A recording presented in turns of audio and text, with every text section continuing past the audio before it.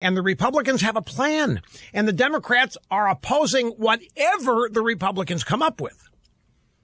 And the Democrats are doing this on the basis that they can transfer the blame for inaction and no renewal of unemployment checks to the Republicans because they own the media.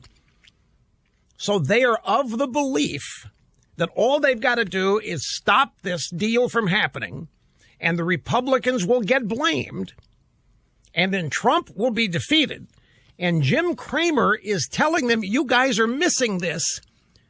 Specifically, Biden, you're missing it. Here, listen to what Cramer says. The president's going to do an executive order if we don't do something. And I don't know if that's legal or not. Well, nobody's going to stop a president giving money to people. I mean, who's going to do that? I mean, what a great thing to run on. Hi, I'm President Trump, and I wanted to give money to you, but I wasn't allowed to.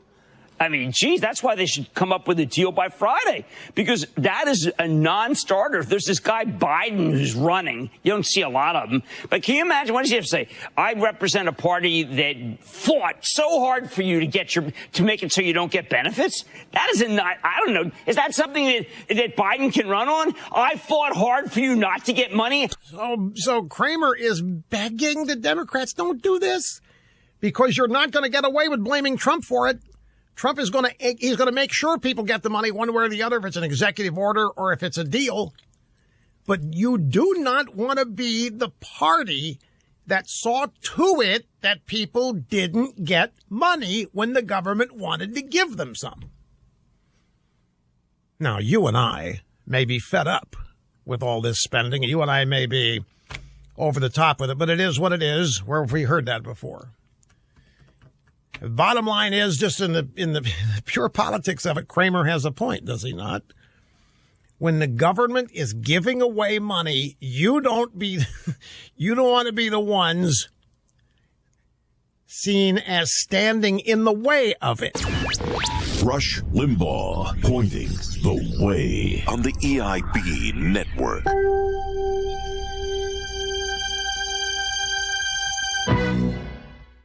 So, Karen, we've been talking with you for a while now about Lone Star Transfer, your family business, and how you and your team legally and ethically relieve people of the financial burden of a timeshare. So why is it important to you that Lone Star Transfer is successful? What is really important to us, Larry, is when a timeshare owner comes to a time in their life when they realize that their timeshare just is not working for them, that they have a company that they can turn to, a company that they can trust to get them out of their timeshare legally and ethically, and in a guaranteed time frame, which is really important. Speaking of taking care of your customers, can you tell us about how you and your family do that? I mean, I know Tyler is your office manager and plays a huge role in your customer service department. Yes, our customer service is the most important to all of us at Lone Star Transfer. We are going to make sure that every caller is treated with the utmost respect and help them in any way that we can. What can be done to get out of a timeshare? What can callers expect when they call Lone Star? My son Tyler is here with me today. I'm going to let him answer that question. Thank you, Larry. That's a great question. There are so many different timeshare situations. It's really important that you call our office today, and one of our representatives will ask you just a few questions to better understand your specific situation so we can give you a guaranteed permanent solution. I want to let everyone know, if you're looking to get out of your timeshare, Lone Star Transfer is the company you can trust to get the job done. So how does someone get in touch? Simply dial pound 250 on your mobile phone and say the keyword Lone Star, or reach us online at lonestartransfer.com. That's pound 250 on your mobile phone and say the keyword Lone Star. You have the option of receiving a one-time auto message from iHeartMedia, or go online to lonestartransfer.com. Tyler, Karen, thanks so much for talking with us about Lone Star Transfer. Thinking about life insurance? What if you could make one free phone call and learn your best price from nearly a dozen highly rated, price-competitive companies? Well, that's exactly what happens when you call SelectQuote Life. For example, George is 40. He was getting sky-high quotes from other companies because he takes meds to control his blood pressure. But when I shopped around, I found him a 10-year, $500,000 policy for under $25 a month. I'm SelectQuote agent Dan Savino. And believe me, if SelectQuote isn't shopping for your life insurance, you're probably paying too much. For your free quote, call 800-721-4880. That's 800-721-4880. 800-721-4880. Or go to selectquote.com. Since 1985, we shop, you save. Get full details on the example policy at selectquote.com/commercials. Or price could vary depending on your health, issuing company, and other factors. Not available in all states.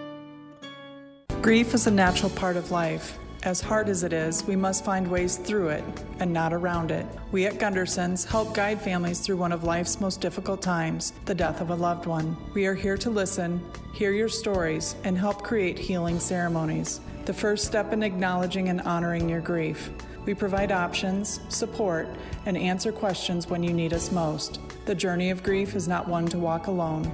Gunderson's is here for you. Do you know where to find your vehicle's recommended tire pressure? Did you say on the tire?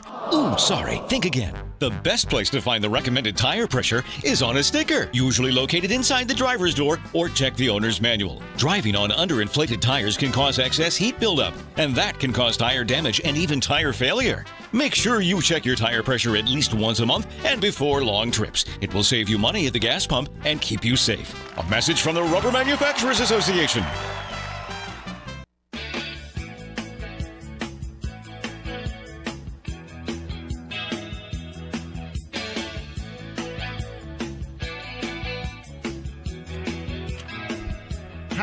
How are you? Welcome back. Rush Limbaugh, your guiding light. Times of trouble, confusion, murkiness, tumult, lying, stinking leftist media, and also through the good times. You know, there are few written words and records more important than what is on your computer these days.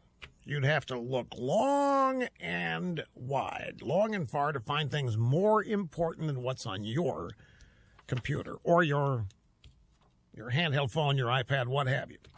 You got maybe a handwritten family history, maybe a journal written by you over a number of years, maybe a diary.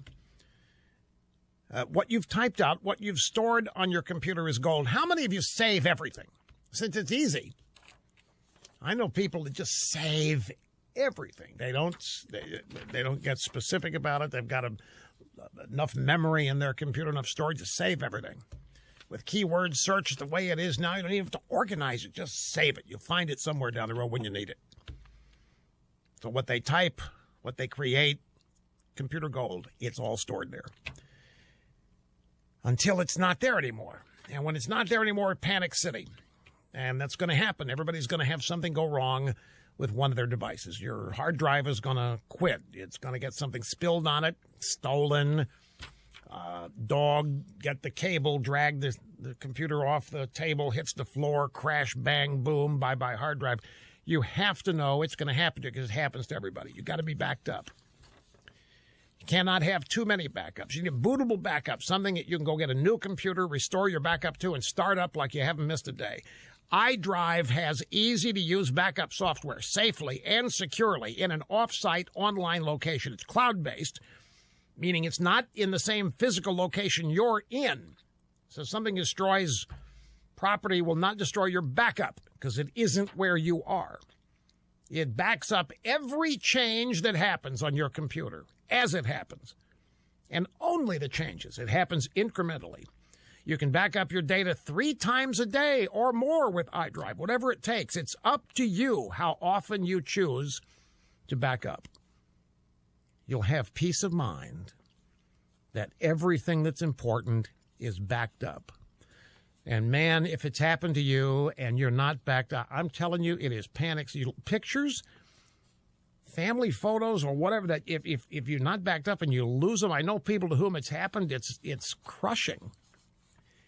And it's unnecessary. Start backing up today with iDrive like iPhone, iDrive.com. Use my name. 90% off the first year, folks. They want you. 90% off. iDrive.com. Plans start less than $6 a month.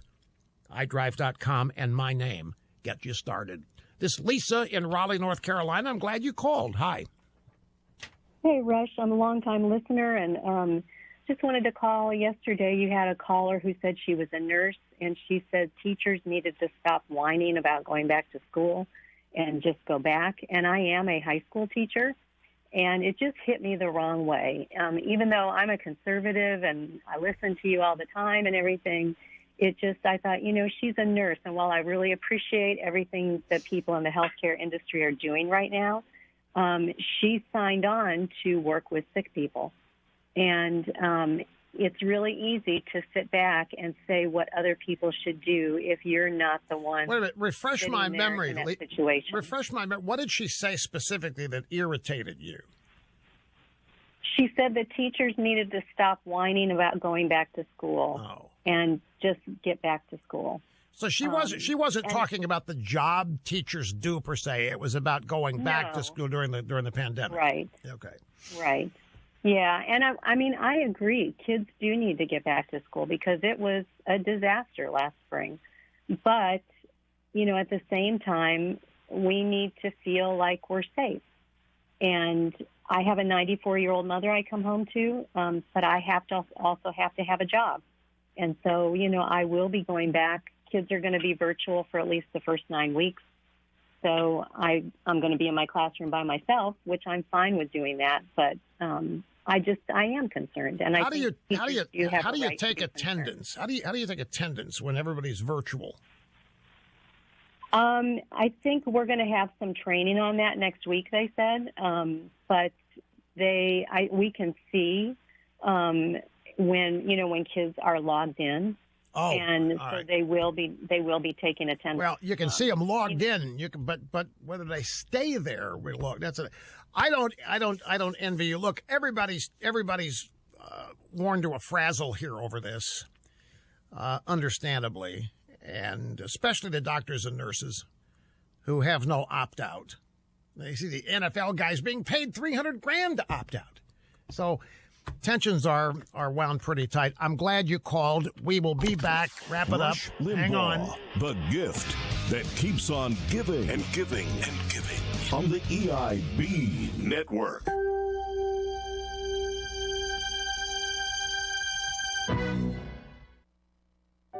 In January of 2017, I was diagnosed with acute lymphoblastic leukemia. And within 24 hours of that diagnosis, we found ourselves here in Memphis at St. Jude. They knew what they were doing. They knew how they were going to treat her. They laid out this elaborate plan. We didn't know what the future was, or if there even was a future. But with St. Jude, there was. Not that long ago, the survival rate was 4%. 4%. But through the work and research that St. Jude does, that's now 94%. And you know how that got done? It's through donations, by people getting behind this mission that no child dies in the dawn of life. St. Jude Children's Research Hospital, finding cures, saving children.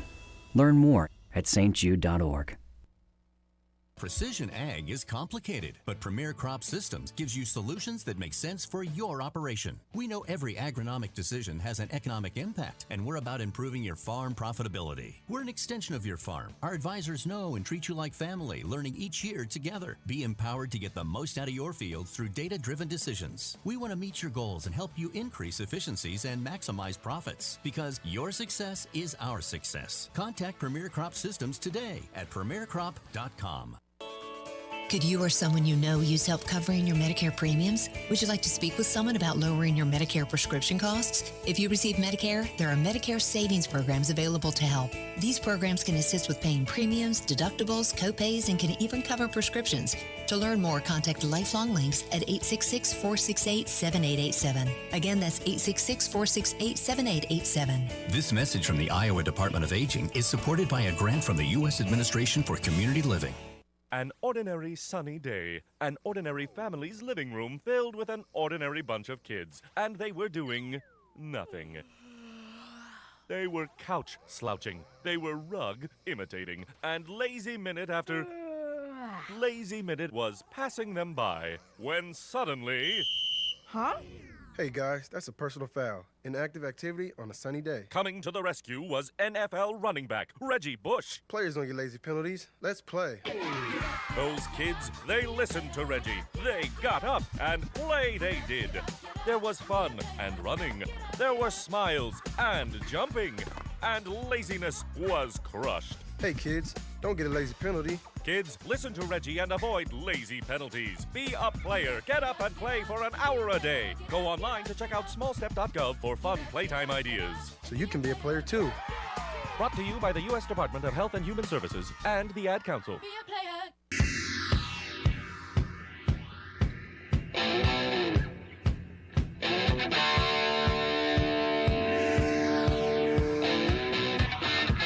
That's enough time to say thanks for being with us, folks. Open Line Friday tomorrow. Be ready with your questions and comments. See you then. Don't be stupid with your skin. It's the only skin you're in. Know what's good and bad to do. Find the right and wrong for you. It's time you learn what it's about. 'Cause indoor tanning is out. UV lamps from a tanning bed, they can turn your skin beet red. Wrinkles come from the UV. The next time you get behind the wheel, make sure your tires are road ready. I'm Brad Keselowski, driver of NASCAR's number 22 Discount Tire Car. Proper tire care helps keep you and make sure you're around for your families. Get the test you need at the doctor. Disease can be detected early and treated. For a list of medical tests every man should have, go to ahrq.gov. A public service announcement brought to you by the U.S. Department of Health and Human Services and the Ad Council.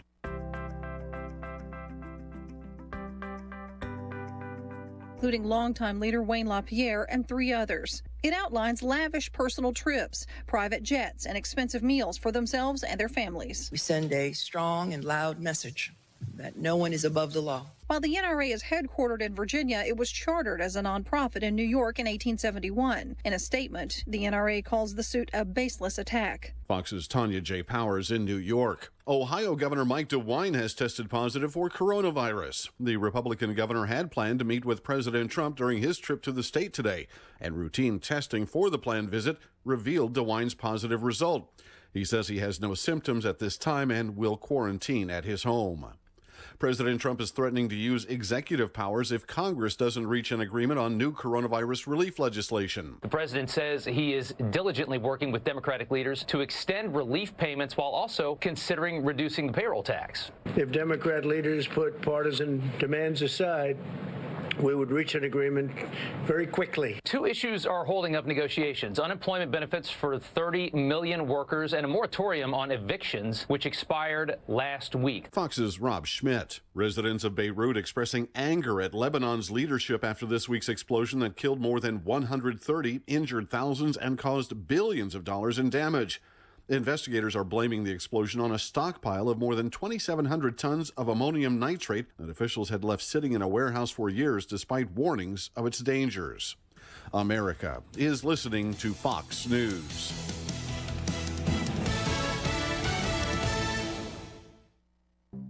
At Fisher Investments, we do things differently, and other money managers don't understand why. Because our way works great for us. But it may not work for your clients. That's why Fisher Investments is a fiduciary, obligated to put clients first. It's the highest standard for a financial advisor. So, what do you provide? Cookie-cutter portfolios like the rest of us? No cookie-cutter portfolios here. Fisher Investments tailors portfolios to meet each client's goals and needs. But you do sell investments that earn you high commissions, right? And make commissions when you make trades for your clients? No, Fisher Investments doesn't sell any commission investment products, and we never earn commissions on trades. So what's in it for you? Fisher Investments fees are structured so we do better when our clients do better. When it comes to helping clients achieve a comfortable retirement, we're clearly different. Visit FisherInvestments.com to find out why investors like you switch to us. Fisher Investments, clearly different money management. Investments in securities involve the risk of loss.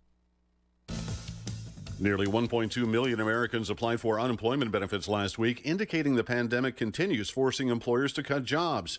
Today's report from the Labor Department marks the 20th straight week at least 1 million people have sought unemployment benefits. An effort to abolish the Minneapolis Police Department won't be a ballot option for voters in November. Weeks after the Minneapolis City Council voted to dismantle the city's police department, and the Minneapolis Charter Commission, responsible for sending the issue to voters, slammed the city council for not having a plan. I don't think anybody here supports this amendment. I think it's ill-planned. Jen Sandberg and other Minneapolis charter commissioners voting to take 90 days to consider altering the charter, which means it won't make the November ballot, as the Democratic-led city council vows to continue efforts to replace its police force. Jeff Manasso, Fox News. It's primary day in Tennessee with a contentious Republican U.S. Senate race. Political party voters will pick their candidates today in Tennessee, and that includes the race for the U.S. Senate. Two Republican contenders have spent months sniping at one another, and Tennessee GOP voters will need to choose today between Manny Sethi, a trauma surgeon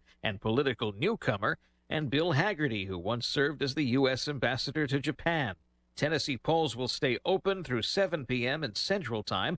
The primary day comes as the state Supreme Court rules it cannot allow statewide mail-in balloting. Eben Brown, Fox News. The FAA wants to fine Boeing $1.25 million, saying company managers pressured employees who were doing safety-related work for the agency at a South Carolina plant. The Federal Aviation Administration says employees doing safety work were reporting to the wrong managers, and in one case, a manager pressured or interfered with employees doing a safety inspection of a Boeing 787 airliner. I'm Rich Dennison, and this is Fox News.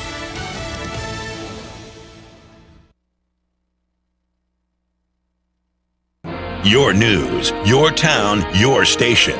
KVFD News when it breaks. From the Jerry Sheeter Newsroom, I'm Kelly Heinen filling in for Rob Jones. Fort Dodge police have apprehended the suspect in a Wednesday shooting. According to a press release, police received a report of a suspicious male in the area of Quail Avenue P59 this morning, which matched the description of Mr. Hurdle. Officers from Fort Dodge Police Department, Iowa State Patrol, and Webster County Sheriff's Office responded and searched the area. K-9 Swamper was deployed to track the suspect and located Mr. Hurdle in a nearby shed after a short track. Mr. Hurdle was taken into custody without incident, then transported to Unity Point Trinity Regional Medical Center for injuries sustained prior to contact with law enforcement. Fort Dodge police continue to investigate the incident and ask anyone with information to contact police. Fort Dodge police have identified the victim involved in a shooting that occurred Wednesday afternoon as 38-year-old Maggie Hurdle of Fort Dodge. Fort Dodge police continue to investigate the fatal shooting that occurred in the 500 block of South 19th Street. Police were called to a residence on report of a shooting and upon arrival located an unresponsive female victim with what appeared to be a gunshot wound. Maggie was pronounced dead at the scene by the medical examiner. Police are continuing their investigation. Anyone with information on this case are asked to call Fort Dodge police at 515-573-1420. Or Crime Stoppers at 515-573-1444. Iowa Governor Kim Reynolds has signed an executive order restoring the voting rights of some with prior convictions. Reynolds' order restores voting rights to about 40,000 people, but will not apply to those convicted of murder, manslaughter, or serious sex crimes. Reynolds has been an advocate for an amendment to the Iowa Constitution to make this change, but the process stalled in the Iowa legislature. Reynolds spoke to Radio Iowa about her decision. Iowa holds the unfortunate status as the only state in the country that prohibits anyone convicted of a felony from voting or holding public office for life unless they petition the governor to restore those rights. That creates the potential for uneven justice. It means people who have served their sentence and are seeking to get their lives back on track permanently are prohibited from one of the most basic rights of citizenship unless a single individual decides otherwise. Reynolds said lawmakers still need to approve the amendment so it can be voted on by Iowans. And there will be an event tonight at Dodger Stadium to celebrate Dodger softball's first ever state runner-up finish and appearance in the state championship game. Everyone is welcome and admission is free. Doors for the event open at 7:30 this evening. For more information on these stories and more, log on to yourfortdodge.com. From the Jerry Sheeter Newsroom, I'm Kelly Heinen. Here's the AM 1400 KVFD weatherology forecast. Chance for isolated storms this afternoon, otherwise more clouds than sun. Highs around 78, winds out of the southeast 8 to 15 miles per hour. Chance for isolated storms tonight, lows dip down to about 64, partly cloudy skies. Cloudy skies with a few peaks of sun. Tomorrow, highs level off around 83. From the Weatherology Weather Center, I'm meteorologist Jennifer Wojcicki. Currently, it's 78. they had snuck in the night and committed these murders. Nobody had a clue about who or a why. You got 8 people dead, and things like that don't usually happen in a small town. I mean, they don't usually happen anywhere, and it was just a real shock. 4+ years after these murders, and they couldn't have written a more sinister story than what's playing out in Pike County, Ohio right now. Listen to the Piketon Massacre wherever you get your podcasts. The bakers of Village Hearth are proud to introduce their latest additions to their family of fine bread products. Pennsylvania Dutch potato rolls. Baked the old-fashioned way using quality ingredients like real potatoes and honey. Their unique recipe makes these the most moist and flavorful buns around, just like homemade. So once you've grilled your hot dogs, burgers, or brats to perfection, no ordinary roll will do. Finish them off with a Village Hearth Pennsylvania Dutch potato roll. Village Hearth, baked fresh locally.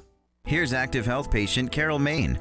I was having a lot of knee pain, and my doctor said I needed a total knee replacement. Then I heard about Active Health Clinic's alternative options for arthritis surgery. Just one simple injection in a 30-minute procedure sounded promising, so I had it done and noticed improvement in my knee within a few days. Now, 6 months later, I'm back to full use of my knee with no pain at all. Don't settle for surgery. For your free consultation, call Active Health Clinics, Fort Dodge today. Michael Devine at AM 1400. In the name of justice and the American way of life. With 60 rounds of freedom. Now, that's so far, the Attorney General of New York is suing the National Rifle Association. It's just a spurious attempt to attack the National Rifle Association. Not that Wayne LaPierre hasn't, it seems like all people who rise to the top of a political organization like the NRA just can't resist it. They start getting their hands in the till. Look at all the televangelists that live beyond our wildest dreams. I'll tell you, and the only thing they ever did is get on TV and say, in Jesus' name, give me money. So this is kind of the same thing that Wayne LaPierre has probably gotten into, but there is no reason for the liberal Democratic Attorney General of the state of New York, who sued the Trump Foundation, by the way, successfully as I recall, to be involved in national politics. This is a national attempt by a state attorney general, an assault on a national organization that goes back to the 19th century and for the most part has served gun owners well. This is an attack by a state official. It's like having a New York State policeman go to Washington, D.C. and arrest Chuck Grassley for not being God knows what. That seems to be the case. Anyway, we got a lot of things to talk about. There was a murder, I should say, in our town yesterday. And it's very, very unfortunate. The young woman killed had a lot of friends here in town. It was tragic, again, for our little town to have back-to-back killings. One apparently was a justified killing by a law enforcement officer. We'll get to that in a minute. But I would ask for prayers for this poor young woman, young to me anyway, who was murdered yesterday. It appears that she was murdered. A suspect has been arrested after fleeing the area. And apparently he was either a boyfriend or a husband or a longtime partner of this woman. And he's been arrested for shooting her and killing her. That's all we know right now. It's just a very, very unfortunate situation. And again, the victim apparently had a lot of friends, which makes it even more tragic. So there's a lot of people in our town in mourning today. And I'm sorry for that. I'm very sorry for that. There was a woman a couple of days ago who apparently charged a law enforcement officer with knives in both hands. We're told that the officer then opened fire, killing the woman. We have no idea if the woman was shot by a county official or a city official or who. And this is 48 hours later. Now, I respect everybody over at the Sheriff's Department. Sheriff Jim Stubbs has done a great job. I like him personally. I admire and respect him personally. By the way, yesterday I identified the officer as who apparently fired as Rod Strait, but I've come to know that that is not the case, or at least that's what I'm told. As a matter of fact, everybody over at the county is being very closed-mouthed. Now, when that happens, I have to ask a question, even though I'm very sympathetic to what has happened. This is not transparent government, ladies and gentlemen. And when we don't have transparent government, it means we're getting our story straight behind the scenes before we tell the general public. Now, we've had that done here in our town. Over the years, someone is shot, sometimes in the same family, and it's quite a while before anybody from the family cooperates with law enforcement before they come together with a story. And the story, after it's told, we all must conclude, I guess, that nobody was really responsible for the dead person. We had one here not long ago where a 4-year-old child apparently picked up a pistol and shot and killed another relative. But it was a while before we got the story on that because I think we were getting their story straight. Now, that looks like what's going on now. I mean, it's not quite the same thing, but we really should know at least the people involved. The victim and the person who fired. Why not? That's the question. Why not? By the way, if it wasn't Rod Strait, I apologize again to Rod Strait and his family. I did not mean to put them in any difficulty whatsoever. I've met Rod on several occasions. He's a great guy. Great guy. And I regret that happened. I thought I had the information. I was told wrong, and I went on the air with that. But I'm the one who's ultimately responsible, so I'm the one that's responsible for the apology, and I certainly, again, offer a heartfelt apology to Deputy Sheriff Strait. I believe he's retiring this year as well as Sheriff Stubbs. This is AM 1400 KVFD, the voice of Fort Dodge. Yeah, that's not what we call transparency in government. And I'm an advocate for transparency in government, as you know. I realize that there's things that must be kept from the public. Business negotiations, for example. I mean, the Growth Alliance people are always telling us that. And frankly, I agree. Frankly, I understand that when there are delicate business negotiations going on, they should be kept out of the public eye. We heard that a lot with the Crossroads Mall, for example. I've met one of the developers, by the way, and I'd like to get him on the air and have him break down the whole process for us. A man from originally from Carroll, now lives in Des Moines, of course, and they do a lot of these higher-end developments around our state. He mentioned he was going to do like 5 blocks or something in Iowa City, and real estate in Iowa City is way up there, so these guys must know what they're doing. That's a lot of money to invest. I'm Michael Devine. If you have a question or comment, it's 515-955-1400, 955-1400, or I'm on YouTube at 1400 KVFD. I'm on YouTube at 1400 KVFD, and the letters are all lowercase letters. I'm also on Twitter at JMike1400, and I'm on Facebook, AM 1400 KVFD. Okay? All righty then. And, of course, there are usually SoundCloud posts of all these programs, all these segments that I do on the air. And they're on my Facebook page and on SoundCloud at JMike1400. JMike1400. If you Google that, you'll pretty much find me. Somewhere, somehow, you'll pretty much find me. I was surprised to hear that Charles Clayton is running for the Democratic nomination. As a matter of fact, I'm sure he has a Democratic nomination. He will be the Democratic Party nominee for the House seat now held by Representative Ann Meyer. Now, any other time I'd be delighted that Charles was running for office. But I'm struggling with this. Charles has graciously consented to be on the air with me here right after the 4:30 news this afternoon, and I'm looking forward to having him here. There's a couple of questions I need to ask him. It's been reported by Iowa Starting Line. Iowa Starting Line, it's an online magazine that's affiliated with the Democratic Party here in Iowa. I'm told that Charles Clayton, and he's mentioned this, he's been very open about this, that as a much younger man, and younger men are foolish, that he had a felony. Well, the felony apparently was because he fired a gun in the air in a neighborhood.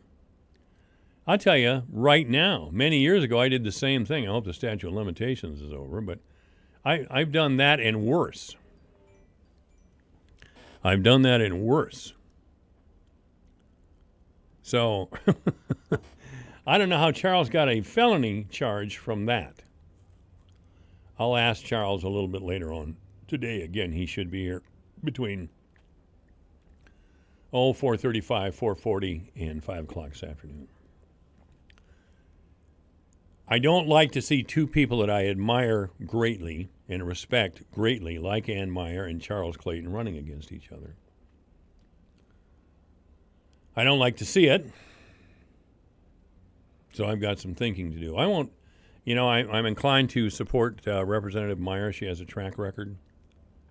And I understand Charles had to get into this race late because the felon voting law that Governor Reynolds signed yesterday, you remember that felons in Iowa for many years have not been able to vote in our elections here in the state of Iowa.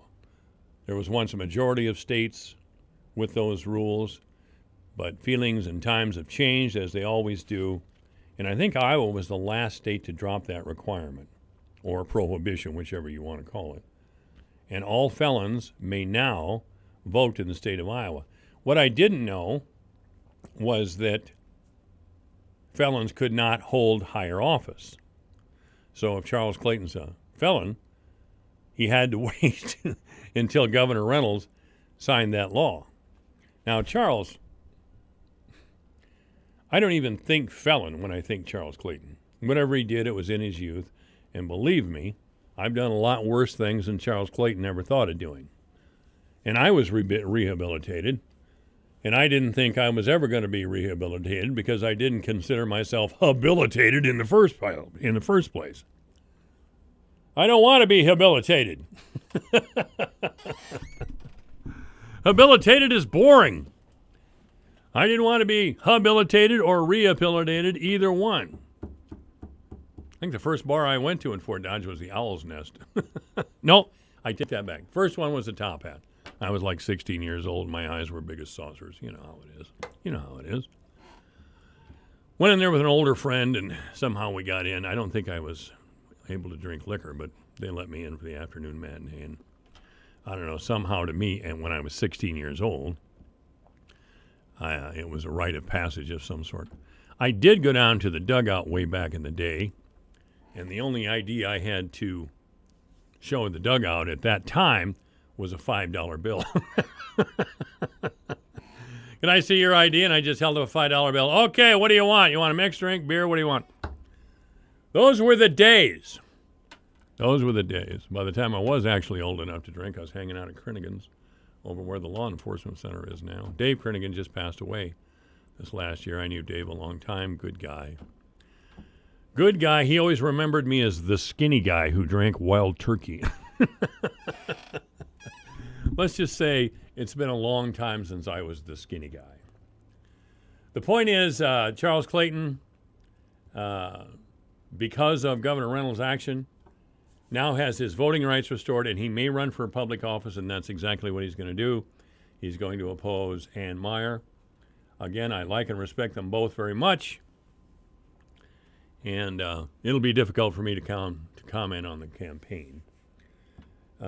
Whenever either one of them wants to be on this radio program to express their views or what plans they have They certainly may. As a matter of fact, I've had Charles in here this week, and Ann. Ann I had here Monday, and Charles was Charles was day before yesterday. He was here on Wednesday, I guess.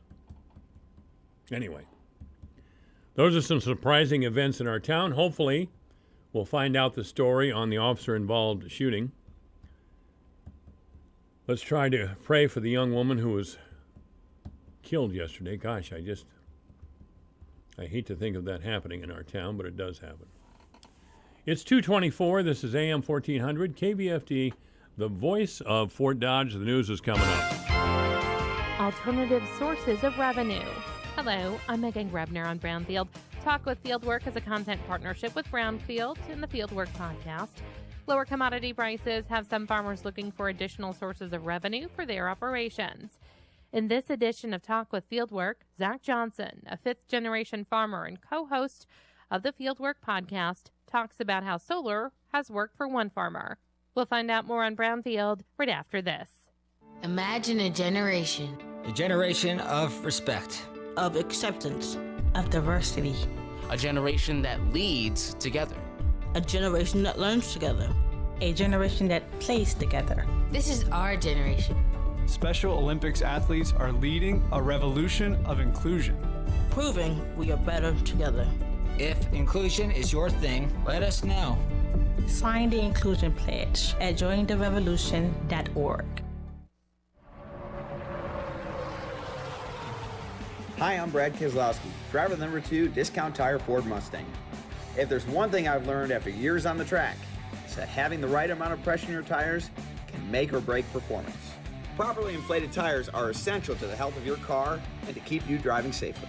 Check your tire pressure once a month, especially before road trips, or stop by your neighborhood tire retailer for help. A message from the U.S. Tire Manufacturers Association. Some farmers are exploring additional revenue options to supplement their farm incomes as commodity prices remain low. Zach Johnson, co-host of the Fieldwork podcast, spoke with Patrick Duncanson, a fifth-generation farmer in south central Minnesota, about their decision to step into solar. He's actually an economist by training, so he likes to look at his bottom line. He had a piece of land next to a town that didn't always make sense to put into traditional commodity farming, and he got to looking at alternative sources of revenue for that and ended up really looking strongly at solar. He had the site looked at and checked out and talked with the company, and they figured out that this was a pretty good site for that. And so they went ahead, and he is now the landlord of a solar garden in south central Minnesota. Johnson says Duncanson was looking for ways to expand revenue outside of traditional row crops. When we look at traditional corn and soybean farming and we look at the typical commodity farming, sometimes he'd mention that it can seem a little bit like a treadmill where you're always looking for more acres to manage the small margins that you can make on those acres. So you look for more acres and then you need more machinery or bigger machinery or newer machinery. So he was looking for how do we really take it down a little bit and maybe you could say micromanage a bit on some of these acres where maybe it makes sense to take them out of crop production, and how can we look at these acres as something different? How do we get alternative sources of revenue off of this? But the solar farm didn't come without its own set of challenges. Just the same as not everybody was excited to have a tractor shining their lights in their living room at midnight or drive by spraying herbicides at any point. Some of the people weren't excited about having a solar field in their backyard. There is definitely some pushback, but I think overall, the idea of it has gone over pretty well, and most people are actually in favor of clean energy, right? So I think most of the people are excited to see alternative ideas and outside-the-box thinking like that come to their area. Johnson says one of the takeaways they had from this episode is that sustainability applies to more than just in-field practices. A lot of times on our Fieldwork podcast, we talk about the practices that are actually on the ground when it comes to sustainability. We talk a lot about reducing tillage, a lot about implementing cover crops. One of the things that we talk a little bit less about is where maybe you can look at alternative sources of revenue and how to be sustainable in other ways. To learn more, check out this episode of the Fieldwork podcast at fieldworktalk.org. I'm Megan Grebner with Talk with Fieldwork, a content partnership on Brownfield. My name is Cade Courtley, and this is my new show, Can You Survive This Podcast? I'll be drawing on my years as a former Navy SEAL platoon commander, sniper, and CIA contractor. The show is designed to teach you techniques that will increase your chances of survival if you happen to find yourself or your family in any life-threatening disaster scenario imaginable. Subscribe and listen for free on Spotify. Can You Survive This Podcast? From the Jerry Sheeter Newsroom, I'm Kelly Heinen filling in for Rob Jones. Fort Dodge police have apprehended the suspect in a Wednesday shooting. According to a press release, police received a report of a suspicious male in the area of Quail Avenue P59 this morning, which matched the description of Mr. Hurdle. Officers from Fort Dodge Police Department, Iowa State Patrol, and Webster County Sheriff's Office responded and searched the area. K-9 Swamper was deployed to track the suspect and located Mr. Hurdle in a nearby shed after a short track. Mr. Hurdle was taken into custody without incident, then transported to Unity Point Trinity Regional Medical Center for injuries sustained prior to contact with law enforcement. Fort Dodge police continue to investigate the incident and ask anyone with information to contact police. Fort Dodge police have identified the victim involved in a shooting that occurred Wednesday afternoon as 38-year-old Maggie Hurdle of Fort Dodge. Fort Dodge police continue to investigate the fatal shooting that occurred in the 500 block of South 19th Street. Police were called to a residence on report of a shooting and upon arrival located an unresponsive female victim with what appeared to be a gunshot wound. Maggie was pronounced dead at the scene by the medical examiner. Police are continuing their investigation. Anyone with information on this case are asked to call Fort Dodge police at 515-573-1420. Or Crime Stoppers at 515-573-1444. Iowa Governor Kim Reynolds has signed an executive order restoring the voting rights of some with prior convictions. Reynolds' order restores voting rights to about 40,000 people but will not apply to those convicted of murder, manslaughter, or serious sex crimes. Reynolds has been an advocate for an amendment to the Iowa Constitution to make this change, but the process stalled in the Iowa legislature. Reynolds spoke to Radio Iowa about her decision. Iowa holds the unfortunate status as the only state in the country that prohibits anyone convicted of a felony from voting or holding public office for life unless they petition the governor to restore those rights. That creates the potential for uneven justice. It means people who have served their sentence and are seeking to get their lives back on track permanently are prohibited from one of the most basic rights of citizenship unless a single individual decides otherwise. Reynolds said lawmakers still need to approve the amendment so it can be voted on by Iowans. And there will be an event tonight at Dodger Stadium to celebrate Dodger softball's first ever state runner-up finish and appearance in the state championship game. Everyone is welcome and admission is free. Doors for the event open at 7:30 this evening. For more information on these stories and more, log on to yourfortdodge.com. From the Jerry Sheeter Newsroom, I'm Kelly Heinen. Here's a look at how the markets closed today. September corn up a quarter penny at $3.11 1/4. December up a half a cent at $3.23 3/4. March unchanged at $3.35 1/2. May unchanged at $3.43 3/4. August soybeans down 1 1/4 at $8.80 3/4. September down 1 1/2 at $8.74 3/4. November down 3/4 cent at $8.78. January down 3/4 at $8.84 1/2. September wheat closed down 9 1/2 at $5.01 1/4. Soybean meal down $1.60 a ton at $2.80.70. August live cattle up 32 cents to close at $102.62. October down 47 cents at $106.97. August feeder cattle down $132 at $143.47. September down 60 at $145.87. August lean hogs up 30 cents at $49.75, and October down a dime at $49.20. I'm Dwayne Murley. This is AM 1400 KVFD, the voice of Fort Dodge. I'm Michael Devine with the weather forecast here, just as soon as it comes up on my computer screen. I thought I had it here. It's 78 degrees right now, a little overcast in places. We may have some thunderstorms later on this afternoon, otherwise sunny with a high of 78. Again, that's right where we are now. Overnight, some isolated showers, mostly cloudy with a low of 64. Tomorrow, sunny with a high of 83. Saturday, a chance of a thunderstorm, partly sunny with a high of 88. On Sunday, a chance of showers and thunderstorms, mostly sunny with a high of 91. On Monday, sunny with a high of 83. Tuesday, sunny with a high of 84. Wednesday, mostly sunny with a high of 86. Again, right now, 78 degrees in town. Obituaries this hour brought to you by Gunderson Funeral Home and Cremation Services at 1615 North 15th Street, Fort Dodge. You may contact Gunderson Funeral Home and Cremation Services by calling 515-576-7128 or online at www.gundersonfuneral.com. www.gundersonfuneralhome.com. Cheryl Gilbert of Fort Dodge, formerly of Eagle Grove, has died at the age of 59. She passed away on Tuesday at Trinity Regional Medical Center here in town.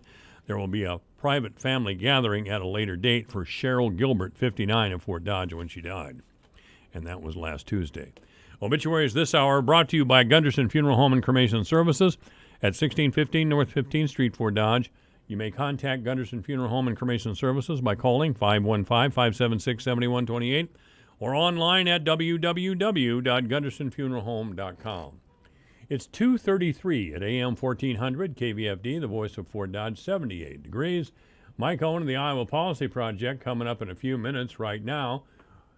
Wait a minute, didn't we already do the closing market report? I think we did, so we'll do this. Take control of your tarp and upgrade your manual tarp system to electric with a Rolltech electric tarp conversion by AgriCover Inc. Save time and increase productivity by tarping on the go. This system operates with the convenient push of a button, keeping your driver inside the cab and out of dust, rain, and harm's way. Upgrade your existing tarp to electric today to stay protected, clean, and on schedule. For more information or to find a dealer near you, call 1-800-233-4655 or visit rolltechelectric.com. Livestock producers demand soybean meal that delivers superior nutrition. Are those the soybeans you're growing? Find out with the help of the United Soybean Board's soybean sampling program. Go to usb.soyvalue.com and request a sample kit. Send some of your beans in and we'll measure their nutritional value. Take the guesswork out of seed selection. Grow the varieties that deliver top nutrition, compete better in the marketplace, and protect farm revenue. Do it all with one visit to usb.soyvalue.com. This is AM 1400 KVFD, the voice of Fort Dodge. Obituaries have been brought to you by Gunderson Funeral Home and Cremation Services. During this challenging and unprecedented time, Gunderson's is here to serve with expert guidance and understanding to each family and their unique needs. We provide options for funeral, cremation, memorial, virtual, and webcast services, either presently or at a later date. We understand that grief does not wait. We are trained to help you walk this path to bring comfort and support. Every life deserves to be recognized and celebrated, whether it be together or afar. Michael Devine, the Doctor of Truth. Does anyone have anything they'd like to confess? At AM 1400 KVFD. That's right, your confessional is open here. I'm Michael Devine, the Doctor of Truth, and from the Iowa Policy Project is Mike Owen. Hi, Mike.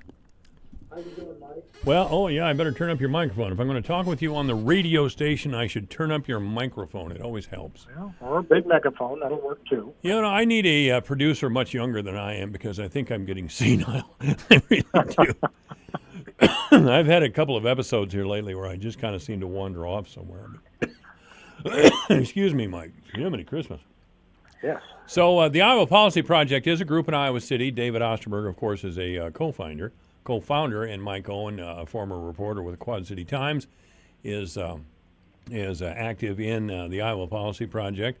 And the project is dedicated to bringing research-backed information to the public sphere, hoping that it will change public policy, and of course, it rarely does. Fact and reason rarely prevail in politics, but we soldier on, don't we, Mark? No, we do. We do. We're going to change that. By the way, I understand you have a new news organization. I thought I was your news organization. Am I getting the blow off here? Is this it? Am I out the door, or what's going on? No. Okay. Okay, so this is what's going on. Actually, introduced me to the Iowa Policy Project. We are now Common Good Iowa. Okay. The Iowa Policy Project and the Child and Family Policy Center in Des Moines, a group we've worked with for almost 20 years, have formally merged. So you're changing the name of your group? We are. Wow. Now, the rollout is coming out over the next several weeks and months. We don't have a new website yet or things like that. So you can continue to get all the information that we produce on our existing websites, iowapolicyproject.org, iowapolicypoints.org, iowafiscal.org. iowafiscal.org is going to be merged as well? Yeah, so here's how that works. Iowa Fiscal comes from the Iowa Fiscal Partnership. And the Iowa Fiscal Partnership was a brand that we created to do budget and tax work together with this other organization, the Child and Family Policy Center. So we had a separate website set up for those kinds of issues as well. Well, a lot of the information on the Iowa Fiscal website has also been on the Iowa Policy Project website, but that was just a brand. That's going to go away. There will be no more Iowa Fiscal Partnership in the very near future, and all of our information eventually will be moved over to a new website for the Common Good Iowa organization. So this is a big change for us. This is a big change. What brought this on? Well, we've been talking actually with CFPC, this other group, if you don't mind the acronym, me using the alphabet soup a little bit here, because Child and Family Policy Center is kind of a long name. So they're CFPC. So that organization and our organization, we got together and we've just been talking about how better we can coordinate our work, get our work of both organizations more spread throughout the state, have more impact, and also connect groups in issue areas that might not normally connect with each other, but probably should. I mean, people who are concerned about children's health ought to also be concerned about clean water. Okay. So that and all these various advocacy organizations around the state, no matter their public services interest area, have to still depend on that whole fiscal angle. Yeah, I should have known you were going to get some water stuff in there for David Osterberg. I should have known that, I guess. Well, absolutely, but we view that as existential stuff. If you don't have clean water, you're not going to live. It's pretty simple. Is that existentialism? Wow. Well, that's the way I'm looking at it. Okay. Okay. How are you going to exist? I don't. Yeah. There. How are you going to exist? All right. Let's get into Camus here and really get Albert Camus. But so, where are the public policy connections we can make across this wide range of issues? And we have always tried to do that. It's just a little hard to do that as two organizations, or certainly is harder probably than it will be as one. That's our theory. And so we came up with the idea that it was just time to merge. Plus, as nonprofits, we're always looking for ways to be more efficient, more sustainable, be organizations that big funders, foundations want to support, because that's where we don't exist without existing. We don't exist without that kind of support. And so hopefully we'll be more attractive to those kinds of resources, and thus be able to continue doing our work in Iowa, which we think is very important. We have a lot of friends in the advocacy community who depend on us, and some of the communications we've had since this was announced, and in the last few days we gave some people some heads up on this. The reactions have all been good that I've had.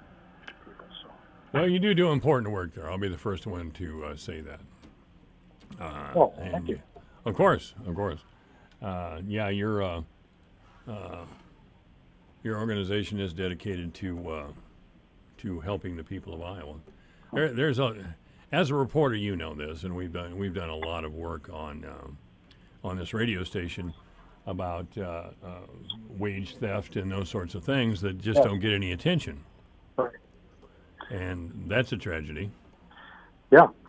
And that's one of those issues that we have worked on quite a bit at IPP, and then some advocacy partners around the state, such as one of your favorite organizations, Iowa CCI, and of course the labor community.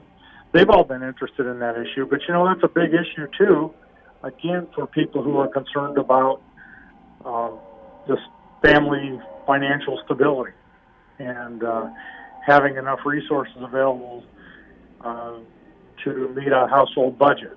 So those are the kinds of issues that really link people that both our organization at IPP and then CFPC have also worked on, we'll be able to do that, I hope, more effectively as one organization, bring more people to the table. So that was what was behind your decision? Yes. Okay. You know, how can we become a more effective force in these things? Together, as I mentioned the Iowa Fiscal Partnership, these two organizations that formed that, we were a member of a national organization of budget and tax groups around the country. And typically there's one of those per state in this particular network. And we were kind of an outlier there. We were two organizations.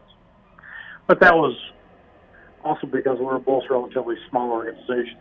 So as one, we'll be more like a lot of. We will continue to be a member of that network and benefit from it, and hopefully benefit similar groups in other states. We all share information about how to deal with some of the issues and what common to state policy debates around the country. Is this an all Iowa network? Yes. Okay. Well, what we are doing is Iowa only. I mean, Child Family Policy Center is an Iowa-based group. They were formed by Charlie Bruner, who used to be a state senator from Ames. Yeah, oh yeah. And Charlie and David Osterberg, who you mentioned earlier, David, our co-founder, they served in the legislature at the same time. So they used to work a lot together. So Charlie left the legislature, started his organization. Some years later, David left the legislature and formed his organization. And that's how we really started working together on a budget issue. Early, about as early as, I want to say, I think 2002. Our group was founded in 2001. And I was hired in that first year. And I remember a press conference in Des Moines that we had in that first spring after that, talking about taxes. We did it together with Charlie Bruner and CFPC. And that kind of kicked off our work together, and we kept at it for all these many years. So a lot of the work that we've come on the program and talked about, things like the research activities credit, the whole issue of abuse of tax credit spending in Iowa, we did a lot of that work with CFPC, and they supplied a lot of that research as well. So if you go back to our papers on these kinds of things that are still on our website, you'll see names of Charlie and Victor Elias, who used to work at CFPC, as well as Peter Fisher of our staff, or David, or me, or others that had been involved with the same kind of work. And it's been a real benefit to be able to work with another organization interested in these issues, and also having maybe a different constituency than we had, because it was important to their folks as well. Yes. So, are you going to be the executive director of this new group? I am not. I am going to be the deputy director. Deputy director. Who's going to be the executive director? The executive director is a woman named Ann Disher, who has been the executive director of CFPC. We are retaining offices in both Des Moines and Iowa City, as we have had. The headquarters will be Des Moines. It will give us for IPP's purposes, it will give us a better presence in Des Moines for our work that we do over here. Sure. And in fact, I will actually probably become more active in terms of lobbying. The last few years, I've registered as a lobbyist and hardly lobbied at all. Filing my lobbying reports, I feel like, I'm just not in the league of these lobbyists. I probably am not anyway. That's just not my game. Yeah, well. But I'm going to be around the Capitol as a resource for people who want to make those connections on budget and tax issues. Certainly more not all the time. I'm not going to be a daily lobbyist or anything like that. You're not going to be. Not every day, but I'm going to be up there a fair amount of time and try to raise some spotlight on some of those fiscal issues that we like to talk about and maybe haven't gotten enough attention on in recent years. Yeah. So you're going to urge lawmakers, I suppose mainly Democrats, to talk about your issues? Is that what you're going to be doing in the Capitol? As always, we will talk to anybody who wants to talk to us, and we will try to help them see where the equity problems are with various tax proposals and existing tax law in Iowa. Again, the same kinds of things that you and I have talked about on this program, so that they understand that when you raise the sales tax and cut the income tax, you are disproportionately hurting lower and moderate income people while benefiting wealthy people. Well, we've talked about that many, many times. I mean, the farmers are screaming always about the property tax they pay. And, the commercial people, of course, Jerry Branstad gave them a gift a number of years ago by the tax cut he gave commercial property owners, including Walmart. Right. That's the Republican Party mantra. I mean, that's what they believe. Yeah. But the difference between us is, and that's why when I use the term lobbying, it's a different. I just have a different concept about it. There's lobbying on particular issues, on particular bills, and so forth. There's also being just simply an informational resource and somebody who can push you to the data that you need to make better decisions, which is always going to be more of what we do. That doesn't mean we won't register on a bill here or there, but we'll help people see that, make those connections better with the data. That's the thing that has always separated our work, I believe, in the Capitol, is that it's been focused on the data.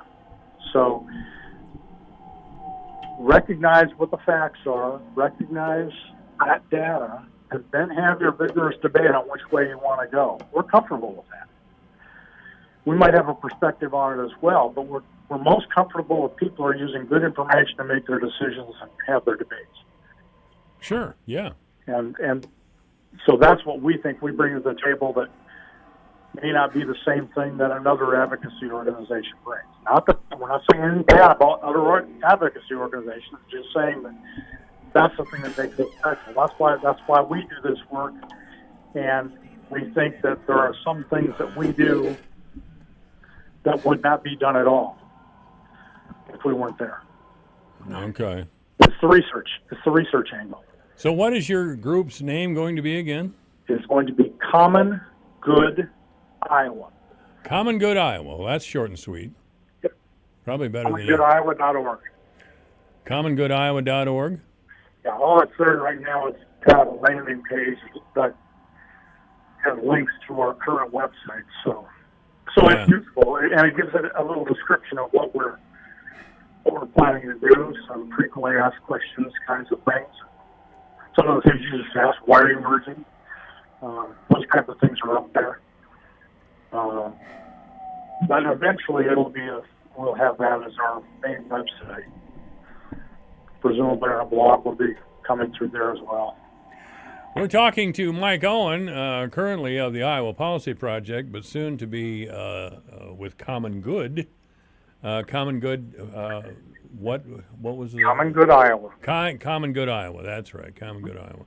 I got hung up on commongood.org there for a minute, but Common Good Iowa. Well, since Mike, you're in Iowa City, we need to talk about something really important. So is Kirk Ferentz a redneck? Or what's the deal here?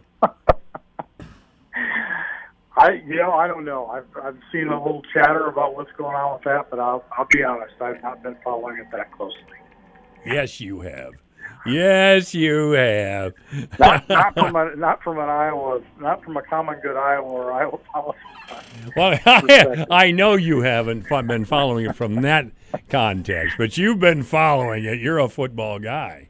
Yeah, but I'm not around. I am not around those folks. It's a fascinating issue. They've got some real things to deal with there. When this came up, about the Iowa football program, one of the first things that occurred to me from back when I was a kid was in the late 60s, there was a walkout by some black football players on the football team. Yeah. But I didn't remember really any, I was pretty young, and I didn't remember any of the circumstances about that. And I was wondering when somebody was going to talk about that. And the Gazette wrote about that the other day. And I think it was about some, maybe a couple weeks ago. There was a good story in the Cedar Rapids Gazette about that. It explained what that whole fight was about. And I think it was somehow connected to the disputes between Ray Nagel, the football coach at the time, and Forrest Evashevsky, who was the AD. Remember Evashevsky? Yeah, fired the football coach. He fired the football coach, then he resigned. I don't remember that. Is Ray Nagel the guy he fired? Yes, and then I think Nagel was reinstated for a year or something. I'm talking a little bit beyond my expertise, and I know better to do that. But I remember it was a fascinating story, and it was, these are issues that we have to continue to come to grips with, and it's actually good you brought that up, because while we don't look at it necessarily in terms of the Iowa football team, we are going to be looking at all sorts of issues facing our state with that race equity lens, which I think has been ignored for too long in this state. It's something that we haven't done enough of. We're first to admit it, and we're going to address that. We don't have a strong African American presence in Iowa. I mean, we're still 95. 3.5%. Yeah, we're still 95% white. We have the population, a greater Latinx population. Oh, huge! I understand even some of the co-ops here are actually engaging in slave labor. I'm going to do a little working into that, but I have always thought that all this immigration was an attempt to keep unions out of Iowa and to break unions and keep wages down. And it always annoyed me that packing plant owners, of all people, would lecture the rest of us about racial reconciliation. I mean, it just blows my mind. They're trying to exploit these really. I mean, you've been into central Mexico, I suppose. I have. I mean, there's real poverty there. I mean, real poverty there. And they round those people up like cattle and bring them up to Iowa and put them to work in packing plants, and they fire them just as fast as they hire them. It's cruel and inhumane as far as I'm concerned. But the Republican Party and the Democratic Party, to their eternal shame, just stand there and watch it and don't say anything. Anyway, that's my lecture for today. It's my lecture for today. The only one? Yeah, well, the only one to you. I'll lecture a little bit later on. The mayor's coming in. I always try to lecture him. Yeah, the mayor's coming in, and Sam Clovis, who is always a good conversation. Sam's, you remember Sam, not a liberal. Sam, not a liberal Clovis. Not a liberal. Yeah. Well, anyway, so Iowa's ranked 23 in the country as far as their football team is concerned. Are you kidding me? Is it that strong? It doesn't matter. Does it matter? What's that? Will there even be a season? Oh, that's the real question. I'm sitting every night. I'm watching the Cub games. What are they now? 10-2, something like that. Yeah. So what? I mean, the season's probably going to be over in a week, and if it's not, say you go on and you win whatever World Series is left at that point, is going to be a big old asterisk on it. But I enjoy watching a little baseball, I'll tell you that. Well, I do too. I think and I notice this in basketball too. I think it's absolutely silly they have those electronic fans in the stands, but what do I know? Maybe some people like them. I don't know. I saw one of the teams, I think it was the Mariners, put a Steve Bartman cardboard cutout along the left field line during one of the games yesterday. Steve who? Steve Bartman, the guy who interfered with Moise. Oh, no. Oh, my God. That poor guy. They're never going to let him go. Oh, gosh, yeah. There was that great ESPN documentary, Catching Hell. It was about him. I mean, he did catch hell, that poor guy. Yeah. But he also got a World Series ring. Did he? Yes, he did. The Cubs gave him a ring. Well, that's probably a nice thing to do. You know, I was watching that game in Pool Hall here in Iowa, and I saw him that Alou going up to get that ball, and Bartman interfered, and Alou getting angry, and I knew the Cubs were done then. For some reason, I just knew it. And they were. I mean, they were all on the way to their first World Series, and they just, oh, God, it was just a heartbreaker. Anyway, Mike Owen's been our guest lately of the Iowa Policy Project, currently with Common Good Iowa. Thank you, Mike.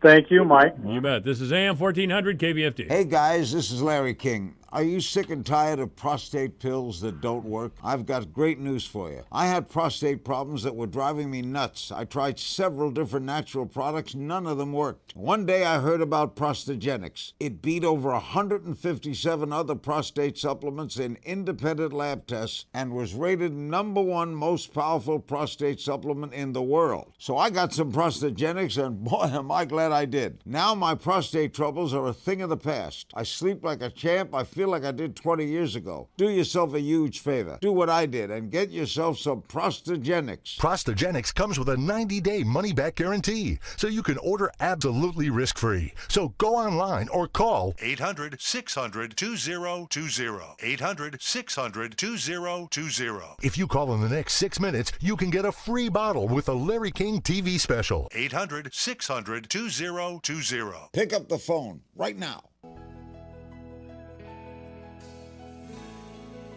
All right, it's 3 o'clock in the afternoon. News is next. We'll talk with Sam Clovis in the next segment. This is AM 1400, KVFD, the voice for Dodge, and thank you for listening.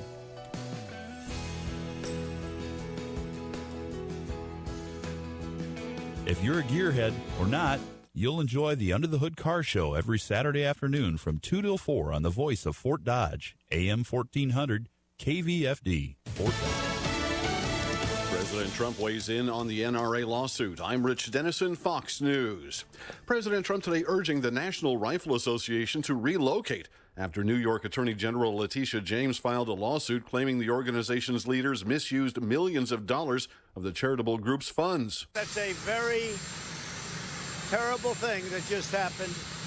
I think the NRA should move to Texas and lead a very good and beautiful life. The lawsuit accuses the NRA and its top leaders of misusing $64 million in funding to finance a lavish lifestyle, including exotic vacations, private jets, and other personal purchases. The NRA calling the suit a premeditated attack on the organization and its Second Amendment rights. Ohio Governor Mike DeWine tested positive for coronavirus today, just ahead of a planned meeting with President Trump. The Republican governor took the test as part of normal procedure before meeting the president at a Cleveland airport. He planned to join the president during his visit to a manufacturing plant there. The 73-year-old says he doesn't have any symptoms but will quarantine at his home. Forecasters say this year's Atlantic hurricane season will be more active than originally expected. 19 to 25 named storms, of which 7 to 11 are expected to become hurricanes, and 3 to 6 of those could become major hurricanes. Now remember that these ranges include the 9 named storms we've already seen this year. National Oceanic and Atmospheric Association lead hurricane forecaster Dr. Jerry Bell. House Speaker Nancy Pelosi says she believes lawmakers will come to terms on the latest round of coronavirus economic relief legislation, but adds assistance must go to those most in need. White House officials, along with Democratic and Republican leaders, are still in talks over the next round of aid, which is expected to cost around $1 trillion. America is listening to Fox News.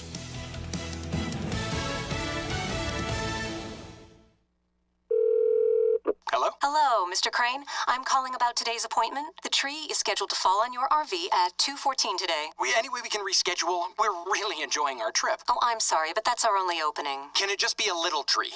Let me check. No, sorry, our file says it's a huge one. RV owners can't schedule when things go wrong on the road. That's why there's Progressive, a leader in RV insurance. Is it 2:14 p.m. or a.m.? You know, I'm not sure. Can I put you on a brief hold?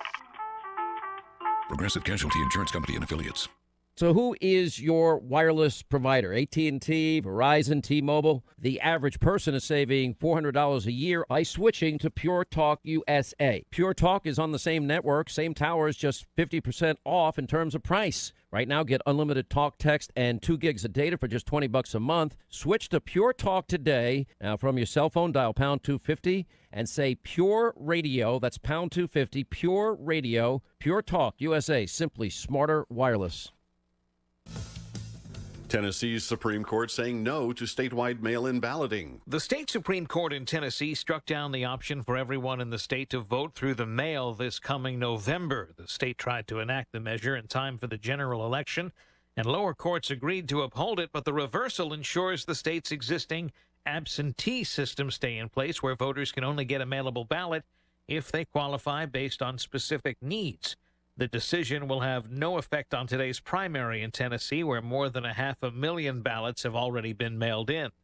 Eben Brown, Fox News. The newest jobs report shows nearly 1.2 million Americans filed for unemployment claims last week. It's the 20th straight week labor officials have seen at least 1 million seek new unemployment benefits.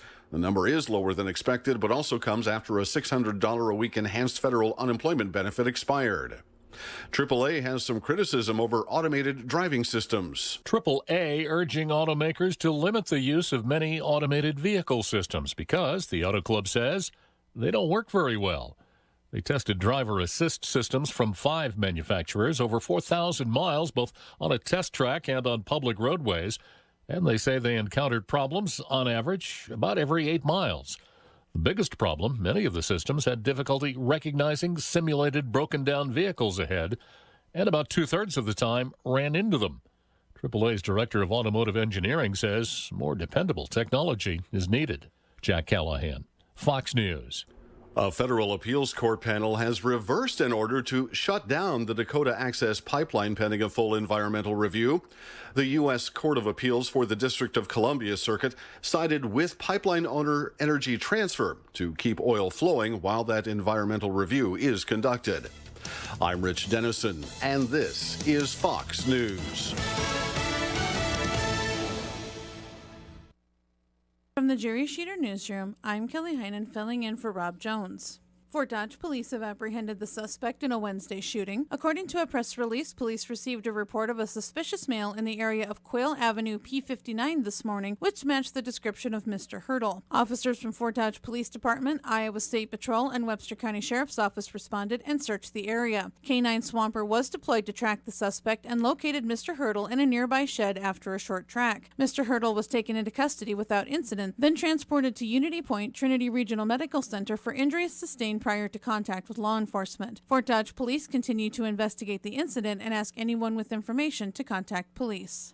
Fort Dodge police have identified the victim involved in a shooting that occurred Wednesday afternoon as 38-year-old Maggie Hurdle of Fort Dodge. Fort Dodge police continue to investigate the fatal shooting that occurred in the 500 block of South 19th Street. Police were called to a residence on report of a shooting and upon arrival located an unresponsive female victim with what appeared to be a gunshot wound. Maggie was pronounced dead at the scene by the medical examiner. Police are continuing their investigation. Anyone with information on this case are asked to call Fort Dodge police at 515-573-1420 or Crime Stoppers at 515-573-1444. Iowa Governor Kim Reynolds has signed an executive order restoring the voting rights of some with prior convictions. Reynolds' order restores voting rights to about 40,000 people, but will not apply to those convicted of murder, manslaughter, or serious sex crimes. Reynolds has been an advocate for an amendment to the Iowa Constitution to make this change, but the process stalled in the Iowa legislature. Reynolds spoke to Radio Iowa about her decision. Iowa holds the unfortunate status as the only state in the country that prohibits anyone convicted of a felony from voting or holding public office for life unless they petition the governor to restore those rights. That creates the potential for uneven justice. It means people who have served their sentence and are seeking to get their lives back on track permanently are prohibited from one of the most basic rights of citizenship unless a single individual decides otherwise. Reynolds said lawmakers still need to approve the amendment so it can be voted on by Iowans. And there will be an event tonight at Dodger Stadium to celebrate Dodger softball's first ever state runner-up finish and appearance in the state championship game. Everyone is welcome and admission is free. Doors for the event open at 7:30 this evening. For more information on these stories and more, log on to yourfortdodge.com. From the Jerry Sheeter Newsroom, I'm Kelly Heinen. Here's the AM 1400 KVFD weatherology forecast. Chance for isolated storms this afternoon, otherwise more clouds than sun. Highs around 78, winds out of the southeast 8 to 15 miles per hour. Chance for isolated storms tonight, lows dip down to about 64, partly cloudy skies. Cloudy skies with a few peaks of sun tomorrow, highs level off around 83. From the Weatherology Weather Center, I'm meteorologist Jennifer Wojcicki. Currently, it's 78. Is it time for a new roof, or did your roof take a beating from Mother Nature? If so, here's some great advice from Hahn Roofing. When you're trying to decide on a contractor, never tolerate high-pressure sales tactics. Never sign a contract without a price. Never make a payment until your job is done. And never accept a job that is not installed to manufacturer specifications. No warranty, no deal. Make the right choice. Call Hahn Roofing today at 515-573-7440. That's 515-573-7440. Hahn Roofing, an Owens Corning Platinum contractor. Here's a look at how the markets closed today. September corn up a quarter penny at $3.11 1/4. December up a half a cent at $3.23 3/4. March unchanged at $3.35 1/2. May unchanged at $3.43 3/4.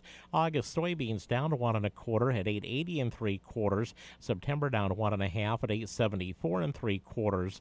November down 3/4 cent at $8.78.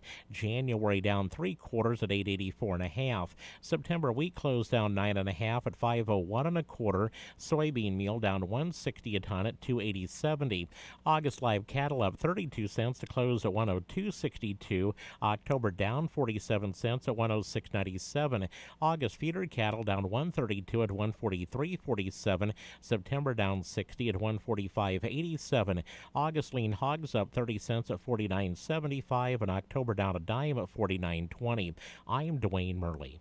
Hey guys, this is Larry King. Are you sick and tired of prostate pills that don't work? I've got great news for you. I had prostate problems that were driving me nuts. I tried several different natural products, none of them worked. One day I heard about Prostagenics. It beat over 157 other prostate supplements in independent lab tests and was rated #1 most powerful prostate supplement in the world. So I got some Prostagenics, and boy, am I glad I did. Now my prostate troubles are a thing of the past. I sleep like a champ. I feel like I did 20 years ago. Do yourself a huge favor. Do what I did and get yourself some Prostagenics. Prostagenics comes with a 90-day money-back guarantee, so you can order absolutely risk-free. So go online or call 800-600-2020. 800-600-2020. If you call in the next 6 minutes, you can get a free bottle with a Larry King TV special. 800-600-2020. Pick up the phone right now. Michael Devine, the Doctor of Truth. Does anyone have anything they'd like to confess? That AM 1400 KVFD. I just love it when we have prostate commercials on the radio. Joining me now is Sam Clovis, who's in the same age group I am. How's your prostate today, Sam? Well, I think pretty good. Unfortunately, I get it checked far too often. Yeah, me too. That's right. Yeah, I do too. Sam Clovis, of course. Once a year is too often. Well, I get plenty of blood tests for that sort of thing. Right. I guess I'm doing all right. I don't know. You know how life is? It's unpredictable, Sam. We can make all the plans we want, but it can change just in a turn on a dime. Anyway, Sam Clovis is our guest. Of course, Sam is well known. He once was a candidate for the U.S. Senate here in Iowa. He did not get the nomination. He was in the Trump administration for a time in the Department of Agriculture, and of course a well-known commentator and opinion shaper, really, in our state. Sam is a Republican, of course. I'm a little concerned, Sam, about what's happening with the Republican Party, both nationally and in the state. It seems like the momentum is all on the other side. And our Republican candidates are reacting. I don't have any advice for them, by the way. I don't know what exactly to do. But it appears that President Trump is trying to get some help to people who need it. And the big story is the Democrats are refusing the money. The Democrats don't want a deal on further COVID aid because it would be a victory for Trump, they feel, and that's too close to the election. And they wouldn't give it to him if the election was 2 years away. So that's the big scandal, I think. Those are the things that that don't break through the news because the news is anti-Trump. I'm not sure what to do about that. Well, I think that the issues that we're faced with in the party, both at the national level and at the state level, somewhat in some of the counties. I think the counties are doing their level best. I mean, they're out there beating the drums. They're getting registrations. They're trying to do that. The problem we have is we can't have events where people can come, where we can have mass registrations. I think Paul Pate has decided or will decide to send out absentee requests to all registered voters in the state. Now, that is better than mail-in voting, because mail-in voting is just an absolute, train wreck. It's a road to disaster on every level. And so why is an absentee ballot request that everyone is not a bad deal, because I think what that ends up doing is it ends up putting an excellent position out there for us right now. If you remember in the primary, we had approximately, I think it was 72% of the votes cast were absentee ballots across the state. I think it was 70, 71 maybe, 72 in the 4th district, because I tracked that pretty well, which is really phenomenal because that has never happened before. What do you think is going to happen with Steve King? Is he going to stay retired now, or have you talked to him? I've called his office, but I can't get him back on air. So do you have any idea what Congressman King's plans are? No, I don't, but I'm hopeful to be able to find some way to get that done. Can you hear me all right, Mike? Well, it was just got a little muffled there for about 10 seconds. You're back. You're back now. Okay, is that better now, or was that bad?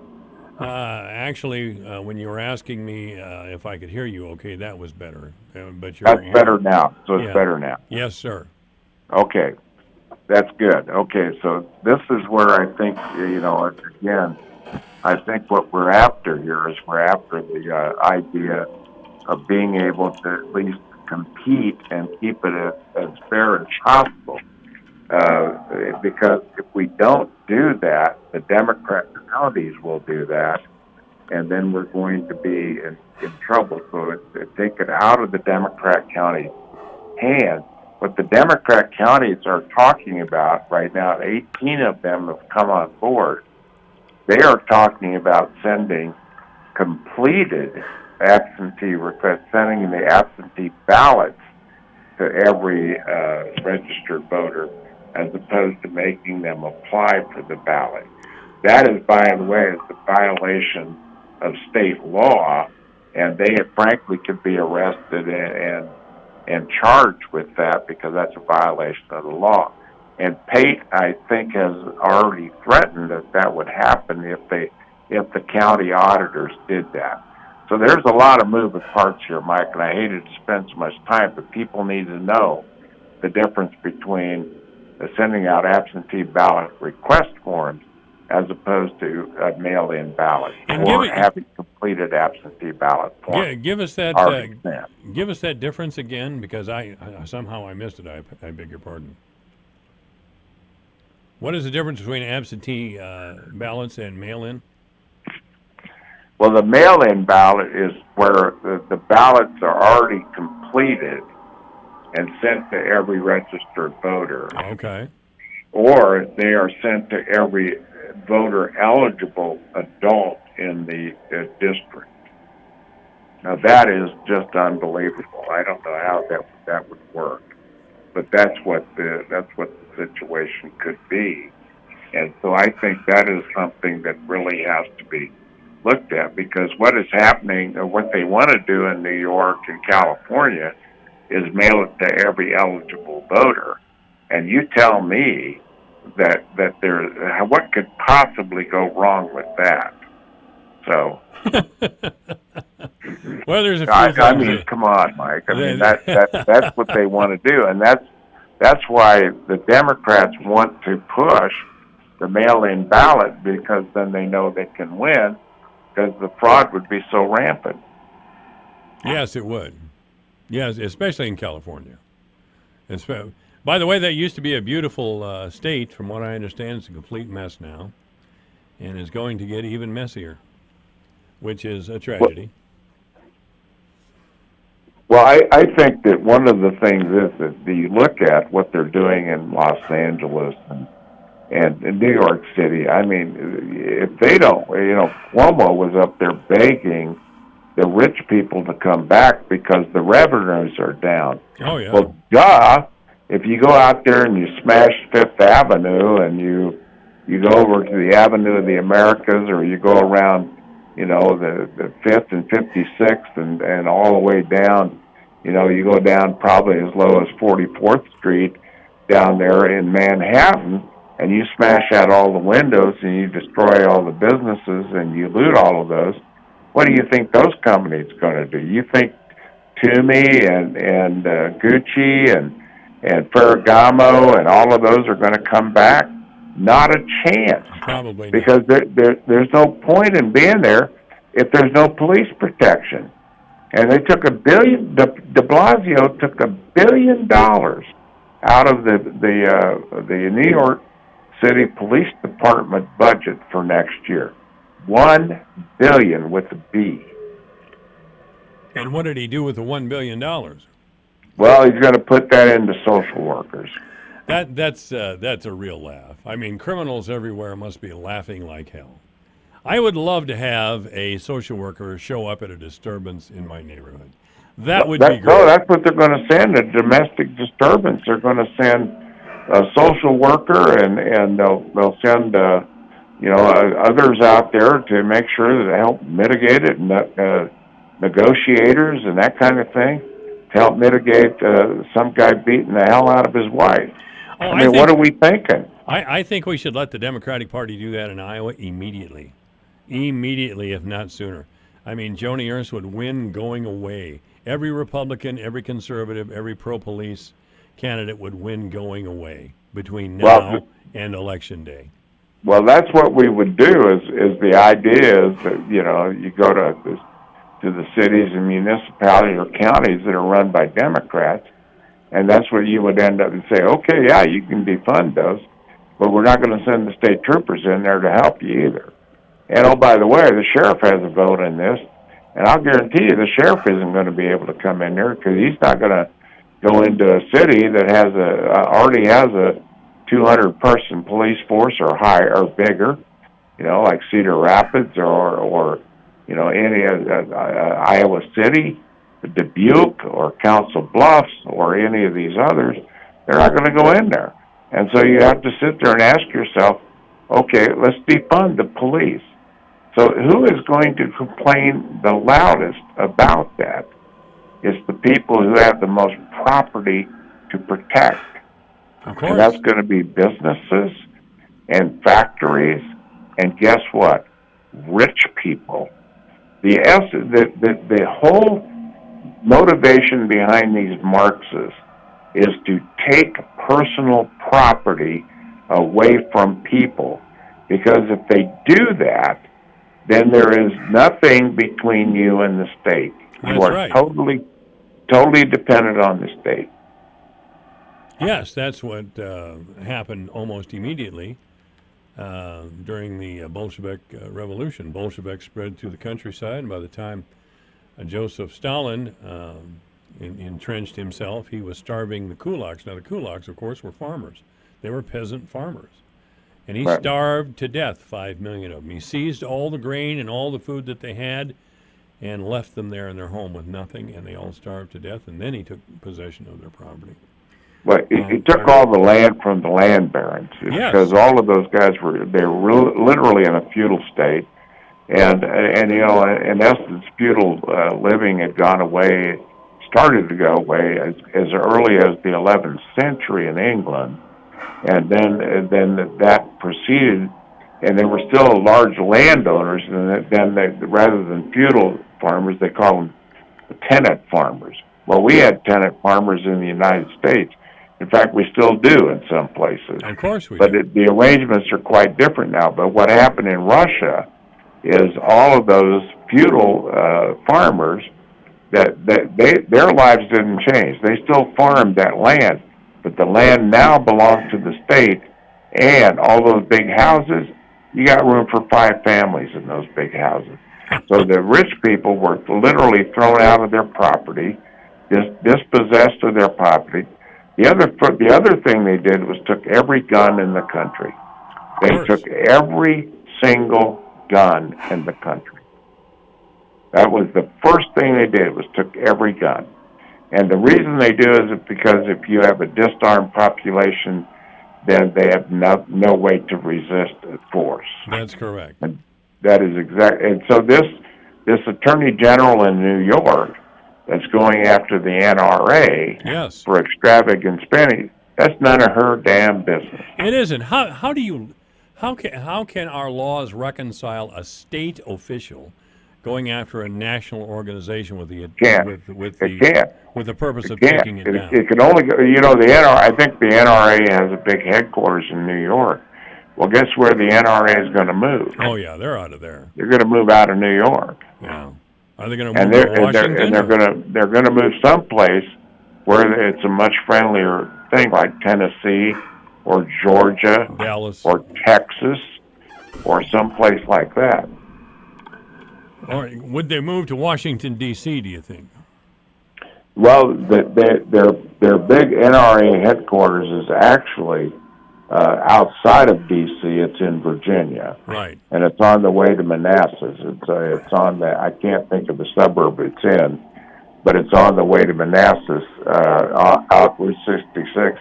And the building is huge. It is a huge building. And so they could move to Virginia, but Virginia is not a gun-friendly state right now because of the gun laws that have been passed by the legislature. And the legislature, frankly, has pushed back against Governor Northam, who is the black-faced Northam, is what I'll call him. Now, how can that guy still be in office? That amazes me. Well, because he's a Democrat. Yeah, and his lieutenant governor was arrested twice for sexual abuse.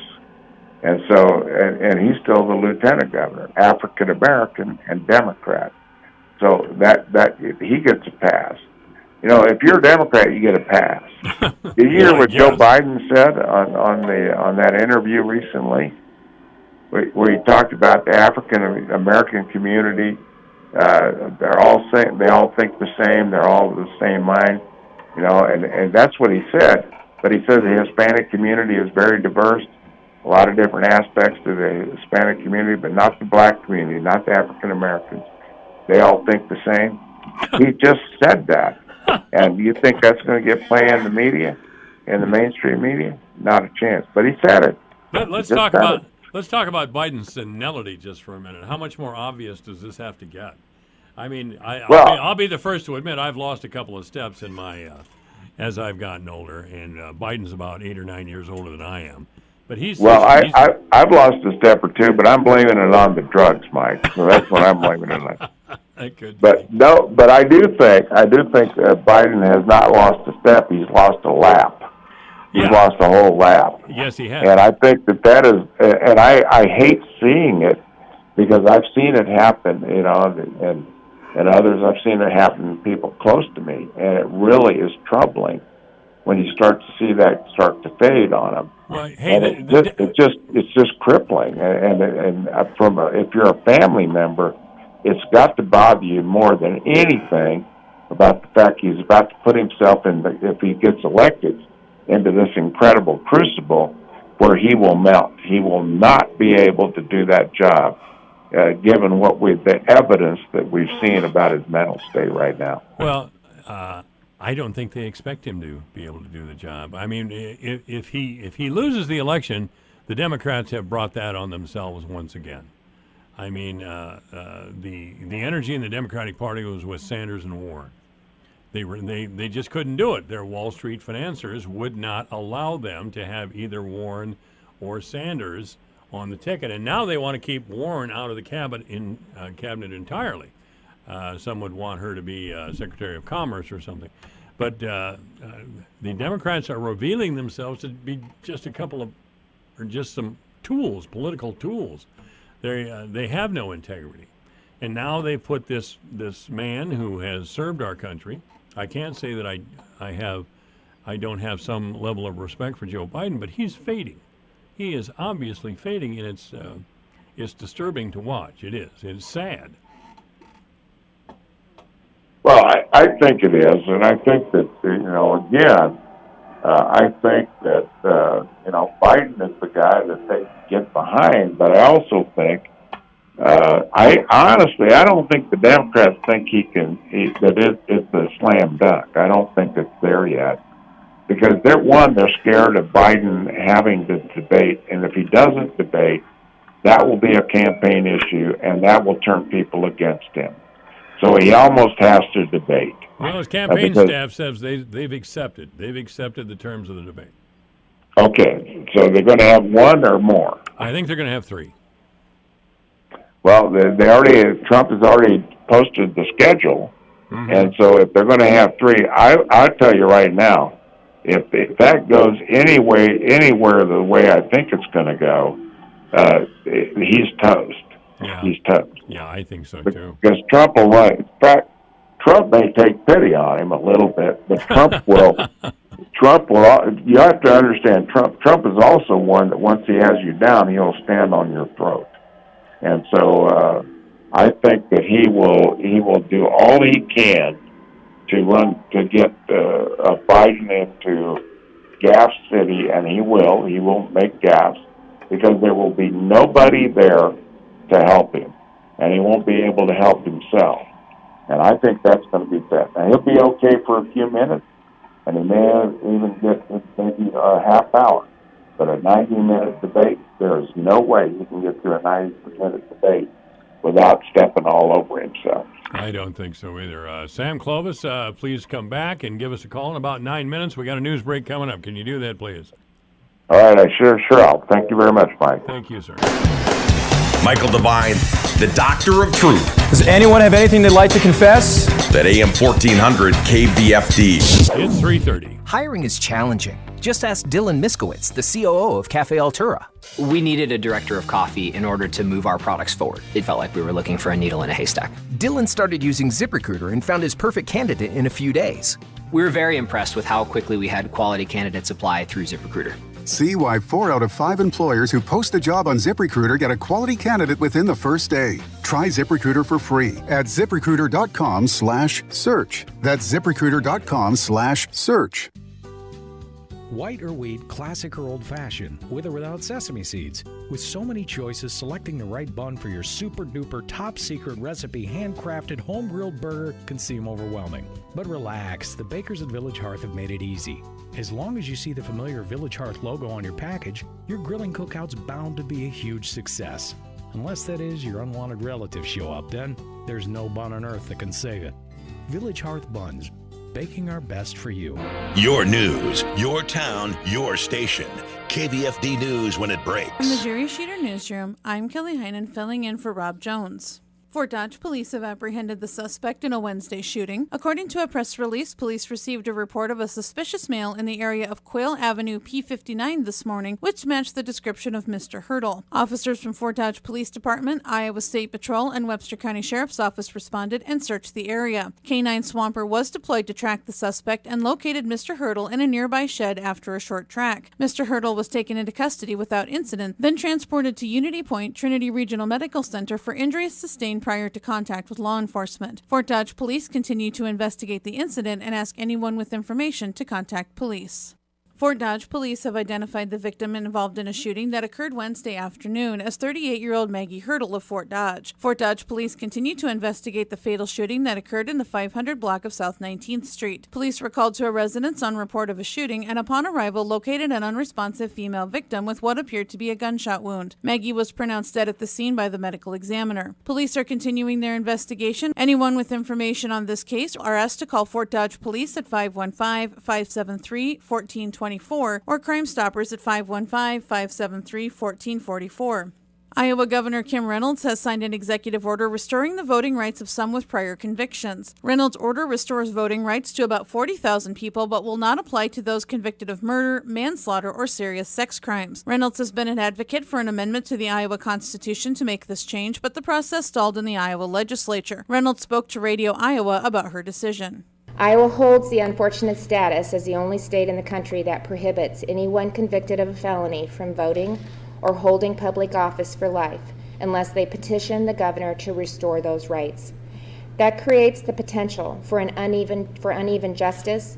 It means people who have served their sentence and are seeking to get their lives back on track permanently are prohibited from one of the most basic rights of citizenship unless a single individual decides otherwise. Reynolds said lawmakers still need to approve the amendment so it can be voted on by Iowans.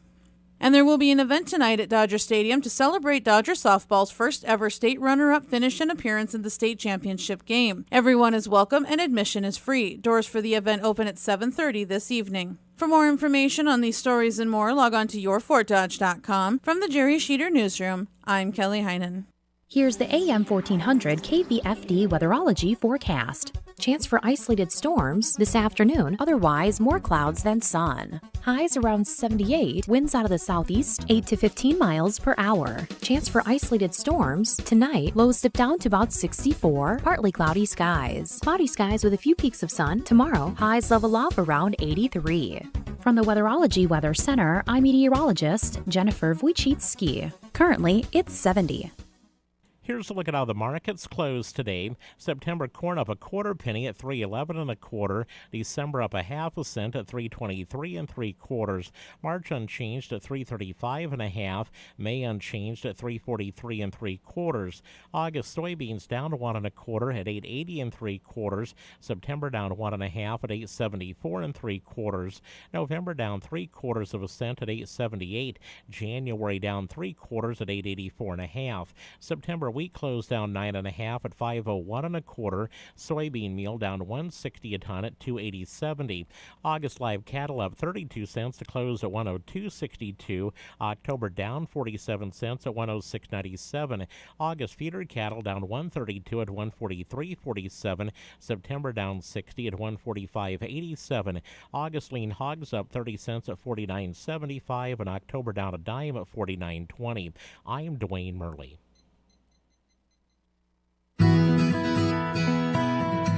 What will the new dietary guidelines recommend? I'm Julie Harker with Healthy Living on Brownfield. A registered dietitian with the St. Louis District Dairy Council says they anticipate potential changes in the guidelines where saturated fat and certain nutrients are concerned. Amanda Marsh tells Brownfield she's aware there's discussion about saturated fat levels in all foods, including dairy and meat. And I also know that there is new and emerging research that shows that the saturated fat that naturally occurs in food, like milk or like your meats, does not negatively affect your heart health. She says it's the saturated fats in baked goods that can negatively affect the heart. Marsh says the council also expects the 2020 dietary guidelines to make changes in nutrient requirements. We have heard changes are coming in terms of the recommended amounts of vitamins and minerals. And they're also looking at the nutrition people need when they're under the age of 2, or for women who are lactating or pregnant, which is a big change. Marsh says Americans either aren't getting enough of certain nutrients or they're getting too much. The new dietary guidelines are expected to be published at the end of this year. I'm Julie Harker with Healthy Living on Brownfield. Right now, we all might feel a little disconnected. For seniors living alone with smaller social circles, feelings of loneliness and isolation can feel overwhelming. but there's something we can all do to help. Connect with your older loved one virtually and have the conversation of a lifetime with StoryCorps Connect. Anyone can conduct an interview, and every interview will be archived at the Library of Congress, becoming part of American history. Connect, honor, share at StoryCorpsConnect.org/AARP. A message from AARP, StoryCorps, and the Ad Council. America, your children have an amazing superpower. That's right. They can help save lives by simply washing their hands. Just 20 seconds of thorough hand washing after they've coughed or sneezed or been outside can help fight against the dastardly spread of germs. Armed with only soap and water and hands, your superhero can protect you, your family, and everyone out there in America land. Amazing! Find out more at coronavirus.gov. A message from the CDC and the Ad Council.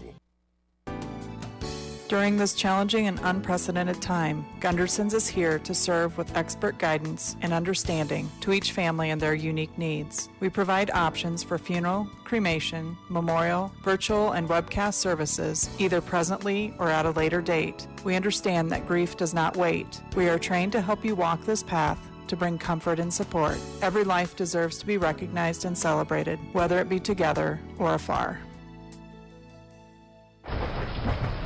When severe weather threatens, keep it here for the Severe Weather Advisor, brought to you by Riley Armstrong Plumbing and Heating. Plumbing emergencies don't usually happen during normal business hours, so Riley Armstrong is here for you 24/7. Call 955-2232. And the Fort Museum in Frontier Village, where history comes alive. Travel back in time and celebrate the heritage of Fort Dodge at the Fort Museum. Book your next special event at the Opera House, too. When severe weather threatens, stay with your friends on the Voice of Fort Dodge, AM 1400 KVFD. They had snuck in the night and committed these murders. Nobody had a clue about who or a why. You got 8 people dead, and things like that don't usually happen in a small town. I mean, they don't usually happen anywhere, and it was just a real shock.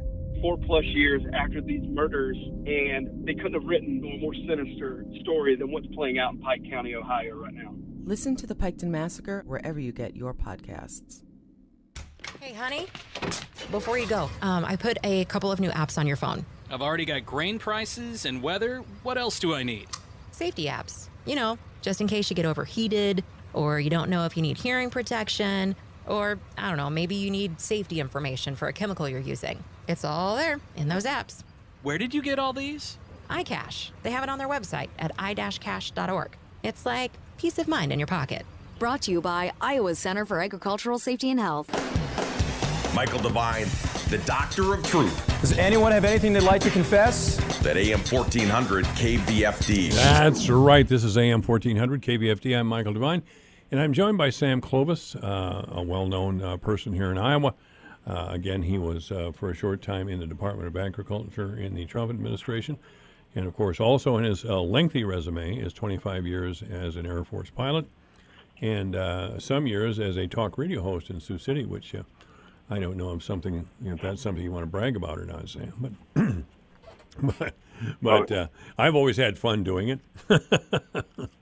Well, it was more fun than the law should allow. As Rush Limbaugh says all the time, and I did a tremendous job there. I was successful. I enjoyed it, and I regretted having to give it up. But I gave it up to run for office. That's right. Well, you have an amazing grasp of not only American history but world history, which informs you. I know in a presentation, and I've mentioned it several times, you gave here in Fort Dodge, you went back to the time of King Clovis, which I have to admit, I went way back into the archives in my early education to find out who King Clovis was. But he's there, so yeah. Oh yes, he's definitely there. And by the way, who was King Clovis? Well, King Clovis was the first king of the Franks that unified all of what was essentially France, Germany, Poland, Hungary, Czechoslovakia. All of those countries came under his rule, but at the tip of a spear and sword. His wife Clotilda had converted to Catholicism and told Clovis that if you did not convert, life was going to be tough for him at home. So happy wife, a happy life. Yeah. So he converted, and he said, if I'm converting, everybody else is too. So in the 6th century, that is what promulgated the massive expansion of the Catholic Church from Rome, and in that area, all the way up through the European continent, at least what we call Western Europe today. And so that was his claim to fame. One of his direct descendants was Charlemagne in the 9th century, and Charlemagne became the protector of Peter, which means that he was responsible for the protection of that at that time, the Holy Roman Empire. And from there comes all of the lineage of Augustine, or I should say of Aquinas to Althusius, Althusius to Luther, and then the mass migration of Protestants and Catholics to the United States to avoid persecution. That's who founded our country. I'll tell you, women can get you to do crazy things, can't they? They really can. Well, I tell you what, they have in time gotten me to do crazy things. I stopped doing that after I quit drinking, so that was about 40 years ago. Yeah, I had to quit that drinking too, I'll tell you. I was never a stalker, but boy, did I make a fool of myself a couple of times, I got to tell you. More than once for me. Oh, yeah. Liquor and a broken heart is a bad combination, boy. Bad combination. One leads to the other. Yeah, I think it kind of does. Well, I'm glad for that explanation. Somehow I had it in my mind that King Clovis was after Charlemagne, and that Charlemagne was really the one who united the tribes in the states under the Catholic banner. But you're telling me it's Clovis, and that Charlemagne was a direct descendant of Charlemagne. Right. Okay. Yeah. All right. Good enough. Sam Clovis is our guest at AM 1400 KVFD, the voice of Fort Dodge. I wonder if that's where you got your name. Did you ever ask your parents about? Yeah. Well, there are only 32 families that claim the Clovis banner in the United States, and most of those came from the Soissons area of France, and then those migrated up into Germany and Holland, then across to England to the United States. Some of the Clovises went to Canada, but we all ended up settling in Kansas eventually. At least my branch of the family did it, settled in Kansas. Yeah, it's interesting to ask your to ask older people in your family about your history. I remember when I was a teenager, I asked my dad about his great-grandfather, my great-great-grandfather, who came to this country from Ireland. And I asked my dad why Grandpa had come to this country from Ireland. Well, he came here in 1850, so it was the famine. But mainly, mainly my dad said, well, Grandpa John was involved in that army, and they were mad at him.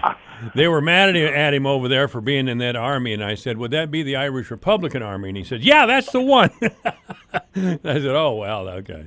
That's okay. Yeah, it's all people are interesting, I'll tell you. Anyway, this is AM 1400 KVFD, the voice of Fort Dodge. Let's turn to Joni Ernst. Do you think Joni's going to make it here? Well, I think she'll pull through, but I think she's going to need a lot of help from Trump.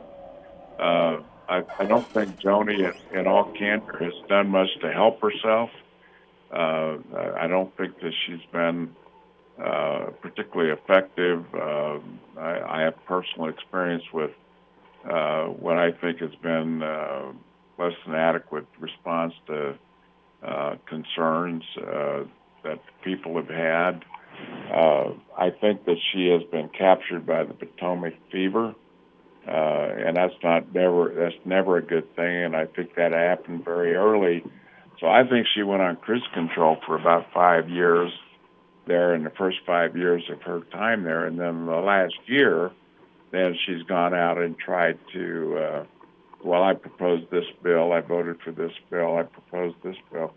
Well, you can propose all the bills you want, but get them passed is another thing.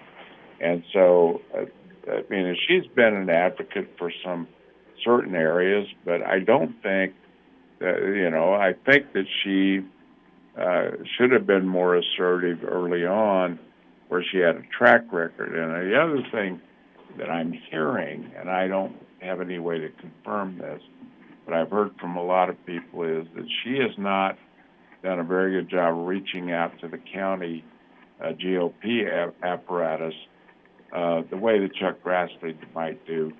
And I think that has been a mistake. And I think it's a correctable mistake, but I think she's got, we're going to be inside 80 days here pretty soon. And there's a lot of ground that needs to be made up. And I do think that a visit from Trump or two to Iowa, which I think he will do, even if it's virtual, I think will help her immensely, because she needs someone to shore up her base, because I think a lot of Republicans, the tendency is you'll vote for the president, and then you may not vote for any other race underneath it. That's right. And that's called an undervote, and that's going to hurt a lot. It's going to hurt a lot. First of all, Teresa Greenfield isn't much opposition. However, Joni Ernst seems to have lost that spontaneity. Remember when she ran the first time? She was going to castrate all those spenders. She was going to make them squeal. She was going to do all this. She rode up to hog roast on her chopper in a black leather vest, and she mingled in the crowd. Nobody sees her anymore. And the last time I talked to her, it was a canned speech. And I've only talked to her twice this year. Chuck Grassley, who's not even running, is on my radio program at least twice a month, and he has been off and on for years. Years and years, Yep. Grassley's been on local radio. And as you say, the first place he goes when he's back in Iowa is to the county chair. And he makes a stop at all the offices. And, he's got that good old Chuck from New Hampton approach still after all these years in Washington. Joni Ernst somehow turned into, I don't know if the people in Washington, D.C. who handle media campaigns have gotten in her head or what. But she's not like she was when she ran and won the first time. Well, I think there's a common denominator between Joni Ernst and essentially, I think, three of the four, not all four, of the House, the congressional candidates, and the governor, and they're all essentially run by David Kochel, and David Kochel has moved a lot of those candidates, what I would consider, into the rhino category. Now, some are more conservative than others, but they essentially, and I hate to use this harsh term, but a lot of them are bought and paid for. I mean, special interests have come in and supported them, and so they're going to have to vote on bills and other issues that are going to require them to go, frankly, against the interest of the people of Iowa and, frankly, against the people of the United States. I think an elected official in Washington's first responsibility is to the people of the United States, then to their constituents. That's what I ran on, and I came in second to Joni. Now, I came in a distant second, but I was still second because my agenda, my platform resonated with a lot of people. And so that's the thing that I think is missing here, is that you have to go out and then you have to walk the walk. You can't just talk the talk. You have to walk the walk. And if you notice, Joni doesn't use the words conservative in any of her ads. Not once does she use the term conservative. Yeah, I'm asking myself, when I see her advertisement, she's not giving us a reason to vote for her. She's trying to. She's painting Teresa Greenfield as some type of crazy person, which they do that in campaigns. Teresa Greenfield's doing it to her, for that matter. But she spent 6 years in Washington. She should have no problem coming before us and say, you should vote for me for this reason, or here. And this is what I've done. This is what I've done, and be able to tick them off, and then have tangible things that she has done. I mean, even an impassioned speech on the floor defending a particular principle. I mean, and the other thing is going out there, and this is the one thing that none of our candidates have done. As far as I know, have taken a stand against Antifa and BLM. None of them, or have gone out there and say, I will protect the police. None of them. I cannot find anywhere where any of our candidates have taken a stand against this nonsense that's going on. Well, I'll tell you, and I'm glad you brought that up because we have to discuss it. They're a terrorist organization, and they've been terrorizing businesses across the country. They've been going to businesses and saying, listen, we want your support, we want your money, and we want you to make a statement nationally or statewide that supports our organization, or we're going to paint you as a racist every single day. We're going to have people out in front of your store. We won't let your customers in. End of story. I mean, what is extortion. That? That's extortion. It's That's extortion. exactly what it is. It is the same thing that the mafia got charged with in New Jersey and New York and Connecticut and Massachusetts. It's the same thing that did in John Gotti. It's the same thing that did in, Paul Castellano and all of those, the hoods from the 50s and 60s that got sent to prison because of a RICO. And this is, racketeering in support of corrupt criminal organizations. They are a criminal organization, and they should be charged federally under RICO laws, and they're not. And the reason is that the federal Trump's government going after Antifa and going after BLM as being terrorist organizations would be politically unsavory at this point. I think if Trump wins the election, that the federal government is going to fall on them like a safe out of a fourth floor window. I hope so. They absolutely deserve it. I still can't believe I hear from major media outlets, television, newspapers, radio all over the country that these are peaceful protesters and the federal agents sat there and just made things worse. You must be joking. You must be joking. Aren't you the one that told me that most of the leaders of the Portland riots are middle-aged women with a college education? No, they're millennials, young college-educated women. Where did you get that information, Sam? Well, I got it actually from Rush Limbaugh, but because he has been tracking this kind of thing. So this is a Rush Limbaugh statement, and I don't doubt Rush at all, because Rush would never say anything that he didn't have documentation for. Oh, that's right. The source. I don't know the source, but Rush would never say that because he would be vilified in the media for saying something wrong. And so if it comes from Rush, I trust it. Oh, if you're a traditional talk show host, I'll tell you, I've had petitions started here in our little town to remove me from my on-air position. Pressure on city councilmen to stop appearing on my show because I'm a racist, of all things. The false charges and ridiculous accusations never cease. Never cease. And what is what kind of positions does that put you in? Well, no, I'm not a racist. How do you prove you're not a racist? I guess the proof to them is that I don't agree with them. There it is, proof positive. He's a racist. Well, that's part of the cancel culture. Yeah, that's exactly what it is. I'm sorry, am I yelling at you? No. I think it's true because, if let's say I were to go appear, let's say I was asked to go appear on the college campus at Morningside. Right. I assure you, there would be protests to that by someone because of my association with Donald Trump. And I, too, would be branded a racist because I am anything but. And so you just sit and ask yourself, what is going on with that, because that is what you end up having to deal with, is you're dealing with these idiots that go out here and they're ignorant of history, and they end up trying to suppress you. They will stop you from doing anything.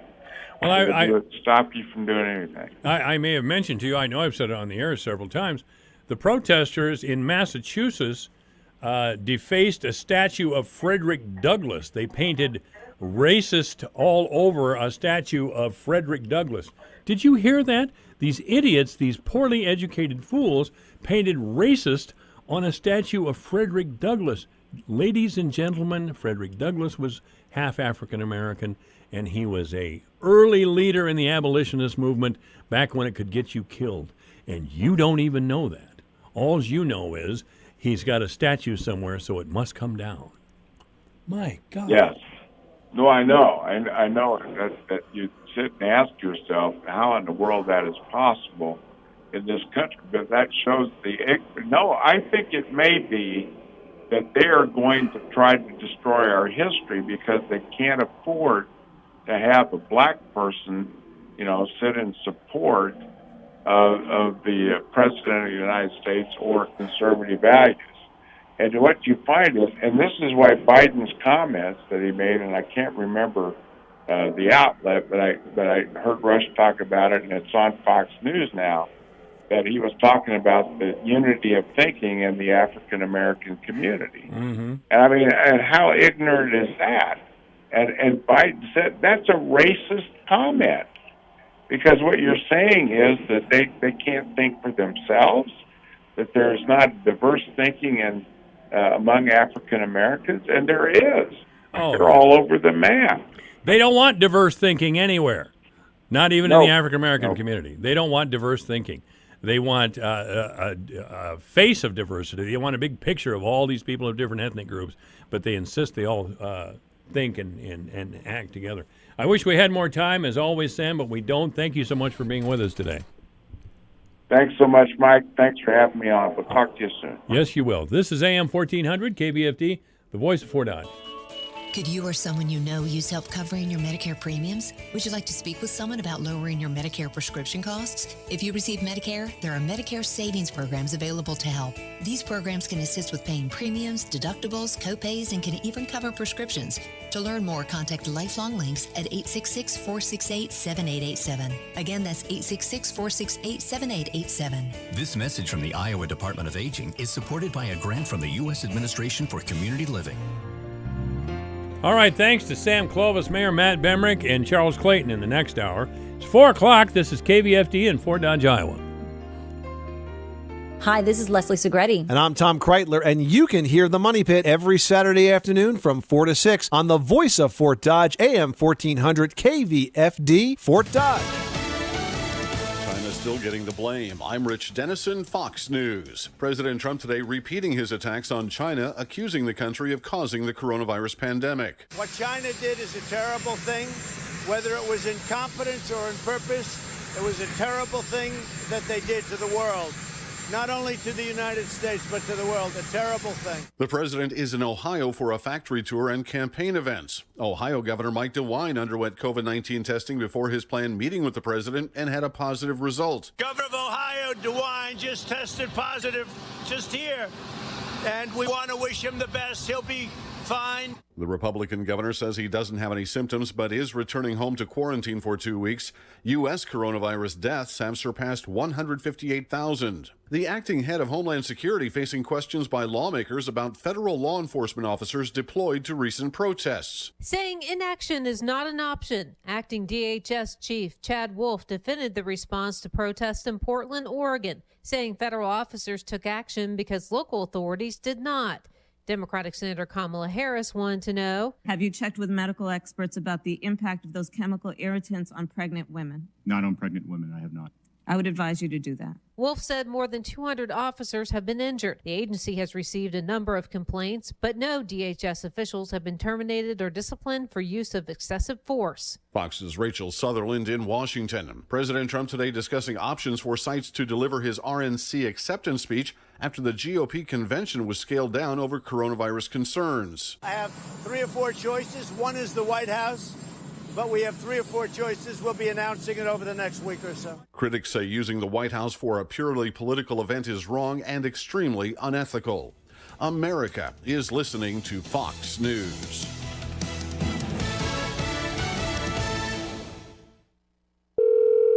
Hello? Hello, Mrs. Kuntz. It's the back left tire of your RV calling. Wanted to give you a heads up that I'm going to blow out on the highway later today. Wait, what? Says here I'm going to burst in the middle of rush hour. Well, can we reschedule? Sorry, our policy states that once we're scheduled to burst, we have to. We really pride ourselves on our commitment to blowouts. RV owners can't schedule when things go wrong on the road. That's why there's Progressive, a leader in RV insurance. Do you want a text confirmation when I burst? Think I'll notice. Progressive Casualty Insurance Company and Affiliates. So who is your wireless provider? AT&T, Verizon, T-Mobile? The average person is saving $400 a year by switching to Pure Talk USA. Pure Talk is on the same network, same towers, just 50% off in terms of price. Right now, get unlimited talk, text, and 2 gigs of data for just $20 a month. Switch to Pure Talk today. Now, from your cell phone, dial pound 250 and say Pure Radio. That's pound 250, Pure Radio. Pure Talk USA, simply smarter wireless. Federal officials reporting another week with more than 1 million Americans filing for unemployment. The Labor Department has released its latest reading on the job market, and though the losses are still huge, more than 1 million a week are losing their jobs, the numbers show an improvement from the previous week. There were 1.18 million people filing for unemployment benefits for the first time last week. Economists were expecting 1.4 million new claims. New claims have remained over 1 million a week, though down from the peak of 6.9 million in late March. The persistent high levels suggest companies are still laying off workers in high numbers. The Labor Department's monthly employment report is released Friday morning. Jenny Cosola, Fox News. Commemorations are taking place in Hiroshima, marking 75 years since the U.S. launched the world's first nuclear bomb attack. In a scaled-back ceremony owing to the coronavirus outbreak, a bell rings in Hiroshima to start a moment of silence at 8:15 a.m., the time when the U.S. launched the world's first nuclear bomb attack 75 years ago. The mayor of Hiroshima urging world leaders to commit seriously to abandoning nuclear weapons. The bomb killed an estimated 140,000 people and was followed by another attack on Nagasaki before Japan surrendered, ending World War II. Simon Owen, Fox News. A Minneapolis commission has decided to take more time to review a city council amendment to dismantle the police department in the wake of George Floyd's death. The move ends the possibility of voters deciding the issue in November.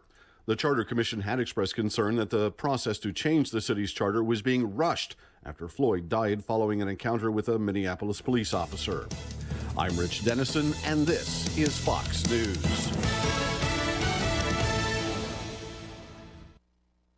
From the Jerry Sheeter Newsroom, I'm Kelly Heinen filling in for Rob Jones. Fort Dodge police have apprehended the suspect in a Wednesday shooting. According to a press release, police received a report of a suspicious male in the area of Quail Avenue P59 this morning, which matched the description of Mr. Hurdle. Officers from Fort Dodge Police Department, Iowa State Patrol, and Webster County Sheriff's Office responded and searched the area. K-9 Swamper was deployed to track the suspect and located Mr. Hurdle in a nearby shed after a short track. Mr. Hurdle was taken into custody without incident, then transported to Unity Point Trinity Regional Medical Center for injuries sustained prior to contact with law enforcement. Fort Dodge police continue to investigate the incident and ask anyone with information to contact police. Fort Dodge police have identified the victim involved in a shooting that occurred Wednesday afternoon as 38-year-old Maggie Hurdle of Fort Dodge. Fort Dodge police continue to investigate the fatal shooting that occurred in the 500 block of South 19th Street. Police were called to a residence on report of a shooting and upon arrival located an unresponsive female victim with what appeared to be a gunshot wound. Maggie was pronounced dead at the scene by the medical examiner. Police are continuing their investigation. Anyone with information on this case are asked to call Fort Dodge police at 515-573-1420. or Crime Stoppers at 515-573-1444. Iowa Governor Kim Reynolds has signed an executive order restoring the voting rights of some with prior convictions. Reynolds' order restores voting rights to about 40,000 people, but will not apply to those convicted of murder, manslaughter, or serious sex crimes. Reynolds has been an advocate for an amendment to the Iowa Constitution to make this change, but the process stalled in the Iowa legislature. Reynolds spoke to Radio Iowa about her decision. Iowa holds the unfortunate status as the only state in the country that prohibits anyone convicted of a felony from voting or holding public office for life unless they petition the governor to restore those rights. That creates the potential for uneven justice. It means people who have served their sentence and are seeking to get their lives back on track permanently are prohibited from one of the most basic rights of citizenship unless a single individual decides otherwise. Reynolds said lawmakers still need to approve the amendment so it can be voted on by Iowans. And there will be an event tonight at Dodger Stadium to celebrate Dodger softball's first ever state runner-up finish and appearance in the state championship game. Everyone is welcome and admission is free. Doors for the event open at 7:30 this evening. For more information on these stories and more, log on to yourfortdodge.com. From the Jerry Sheeter Newsroom, I'm Kelly Heinen. Here's the AM 1400 KVFD weatherology forecast. Chance for isolated storms this afternoon, otherwise more clouds than sun. Highs around 78, winds out of the southeast 8 to 15 miles per hour. Chance for isolated storms tonight, lows dip down to about 64, partly cloudy skies. Cloudy skies with a few peaks of sun. Tomorrow, highs level off around 83. From the Weatherology Weather Center, I'm meteorologist Jennifer Wojcicki. Currently, it's 70. It's that time of year again, time for cleaning. Remember, if you find any old paint, cleaning supplies, light bulbs, or batteries, call the North Central Iowa Regional Solid Waste Agency at 576-5866. They'll help you dispose of your items at their Household Hazardous Materials Collection Center. If you need more information, log on to ncirswa.org. The North Central Iowa Regional Solid Waste Agency, Fort Dodge. There to help you safely and properly dispose of all your hazardous materials. Blue Ribbon, Pelham Waters, your water pro since 1949. Who would have thought there'd be entire aisles devoted to bottled water, and that people would buy more water than pop? I'm Brian with Blue Ribbon Pelham Waters here in Fort Dodge. Spring water, drinking water, mineral water. There's so many choices, and we're proud to offer you them all. From our own refreshingly pure drinking water to ultra-pure Mountain Valley spring water. Blue Ribbon Pelham's is your complete... Divine Intervention at AM 1400 with Mayor Matt Bemrick. Boss, head man, top dog, big cheese, a head honcho. Call now. 515-955-1400. Okay, Matt Bemrick is in the studio. First thing you have to know is he's only going to be here till 4:30. So if you actually have a call with a question, 515-955-1400, you'll have to call before 4:30 because he's out of here. Why are you leaving early, Matt? Oh, I just got a couple things I want to get done at the end of the day here. At Bemrick Electric or City or both? A little bit of both. Okay. Yeah. You know, I met a guy up in Okoboji. He lives right next to a good friend of mine, has a nice condo up there. And he just happens to be part of that group that's putting in or doing something with a mall out here. Mm-hmm. Fishmeyer, I guess his name is. Yep.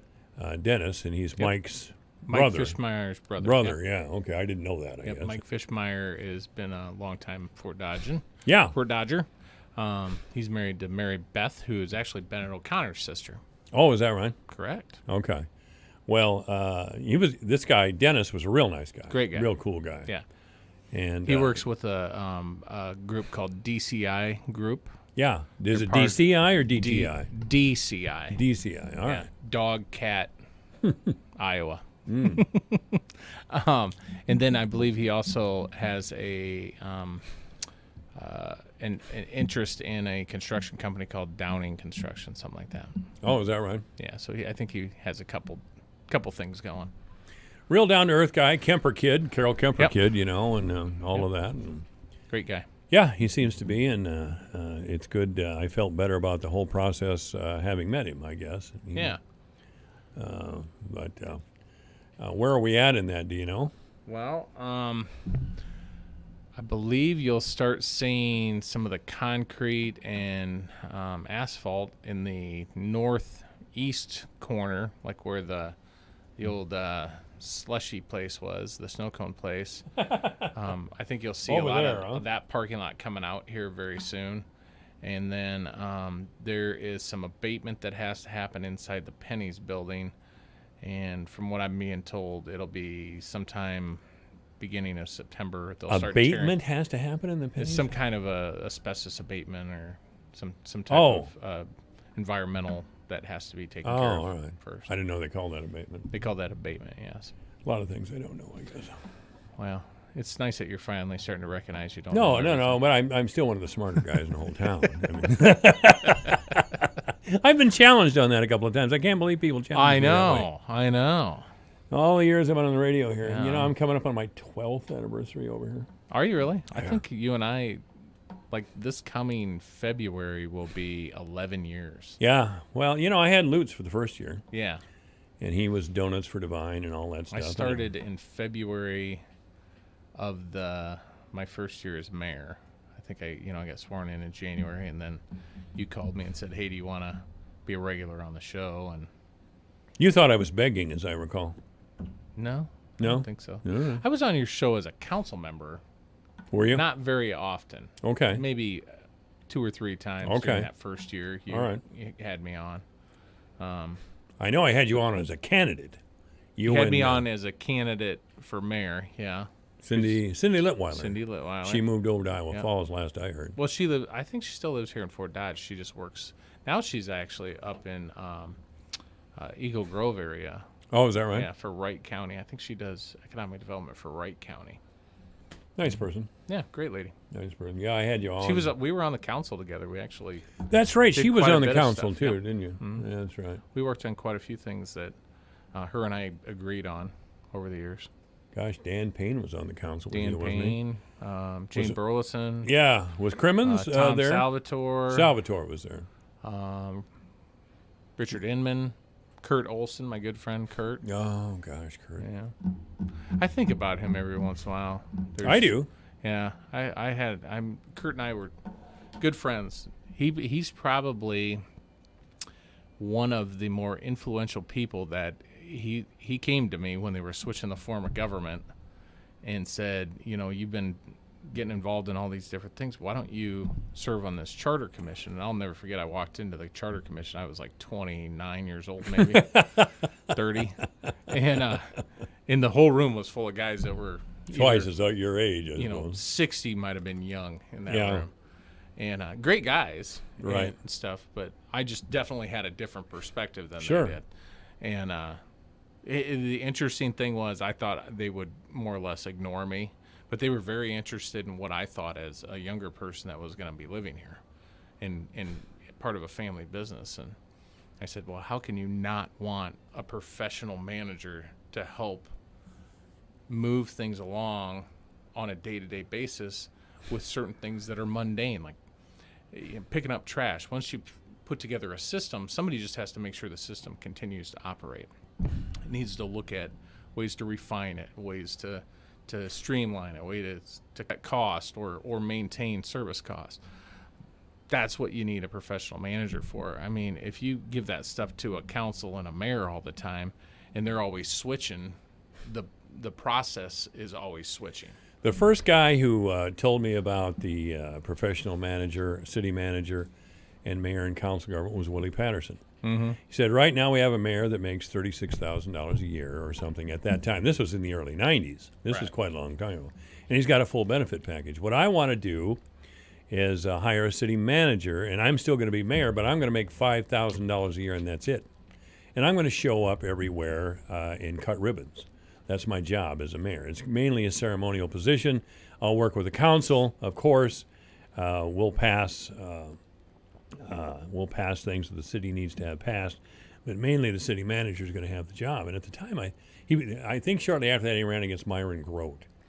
And Myron didn't think that was the way to go. He wanted to have a professional mayor. That was Myron's position. And I think Willie won that election. He did. Yeah, it was in the, well, he must have. Because that was in the late 90s. Was it late 90s? Yeah. Okay. All right. Yeah. But anyway, he was the first one to explain that to me, and I had to admit at the time. He was not against the city manager. He was opposed to the form of government that was proposed that gave a lot of the power to the city manager Right. to run the day-to-day. He thought the mayor should still have a major oversight to the daily operation. And I wouldn't want to be the mayor if I had to. Not that I don't deal with a lot of different things, but I wouldn't want to be mayor if every day my job was to make sure Public Works is doing their thing or make sure Parks and Rec are doing their thing. At the end of the day, that's David's job. David's job is to make sure all those people are executing per the budgets that were passed and per the strategic plans that we adopt. Yeah, and that was Myron's argument that we should have a full-time mayor to look after that sort of thing. And it was a you still have oversight. You do. Yeah, through the but council you understand what and I'm through the saying. budget. Yeah, I saw both sides of it. It was a great election, and then you had two distinct choices. Right. And they weren't arguing with each other or calling each other names. They were just, here, this is what I believe, and I believe in it very strongly. Well, we haven't had a mayor's race that there was mud throwing.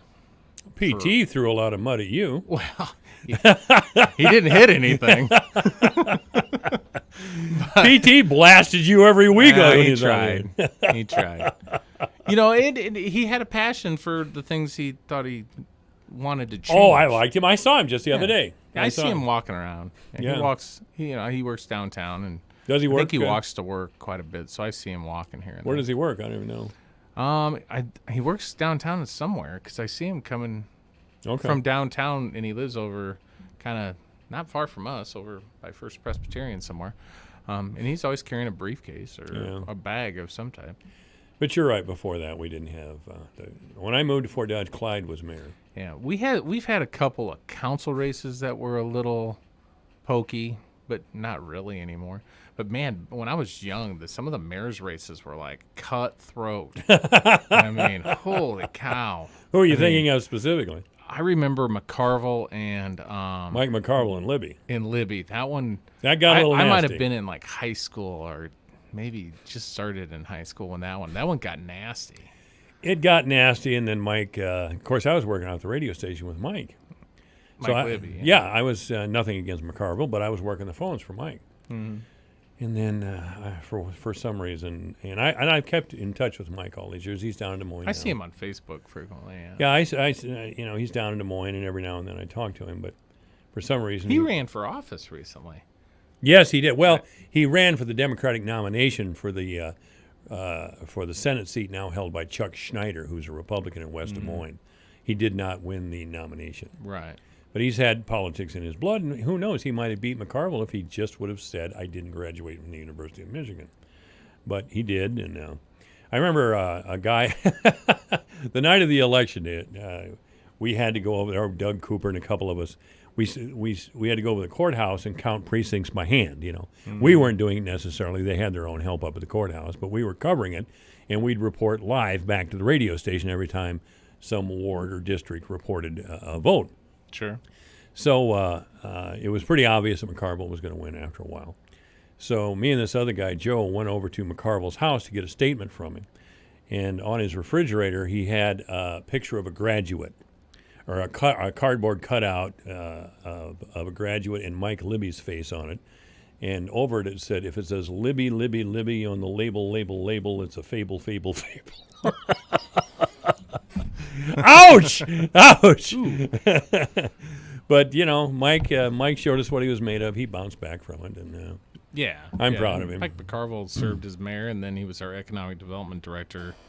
Kind of ran the chamber economic development wing for a while, and then after that, he went back into the private sector. So yeah, I'm sure it was Mike's house that we went over. There were too many mics going on. I don't know. I can't help you there. I know you can't. I was probably 15, home watching Miami Vice or something. I don't know. Well, and Mike got on TV, and they were on the local access channel, and he looked into the camera and said, "What do you want? Do you want a radio executive or a siding salesman?" I went, "Oh, jeez." Easy there, big fella. Easy there. But I shouldn't even be bringing that stuff up. We had a lot of nasty politics in Fort Dodge. I mean, I guess there was that Rod Halverson thing a couple of years back. He complained about me to the company, by the way. I was being mean to him. Oh, well, you're just mean anyways. Why do you say that? I don't know. I'm just trying to make you sensitive. You immediately got sensitive. I got defensive. Well, There's a difference. Yeah, see, you like doing that to me where you're like, oh, you're being so defensive. Sometimes we're both kids on this radio station. Oh, yeah. We are 12. No, you do it. No, you do it. Our 12-year-old selves come out every once in a while. Oh, yeah, well, I'm taking my ball and I'm going home. Well, some of your councilmen did that. Well, I'm taking my ball and go home. I shouldn't be saying those things. Well, I mean, the Libby McCarville race was 1986, I suppose. I don't remember. I shouldn't even be. That's some unpleasant things. There's some McCarville there's was some good books, or minute books and other things. But then there's a book over at City Hall that's got like every election in it. I should get that out sometime and maybe take some pictures and send them to you. It's just a record, you mean? It's like a record of every single race and candidate, and all right. It goes back quite a ways. Okay. All right. Mayor Matt Bemrick's on the air with us. Charles Clayton has made a big announcement. Good for Charles. Yeah, well, good for Absolutely. Charles. Makes it tough It's for me. always good to have a good dialogue, and when you have someone running unopposed, sometimes it just kind of makes that just there's not a lot of conversation about what is going to change or what could be changed or what could be done to improve. So when you got a candidate, then you at least have to have conversation. So. Yeah, well, it makes it tough on me because I really like Ann Meyer, and I have nothing but respect and admiration for Charles Clayton. Yeah. Isn't it nice to have two good candidates? It is. Yeah. It is. It's just a tough one. That's all. Well, just a tough it'll one. be tough on the voters, too. The voters will have to weigh their options and look at both of them as the individuals they are and the message they're wanting to carry down to the legislature and decide which one they like. Yeah, well, we've been talking on the air I've talked with the various people. The Democratic Party just wasn't going to give it to Ann Meyer. I mean, it's just not in them, and it's not in the Republican Party either. No. They're going to find somebody to run. Even if you remember back when Helen was running, they would typically always find someone on the Republican side to run. Helen was a terrific state representative, I think. She was. In that she was a Democrat, there's no doubt. She was a solid Democrat, and she was a party person. But she would respond to anybody in the community she felt. I never, even before I was in a position on the council or as mayor, I never had a hard time getting with Helen and getting an answer back of where she fell and why she fell the way she did on a certain vote. Here we had a black woman from New Jersey, went to school out east, and her husband was a doctor. I went to see him a couple times. He helped me with a couple of problems I had, and they wind up here in this little town later in life, and she really didn't have a history in farming. Somebody with her background probably wouldn't. Yeah. But what does she do? She tries to get urban and rural people together and work out some problems. Yep. And she educated herself on farming and agriculture and the rural economy in general. And I had a lot of respect for her. Yeah, absolutely. I don't know if she still lives here or not. I believe she's down in Des Moines now. Her daughter lives down there. And there's quite a few things she's still very active in. For one, she's on the Board of Parole. Oh, is she? Yep. She still is? She's still very active in judicial reform and justice equality issues. Yeah, she's always doing something. I just talked to her probably about a week ago. Mm-hmm. Somebody was looking to reach out to talk to her about something completely not related to anything going on around here. But they were like, hey, can you get a hold of Helen for me? I'm like, well, I could try. So I called, and she answered, and we ended up talking for about 45 minutes. And she could have just stayed in office by carrying forth ideas that the Democratic Party had. She could have been a party hack. She could have been just a Democrat and reacted to every. I think she worried more about serving her constituency. She certainly did. That's exactly my point. To do. That's exactly my point. Now, did some of her ideologies fall with the party line? Sure. That's going to happen on either side of the aisle. Of course. And then there was times she held her guns and said, "No, I'm going this way or that way. Okay. We're looks like agreeing we got a way phone- too much we have today. a phone call. We have a phone call. All right. Let's go to the phones. AM 1400 KVFD. Good afternoon. You're on the air with the mayor. You were talking about Helen. I called Helen one time. I am a Republican. I remember calling Helen, and by the time I got done, I thought I had a Republican. It was really good. She was a very good legislature, and I She was think good. Yeah, I think Okay. she was definitely the type that she would listen to your perspective. You may not at the end of the day have agreed on every single thing, but if you had a good point that she thought, hey, I'm going to go find out about this, or I'm going to ask this question and get back to this person, she always worked that way for me. I At least was I felt actually just amazed. It was something. Hey. Anyway, that's my comment. Thank you for Thank your you. call. Thank you very much. You and I are agreing way too much here today. I'm gonna start Oh, something. you I want to gotta- get in a fight about something? Yeah, sure. What do you want to fight about? Well, I can't think of anything. I must be too agreeable. You know, the today. Cardinals get to play baseball tomorrow. They do get to play Well, baseball. that's now? what I read yesterday, but gosh knows, who knows? With Have all you caught any with of the all games? COVID. Yeah, I watched the series against the Twins. We got our butts kicked by the Twins. The Twins are playing some great baseball. Well, they have a good team. Yeah, they do. They do have a good team. They I got don't a know good what the Cardinals have this year, really. We don't look very good. At least from the games I watched against the Twins. We Well, just couldn't get any bats going. Our pitching looked subpar. Yeah, we'll see what happens. I've watched a couple of the Cub games. They look solid, but it's the stands It's are empty. such a weird thing to watch a baseball game with no one there. Well, and they have those cardboard cutouts of people in the back. Yeah, The Cubs did anyway. Did and you see? I don't know what it was on ESPN. I think it might have been a Japanese baseball game. Not the whole stands, but huge sections of the stands were filled with giant stuffed animals, like stuffed unicorns, teddy bears, you name it. It was up there somewhere. A bunch of monkeys in this corner over here. It was just hilarious. So let's just finish with some city business. The road construction is going on. It seems to be moving along. Are we on schedule? Or are we behind? Or well, the weather's been so cooperative this year because we haven't gotten any rain. It's been kind of sprinkling a little bit this afternoon, which is nice to see. We could use some rain. Farmers, but yeah, everything seems to be on track, on task. We still are encouraging people to try to not consume as much water until we get some well repairs done. And it sounds like one of those well repairs was completed, but we're still asking people to conserve water to the best of their ability. I keep getting faked out by those guys when I head east. I started going north all the time. I think I'm going to go up here to 2nd Avenue North or 4th Avenue North or wherever it is, or 7th Avenue North, and I'll get around that road construction. But it's moved. I should just go back to the. It keeps moving on me. Yeah, that work that they did out there on 2nd and North 22nd, where they rebuilt the intersection and took the new asphalt to the railroad tracks going east on 2nd North, that was a greatly needed project. I'm glad they knocked that out really quick, right there by Casey's and Yes Way. Good project. They're moving right along there by the fire station and Central Avenue, so hopefully that'll keep progressing quickly. And then remember, the one-ways are dug up because we're doing a bunch of sewer work there. Right. And people have asked me why that seems to be taking so long. Well, you have to understand they're 30 foot below grade there.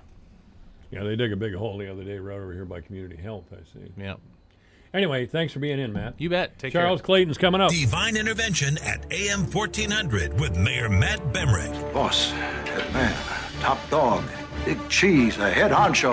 Call now. 515-955-1400. It's 4:30. The news is next. Ride the bus with the Dart and Midas Transit. Need to get somewhere in Hamilton, Pocahontas, Calhoun, or Humboldt County this summer? Midas will take you there. Live in Manson and need a ride to the grocery store? Midas will take you there. Live in Webster City and need a ride to the theater? Midas will take you there. Live in Rockwell City and need to get to the clinic? Midas will take you there. Call 573-8145. Midas, helping you get where you want to go. Your connection to Jefferson Lines. Capital One checking and savings accounts have no fees or minimums and a top-rated banking app that lets you manage your money anytime, anywhere, even from your favorite hiking trail. With Capital One's app, you can check your balance, deposit checks, pay bills, and transfer money from wherever you are anytime you want, even when you're cooking dinner.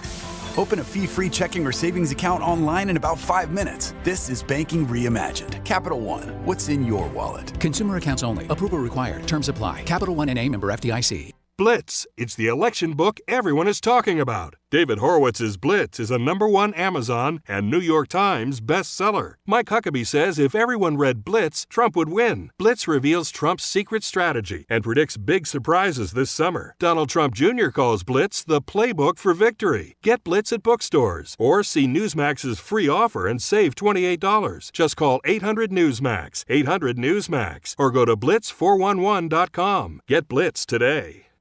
They had snuck in the night and committed these murders. Nobody had a clue about a who or a why. You got 8 people dead, and things like that don't usually happen in a small town. I mean, they don't usually happen anywhere, and it was just a real shock. 4+ years after these murders, and they couldn't have written a more sinister story than what's playing out in Pike County, Ohio right now. Listen to the Piketon Massacre wherever you get your podcasts. From the Jerry Sheeter Newsroom, I'm Kelly Heinen filling in for Rob Jones. Fort Dodge police have apprehended the suspect in a Wednesday shooting. According to a press release, police received a report of a suspicious male in the area of Quail Avenue P59 this morning, which matched the description of Mr. Hurdle. Officers from Fort Dodge Police Department, Iowa State Patrol, and Webster County Sheriff's Office responded and searched the area. K-9 Swamper was deployed to track the suspect and located Mr. Hurdle in a nearby shed after a short track. Mr. Hurdle was taken into custody without incident, then transported to Unity Point Trinity Regional Medical Center for injuries sustained prior to contact with law enforcement. Fort Dodge police continue to investigate the incident and ask anyone with information to contact police. Fort Dodge police have identified the victim involved in a shooting that occurred Wednesday afternoon as 38-year-old Maggie Hurdle of Fort Dodge. Fort Dodge police continue to investigate the fatal shooting that occurred in the 500 block of South 19th Street. Police were called to a residence on report of a shooting and upon arrival located an unresponsive female victim with what appeared to be a gunshot wound. Maggie was pronounced dead at the scene by the medical examiner. Police are continuing their investigation. Anyone with information on this case are asked to call Fort Dodge police at 515-573-1424 or Crime Stoppers at 515-573-1444. Iowa Governor Kim Reynolds has signed an executive order restoring the voting rights of some with prior convictions. Reynolds' order restores voting rights to about 40,000 people, but will not apply to those convicted of murder, manslaughter, or serious sex crimes. Reynolds has been an advocate for an amendment to the Iowa Constitution to make this change, but the process stalled in the Iowa legislature. Reynolds spoke to Radio Iowa about her decision. Iowa holds the unfortunate status as the only state in the country that prohibits anyone convicted of a felony from voting or holding public office for life unless they petition the governor to restore those rights. That creates the potential for uneven justice. It means people who have served their sentence and are seeking to get their lives back on track permanently are prohibited from one of the most basic rights of citizenship unless a single individual decides otherwise. Reynolds said lawmakers still need to approve the amendment so it can be voted on by Iowans.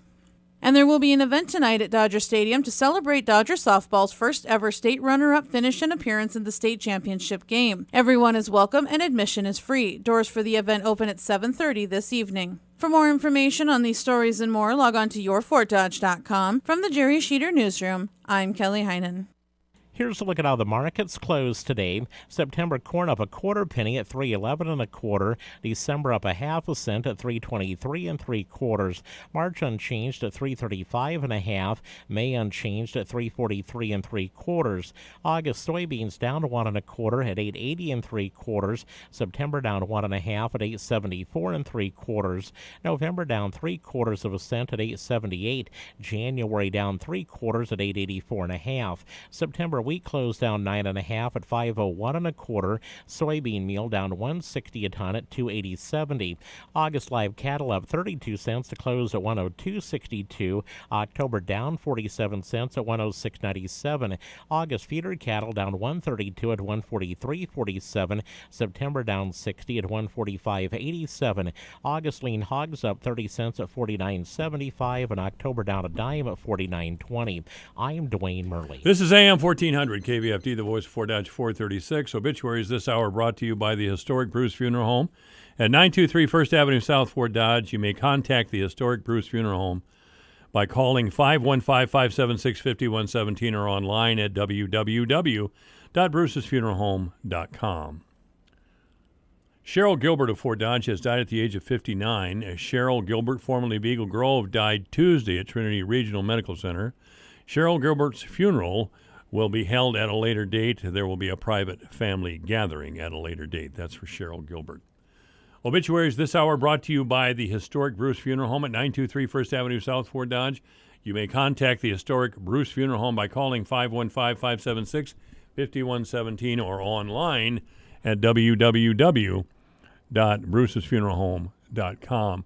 We're going to talk with Charles Clayton in just a couple of minutes. First of all, the weather, maybe a little rain into the early evening hours. 78 was our high today. Overnight, some showers, mostly cloudy with a low of 64. Tomorrow, sunny with a high of 83. Saturday, a chance of rain, sunny with a high of 88. Sunday, a chance of showers and thunderstorms, mostly sunny with a high of 91. Monday, it'll be sunny with a high of 83. Tuesday, sunny with a high of 84. And Wednesday, mostly sunny with a high of 86 degrees right now in town. Let me refresh just to make sure I got it right. It's 69 degrees and a little overcast in places. This is AM 1400 KVFD, the voice of Fort Dodge.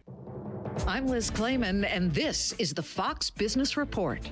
Stocks ending higher with the Nasdaq notching a new record close and crossing the 11,000 mark for the first time ever as the number of Americans applying for unemployment benefits came in below expectations. The Dow rising 185 points, the Nasdaq up 110, S&P 500 up 21. And Uber isn't exactly riding high, the ride-sharing company posting another big quarterly loss as the coronavirus drags on. Its entire second quarter was affected by the outbreak, with bookings falling 72% from the first quarter. The only bright spot was its Uber Eats food delivery business, with bookings more than doubling year over year and advancing 49% over the first quarter. And shares of T-Mobile are rallying in the extended session after the wireless provider said it surpassed AT&T in the number of customers, making it the provider behind Verizon following its merger with Sprint. That's your Fox Business Report. I'm Pithri Barsky, invested in you.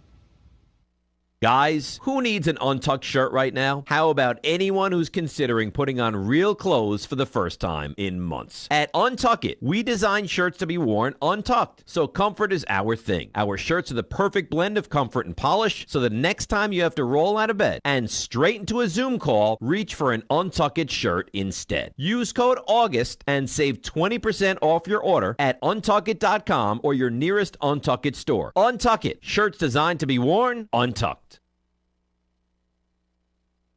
Grief is a natural part of life. As hard as it is, we must find ways through it and not around it. We at Gunderson's help guide families through one of life's most difficult times, the death of a loved one. We are here to listen, hear your stories, and help create healing ceremonies, the first step in acknowledging and honoring your grief.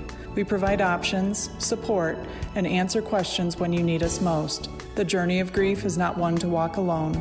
Gunderson's is here for you.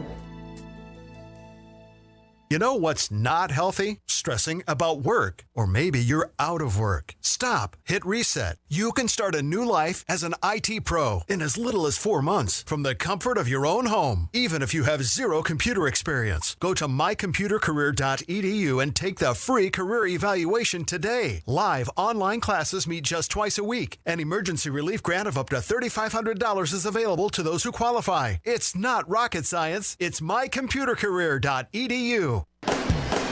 Michael Devine, the Doctor of Truth. Does anyone have anything they'd like to confess? At AM 1400 KVFD. All right. Yes, I'm the Doctor of Truth. With me now is Charles Clayton, who's a regular guest here lately, and that's okay. Charles, you surprised us all. At least you surprised me with a big announcement here. When was it, just yesterday or late last night, that you're going to run for the House seat now held by Representative Ann Myers. When did you decide this anyway? What was the sequence of events? I was approached about 2.5, maybe 3 at tops weeks ago by the state Democrats. The first call they gave me, I kind of thought it's an honor to be asked. And so I'll think about it, but deep down it was like there's no way I'm ever going to do this. After talking to family, friends, praying about it, thinking about it, kind of 3 things led me to change my mind. One being, I firmly have always believed that God will bring you to a door and open up doors for you, whether you knock or not. And that's kind of how I've gotten even to be where I am at APHIS. So why stop now? The other thing that kind of really stirred my way to make this move is I think that America's democracy can be its best only if everybody has an opportunity and everybody participates. I've been given that opportunity as an African-American male, born and raised in Iowa, as an African-American male with a felony. I better get up and I better participate. And the last one was when I told my mom, my nephew came around the corner and gave me a big hug, and my mom said his dream is to be a U.S. Senator, Chuck. That's why he's hugging you and telling you to do it. And this is my nephew, my sister who passed away about 3 years ago. So that being the biggest swaying thing, but there's other 2 reasons being I need to take this opportunity and do something with it. All right. I do have to ask you about this felony. Yes, sir. Now, you and I have talked about our younger days, and compared to me, you were a very nice young man.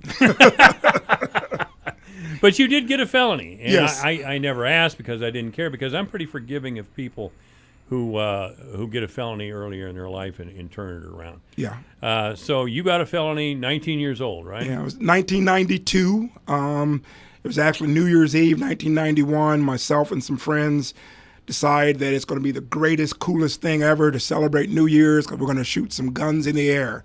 And I had a shotgun. And so we do that and find out the next day that maybe that wasn't the greatest, coolest thing in the world, and you could actually get charges pressed against you and you could end up in jail. So I ended up doing 4 months, about 5 months in our county jail, went to trial, was found guilty of a non-forcible felony, which means I did not have to go to prison, which is what the non-forcible means. Wait a minute. This was just for shooting a gun in the air on New Year's Eve? On New Year's Eve. Because a lot of southern states, that's a tradition in southern states. I've lived in Arkansas and North Carolina. They have no laws that prevent people from shooting guns off at midnight. As a matter of fact, I hear it here in Fort Dodge. So it's not uncommon, and it's hardly, firing a shotgun in the air is hardly a big deal, I think.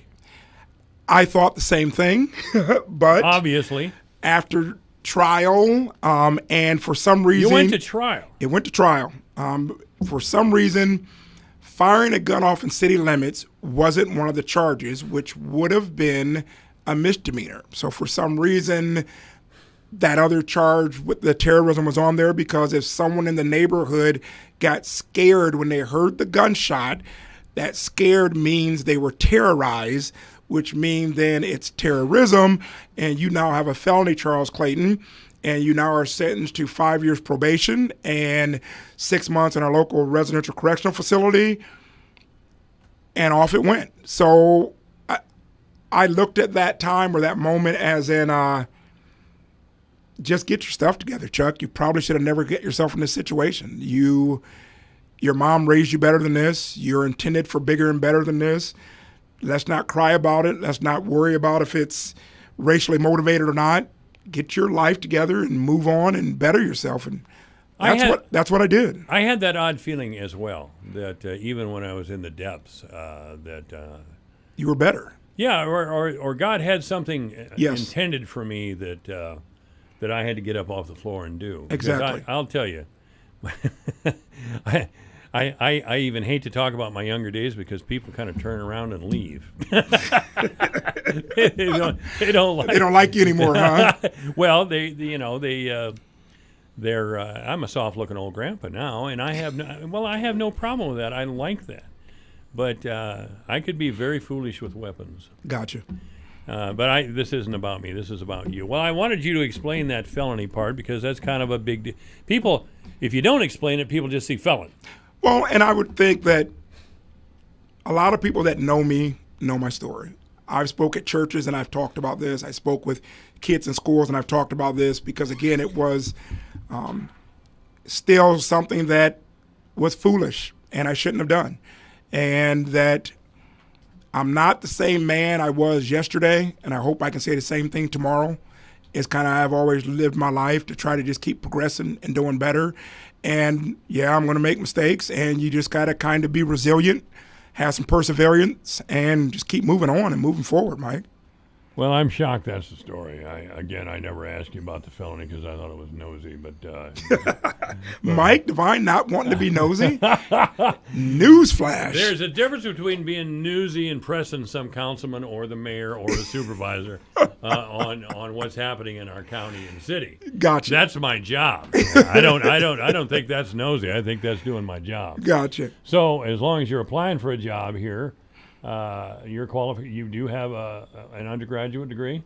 I have a BA in Human Services and a AA in Criminal Justice. Okay.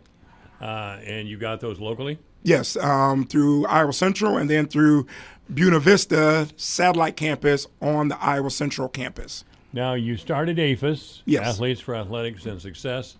What year did you start that? Formally in 2004.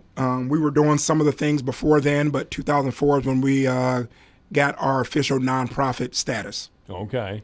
And you've been doing that. You've been, what's your official title? CEO or founder and CEO. Founder and CEO. Okay. So what did you do before that? I worked with Radnor Treatment Center, local youth shelter, Fort Dodge School District, YMCA. I kind of found myself on the side where it was like kids were already in trouble, labeled, or heading in the wrong path. Right. And I really had a passion to say I want to maybe do something before they get in behavior disorder classrooms, before they end up at youth shelter, before they end up at Radnor Treatment Center, before they've got a juvenile court officer. And that motivated me and my friends back in the early 2000s to try to do our part to divert kids from those paths. I know you ruled the roost out there in BD class. I remember there were some BD kids in my neighborhood. Oh, we don't mess with Mr. Clayton. No way. So you're running for office on what platform? What would you like to accomplish if you were elected? Well, I don't know if I've got a platform because, again, this isn't something I thought about. This isn't something I seeked out. I don't think I'm a politician, but I think I'm a public servant. I think I always have dedicated my life to being a public servant, and so I want to take that on another level to help with education, to help with social justice, to help with employment, mental health, and health. I think there's things in those lines that I have either been through that struggle maybe myself, that the families that I've came in touch with over the last 16, 20 years, I've seen their struggle. I think we can do better. Oh, we can always do better. Yeah. And we always look at candidates of either party or any party hoping that they do better. Yes. Yes. Sometimes they do, sometimes they don't. That's just the way it goes. Do you, is there something, Governor Reynolds now has signed, and I don't know if you benefited from this or not. I did not. You did not benefit from Governor Reynolds signing an order that now allows felons to vote. I benefited when I believe it was Vilsack did the same thing in the early 2000s. What did he do? He did the same thing she just did. It said all felons before this date, if you don't fall under capital murder, you have your rights back. So I benefited then. Then I believe it was Branstad, I'm not 100% sure on this, changed it, and now Governor Reynolds has changed it back again. So the thing is, this has never been legislature. It's been governors deciding what they want to do. So Vilsack came in and said all the felons under 2002 or 4, again, I don't know the correct years, you have your voting rights back. I benefited then. Yeah. Branstad came in a letter and said, I changed all that. I don't like that. We're not letting felons vote. That's right, he did, didn't he? Now, Reynolds has said, no, we're going to go back and we're going to allow them to vote. Again, except for she had some exceptions. Now, as I recall, and I've read a little bit about it, and maybe Governor Reynolds' order covered this today, I don't know. But if you were a felon, you couldn't run for high office, even state representative. Yeah. I think Governor Reynolds, was it Governor Reynolds that wiped that out, or was it Vilsack, or? No, that's been wiped out for a while. It has been wiped out. Yes.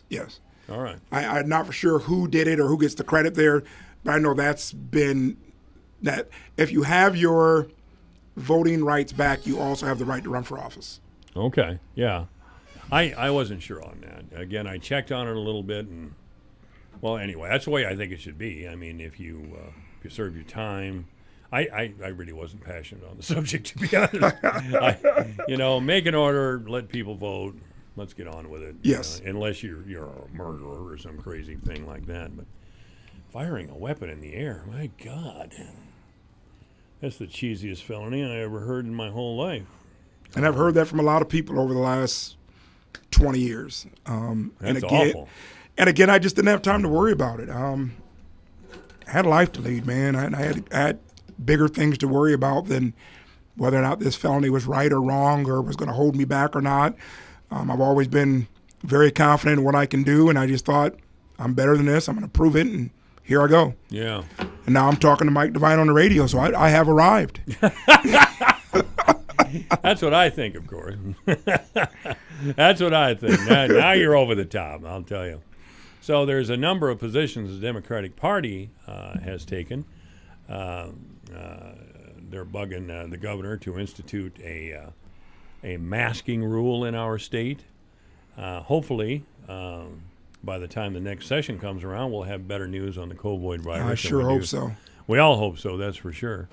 What is your position on masks? Do you think the governor is right where we are, or do you think we need more masking, or what? I don't know enough about this besides what I'm picking up from slanted news articles. Yeah. So most of them are slanted. You're right. So I can't say that I have a strong enough opinion on what we should do with masks. I wear masks. If I'm going into stores that are allowing it, I'm not going to argue there. If I'm in a larger gathering, I wear masks. But my take is I actually want to be my brother's keeper. If I can keep the next person safe by doing it, I'm going to keep the next person safe. Okay. We have a pitiful minimum wage in Iowa. Pitiful. Are you in favor of raising the state minimum wage? Yes, I am, but I think it needs to be done correctly and safely because you don't want to raise the minimum wage and then run a lot of mom and pop stores out of business. So that's a careful thing that you have to do. I think we have to raise the minimum wage. I had to be in favor of it, but I think it's got to be done in a way that we don't lose some businesses on the way to doing that because the ones you're going to lose are going to be some mom and pop stores that are paying their employees minimum wage, and now maybe their hand is forced to pay wages that they can't afford anymore. Well, I don't know. If you can't afford to be in business, why are you in business? But that's, I ain't running for office. So Charles Clayton is, and he's with us now at AM 1400 KVFD, the voice of Fort Dodge. The state Medicare has been privatized. A lot of Democrats, a lot of people in the state don't like the idea of privatized Medicaid. Would you be in favor of the state taking control of it again, or do you approve of privatization in Medicaid? Again, I'd need to get educated on that more, Mike. I had a call when I announced this, and a senior citizen called me and said that for the elderly, if I was going to do this, please read up on how that negatively affects the senior citizens. Before I decided either way, he really wanted to make sure that don't forget about the senior citizens. Mm-hmm. And until I look at how that privatization or not affects everybody, I don't know how I would vote on that because I would really want to make sure that I'm looking out for or looking into how every person in the community is affected by some of these things that we're doing, not one side or one entity or one political party. That doesn't interest me, man. I want to know how it's going to affect my people. Well, here's an easy one for you. Do you believe in the legalization of marijuana in the state of Iowa? Don't let me down, Charles. I think that by legalizing, yes, because I think one of the things that would help freeing up law enforcement's time to take care of bigger problems. There are bigger things that we need to do. God, I think so. That I don't think small amounts of marijuana is worth us tying up our police officers' time. And then there's all the tax and the funding that you can also get when you legalize it. We've seen in other states. But we've got a meth problem that's pretty bad right now. Is it still pretty bad, do you think? I've talked to a few law enforcement officers here this summer that we really need to take care of and try to win that war. We've got other issues that I think are like more pressing that the police don't need to be worried about that.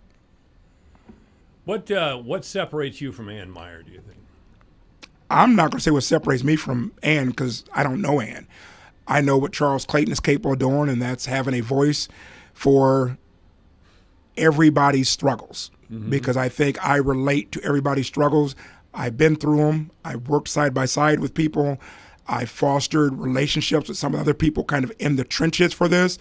And I just think that anybody that knows me knows that I'm going to fight hard as I can to do the right thing for everyone. I don't have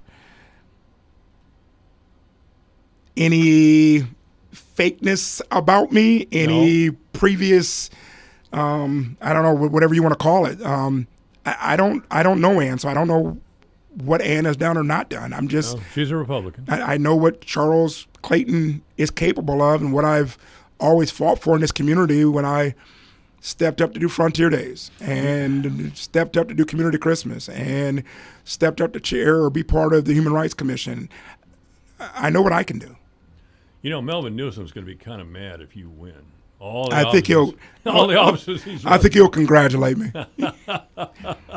It's kind of like a basketball coach tells his team, we're not worried about the other team. We're just going to do what we have to do right, and we'll win. I'm just worried about me. I'll tell you, Matt Bemrick was on just before you, and he and I were talking about Helen Miller. Yes. So you would not be the first black person to hold office here in Webster County, Helen is. You know, and a standout feature about Helen Miller is she didn't really care who you were. By that I mean she was solidly a Democrat. Yes. But if somebody was a Republican, as a matter of fact, we had a caller from a guy who said he was a Republican, and he got a hold of Helen, and she helped him. Yes. Like she would anyone. Yep. And I hope Ann Meyer's done that, and if she's reelected, I hope she continues to do that. I hope if you're the one who's elected that you will do that. I don't think we're a rural area, Charles. You know that. Yes. And we need to work together best we can. Exactly. We need to work the best we can. Charles, thank you for being here. Thanks for having me, Mike. All right, Charles Clayton's here. He's running for the State House. This is AM 1400 KVFD. At Fisher Investments, we do things differently, and other money managers don't understand why. Because our way works great for us. But it may not work for your clients. That's why Fisher Investments is a fiduciary, obligated to put clients first. It's the highest standard for a financial advisor. So, what do you provide? Cookie-cutter portfolios like the rest of us? No cookie-cutter portfolios here. Fisher Investments tailors portfolios to meet each client's goals and needs. But you do sell investments that earn you high commissions, right? And make commissions when you make trades for your clients?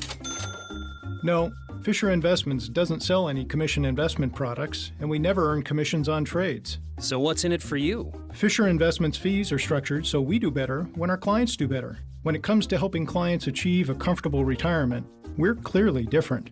Visit FisherInvestments.com to find out why investors like you switch to us. Fisher Investments, clearly different money management. Investments in securities involve the risk of loss. Have a good weekend. It's 5 o'clock. This is AM 1400 KVFD, the voice of Fort Dodge. Thank you for listening.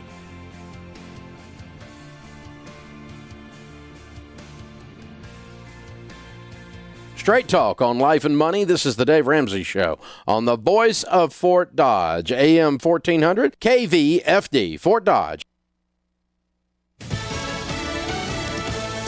More help to fight crime. I'm Lisa Lacera, Fox News. The Justice Department will be sending agents to St. Louis and Memphis in an expansion of what's been dubbed Operation Legend. The announcement coming as acting Homeland Security Chief Chad Wolf was on Capitol Hill defending the presence of federal agents in Portland. Wolf defending the response by the agents to violent protesters. Put simply, DHS and DOJ officers, law enforcement officers, civil law enforcement officers, were abandoned due to the dangerous policies by local officials.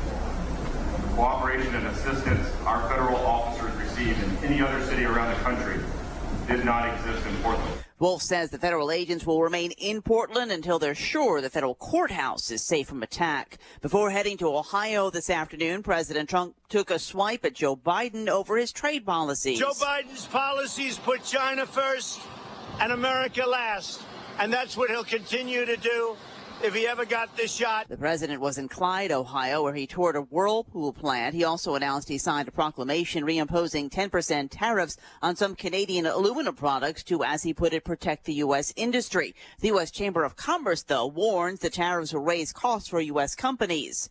Ohio Governor Mike DeWine was supposed to be on hand to greet the president when he landed this afternoon, but he has tested positive for COVID-19. His diagnosis was made as part of a routine check for anyone who was to be in close contact with the president. His office says he has no symptoms, but he returned to Columbus before the president landed. An armed man who took 6 people hostage in a bank in northern France has surrendered to police after releasing his captives. Wall Street at the close. All 3 major indexes ended the day in positive territory. The Dow gained 185, the Nasdaq plus 109, the S&P added 21 points. America is listening to Fox News.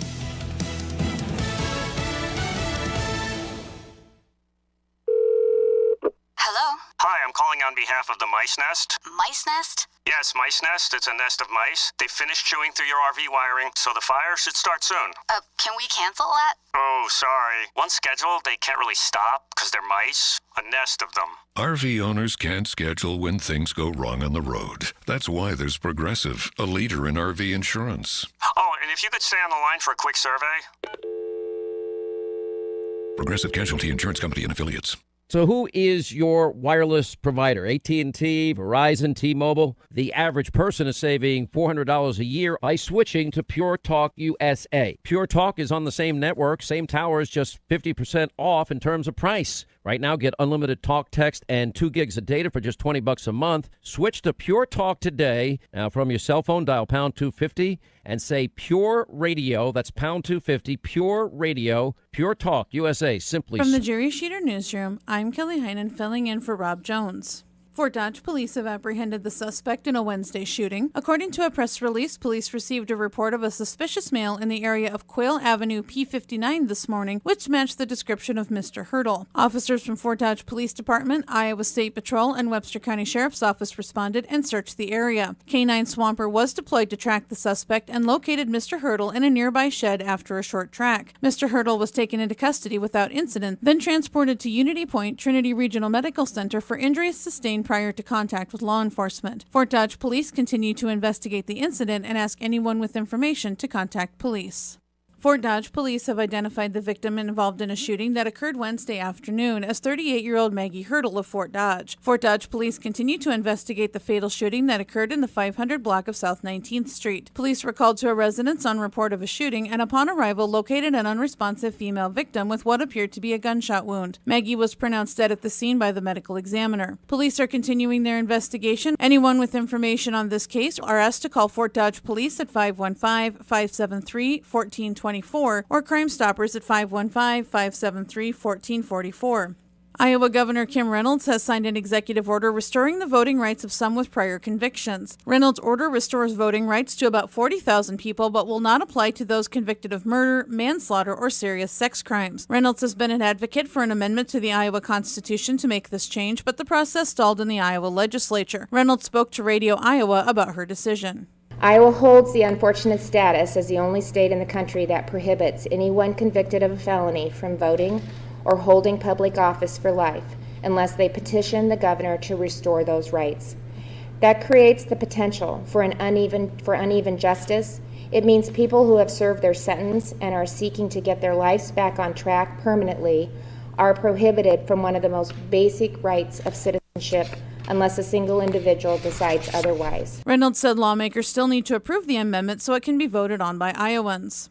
And there will be an event tonight at Dodger Stadium to celebrate Dodger softball's first ever state runner-up finish and appearance in the state championship game. Everyone is welcome and admission is free. Doors for the event open at 7:30 this evening. For more information on these stories and more, log on to yourfortdodge.com. From the Jerry Sheeter Newsroom, I'm Kelly Heinen. Here's the AM 1400 KVFD weatherology forecast. Mainly cloudy skies expected tonight with a chance for isolated storms. Lows dip down to about 66. Southeast winds 8 to 15 miles an hour. Highs level off around 86. Tomorrow, partly cloudy. Chance for scattered storms tomorrow night. Lows level off around 71. Mainly cloudy. From the Weatherology Weather Center, I'm staff meteorologist Derek Height. Currently, it's 70 degrees.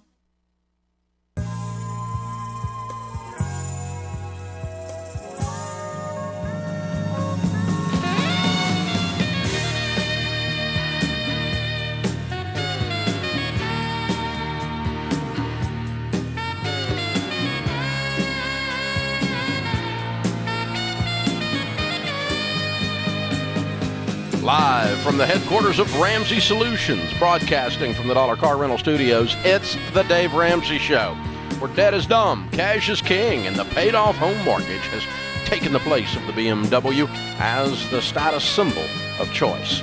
Ken Coleman, Ramsey personality, host of the Ken Coleman Show, best-selling author, is my co-host today. The phone number here is 888-825-5225. That's 888-825-5225. Tom starts off this hour in Huntington, West Virginia. Hey, Tom, how are you? I'm doing great. Thank you for asking. How are you doing? Better than I deserve. How can we help?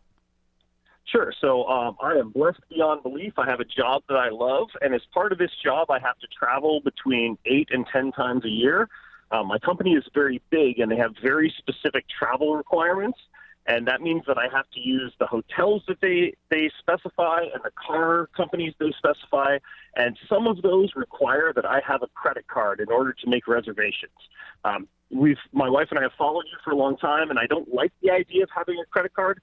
Is there any option that I have here? Probably not. Okay. I've kept a credit card. The debit card will work for Dollar Car Rental, but it won't work at most of the others without a big hassle. I'm a little bit surprised that if they require one certain rental car company that they don't. I mean, every hotel just about take a debit card now, so that's not an issue. But the rental car companies, many of them don't. And so I'm surprised they don't have a corporate contract with them. We have a corporate contract with Hertz and with Dollar. Dollar is owned by Hertz. And so when our people travel, they just put it on our corporate account. They don't run their own cards and stuff, or their own or cash or anything when they're checking in. Yeah. So who do they require you? Who do they require you rent with?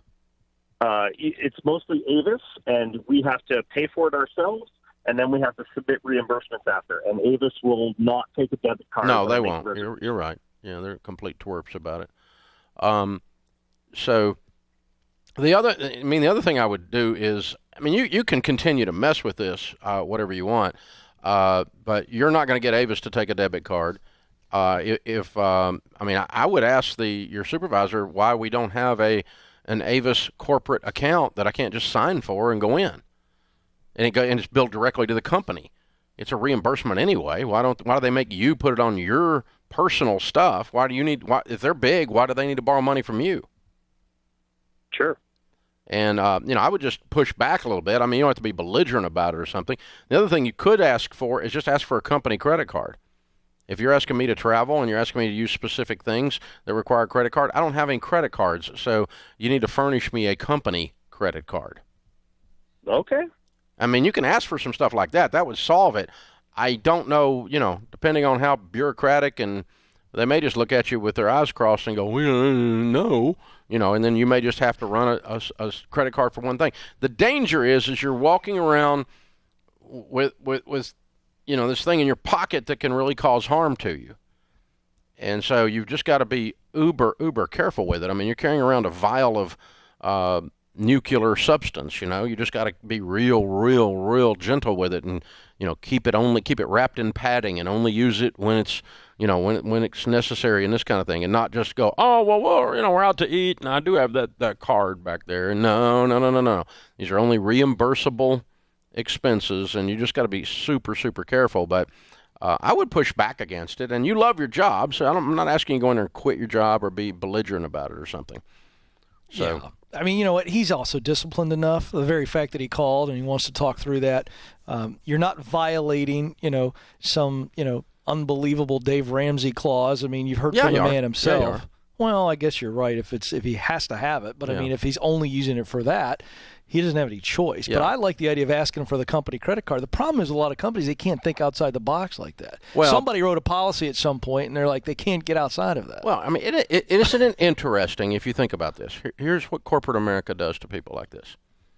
They ask you, their employee, right, to borrow $4,000 for them for lodging and rental car and client entertainment. You the employee who makes a one jillionth of what the CEO makes, are supposed to finance this company's behaviors, this company's requirements for them, and then ask for your money back. This is the crap that corporate America pulls and gets away with. I mean, when you really put that in perspective, it's absolutely asinine. It's ridiculous. But, you don't have to get mad about it and quit. You just kind of have to go, things I think about, Yeah. Like I was telling Rachel the other day, she's making fun of me about these electric cars. So what did you say about electric cars? Well, I was in a meeting we're building another building, and I was in the meeting with the architects, and they go, okay, we got to have these electric plugs out front for these electric cars. And I said, why? Is it code? Is it code? I could hear you now. And they said, no, it's not code, but everybody does it. And I said, well, that's a good reason I'm not doing it. Yep. So, and we've got the electric plugs out front of this building, right? We're putting them out front of the next building, too. Mm-hmm. Okay? And so the team members, and Winston's like, we need more plugs because people can't, not enough people can plug their little electric car in out there. And so we need more plugs. And I said, so why is it, how did it happen in our culture to where I buy some employees fuel for their cars as the owner of the building, but I don't buy fuel for the other employees? Yeah, I'm drafting So I'm an thinking email. we need to put in a gas tank out there. Well, that's and where Kelly I'm going. Kelly thinks we need one. Well, she wants free gas. Well, I don't understand why some Ramsey solutions I think get it's free electric. I don't get it's free energyism. gas. It's energyism. You know what? James, I would like to talk about getting a gas I am card. discriminating against some employees and not others. Me. I'd have never gotten a Ramsey gas card. Right there. There's not because there's not one. That's why you don't have one. Well, I would file a grievance with HR, but you'd punch me on the air, and then everything would go bad. It would be ugly. bad. I would mess with you in You front of make a millions good of people. point. Now, Rachel didn't like that. No, but she didn't like that because she'd argue with a post. But that's fair. But it's also accurate. But so, I mean, isn't it interesting? We just did that, and nobody thought anything about it. I am buying fuel for some people's cars, and I'm not buying fuel for others. You are. So it's the same crap. It's why is it corporate America gets away with this crap, and they get people to charge $4,000 worth of stuff they're doing on behalf of the business? It's a business expense. The business ought to bear the expense. I have an answer. Now, it's going to sound simplistic, but you got to really get the gist of this. The reason corporate America does that is because enough people don't go, why do we do that? And I don't believe in credit. It's bad. And I've gotten out of debt, and I cut my credit cards up. I'm a good employee. Are you open to the concept that you get me a corporate credit card? It's the same thing. It's still a transaction. Why are we adding an extra step? Because that's what they're doing. And challenge the process, as Dave said, in a respectful way. You don't raise a bunch of cane, but you got to start asking questions. 5 times in my coaching career, I've had people come home and file the expense report in the company went into Chapter 11, and they end up bearing the burden of that debt for that company. That's a big risk. This is the Dave Ramsey Show.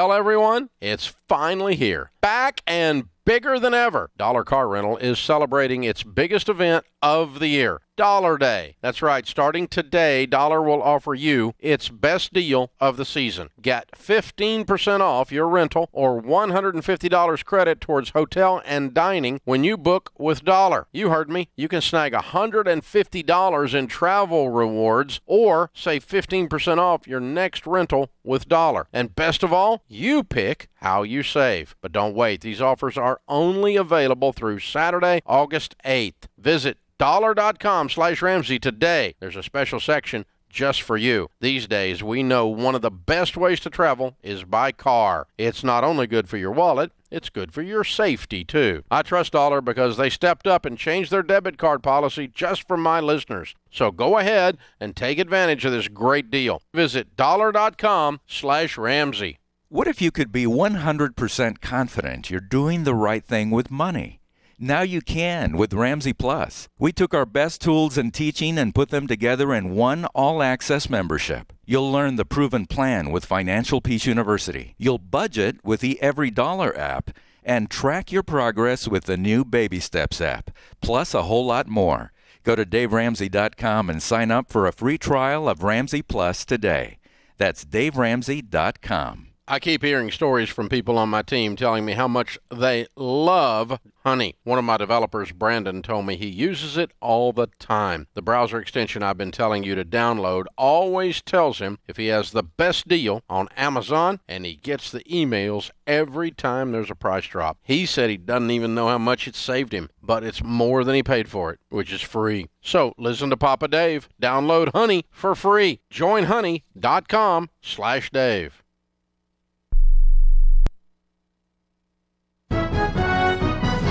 Radio Iowa, I'm Dar Danielson. Governor Kim Reynolds said today one of the factors that will be used in determining if schools can go online for learning is a source of the COVID-19 outbreaks in their county or counties. She says, for example, in Webster County, 3 school districts there should be planning to begin classes in person, even though there's a 22% positivity rate. She says that's because most of the cases are contained to the state prison. I think that they should make every effort to get those kids back to school. We've listed so many reasons why it is so important. Reynolds indicated teachers and school staff should be allowed to work if they've been around someone who tested positive for the virus but are not showing symptoms because they are essential workers. President Donald Trump's idea of giving his acceptance speech for the Republican nomination from the White House has drawn some criticism. Republican Senator Joni Ernst was asked about it today. I really think it should be done in Des Moines, Iowa. Ernst says she thinks it'd be an economic boom for the state to have the speech here. She was asked about it again and says she doesn't think he should accept it from the White House and doesn't think the president will. Radio Iowa, I'm Dar Danielson. It doesn't take a brain surgeon to know ticks suck. But what you might not know is that they don't just suck blood way out in the woods. Those creepy little bugs can be anywhere, all year long. And I do mean little. They can be smaller than the head of a pin. But big trouble comes in these small, gross packages. Even a tiny tick can make you super sick. So what's the most important tip to avoid getting bit? Well, duh, pay attention. Remember, ticks can be just about anywhere outdoors. Then spray attention with an EPA-registered insect repellent. Wearing long socks and other protective clothing is a good idea too. When you come back inside, shower. And always remember, check for ticks everywhere. And if you do get a tick bite, don't panic. Tell an adult. And visit ticksuck.org to learn how to remove it properly. Ticks suck, but being outdoors shouldn't. Go to ticksuck.org for more information. Ticksuck.org.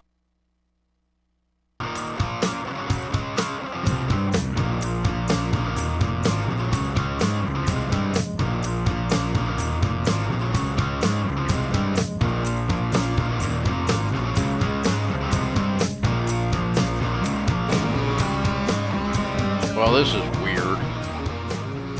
Ken Coleman, by the way, that's not weird, but Ken Coleman is my co-host.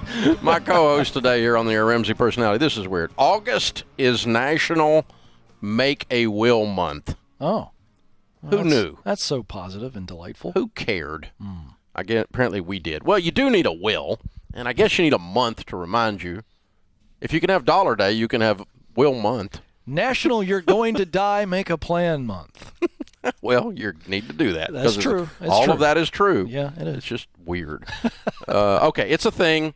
I'm going to challenge those of you that don't have a will that's current to get your will, because this is apparently the best month to do it.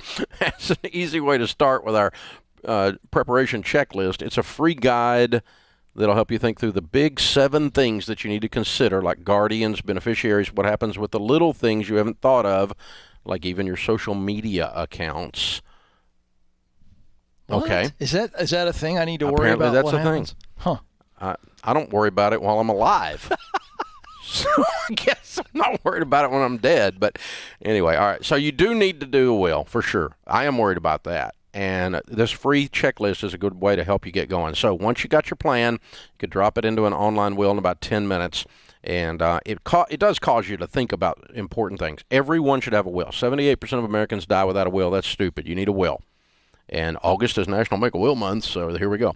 Text the word will to 33789. That's will to 33789. Julia is in Maryland. Hi, Julia. How are you? Hi, good. Thank you for taking my call. Sure. What's up? So, I have $503,000 in debt right now outside of a mortgage. Good Lord. On what? 330 of that is for my student loans, 40 is from his, and then we've got just around 90,000 in credit cards and personal loans.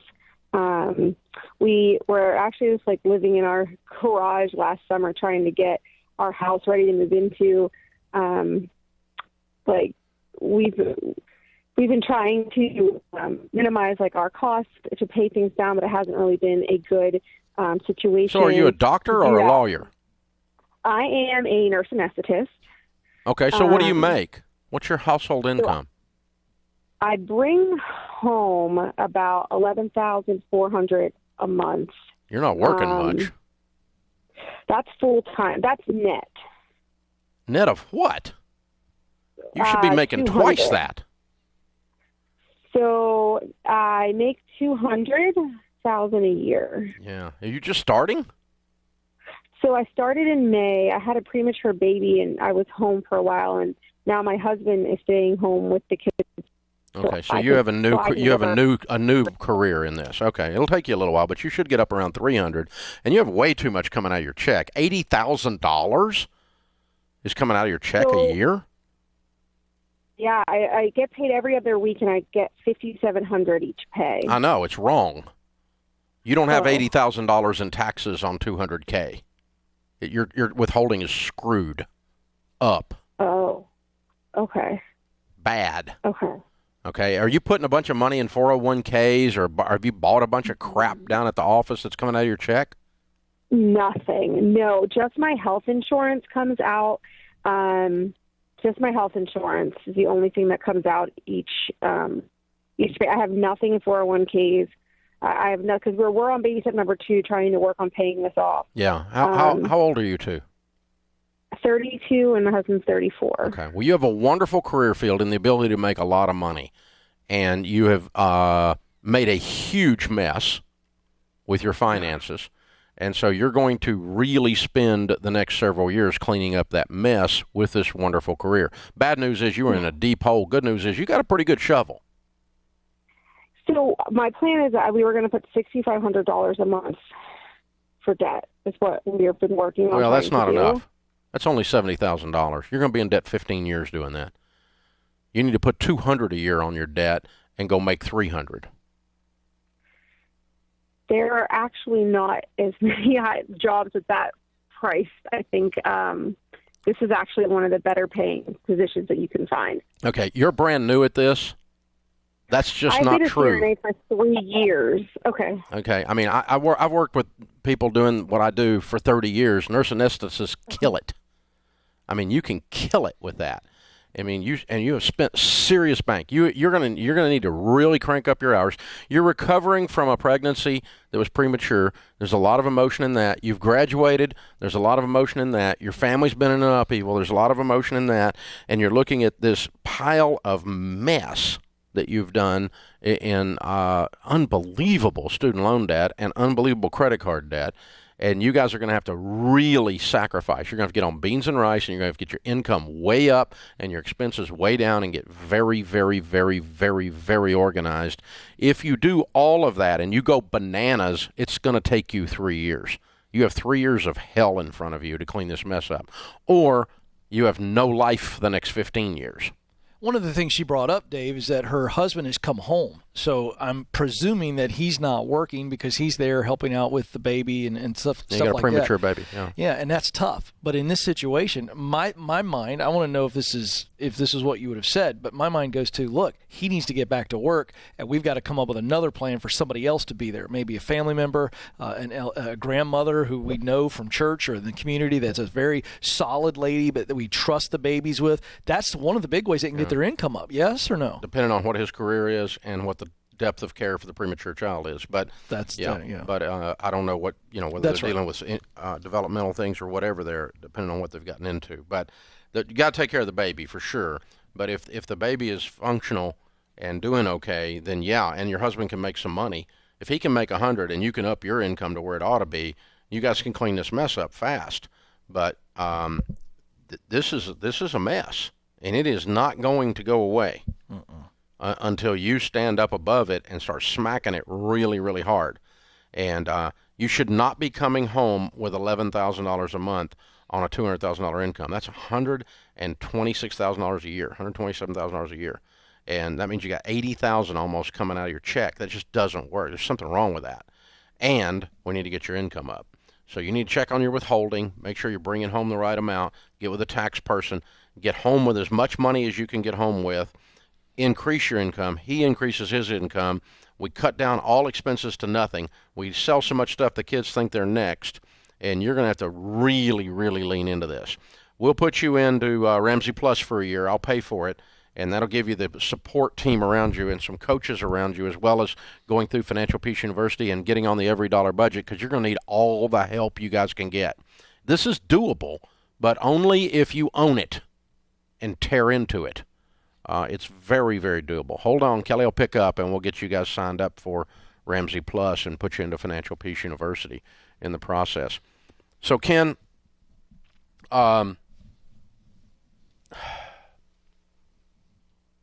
even extremely lucrative careers do not justify ridiculous student loan debt. No. Because when she started this process, her mind was binary, and here's how most people think. They think, I can go $330,000 in debt because I'm going to be making $200 to $300 a year, and that justifies that. Oh, didn't take into consideration that we might have a premature child. Didn't take into consideration that a baby might need this. We didn't take, let me tell you what's going to happen. You don't know what's going to happen. That's what's going to happen. Yeah. So when you run these little linear, binary things, you people out there, and you're saying, oh, it's $250,000 to go get med school, and it always works out. It don't always work out because nothing ever works out the way it's supposed to. That's right. And here's what's happened. The agony of waiting is always better, Dave, than the agony of suffering. We don't like to wait. We want it now. But she would have been better off waiting, saving, cash flowing her way through it. And then when you step into that work, you're making great money, and you're not miserable and suffering through unbelievable debt. Yeah, this is a mess. Bless their hearts. I'm so sorry for them. This is the Dave Ramsey Show.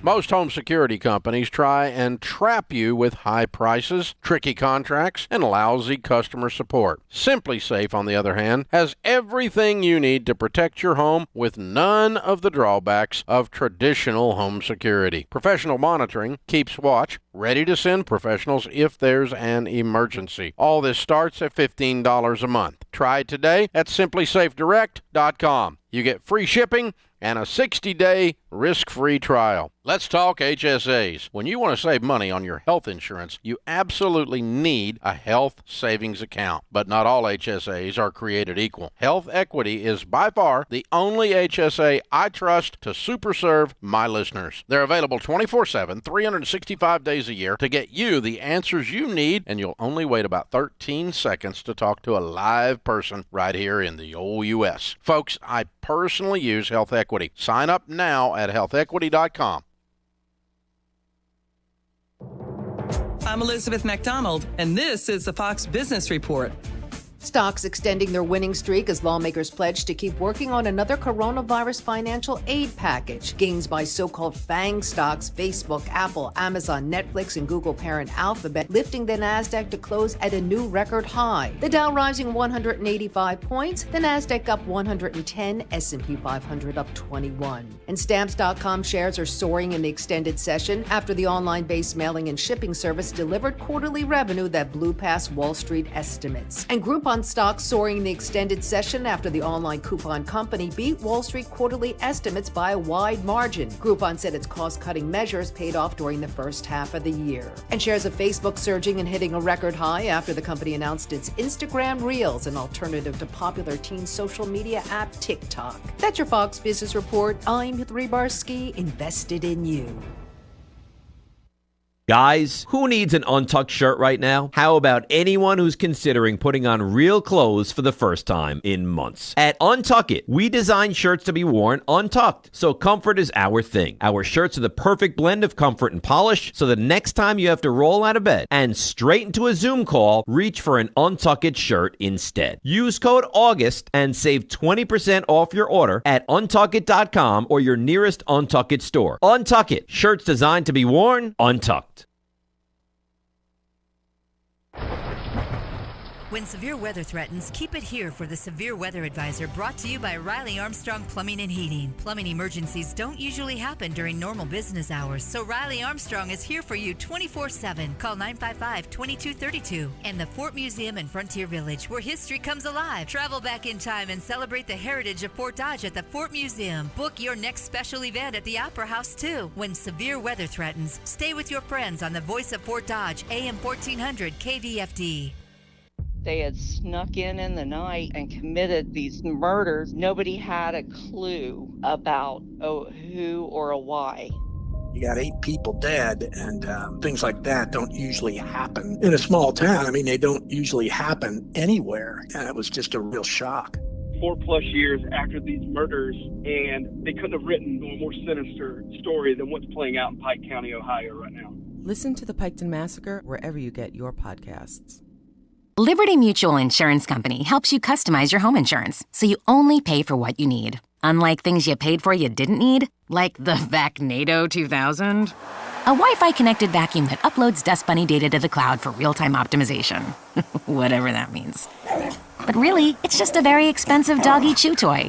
With Liberty Mutual, get customized home insurance so you only pay for what you need. Liberty, liberty, liberty, liberty. Only pay for what you need at libertymutual.com. It is with sound mind and body that I, James Fredericks III, after fighting with all direct family members for decades, leave my entire fortune of $32 million to the one friend I had in the end, the package delivery guy, Matt Songer. Woohoo! Yeah! I had a feeling about this. I'm rich! Oh, this cannot be happening. Actually, it's not happening. What? And it never will. I don't get it. There aren't even people here. That's just one of those murmuring sound effects. Seriously? Listen, if you want to have money in your future, don't rely on luck. Put $10 away each month. Cook once in a while instead of eating out. Okay. Pay down your high-interest credit cards. Right. Small changes today, big bucks tomorrow. So, no inheritance? No. Go to feedthepig.org for more free ideas. Feedthepig.org.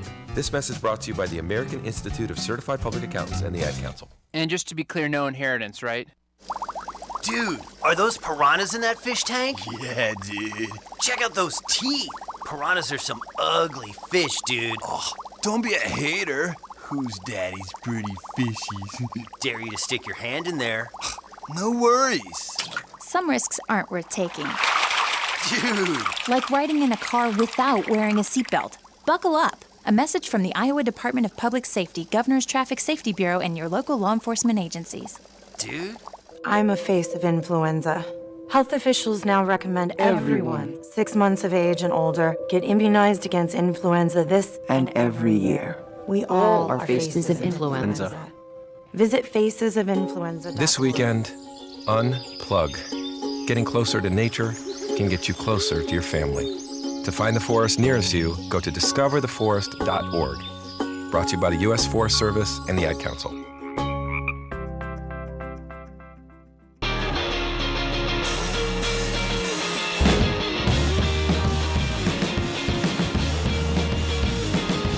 Ken Coleman, Ramsey personality, host of the Ken Coleman Show, is my co-host today here on the Dave Ramsey Show on the debt-free stage right here in the lobby of Ramsey Solutions.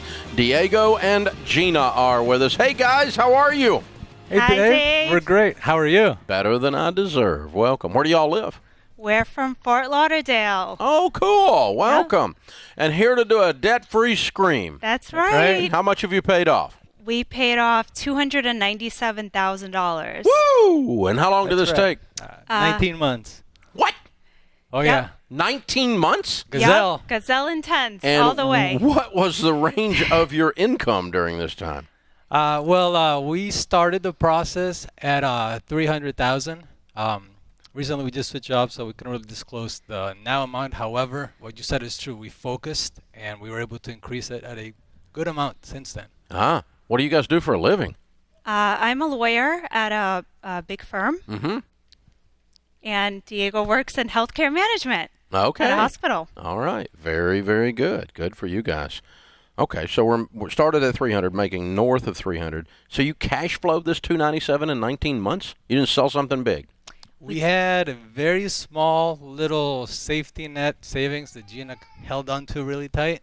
But that's all we put down, and everything else was rice and beans, basically, and really, really focused. So $297,000, that had to be law school. Yep, it was primarily law school loans, and then we had 2 car notes, which were relatively small compared to our law school loans. The majority of it was loans that I really thought I would have for the rest of my life. I can't get over the fact that God lines up for you guys to be on doing the debt-free scream right after we took that other call with the lady with $500,000 of student loan debt. Yep. And you guys have $300,000, and you knock it out in 19 months, and all you did was jack your incomes. Just exactly what I told her to do, right? Yeah, we jacked our incomes, and we lived on nothing, yeah. honestly. I mean absolutely nothing. We lived on absolutely nothing. To the nothing. point that the healthcare executives around Diego and the lawyers around you thought you were freaks. Completely crazy. Sounds about right. Yeah. Yeah, we said no a lot of times. Yeah. And I don't care what you think, I'm getting rid of this mess. That's right. What got you this fired up? Do you want to take that? Yeah, well, Dave, we actually have heard about you in the past. One of my good friends, Justin, introduced me to you. I actually did a class with him. And I told my fiance at the time, hey, this is great. Here's an Excel sheet to prove it. Then we got married and we talked through it, and we went on a vacation. You know, we didn't take any debt, so at least like your wisdom was in the back of my mind. Didn't lease anything, but we were saving for vacations. But every vacation we took was pretty good, but it was kind of on a budget, and we went on a very small budget. Yeah, so we were doing pretty good things and not having like the one thing that we wanted because we had loans and we had debt, so we had to always scale it back a little bit. We went to a vacation in Portugal, and we got a pretty nice Airbnb. And when we did, in Portugal. In Portugal. Yeah, this is no budget deal. I mean, you're in freaking Portugal. Yeah, we got a really good deal on flights to Portugal. It was like an off-season. Yeah. Yes. Yeah, but you know, we saw it, and you know, she's very convincing, as I you could tell. Imagine. Yeah. And after we did that, though, we showed up to this Airbnb. The cheapest was in December, so it was ice cold. There was this barking dog. There was no heat in the Airbnb. There was graffiti on the walls, and we're like, what are we doing, Gina? Like, we're always going to have a pretty good something, or you're always going to, like, scale back what you really want to do because you owe money, because you have this loan. So we still had a decent trip. We came back, and I'm driving to work, and I got the phone call. She calls me up and says, you know, I've been doing some math, and I think that if we really, really focus, we can pay this off in like 2 years. I'm like, oh, sounds great. As soon as I get home, like, let's talk through it. I thank God. I thanked Uncle Dave. I'm like, finally, it's coming together. I showed up. I had Excel sheet, but I had it all written out. This is how much we're making. If we scale it back, we didn't have anything else except for these loans, basically. I said, if we do, 1, focus. 2, let's actually come up with like a really good written budget. And 3, combine our incomes. Now we're going to be on the same boat, rowing in the same direction. But if you're willing to do this, so am I. And I actually told her, I think we could probably do it in like 20 to 22 months. And 19 months later, ding, ding. It was game on. Yeah, actually it was 18 and a half months, and that was like... Well, you two are both... I mean, you're like a power couple. You're both high-performance engines, and you were just not aimed at it. And when you combined your power, and then you aimed at it, boom.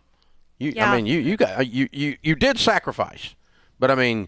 You also created some dadgum huge income during that time. Well, that was it. Yeah. That was it. We're like, okay, we have a big hole. We need a bigger shovel. And little by little, working together, like things lined up. A lot. Yeah, and working a lot. A lot. Yeah. Yeah. This is how you get out of a big hole like this. Mm-hmm. And you guys, you're inspiring. That's very well done, heroes. Very, very well done. What was the toughest part for you? I mean, I think...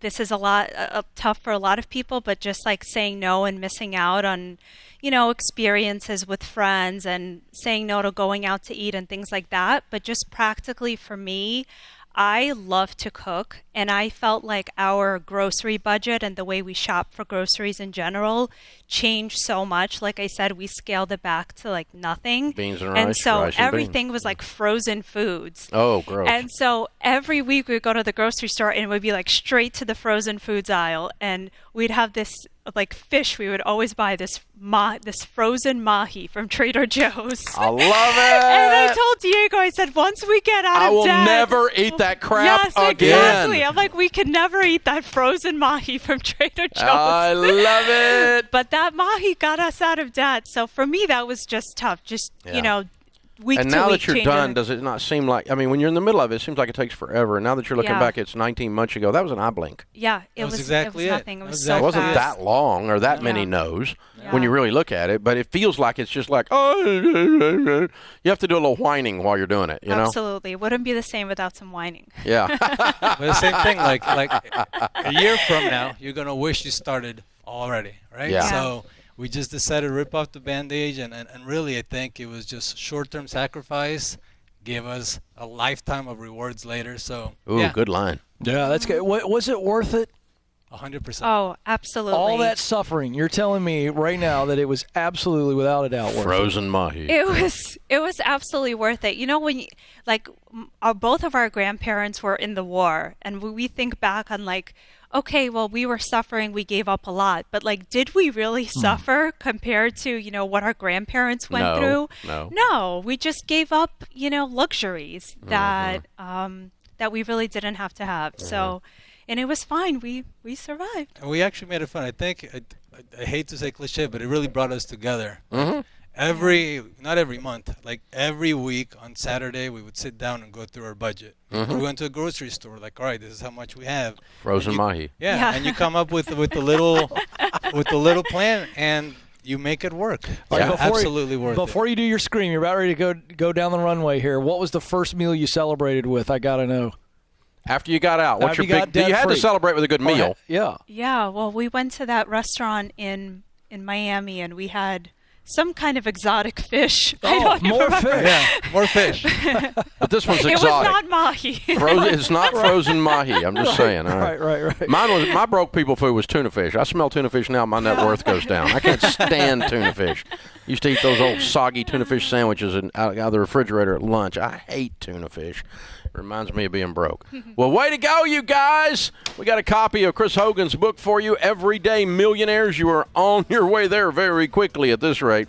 Very well done. Diego and Gina, Fort Lauderdale, Florida. $297,000 paid off in 19 months, making $302.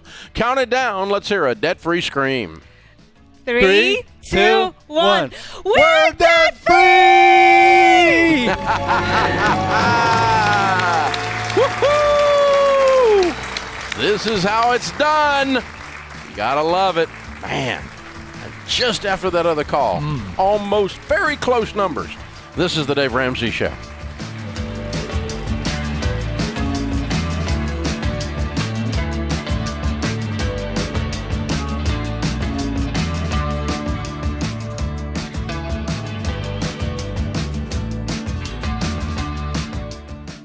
In today's world, technology and innovation are crucial for any company's success, but the primary focus should always be on you and meeting your needs. That's why you get the best of both with Zander Insurance and their term life plans. Zander uses time-saving technology like over-the-phone applications, voice or electronic signature, text message updates, electronic policy delivery, and even plans with no medical exams to speed up the process of getting you the protection your family needs. One of the reasons I've endorsed Zander for 20 years is they never skimp on service. They are committed to serving you, whether you want to do business online or need that personal touch. You pick your path. Go to Zander.com or call 800-356-4282. Zander will guide you through the whole thing, keep it simple, and find you the best rates. That's Zander.com or 800-356-4282. Is it time for a new roof, or did your roof take a beating from Mother Nature? If so, here's some great advice from Hahn Roofing. When you're trying to decide on a contractor, never tolerate high-pressure sales tactics. Never sign a contract without a price. Never make a payment until your job is done. And never accept a job that is not installed to manufacturer specifications. No warranty, no deal. Make the right choice. Call Hahn Roofing today at 515-573-7440. That's 515-573-7440. Hahn Roofing, an Owens Corning Platinum contractor. Ride the bus with the Dart and Midas Transit. Midas is going your way. If you live in Hamilton, Pocahontas, Calhoun, or Humboldt counties and want to go somewhere special, Midas will take you there. Need to get to the theater, the hair salon, the doctor, the grocery store? Midas will take you there. Just call 573-8145. Call now and Midas will take you there in Hamilton, Pocahontas, Calhoun, or Humboldt County this summer. Midas, your connection to Jefferson Lines. Hiring is challenging. Just ask Dylan Miskowitz, the COO of Cafe Altura. We needed a director of coffee in order to move our products forward. It felt like we were looking for a needle in a haystack. Dylan started using ZipRecruiter and found his perfect candidate in a few days. We were very impressed with how quickly we had quality candidates apply through ZipRecruiter. See why 4 out of 5 employers who post a job on ZipRecruiter get a quality candidate within the first day. Try ZipRecruiter for free at ZipRecruiter.com/search. That's ZipRecruiter.com/search. A healthy U.S. economy depends on a prosperous rural America for food, water, and economic growth. USDA Rural Development invested $800 million in 2010 to help grow rural Iowa. To learn more about ways the USDA helps create jobs, drive home sales, and improve local facilities in rural areas, call 515-284-4663 or visit USDA.gov and search Rural Development. USDA is an equal opportunity provider, employer, and lender. For a child with asthma, it can seem like monsters are everywhere. Even an innocent teddy bear with dust mites could trigger their next asthma attack. Learn more at noattacks.org or call 866-NO-ATTACKS. Brought to you by the EPA and the Ad Council.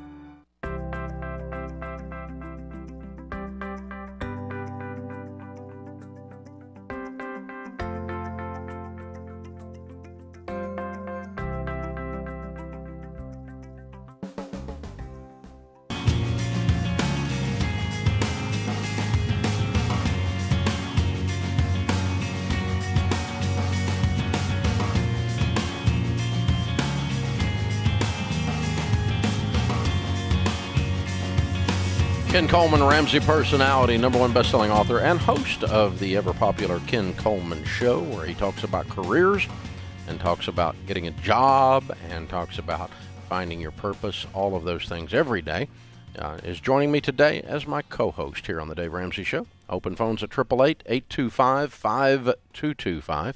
You can find Ken's show on SiriusXM, on 50-plus radio stations around America, and, of course, on YouTube as well, and a podcast. So we put these shows out where you can find them and you can get the help that you need.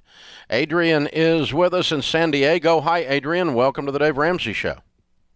Hi, Dave. Thank you so much. I'm a new listener, so I just want to say that what you guys are doing there is just amazing. So thank you so much. Thank you. We appreciate you listening. How can we help? So I made 3 years ago, I decided to buy a townhouse as an investment strategy. And, now after listening to you guys, I just don't think it was a very wise decision. So right now I am $400,000 in debt.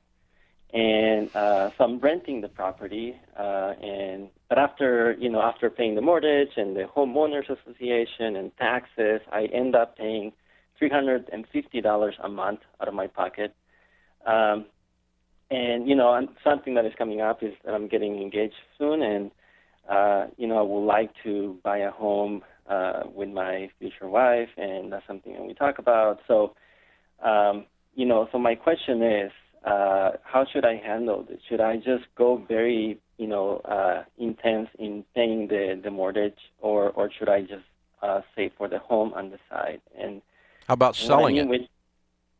Well, I don't kind of want to sell it. I kind of just want to. You should. I should sell it or keep it. You should sell it. It loses money. It loses money. Okay. You're writing a check to own it. Okay. Most investments that I have pay me. Yes. That's what they're supposed to do. Yeah. Will it sell for enough to pay off the mortgage and put some money in your pocket to help you start your life with this new lady? It should. Good. This is baggage you don't need. I don't think you're going to do it, but you're a new listener. I appreciate it. It may take you a little time to think about it, but I love real estate. I can't stand real estate that doesn't cash flow. What's the psychology going on? Because he's not the only person that's in a situation like this. He's a new listener, but when you said sell it, you could hear it was just like, huh? He didn't know that was coming at him. I knew you were going to say it, but what is the human condition there where we go, whoa, selling it, Dave? Why in the world would I sell it? Why is that such a unnatural conclusion for him and others like him? Well, because he's deeply invested in the idea, emotionally invested in the idea of owning this rental property. And that is eventually going to be a great investment. Someday he's going to look back, because all real estate turns out. Well, all real estate doesn't turn out. Real estate that doesn't cash flow doesn't turn out. And, what it does, it puts a pinch on you rather than being a blessing to you. And so, when you got no equity, and he has virtually no equity in this property, I mean, he got a little bit, so he'll get out of it whole, but, he doesn't have a 50% equity position. It's not going to cash flow. And so it doesn't make sense, what he was taught and what a whole bunch of people believe, the same crap I was taught in the real estate business, is that if you buy this, the renters are going to pay it off over 30 years. Well, the renters aren't paying it off. You're paying it. You're paying $350. If they don't pay, you're paying a bunch more. If something breaks, you're paying a bunch more. This thing is a drain on you for 30 years before it becomes a blessing. This is not a good investment. It's not a quality investment. It's a liability more than it is an asset. And so that's what we get into when we buy rental properties with almost nothing down, because they always pinch you. But people have this mindset of, oh, it's all going to work out. It's all going to work out. It's all going to work out. And I'm just saying, dude, if you were marrying my daughter, I would say sell it. If you were my son getting ready to get married, I would say sell it. And I own a whole bunch of real estate, and I want you to own a whole bunch of real estate someday. This real estate owns you. Katie is with us in Roanoke, Virginia. Hi, Katie. How are you? I'm doing well, thank you. How are you? Better than I deserve. How can Ken and I help? Oh, I'm so glad to be talking with you both. I wanted to ask if I should quit my very stable job that I've been with for over 10 years to pursue a job that is closer to my passion, that will actually help lead me to what I feel is my calling. It's the job I'm in right now, I feel is sucking the lifeblood out of me, and this pandemic has given me the opportunity to really evaluate what's important in life. And why would you not? Fear. I know I've listened to Ken, and I've read all of your books, Dave, and I've read Ken's book. I've read Chris's book. I've Okay, let me. Show for a long time. I'm gonna let Ken take this because this is his area. But I'm curious about two things. If you made the job, if you got the dream job, do you make more money or less money than you make now?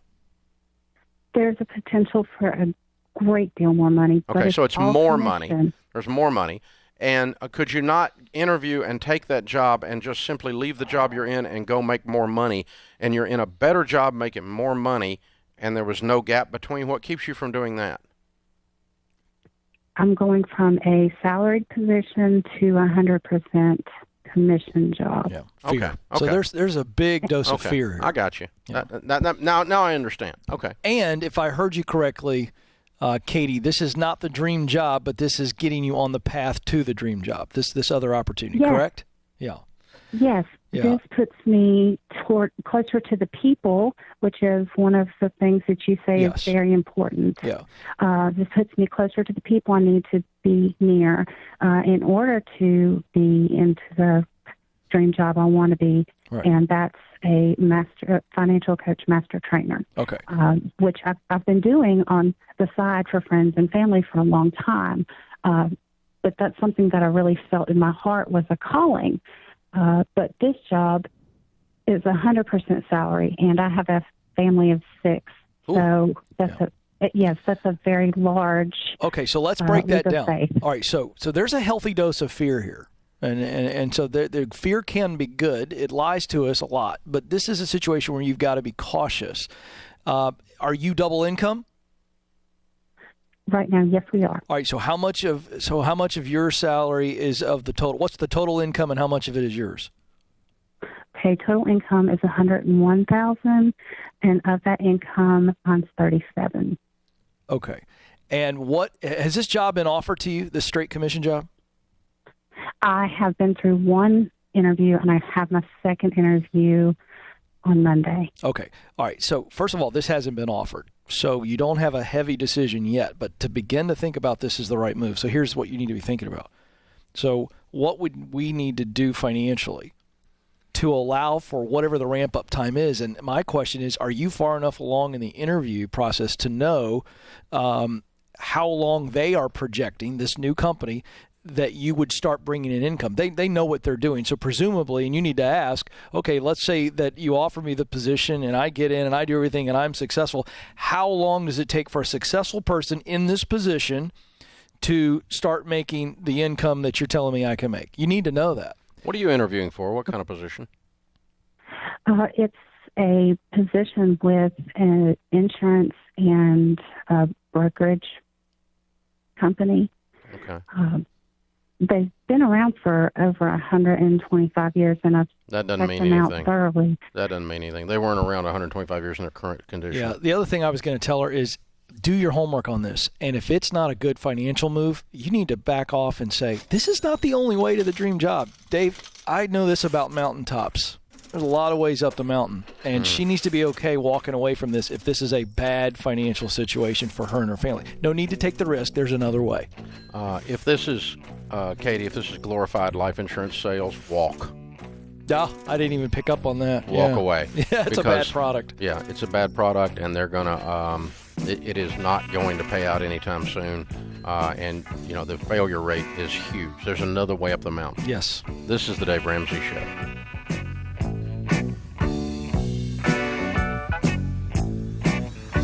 Hey, it's Kelly, associate producer and phone screener for The Dave Ramsey Show. This episode is over, but if you heard about an event, product, or service and didn't have a chance to write it down, don't worry. We list everything you've heard about during this episode in the podcast show notes, or head to DaveRamsey.com. Thanks for listening.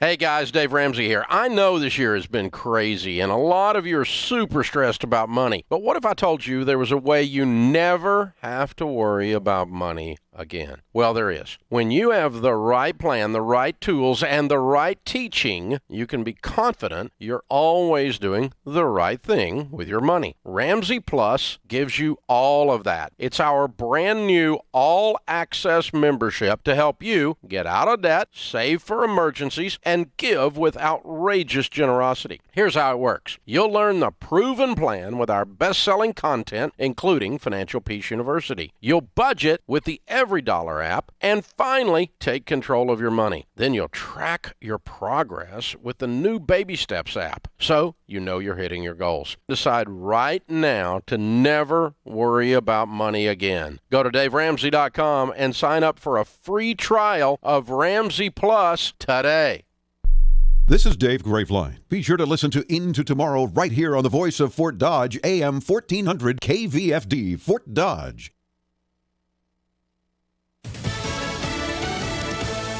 Still no deal. I'm Lisa Lacera, Fox News. The deadline fast approaching for lawmakers to reach an agreement on a new coronavirus stimulus package. Unemployed Americans need these endless talks to finally bear fruit. So do school principals and working parents and senior citizens and nurses and doctors and university presidents and students of all ages. Senate Majority Leader Mitch McConnell, but Senate Democratic Leader Chuck Schumer is blaming Republicans. The reason our negotiations with the White House have been so arduous is they just don't see the needs out there, and they don't want to do anything about them. They want to get away with as little as possible, so their right-wing ideologues who don't want to spend any government money will not be angry with them. President Trump says he is considering executive action if lawmakers can't reach a deal. The president with a stop in Ohio today to tour a whirlpool plant. While there, he signed an executive order he says is aimed at boosting U.S. production of medicines and medical equipment, lowering drug prices, and protecting the U.S. against shortfalls in a future pandemic. The National Rifle Association calling the lawsuit filed against it by New York Attorney General Letitia James a baseless, premeditated attack. James with the announcement this morning. She claims top executives diverted funds for their own gain. They used millions upon millions of dollars from the NRA for personal use, including for lavish trips for themselves and their families, private jets, expensive meals, and other private travel. NRA President Carolyn Meadows called James a political opportunist who is pursuing what she called a rank vendetta with an attack on its members' Second Amendment rights. America is listening to Fox News.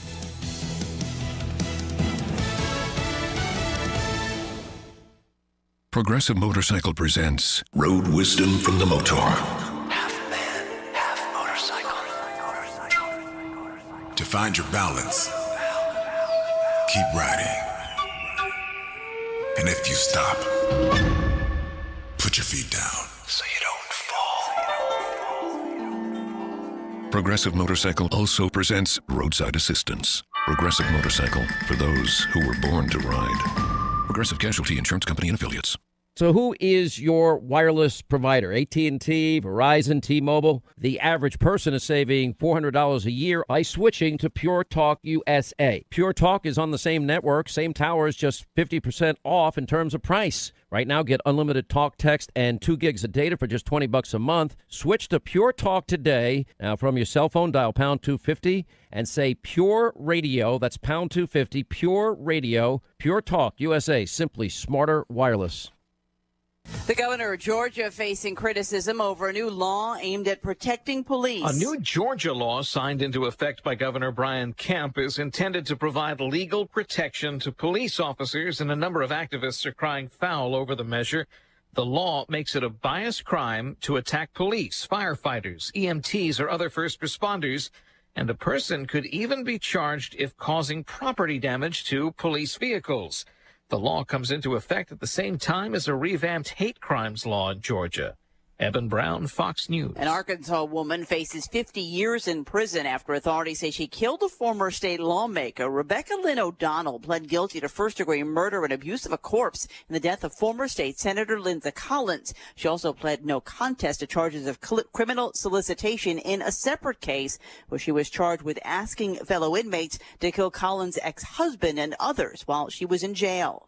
This year's hurricane season about to get a little busier. That's according to the National Hurricane Center. It says it may run out of names for storms, predicted between 19 and 25 storms, the highest ever. First and foremost, oceanic and atmospheric conditions are now even more hospitable for hurricane formation and intensification. These conditions are predicted to continue for the next several months. Also, weather and climate models are all now indicating an even higher potential for an extremely active season. Lead hurricane forecaster Dr. Jerry Bell. This is the Northeast and Mid-Atlantic continue to clean up after Isaias. Over 1 million people remain without power. Nearly 1.2 million Americans applied for unemployment benefits last week. The report from the Labor Department marked the 20th straight week that at least 1 million people have sought aid, but the new claims were down 249,000 from the previous week after rising for 2 straight weeks. I'm Lisa Lacera. This is Fox News. Rural communities are home to more than 50 million people and remain the best places to live and raise a family. The new rural economy will be built on the creation of new markets for farmers, broadband service, renewable energy, and the promotion of outdoor recreation and natural resources. USDA believes these priorities will drive rural revitalization. To learn more about rural development, call 515-284-4663 or visit usda.gov and search rural development. USDA is an equal opportunity provider, employer, and lender. Here's the AM 1400 KVFD weatherology forecast. Mainly cloudy skies expected tonight with a chance for isolated storms. Lows dip down to about 66. Southeast winds 8 to 15 miles an hour. Highs level off around 86. Tomorrow, partly cloudy. Chance for scattered storms tomorrow night. Lows level off around 71. Mainly cloudy. From the Weatherology Weather Center, I'm staff meteorologist Derek Height. Currently, it's 70 degrees.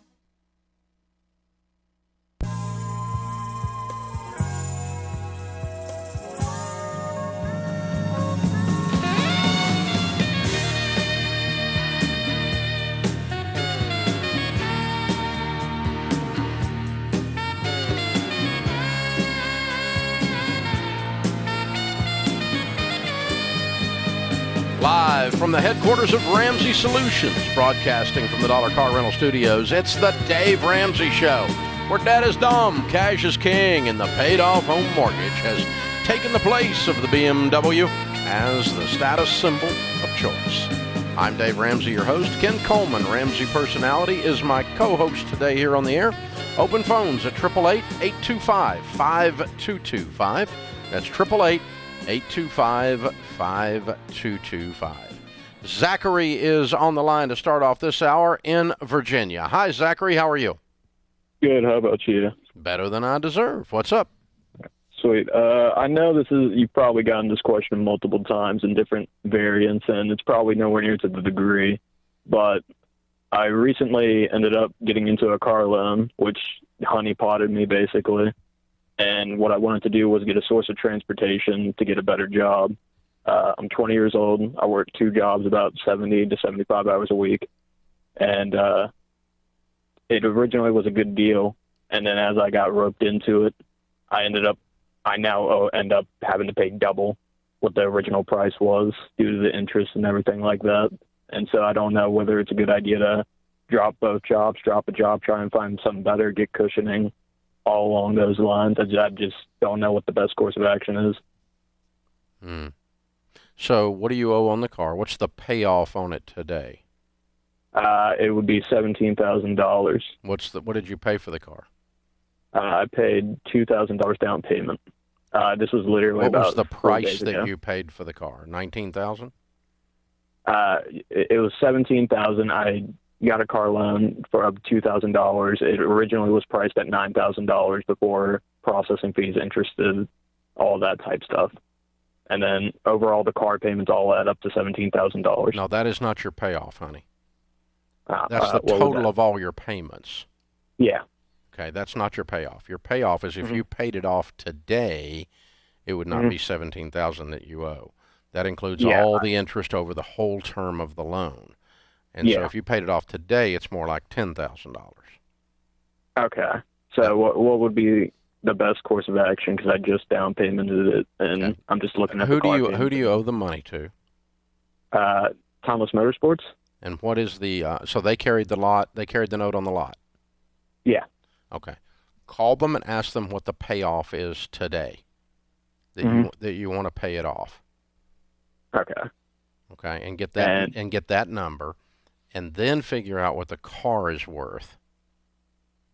Gotcha. Okay, so let's say that number is $10,000, and then you look the car up on Kelley Blue Book, KBB.com, and let's say the car's value, if you sell it private sale, if you sell it to another individual, which is the best, your best pricing rather than selling it to a dealer on a trade-in value. Look up private sale on Kelley Blue Book, and let's say that's $9,000 and the payoff is $10,000. Well, that means in order to sell it, you have to put $1,000 extra on the table to pay off and get out of this mess. Yeah. And then it sounds like you need to sell the car, doesn't it? It does. I just don't know if it would equal out to the amount of like the total car payments and everything. That's what made me very skittish. It's not the total car payments. Yeah. Okay. The total car payments don't matter unless you keep the car and the loan through the whole term. That's the only way you're going to pay $17,000. Gotcha. So do you have an interest rate on this thing? Yeah, 25%. Okay. Are you living at home with your parents? Yeah. Okay. Was your father or mother involved at all? No, their debt was too bad. No, I mean, did they look at this situation with you? Did no one say 25% is brain damage? Nobody said anything. If anything, I was told it was normal. Okay, I'll help you with this. It's brain damage. It's not even normal. Car payments are fairly normal. 25% interest on a car is not normal. Yeah. Really, really cray-cray. Okay? That's where you are. All right, so you got to get rid of this car and this, or get rid of this loan, one of the two. What are you earning? Yeah. How much are you earning? With both jobs, it's about $2,800 altogether to play around with. Okay, and you live at home? Yeah. Okay, so what are your expenses if you just said I'm going to live on nothing and pay this car off very, very fast? I'd pay about. I could probably triple the car payments. No. You make $2,800. What in the world would you be spending money on? You live at home. Yeah, food and everything like that. Food where? You live at home. Groceries. You have to buy groceries at your house? Yeah, I chip them. You chip in how much? About $200. Okay. $200 to $400. That leaves me $2,600. What other expenses do you have? I do give about another. Yeah. And party. All that type. Yeah. Okay. I so wish. No restaurants, no life until you get this car paid off. $200 plus your gasoline, and that's the only thing you're allowed to do. Okay. Okay. So let's pretend that's $2,800 minus. We'll even be generous. $800. Okay. You have $800 in expenses. That's $2,000. $2,000 pays off $10,000 how fast? In about 5 months. There you go. Yeah, I got a huge misconception about the interest thing. It's very well, the interest is brain damage for sure, but it's not going to hurt you as bad if you pay it off in 4 or 5 months. I'd like for you to do it in 4 months because I'd like you to have zero expenses almost and just put $2,500 a month on there. I'd go get a third job and try to break Dave's record and try to do it in even less than that. You are young. You've got plenty of time. You ain't got nothing to do but work. Yeah. And now you got yourself a car that's paid off, and you're never going to do this again. In fact, if you do what Dave just said, you're going to learn this lesson without too much pain. Yeah, and, if you learn this lesson at 20, you never have to do it again. That's the good news. I've done a lot of stupid stuff in my life, sir. And the good news is when you do something stupid, if you just never do that one again, there's plenty of other things you can do to stupid, but at least you never do that one again. And if you don't do that one again enough, eventually people call you wise. It's true. So you went onto a car lot and got screwed. Is what happened. 25%. You got screwed by this company. And no one was there at 20 years old to coach you and tell you were getting screwed. That is absolutely ridiculous. You paid too much for the car, and you paid too much for the loan. There was nowhere in this whole discussion that you got a deal. No one took care of you. No one watched out for you. Your mom and dad just let you wander down and get shot in the face. I mean, this is bizarre, okay? This is nuts. So the bad news is you got this lesson. The good news is it's a complete, thorough butt-kicking, and you will remember it.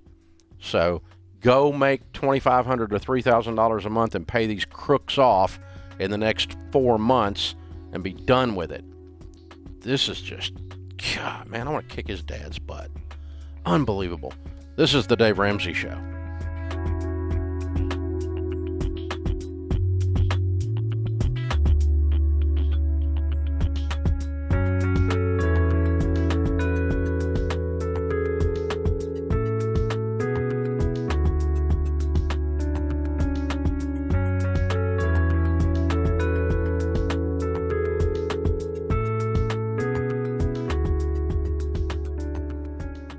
During these crazy times, the best advice I can give you is control the controllables. What you can fix today gives you hope for tomorrow. Let's start looking at major expenses like your monthly rent or your house payment. Folks, mortgage interest rates are so low. Now is the time to invest in your future. In just 10 minutes, my friends at Churchill Mortgage can share ways to save you serious cash through a smarter mortgage plan. If you're a renter, you can learn how to buy a home the right way. Or if you're already a homeowner, you can learn how to save thousands in interest through a simple refinance. Like I said, control the controllables and contact Churchill.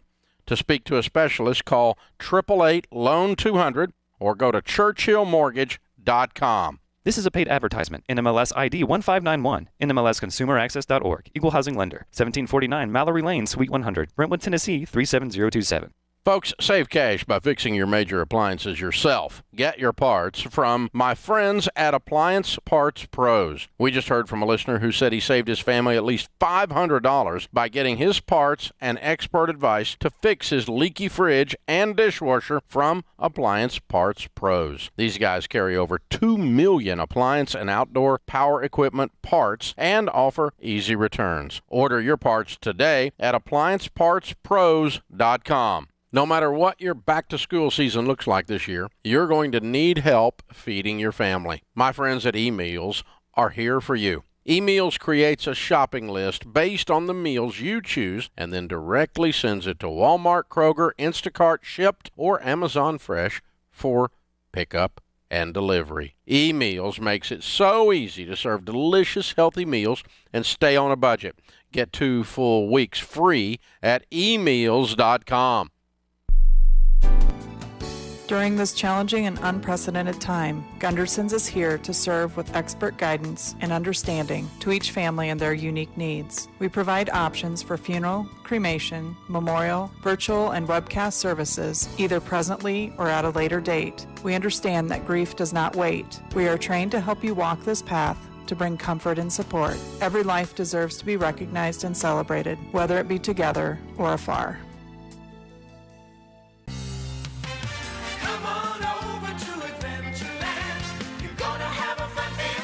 Enjoy all of Adventureland's rides, shows, and attractions, including Bernie's Barnyard, the Phoenix, the Monster, and Adventure Bay. Fun for the whole family. 2 great parks, all for one low price. See our website for park and water park operation dates. Come on over to Adventureland. You're gonna love it at Adventureland. There's just one place where students are students first, and athletics are played with purpose and perspective. There's just one place where a team is more than a group of individual agendas. It's a catalyst for demonstrating the potential of the collaborative spirit. There's just one place where players, coaches, and fans experience the exhilaration that happens when an entire community rallies behind the school team. That place is your local high school. High school sports offer more than the joy of competition. Studies show that student athletes are more likely to enjoy greater levels of achievement in other areas of their lives, including academics. In addition, high school sports help young people in Iowa develop the discipline and confidence they need to be leaders in life, even as they unite communities like nothing else. High school sports, a winning part of a complete education. This message presented by the Iowa High School Athletic Association and the Iowa High School Athletic Directors Association.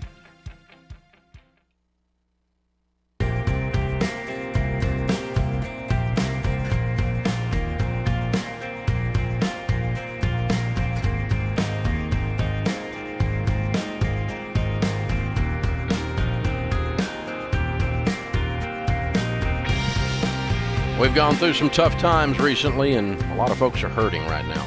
You might be jobless, you could be broke, you could be struggling to put food on the table, literally. John Maxwell says change is inevitable, growth is optional. If you've said to yourself, never again during this COVID shutdown, you've already taken the first step towards winning with money. You've chosen to grow as a result of these tough times. If you want to take the next step so that you can sleep easy and join the group of Americans who are not haunted by their finances, well, we can show you how. We've been doing it for 30 years. We just launched something new, something huge, something that will change the trajectory of your life. It's called Ramsey Plus. This is the all-access membership that gives you our best money products. You can learn with all 9 lessons of Financial Peace University, our proven plan. You can budget with the premium features of Every Dollar, sync with your spouse, sync with your bank, everything. You can track your progress with the new Baby Steps app, and you can start your free Ramsey Plus free trial right now. So set yourself up so you say, never again. Never again am I going to walk through a crisis without confidence. A guy yesterday on the air said, I had financial immunity when the virus hit. He was immune from the financial problems because he's out of debt and had a pile of money. Hey, you can be there. You can do this. Get the free trial for Ramsey Plus. Text TRIAL at 33789. That's TRIAL to 33789. Roxanne is in Tampa, Florida. Hey, Roxanne, welcome to the Dave Ramsey Show. Thanks for my call. Hey, thanks for taking my call. Sure, what's up? I have been a bit of a financial disaster my life, and I've just recently decided to try and get control of it. So Good for I you. started by reading the Total Money Makeover. I just finished that book, and started listening to the show yesterday. Wow. So, yes. So I'm really kind of at a desperation point of needing to get myself in order, but also kind of not sure what to do. Trying my best to follow along with the advice in the book. Good. So what was baby step 1? Baby step 1 was my I forget. Okay, that's all right. That's all right. You didn't know you were going to get a test when you called in, did you? I didn't know there was a quiz, but I do have. Okay, baby step 1 is quickly get $1,000 as a starter emergency fund. Does that sound familiar? And that's what I was going to say, but I was unsure of myself. That's okay. You're okay. So, that's fine. And I do have that, and I have actually run into a kind of a financial up because I worked an extra summer job, and so I ended up with about $7,000 that I can put towards something. Do you remember during the book that we said anything above 1,000 goes on your baby step 2, where we list your debts smallest to largest, and we're going to pay them off in that order. How much debt do you have, not counting your home? I have about $32,000 on my car, and I have about $100,000 in student loans. What do you make a year? I make about $63,000. Okay, your car is too expensive, isn't it? Yes. Okay, so we need to start working on getting it sold and getting you a cheaper car, like about a $5,000 or $7,000. I'm really unsure about selling the car because I'm not going to get what I owe on it. I know. So what do you owe on it? You owe $32,000. What's it worth? It's worth about $30 or $29, $30. Okay. So I would rather you be $3,000 in debt than $32,000 in debt. Yeah. Go borrow the $3,000 at the credit union. Use your $7,000 to get you a $7,000 car. And voila, we just got rid of $30,000 worth of debt, just like that. Okay. You don't sound convinced.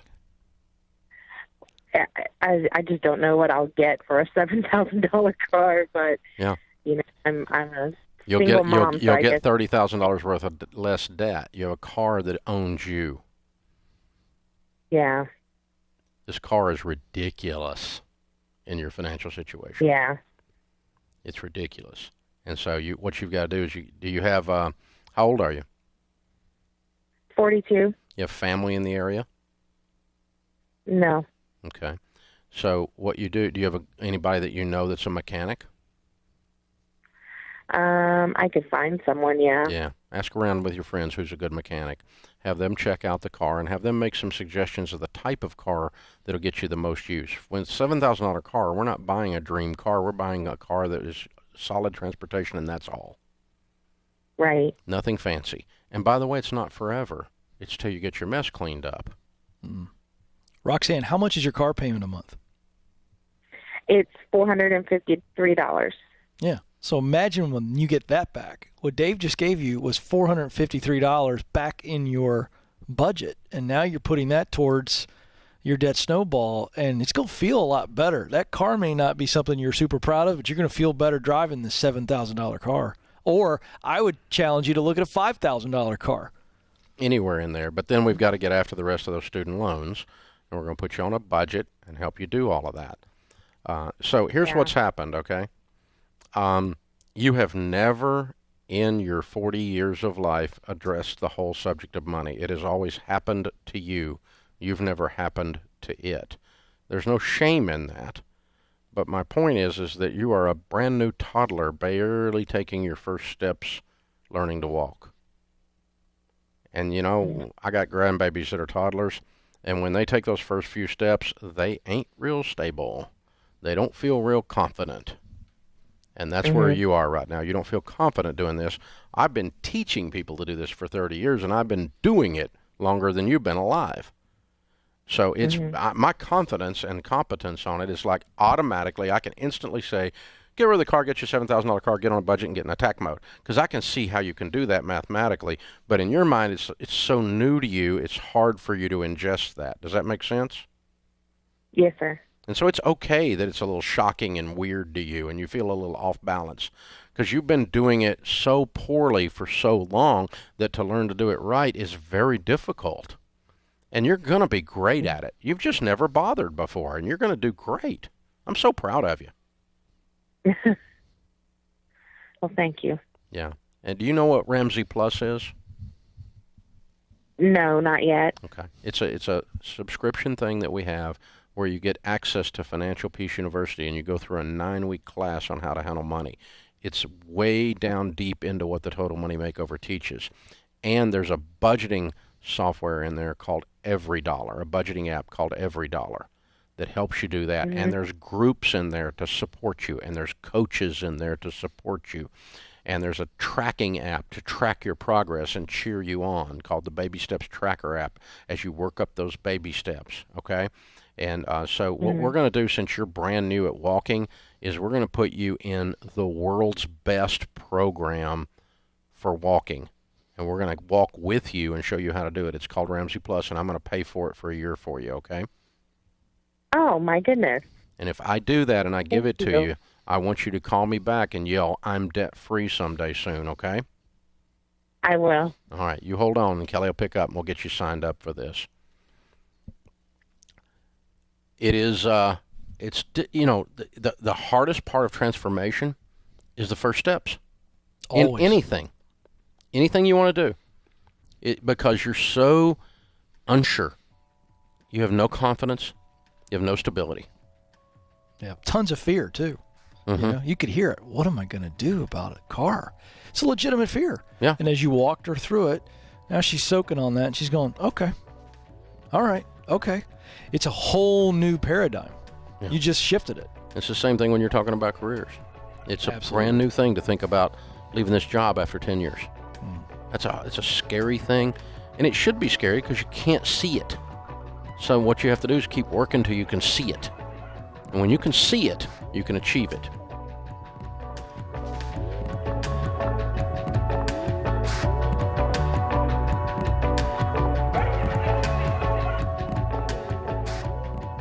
You know what disappoints and angers me to no end? As folks are going through some pretty hard times, identity thieves are using every opportunity to prey on us. With everything that's going on, thieves are setting up fake websites posing as government officials to get your personal info and claim your benefits and services. They're also sending phishing emails to download malware so they can steal your banking details, your money, or your personal info. The scams are endless. ID thieves are unrelenting, and you need to be prepared. Xander's ID Theft Protection is the only plan I have ever recommended, and I've looked at them all. They just do everything in a smarter, more affordable way.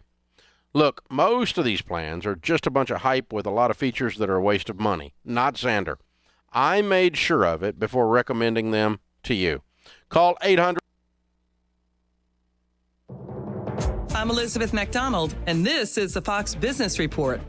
Stocks extending their winning streak as lawmakers pledge to keep working on another coronavirus financial aid package. Gains by so-called FANG stocks, Facebook, Apple, Amazon, Netflix, and Google parent Alphabet, lifting the NASDAQ to close at a new record high. The Dow rising 185 points, the NASDAQ up 110, S&P 500 up 21. And Stamps.com shares are soaring in the extended session after the online-based mailing and shipping service delivered quarterly revenue that blew past Wall Street estimates. And Groupon stocks soaring in the extended session after the online coupon company beat Wall Street quarterly estimates by a wide margin. Groupon said its cost-cutting measures paid off during the first half of the year. And shares of Facebook surging and hitting a record high after the company announced its Instagram Reels, an alternative to popular teen social media app TikTok. That's your Fox Business Report. I'm Heath Rebarski, invested in you.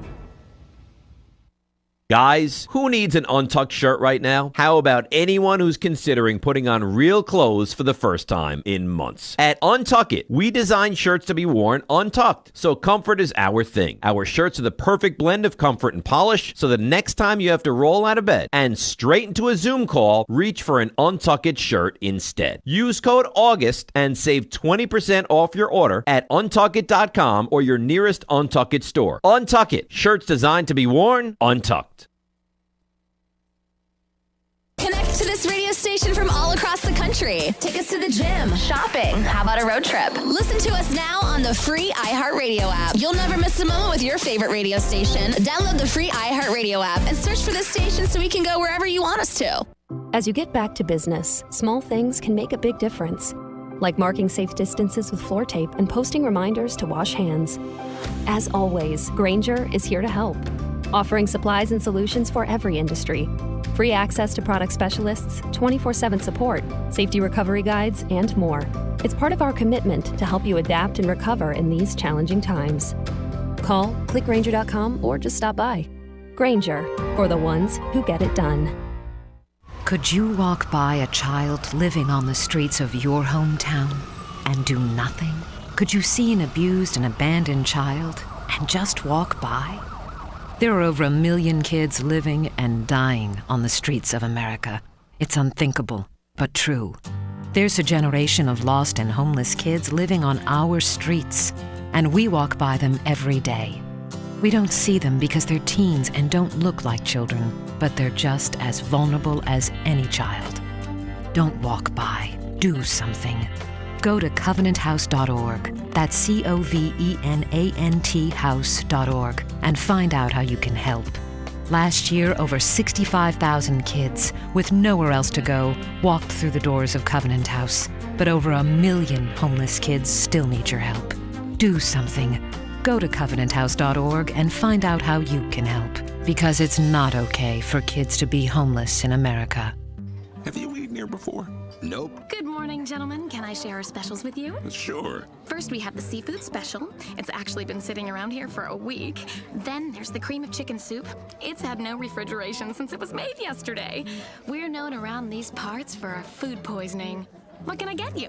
Yeah, don't think we can stay for lunch. Wouldn't it be great if you could be warned of life's risks? If you have diabetes, you can. There's a simple blood test called A1C that can help measure your risk of complications from diabetes. Why is it important? Because more than 600 people every day die from diabetes and its complications. If your A1C is above 7, your doctor can show you how to lower it. If you have diabetes, know your risk.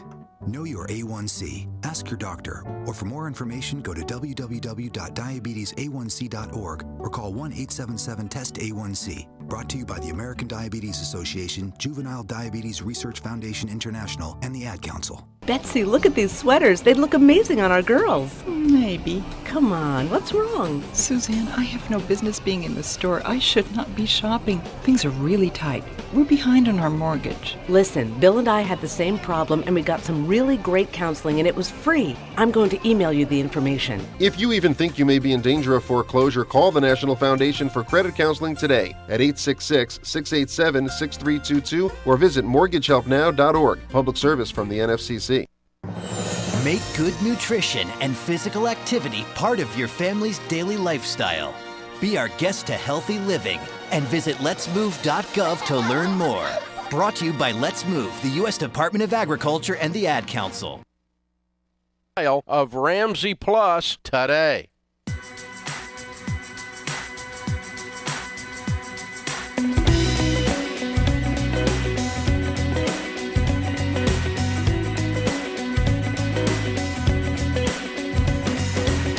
Ramsey personality Ken Coleman is my co-host today here on the Dave Ramsey Show. In Springfield, Missouri, Justin and Alicia are calling in to do their debt-free scream. Hey, guys, how are you? Hey, Dave. We're good. Welcome. How much have you paid off? Oh, we paid off $51,950.80. And how long did this take? It took us 2 years and 7 months. All right. And your range of income during that 2 years and 7 months? Well, we started with $56,000 and we ended with $46,000. Okay, cool. So what kind of debt was the $52,000? Oh, pretty much a little bit of everything. We had 2 auto loans. I had a FSA youth loan, and then we had 6 credit cards. Wow. Okay. So you were kind of normal. Yep, just a little bit. How old are you two? I am 26. And Alicia, how old are you? 24. Awesome. Very cool. So what happened 2 years and 7 months ago that put you on this journey? Oh, great story. We were actually in Okinawa because that's where I was stationed in 2016, and I had started a men's Bible study at our church, or joined it, and it was the 33 series, and it talked about the man being the financial provider in the marriage, and it talked about being able to give your wife the option not to work outside of the house, and it mentioned you, and at that point in time, I had never even heard of you, and I felt like God was really just speaking to us about something we talked about. So I read your book, The Total Money Makeover. Actually, I listened to it about 30 times on my... You there? I'm here. Can you hear me? Yeah, you're cutting in and out. Okay. So you listened to the book 30-something times, and then what? Yep, and then it just really got me on track to want to provide a better way for my family and change that tree. Cool. So, Alicia, he comes home and he's kind of gone crazy. What'd you say? Oh, gosh, Dave, I wanted to be normal. I was not the person on board. He jokes with me, and we listened to your show several times about your name being a cuss word in our home, and that was it. He was just hounding me all the time, and at the time, I've done some self-growth there. I was being selfish. I wanted to continue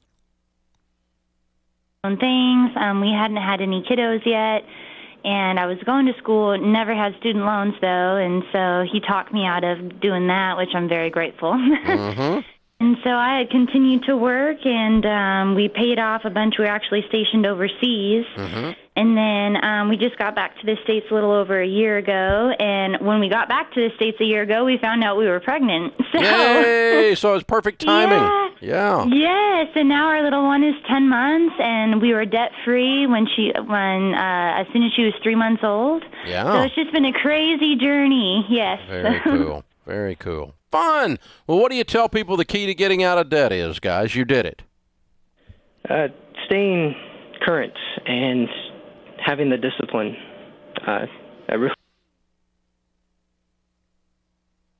No discipline seems pleasant at the time, but later on it yields a harvest of righteousness. That, and I listen to your radio show just about every day. So just hearing everyone else doing the debt-free scream, it really kept me motivated to get to that point. What was the hardest? What was the hardest part of this for y'all? Changing our lifestyle. Stop going out to eat with my friends at work. Brown bagging our lunch. Mm-hmm. And saying no to people when it meant to go and spend stuff. Which is funny. Is actually my coworkers at my last station. They put on my going away plaque a quote that said, "That's not Dave Ramsey or." Not Dave Ramsey approved. Well, very cool, you guys. Very cool. Well, we've got a copy of Chris Hogan's book for you, Everyday Millionaires. We're very proud of you, heroes. Well done. Thank you for your service. We appreciate that. And Justin and Alicia, $52,000 paid off in 2 years and 7 months, making 56 to 46. Count it down. Let's hear a debt-free scream.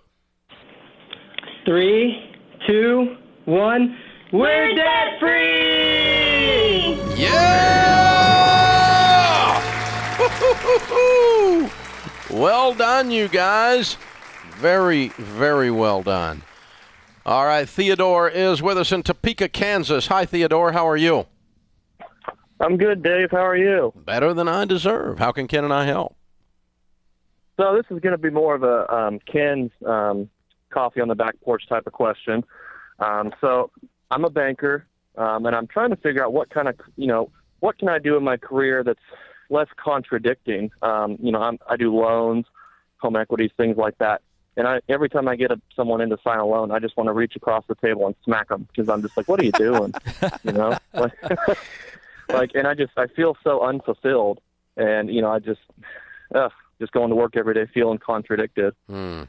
Yeah. Well, so you've been thinking about this long enough to make this phone call. The question is, have you put any thought into what you would really love to do? Whether or not you think you're qualified for it or not, I just want to know, what would you love to do if we could just transition you out of this and you start Monday morning? Guaranteed success. What would you do? I'd love to financially coach people, to be quite honest with you. Not necessarily as an investment advisor, but just walk people through their finances. Yeah, why is that? Give me the why.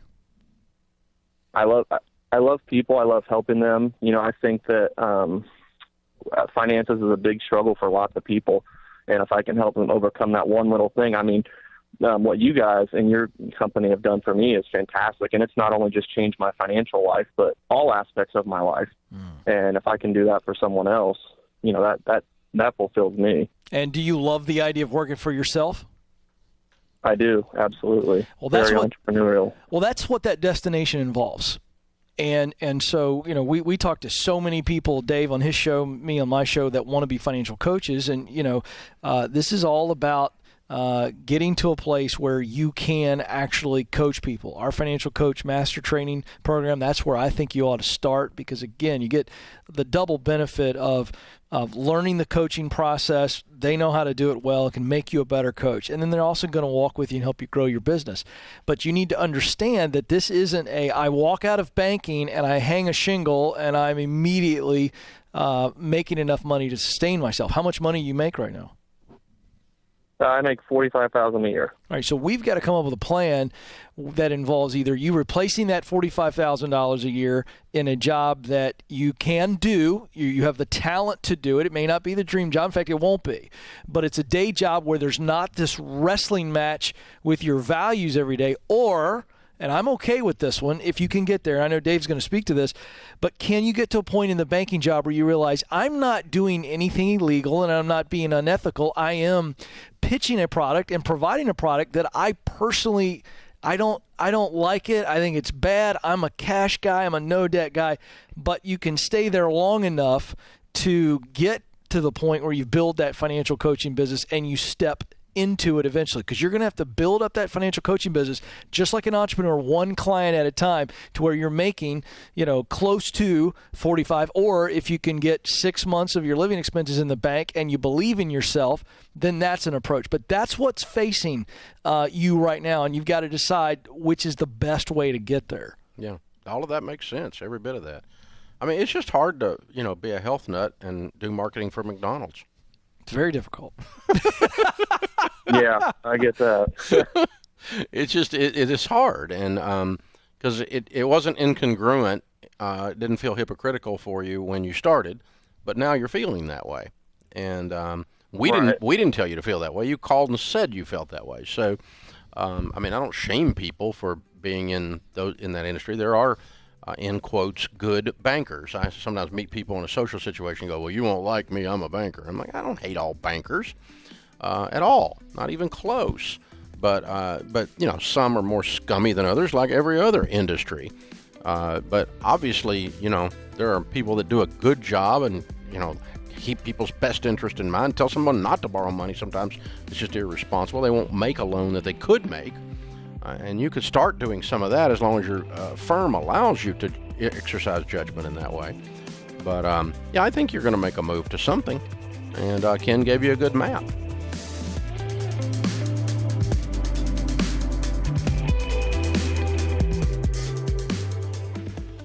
As a parent, you want your teen to be prepared, especially when it comes to making decisions about money. And if recent times have taught us anything, it's that we never want our kids to be caught off guard and feel financial stress like millions of Americans recently experienced. That's exactly why we created our fully digital Foundations in Personal Finance High School Edition for self-study. This course is self-paced, fully digital, and will teach your teens about budgeting, saving, avoiding debt, investing, insurance, careers, and more, with no instructor needed. Parents, go to DaveRamsey.com/self-study to get Foundations in Personal Finance and to check out all the different courses available for your middle and high school students. When it comes to money, your teen can be confident, empowered, and ready to tackle whatever life throws their way. DaveRamsey.com/self-study. This is nice. I was hoping you'd like it. It's my special recipe. I'm sorry, sir, but it appears as though your credit card has been declined. Did everyone hear that? This person right here, credit card declined. If we can please have an awkward silence the next 10 seconds. Whoa, what's with the megaphone? Just trying to properly illustrate your embarrassment and humiliation to the public, sir. What? If everyone could start mumbling and shaking their heads. Nice. Ma'am, I like that with the pointing. He's shaking like a leaf. Good job. Hey, buddy, please. I'm with a date here. Look, so I'm late on a few payments. I'll make it up next month. Promise. Mm-hmm. He promises to pay it all back next month. Can we have an aww? Don't worry, Adam. It happens to everybody. This has no effect on our date whatsoever. Really? Yes, really. There just won't be another one. See ya. And she's off. Wait, come back. I have other cards. I have other restaurants. Putting more on your card than you can afford to spend can lead to even bigger problems, like public humiliation. Don't let your credit put you in a bad place. Go to controlyourcredit.gov. Brought to you by the U.S. Department of Treasury and the Ad Council. Attention parents of young children. The following is a partial list of things that are probably happening in your back seat that you're completely unaware of. A food item is probably being stuffed into a crack. A strange sticky substance is being spread everywhere. Deep, sustained, nasal exploration. Someone is probably making faces. Hitting back. The cleaning of muddy shoes. Farting! Something is probably spilling. Gum is lodging in hair. And your kids are probably riding in car seats that are being used incorrectly. In fact, 3 out of 4 kids are not as safe as they should be. But the latch system is in most cars and makes it easier to get it right. Just attach the top tether and the lower anchors. The ones down near the old sandwich and the melted down crayons. Anchor, tether, latch. The next generation of child safety. A message from the U.S. Department of Transportation and the Ad Council. Men, make sure you're around for your families. Get the test you need at the doctor. Disease can be detected early and treated. For a list of medical tests every man should have, go to ahrq.gov. A public service announcement brought to you by the U.S. Department of Health and Human Services and the Ad Council.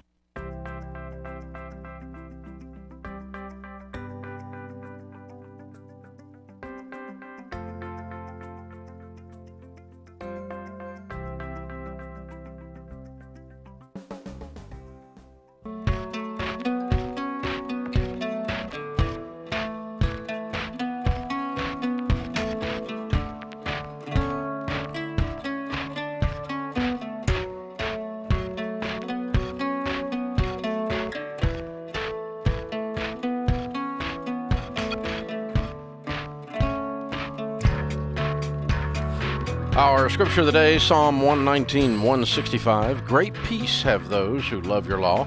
Nothing can make them stumble.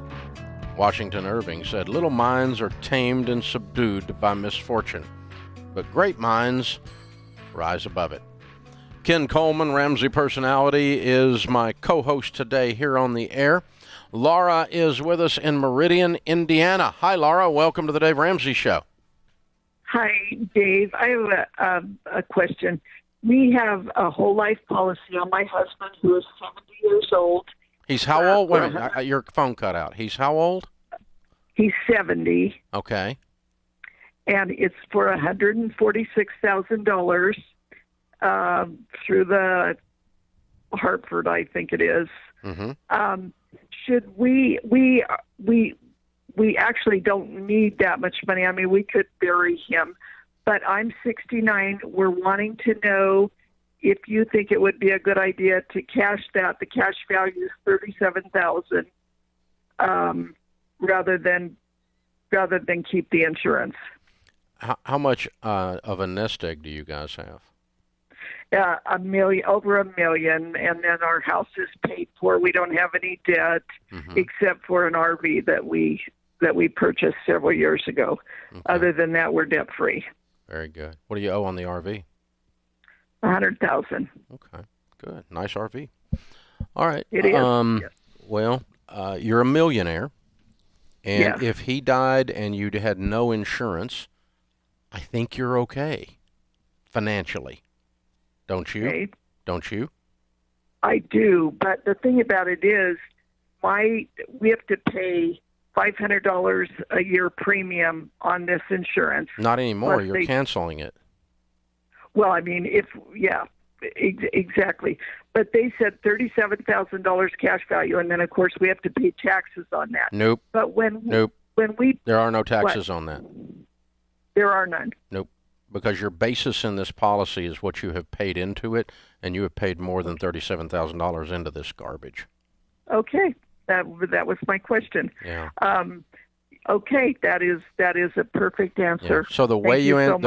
the way you answer the question is, do I have enough? Am I okay if he passes away financially? Am I okay if he passes away and we don't have this insurance? If the answer is yes, then you can afford to get rid of the insurance. If you had zero money, I might be telling you to keep it, right? Okay. You see the difference? But I do see the difference. Yeah, it's not a good policy, and it's a horrible place to have that $37,000 sitting. I'd rather you pay that on that RV, and let's get that RV paid off and get rid of that $500 bill. And then just make sure you've got everything lined out with the investments. You know where they are. He knows where they are. We have a plan when either one of you passes so that the other one knows exactly where everything is and how it's going to go down and how you're going to be taken care of with that $1 million. Very well done, Laura. Very impressive. Everyday millionaires can. Yeah, really impressive. Would you recommend they do anything else with all that money they've got to pay off that RV, or you're just saying slap the $37,000 on I'd slap it? the 37. I'd find another 60 somewhere out of that million and pay it off. Yeah, because that's a sweet ride, I guess. I'd be debt free. Yeah, and they're millionaires. They can afford the RV, but I wouldn't be running around with payments on it. No. But you're right. And let's clear the whole life policy, clear the debt, and then you got a real clean, very straightforward situation. Make sure there's a good will. Everyone needs a good will, and you know your kids, and if you've got children, and Each of you as spouses need to know where everything is and what the next step is when someone passes. Open phones at 888-825-5225. Up next is going to be Ray in Houston, Texas. Hi, Ray. Welcome to the Dave Ramsey Show. Hey, gentlemen. Thanks for taking my call. Sure. What's up? Hey, so I just had a potential career change question. Currently, I'm a pilot, and my wife and I, we make really good money, but I feel like I want to become a financial planner. I love flying. It's great when there's not a pandemic going on, but the impending furloughs is, getting to be too much, and now I have a family to think of with a new wife and everything. So I want to be a financial planner, and I can get a CFP certificate, or I don't know if that holds enough weight without getting an MBA in like finance or a CFA or something like that. So I was wondering if I can just get the certificate and be good, or if I should go ahead and get the MBA as well, or what I should do in that regard. CFP will be just fine. Okay. Yeah, you don't need an MBA right. to be. You don't need an MBA to be a planner. Not at all. Right. And CFP is a more the CFP is a more stringent course study than an MBA study is when it comes to the issues of personal investing. You can get an MBA and not learn anything about personal investing. That's fair. And the CFP is laser focused on that. The degree. Yeah, and it's very stringent. I mean, it's like getting a CPA. It's a very tough program, and so it's a good program. I will warn you to go ahead and prepare yourself to challenge some of the standard conventions of the financial world, because some of the stuff that's taught in CFP coursework I don't agree with. In other words. But it is a wonderful designation, and the knowledge base is very thorough and very good. I just don't want you to become part of a herd, is all I'm saying. Keep the ability to think for yourself in that process. But so Ken, we're having like a rash of people want to be financial planners or financial coaches. What do you get this every day on your show? You would be surprised at how many people want to be either financial coaches or they're not saying career coaches because that's not as widely known of a term. You hear life coaches. But we get a lot of people that I'll ask them. Want to do what you do, they want to do what I do. And I go, oh, you want to do what I do? Yeah. Or you want to do what Dave does? And that's to be expected because they've had profound life change happen, more so on your side of the aisle. But I want to address something very quickly because I think there are a lot of people that fall into the myth that Ray fell into. Twice he asked you. Twice. He came back to the same question. He said, so you don't think the MBA will give me more credibility? He didn't use the word credibility, but I'm inserting the word credibility. That's what he was saying. And there's this myth out there that a graduate degree is going to make me more impressive. Now, is a graduate degree impressive? Yes. But in this particular situation, the CFP is much more relevant, A, and then B, if he spends his time connecting with other financial planners that are successful and he begins to go to lunch with them and say, tell me what was really worked for you in your first 2 to 3 years, and really go to school on studying successful people in that field and making good connections, they are going to see his humility, they're going to see his hunger, and they're going to see his gratitude if he does all three of those things, and I expect that he would. And they will open up doors for him that the MBA would never open up. And I just want to point that out. In this situation, he was thinking, well, if I get the MBA, it makes my name look more impressive. No, it doesn't. No, it doesn't at all. Yeah, because truthfully, probably 90% of the people that come to you for help with their finances don't know what either one of those are. No. And don't care. They just want help. Can you help me? I've never asked one of my doctors to go to the back of his office and pull out his diploma and show me before he treated me. Yeah. Not once. Not once. Nor did I ask where they went to school. That's right. Not once. Not with an attorney. The only thing I'm asking is, can you win? That's the only thing I'm asking. Can you do the job? Can you get the trademark done? Can you execute the contract? Can you all I care, I don't really care whether you went to Cornell. I don't really care. I just want to know, can you get it done? And if you can get it done, you don't really have to have anything after your name except what the law requires. Yeah. And by the way, they'll go tell 10 other people that you helped change their future. Yeah. And that's how you grow your business. I don't have a CFP. Yeah. I don't have an MBA. Neither do I. I don't have a graduate degree. Yeah. I'm a lowly undergrad. I don't even have that.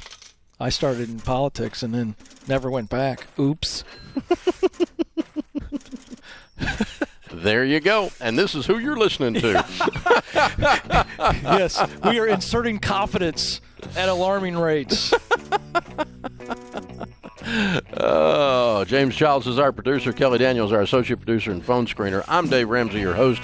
We'll be back with you before you know it. In the meantime, remember, there's ultimately only one way to financial peace, and that's to walk daily with the Prince of Peace, Christ Jesus.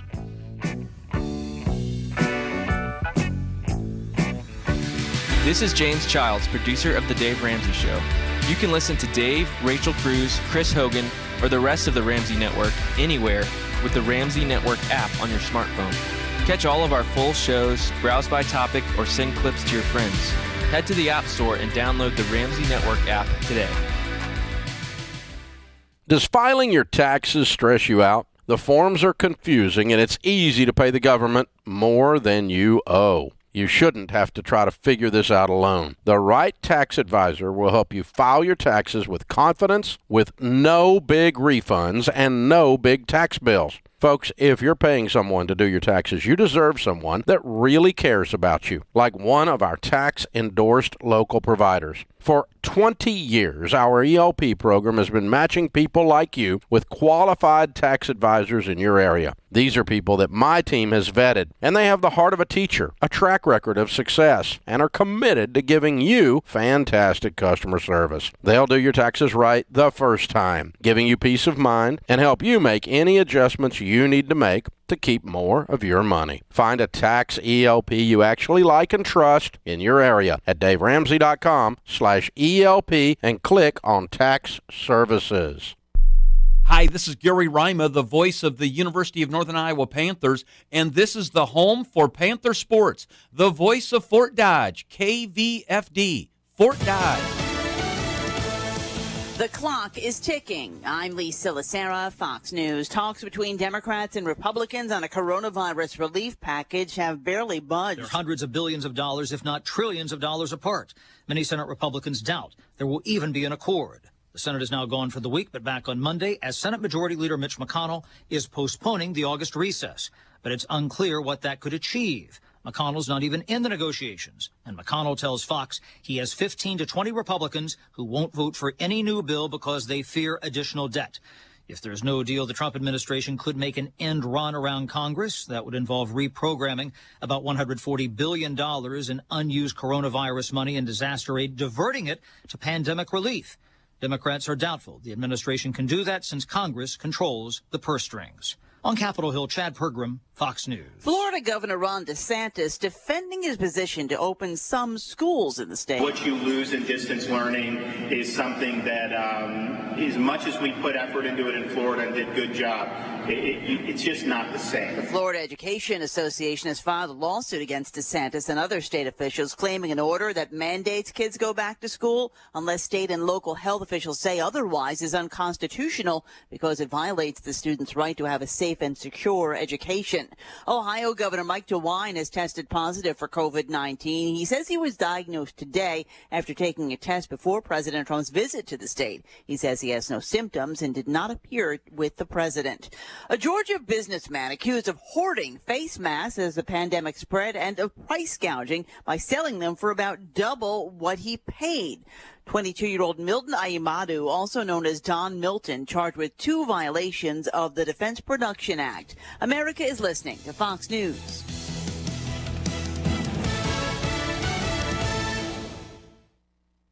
They had snuck in the night and committed these murders. Nobody had a clue about who or a why. You got 8 people dead, and things like that don't usually happen in a small town. I mean, they don't usually happen anywhere, and it was just a real shock. 4+ years after these murders, and they couldn't have written a more sinister story than what's playing out in Pike County, Ohio right now. Listen to the Piketon Massacre wherever you get your podcasts. Capital One checking and savings accounts have no fees or minimums, and a top-rated banking app that lets you manage your money anytime, anywhere, even from your favorite hiking trail. With Capital One's app, you can check your balance, deposit checks, pay bills, and transfer money from wherever you are anytime you want, even when you're cooking dinner. Open a fee-free checking or savings account online in about 5 minutes. This is banking reimagined. Capital One, what's in your wallet? Consumer accounts only. Approval required. Terms apply. Capital One N.A. member FDIC. The acting head of the Homeland Security Department on Capitol Hill today, where he answered questions about the deployment of federal officers to recent protests. Saying inaction is not an option. Acting DHS Chief Chad Wolf defended the response to protests in Portland, Oregon, saying federal officers took action because local authorities did not. Democratic Senator Kamala Harris wanted to know, have you checked with medical experts about the impact of those chemical irritants on pregnant women? Not on pregnant women, I have not. I would advise you to do that. Wolf said more than 200 officers have been injured. The agency has received a number of complaints, but no DHS officials have been terminated or disciplined for use of excessive force. Rachel Sutherland, Fox News. The Trump administration has rescinded its warnings to Americans against all international travel due to the pandemic, now saying conditions no longer warrant a blanket worldwide alert. Another congressman has contracted COVID-19. In a statement, Illinois Congressman Rodney Davis says he and his wife both tested for coronavirus this week after he experienced an elevated temperature, and that his test came back positive, though also saying that he's showing no other symptoms and that he's feeling fine. The 50-year-old Republican congressman now postponing planned public events and in quarantine at home until he tests negative for the virus. Davis represents the 13th Congressional District in central and southwestern Illinois.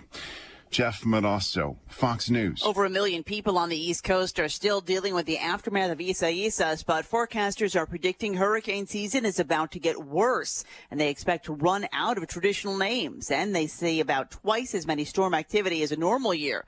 NOAA is now predicting between 19 and 25 named storms, and it expects 7 to become hurricanes. I'm Lisa Lacera, and this is Fox News.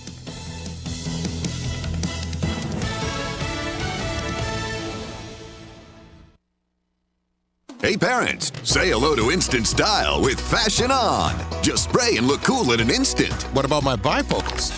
Hey, I can't see. But your kids can see you, and trust me, they see fashion. Fashion On is not available in stores because it doesn't exist. But that's okay. You don't have to be perfect to be a perfect parent. Because kids in foster care don't need perfection. They need you. For more information on how you can adopt, go to adoptuskids.org. Brought to you by the U.S. Department of Health and Human Services, Adopt Us Kids, and the Ad Council. Here's the AM 1400 KVFD weatherology forecast. Mainly cloudy skies expected tonight with a chance for isolated storms. Lows dip down to about 66. Southeast winds 8 to 15 miles an hour. Highs level off around 86. Tomorrow, partly cloudy. Chance for scattered storms tomorrow night. Lows level off around 71. Mainly cloudy. From the Weatherology Weather Center, I'm staff meteorologist Derek Height. Currently, it's 72 degrees.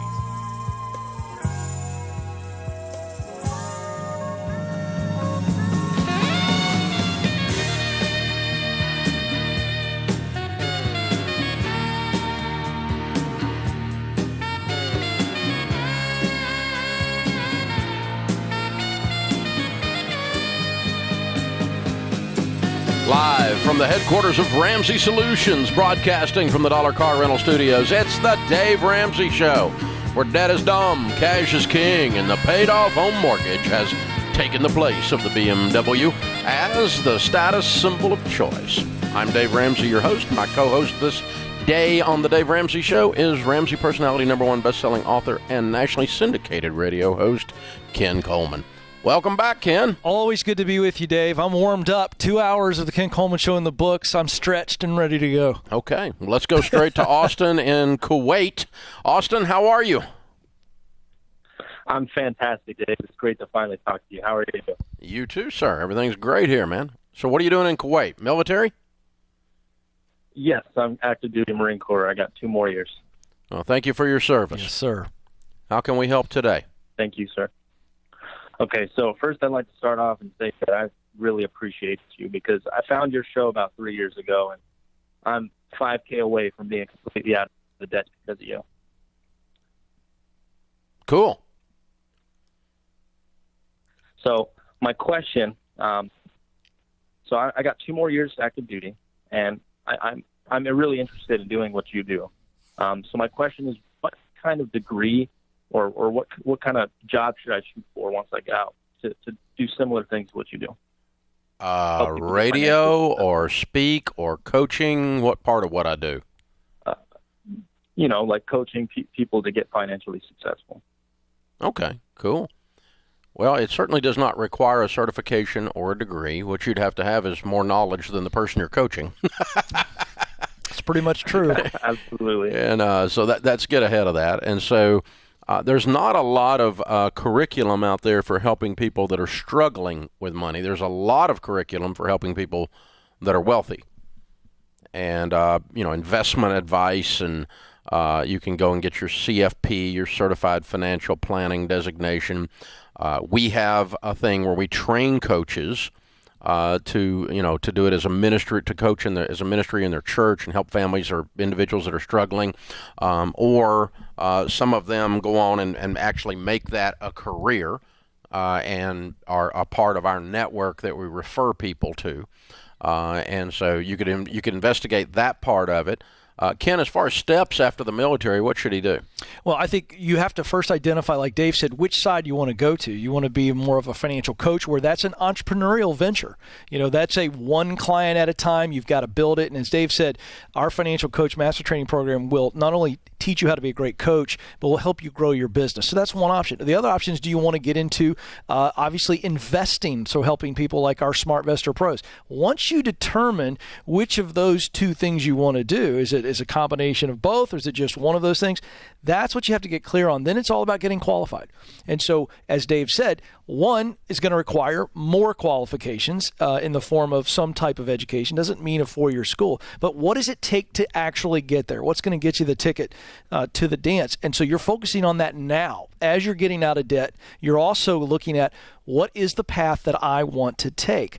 And from that standpoint, once you get really clear on that, then you start to walk that out now, so that as you get out of the military, now you're not trying to get caught up and get qualified. You're taking those steps as you can while still in the military. And I would tell you, Dave, the advice I give anybody like this is clarify and verify. So that's talk to some financial coaches, get online, find people who are doing it successfully, not the person, like you say, the shop teacher without any fingers. Don't want to talk to him about building anything, right? But the idea here is we want to talk to successful people who are winning and ask them, what do you love most about your day? Is there a part of your day you don't like? How'd you get there? How'd you build the business? Which way did you go? These things are super important. And as you're clarifying, it's like doing a college research paper on somebody. Your heart will begin to verify if that's the work you actually want to do. And that's how you get real clarity. Yeah. The way that I ended up starting this, Austin, is not necessarily the path you would want to take, but you might take a page out of that book. I started just coaching families at my church. And I had gone broke, and I had learned these principles from Scripture, and I was applying them in my own life. And the pastor said, hey, can you help this guy who's in foreclosure? I'm like, yep, I used to buy foreclosures, then I was one, so I can help him. And so I sat down with them, helped them get their home saved, and negotiated with the mortgage company. And it was all volunteer. There was no money involved, and there was no certification involved of any kind, actually no training involved. I just stepped in and started doing it. From my life experiences, I was able to do that. Then that evolved from there to where someone started paying me to do that over time. So you could, while you're in this last 2 years, work with the chaplaincy. A lot of the chaplains teach Financial Peace University in Ramsey Plus now. And you could work with the chaplaincy, get a financial peace class going, and just coach those guys and gals in the class. That's absolutely step one. And you could do the financial coach master training online, and which it's online, so you can do that, the first steps of that. And that way you could kind of get your foot in the water while you're still a Marine. Yeah, you're trying it out. I guess you're always a Marine, but while you're still active duty Marine. But then you could say, well, I don't think I really want to do this, before you actually ran out of your contract with the military. There's a lot of ways you could serve the men and women right around you on a voluntary basis right now. It wouldn't be a paid gig, but again, it's you work with your local with your chaplaincy there. I'm sure they're probably already teaching financial peace. We teach it to hundreds of thousands of military worldwide every year. So, hey, again, thank you for your service, and if we can help you, sir, anytime, you let us know. Open phones at 888-825-5225. Will is in New Hampshire. Hey, Will, welcome to the Dave Ramsey Show. Thank you, Dave, for taking my call. How are you? Better than I deserve. What's up? Hey, I'm on baby step 2, and I found you last year. I was like $500,000 worth of debt, and I'm glad I found you before my daughter is going to college. I advised her that she was going into community college because we had no money. Well, her dreams went down when I said that to her. Basically, my question is, she's working 2 jobs right now through the summer, saving money for the community college that is already paid through a scholarship for 2 years, but then she has to transfer to a university to finish what she wants to do. Mm-hmm. She's have about $5,000 saved working on it. Mm-hmm. And her and I had a fight the other day because out of her paycheck, I only let her keep $50. And she says it's not fair. I don't know if I'm being too strong on her out of her paycheck because she doesn't pay gas, she doesn't pay electric, she doesn't pay insurance for the car. I cover everything so that way when she works, she gives me her paycheck and I give her $50. And it all goes into her savings for her education? Yes, sir. Okay. Well, what happened is she doesn't have any dignity because she's not participated in the decision. I think what you're doing is correct. How you're doing it is wrong. And that means that you need to sell her the dream that you have for her. And when she adopts the dream that you have for her, which is a good dream, you're doing it well, then she will voluntarily want to do that. Because if you want to go to school and you want to finish, this is how we're going to do it. And I'm going to help you. This is the Dave Ramsey Show.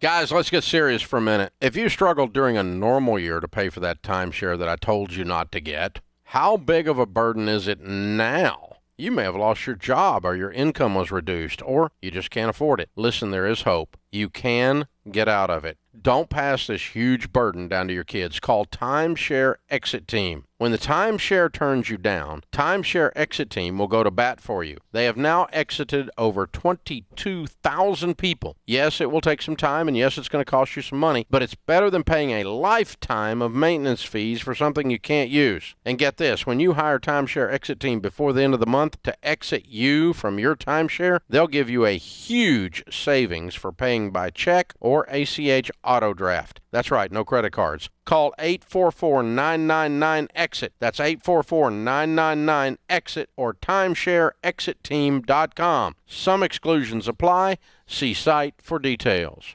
People all over the country are discovering a faith-based and budget-friendly way of meeting healthcare costs through Christian Healthcare Ministries. Christian Healthcare Ministries, or CHM, is a nonprofit organization that helps members carry one another's burdens with healthcare expenses, and they have successfully shared each other's medical bills for nearly 40 years. See if CHM is right for you by visiting chministries.org. CHM is a proud sponsor of Dave Ramsey Live Events. Let's talk HSAs. When you want to save money on your health insurance, you absolutely need a health savings account. But not all HSAs are created equal. Health Equity is by far the only HSA I trust to super serve my listeners. They're available 24/7, 365 days a year to get you the answers you need, and you'll only wait about 13 seconds to talk to a live person right here in the old U.S. Folks, I personally use Health Equity. Sign up now at healthequity.com. Grief is a natural part of life. As hard as it is, we must find ways through it and not around it. We at Gunderson's help guide families through one of life's most difficult times, the death of a loved one. We are here to listen, hear your stories, and help create healing ceremonies, the first step in acknowledging and honoring your grief. We provide options, support, and answer questions when you need us most. The journey of grief is not one to walk alone. Gunderson's is here for you. My name is Dale Pazinski. I'm 19 years old, and this is how I live united. I've always been kind of a computer geek, and I found a way to use those skills to help the homeless in my community. For people facing hard times, computer skills and a basic resume are so important. It may seem like a small thing, but it makes a huge difference in people's lives. So with United Way, I created a program where I work with the homeless. Together, we go through their whole job history, write a resume, and then save it on their very own USB drive. We provide workbooks and training certificates. I even budgeted for cupcakes so we can celebrate as a class when one of our people gets a job. That's huge. When somebody says, "Hey man, that job that you helped me apply for, I got it." That's what Living United feels like to me. My name is Dale Pazinski. I help people achieve financial independence. So I don't just wear the shirt, I live it.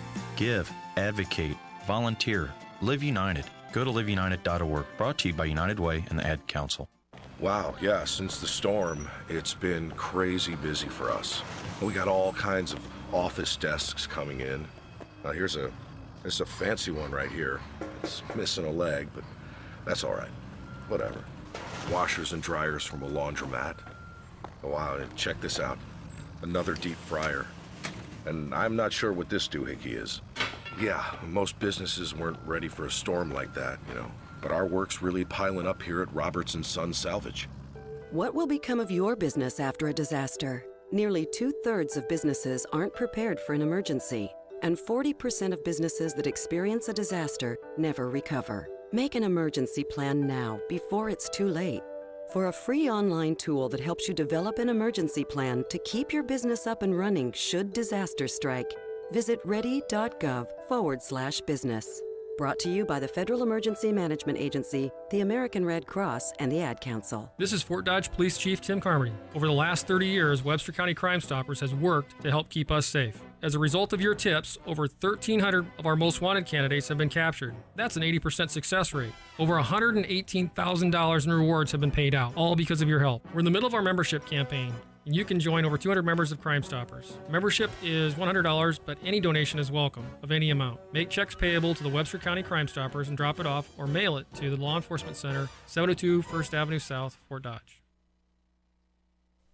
To $14.27 trillion as of June 30th. The most notable decline in consumer debt came from credit card spending, where balances fell $76 billion in the second quarter, the steepest decline in the history of the New York Fed's data. Auto and student loan balances were roughly flat. The data shows signs of caution over consumer spending. Well, no kidding. Mortgage balances, however, continued to rise and added $63 billion. So basically, we got student loans flat. We got, and to the extent that this particular region of the Fed is indicative of everything else, we don't know about that for sure, but it makes sense. It makes sense. So credit card debt's down, student loan debt's flat, mortgages are up because people are buying houses still, and auto loans are basically flat. Our auto debt is flat. So what it amounts to is that people weren't going to restaurants, and they weren't traveling, and they weren't using their credit cards, and they paid them down because they were scared. That's right. Some good news, though, in this. In June, we saw consumer spending rise by 5.6%. So that speaks to some confidence. And the delinquency rates on mortgages ticked down as well. And that's in freaking New York region. That's right.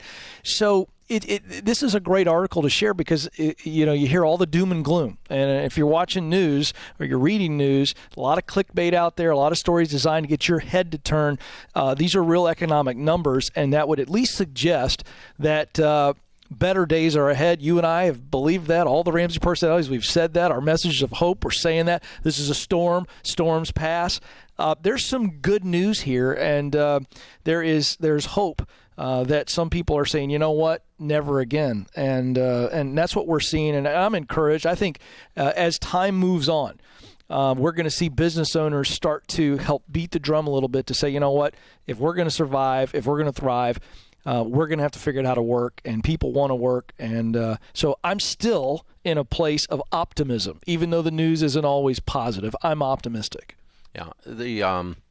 I think one of the things that's negative, not out of this article, but overall is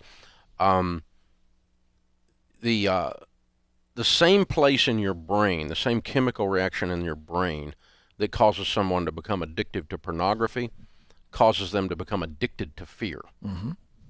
And some of these news channels have basically been putting out fear porn for about 4 months now. And they've gotten record ratings off of it. It's working for them. And they find a news story occasionally to move on from it, but they go right back to fear porn because it's working for them. And some of you have watched the news so much that you've become addicted to fear. And you spend your whole life just trembling. What happens when you do that is you lose your critical thinking skills. So you no longer have the ability to look at mask data or social distancing data or death rates with a clear mind. You no longer can look at the inconsistencies in the testing processes with a clear mind and come to a reasonable common sense conclusion. Instead, your octaves go up because your throat is tight and you screech at someone in the grocery store. Yeah. Because you're addicted to fear. You've gotten hooked on fear porn. Mm-hmm. And so no one can reason with you because you've lost your freaking mind. Yeah. Those people are seeing a threat everywhere. They're seeing a threat everywhere. You know, it's interesting you talk about the part of the brain. You can look this up, Google lizard brain, and that's become kind of the common man description of that part of our brain, but it really does protect us. The brain is designed to protect us, and it's called fight or flight. And so what Dave's talking about, folks, is absolutely backed up from neuroscience, that when we get so focused on fear, our brain will put us into one or two places, and we get to choose. Most people, Dave, as you're saying, are choosing flight. I'm afraid. I'm going to contract everything in my life. I'm not going to go anywhere. I'm not going to do anything. I'm going to freak out, and I'm going to get in this bunker and I'm going to be mad mentality. At anybody who doesn't do what I do. That's the issue. Or what if we choose the fight mechanism and say, you know what, look, this is out of our control. A lot of this is out of our control. But what can I control? Well, I can control what I focus on. I can find good stories that aren't just kumbaya, cotton candy. I'm talking some of the data we've given you here. The jobs numbers, new job numbers came out today.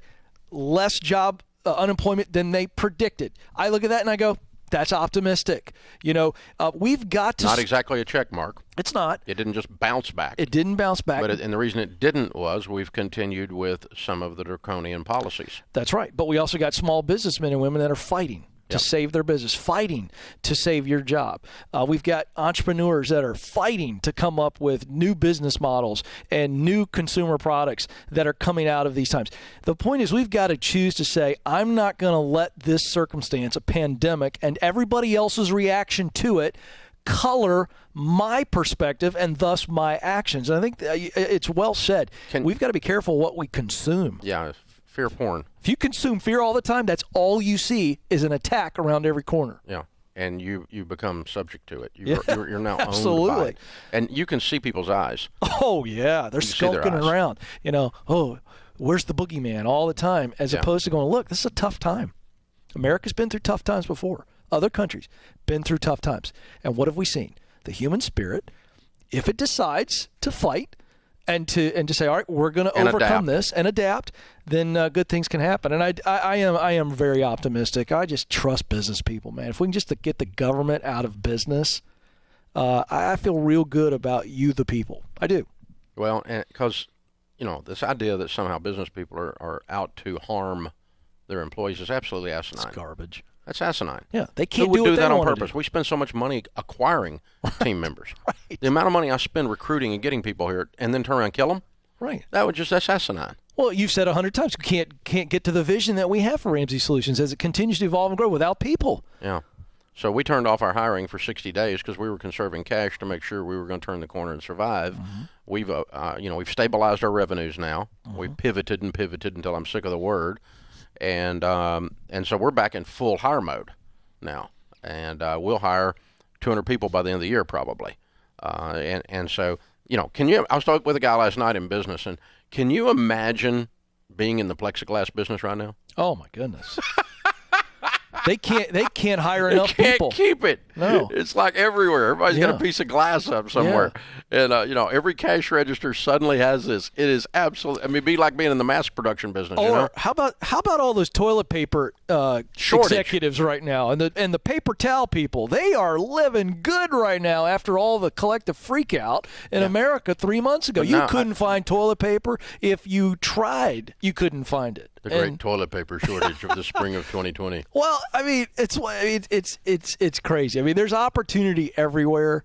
Gosh, we just have to infect people. I know you're going to get on that word, but I chose it on purpose.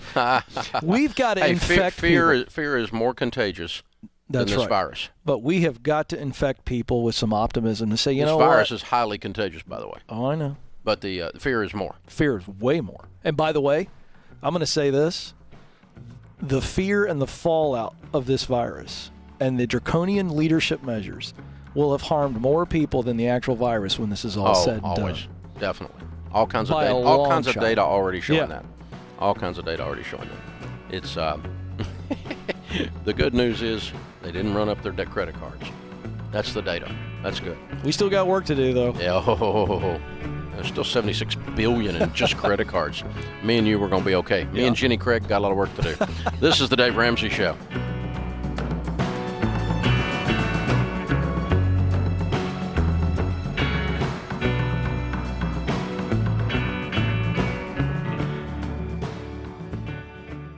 The average family spends thousands on prescription medications each year. It's ridiculous. Get Single Care's free prescription discount card. You could save up to 80% on your prescriptions from all the major pharmacies across the country, including CVS and Walgreens. In fact, it often beats the copay price. Take 10 seconds to check out the Single Care price and save. Go to singlecare.com or download the Single Care app now.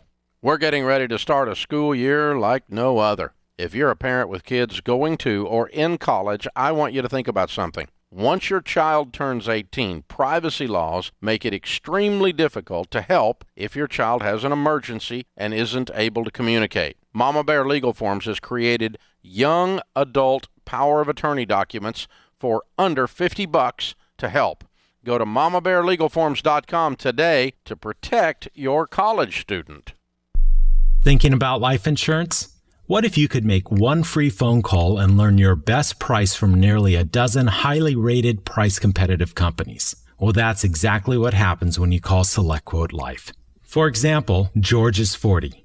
He was getting sky-high quotes from other companies because he takes meds to control his blood pressure. But when I shopped around, I found him a 10-year, $500,000 policy for under $25 a month. I'm SelectQuote agent Dan Savino. And believe me, if SelectQuote isn't shopping for your life insurance, you're probably paying too much. For your free quote, call 800-721-4880. That's 800-721-4880. 800-721-4880. Or go to SelectQuote.com. Since 1985, we shop, you save. Get full details on the example policy at SelectQuote.com/commercials. Or price could vary depending on your health, issuing company, and other factors. Not available in all states. So Justin, I was playing that video game Forest Brigade, and it was pretty cool. I was running down this digital path, and I met this digital frog, and he was all like... And then I went playing in this virtual stream where this water, it looked almost real. It was this whole electronic forest world. So what did you do? Well, my parents took me to the forest, the real forest, where I was running down this, it was an actual path. Then I saw this real-life frog. It was all like... ribbit, and I saw an owl too. Then I played in this amazing stream with water around my ankles, like wet water. Then me and my sister and my parents sat around a campfire and told cool stories all night long. Oh, that's pretty cool too. This weekend, unplug. Getting closer to nature can get you closer to your family.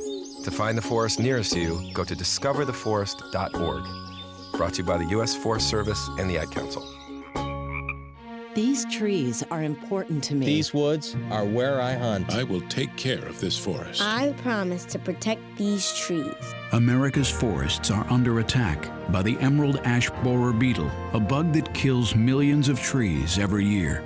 It lives in firewood, and when people move firewood, they spread the beetle and the destruction. From homes to campsites, cabins to neighborhoods, this state and our woods are now on the front lines. Help stop the beetle. Promise you won't move firewood. I promise to stop the devastation. I promise not to move firewood. To burn it where I buy it. These trees are too important. I won't lose them to some bug. I promise not to move firewood. These woods will stand. I promise. Will you promise? The future of America's trees is in your hands. Get the full story and promise you won't move firewood at stopthebeetle.info. A message from the USDA. What if your brother or your husband or your daughter? What if your son came back from the service with a spinal cord injury? A quadriplegic. A paraplegic. In a wheelchair. When they volunteer to serve, we expect our country to be there for them if they are injured. For more than 60 years, Paralyzed Veterans of America has been fighting to ensure that we receive all of the benefits that we've earned. Benefits to help with medical care, rehabilitation and training. And our dedicated professionals know how to navigate the system, so our injured veterans can concentrate on getting well. Thank you, Paralyzed Veterans, for helping our daughter. My husband. My son. Thank you, Paralyzed Veterans of America, for helping my brother. To learn how you can help our injured veterans, visit Paralyzed Veterans of America at pva.org. A public service of Paralyzed Veterans of America.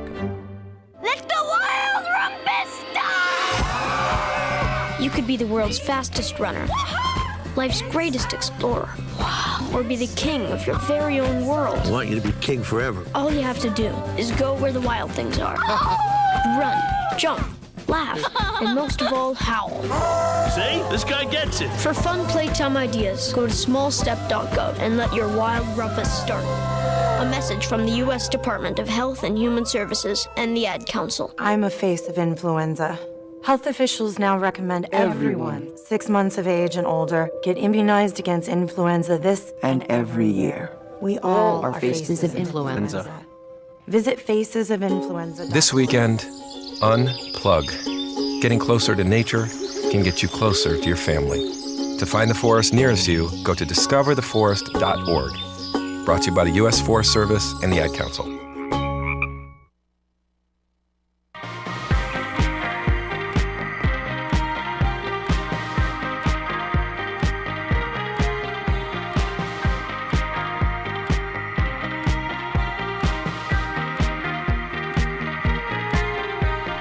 Our question of the day comes from Blinds.com. Find out for yourself why Blinds.com is the #1 online retailer of custom window coverings. Free samples, free shipping, new promos every month. Always use the magic word to get the discounts. Ramsey. That's the promo code, Ramsey. So Ken Coleman is my co-host on the air today, Ramsey personality. Ken, our question. Yes, Emily writes in from Georgia. She says, I'm interested in pursuing a career in copywriting, and an educational course that I'm looking at is $2,000. Are these types of courses a wise investment to kickstart a fledgling career, or are they a waste of money? Yes. Yes and yes.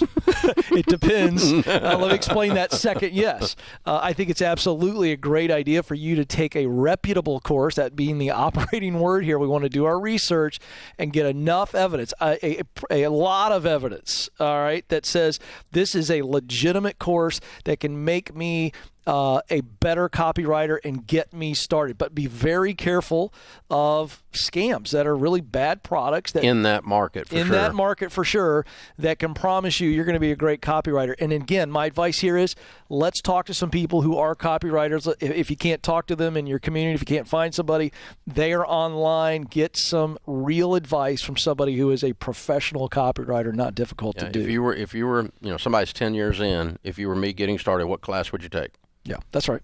And, call around, talk to somebody, even if they're a stranger, just get them on the phone and just randomly bother them. But if you can get somebody that actually knows a friend of a friend, say, hey, George told me you're a copywriter. Would you mind answering one question for me? That's right. If you were just starting your career, which class would you take? And they're going to go, don't take that one. Yeah. Also, there are a lot of colleges. The $2,000 scares me. That makes me think scam. Yeah, I would be concerned about that as well. Shouldn't be that much. Yeah, I mean, a couple of $100 for an audit a class at a community college and get started and start learning to put words together in a way. Typically, copywriting, there's a couple of different things you could do. I mean, technical writing, certainly, but copywriting generally means you're selling something. And so you have to develop your sales skills as well, and you're communicating persuasively your message, your branding message. And so anything where you're studying branding and you're studying sales and you're studying the word flow that causes that to happen is going to assist you in that process. Valerie is with us. Valerie is in San Diego. Hi, Valerie. How are you? Hi, I'm great. How are you guys? Great. How can we help? Yeah, so I am currently a naturopathic medical student. I'm 31, and I'm starting my second year of 5. I'm currently $174,000 in debt. Part of that includes $20K from my car and some from an MBA, and then $82 from my first year of school. I have 4 more years left, and I desire to be a wife and a mom one day as well. And part of my concern is once I finish school, the potential of what I'll make after. The average graduating ND makes about $90K. But there is a potential to make up to $300 and $400, and I know people doing that. But I'm concerned if I would be taking that into a future marriage. And I also own a marketing company, so I do have potential to make money building websites. So I just wanted to get your thoughts on all of that. I think the first question has to be, what is it that you want to do? If these money issues weren't at the forefront, and I understand why they are. But I mean, you've gone like 14 different directions. You got an MBA, you got a marketing company, now you're in med school. Yeah. What is, I mean. You got to figure out what you want to do. Then we figure out the path and how this is all going to play out. So what is it that you want to do? So I went into it wanting to change medicine. And I was going to do that by exploring the business side, learning more about the health, like the business side of healthcare, which I did, and now going into the ND naturopathic side. I see a potentially in politics in the future, but I kind of just feel like there's a lot going on. I also desire to be in ministry and healing. Okay, so here's the thing. There's a lot. Yeah, we got a lot, and that's not a bad thing, but that's going to create a lot. Do you also work on cars? What? Dave, he's being sarcastic. All right, so you do everything. You're amazing. Yeah. Well, it's okay to have a lot of desires, but we've got to start to rank these things, because I'm a firm believer that if I made you choose, that there's one that's higher up the ladder as it relates to your heart. So if we guaranteed success in all of these things, which is the one thing that if you could only choose one that you would choose? Yeah, like how old are you right now? 31. Okay, so when let's just picture the 51-year-old version of you, smiling, deeply satisfied, really fulfilled. What is that woman doing? A wife, a mom, and then also in ministry, doing something in healing, like being with a pastor or something like that. But I think I did the medical side to really just. I love healing, and I thought that would be a great route. But as I'm getting deeper into it and seeing the reality of the debt, I think that's kind of scaring me. Yeah. Well, it's not just that either. Let's go to the positive side of that answer. I think you have to listen to that. You want to be in ministry. You want to be a wife. You want to be a mom, and you want to minister to people in the same area that you've been looking at the medicine side. So I think your heart has revealed that it is ministry, not medicine. Mm-hmm. Now, the medicine side plays a part in the ministry aspect. But you've just been kicking the tires and you've been testing some things, but you've gotten yourself in a situation where it's been a real expensive test. But that doesn't mean that you can't go, whoa.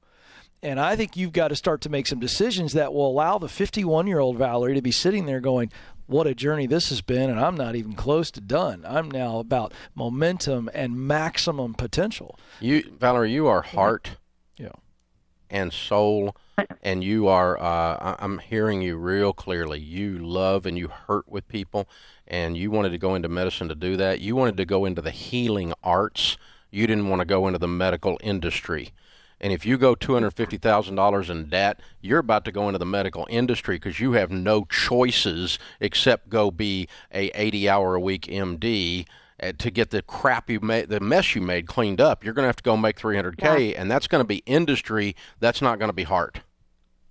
Exactly. Yeah. So let me just add one last piece to this. I think you need to stay in this marketing company that you have, work that you're pretty good at, okay? Because that'll give us, if we just do what we're good at, that'll get us some success.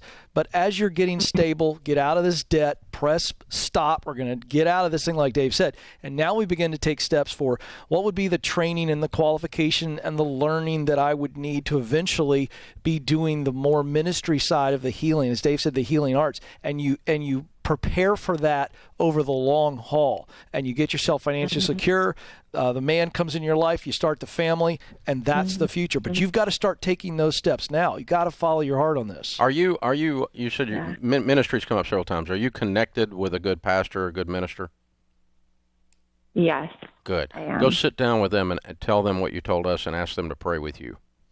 And in prayer, get peace about what we have said. We could be wrong, but you need to get a peace about it. Because when I said that to you a minute ago, you had a physical reaction, didn't you? Yes. Yeah.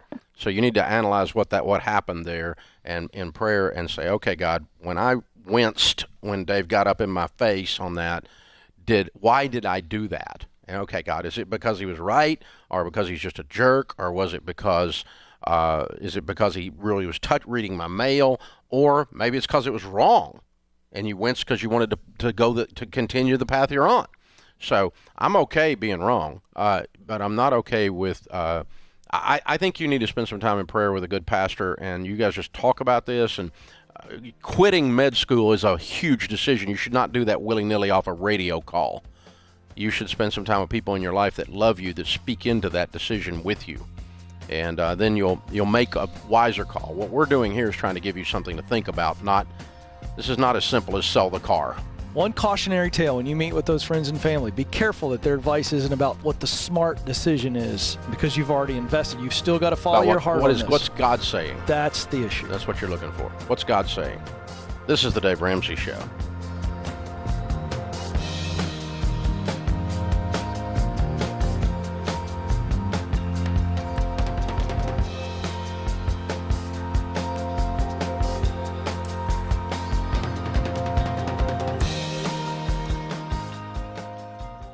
For over 20 years, I've recommended Zander Insurance and their term life programs. I'm still amazed at how many families have no life insurance or not enough and would be financially devastated if a spouse or parent died. It's inexcusable, since the cost of term life is just plain cheap. And Zander really has figured out a way to make it simple and straightforward. They only sell the plans I recommend, and their system is built to your needs. You pick your path. If you want to work online, you can compare all the companies and handle everything over the web, even signing up and getting your policy electronically.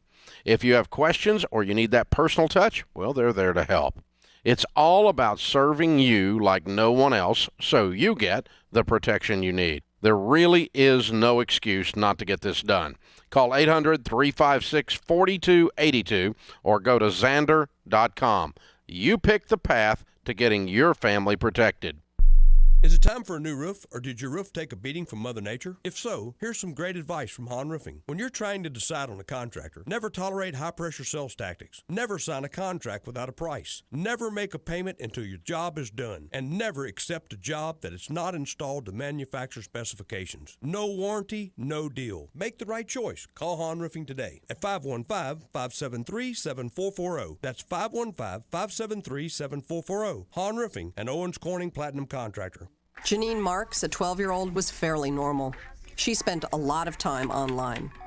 One day, she met a new friend. The new friend had the same problems at home. They liked the same bands. They worried about the same subjects in school. They promised to keep each other's secrets. They wished they went to the same junior high. The new friend had good news. He said he was going to be in Janine's area one Saturday. He thought it would be amazing if they could just hang out, go to the mall. Janine agreed. The new friend didn't want parents messing this up. Janine showed up alone. So did her new friend, who wasn't in junior high, wasn't nice, and wasn't a 14-year-old boy. Every day, children are sexually solicited online. Help delete online predators. Call 1-800-THE-LOST or visit cybertipline.com to learn how to protect your kids' online life. A message from the National Center for Missing and Exploited Children and the Ad Council. Nurse, set up an IV. And you, her boyfriend, you were the driver? Yes, doctor, but I didn't mean to hurt her. I only had a few drinks. I was just buzzed. Just buzzed?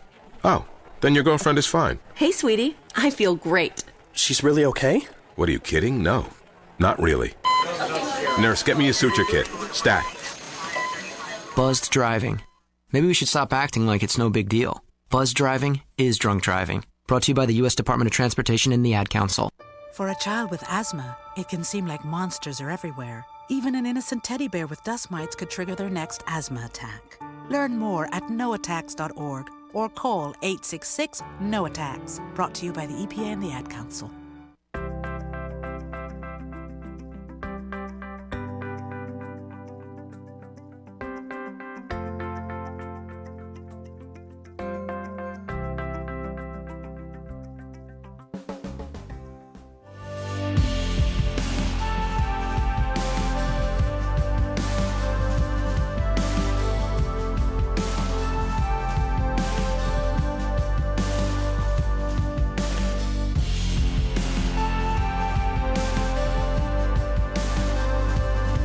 Thanks for joining us, America. This is the Dave Ramsey Show.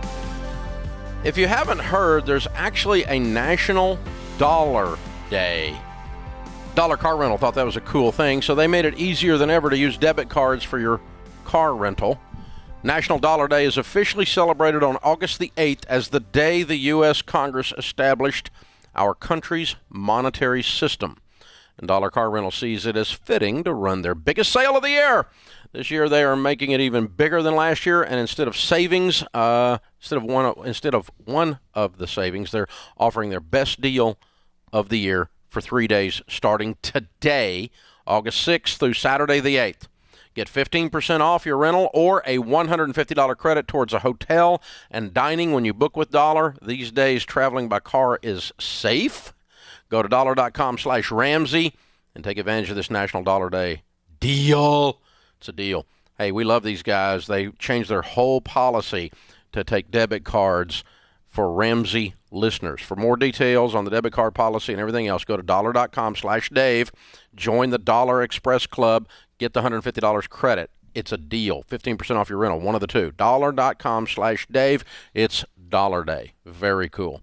Open phones at 888-825-5225. Ken Coleman, Ramsey Personality, is my co-host this hour. Roger's in Houston, Texas. Hey, Roger, how are you? Doing great, Dave. How you doing today? Better than I deserve. How can Ken and I help?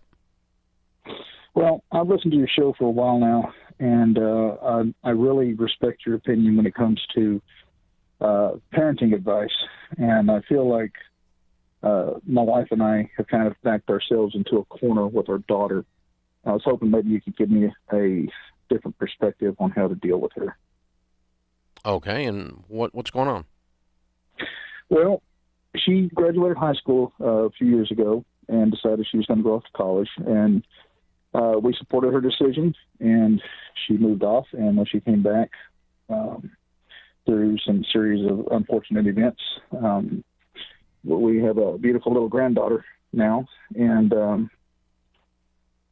now we're trying to coach her, and I think we're running into that situation where a person has to want to be coached in order for things to kind of take hold, if you will. Mm-hmm. So and, she's passive, or she's rebellious? More on the passive side, I would say. How old is she? She's 21. How old's the baby? She is 1. She will be 2 next week. Oh, wonderful. That's so wonderful. What are you coaching her to do? What is the specific coaching that she's not receiving? Well, some of the lessons that we had just recently learned in the past few years of, managing money and trying to get your future going together and get some kind of structure underneath you so that you can become self-efficient and move on with your life. Yep. Is she working?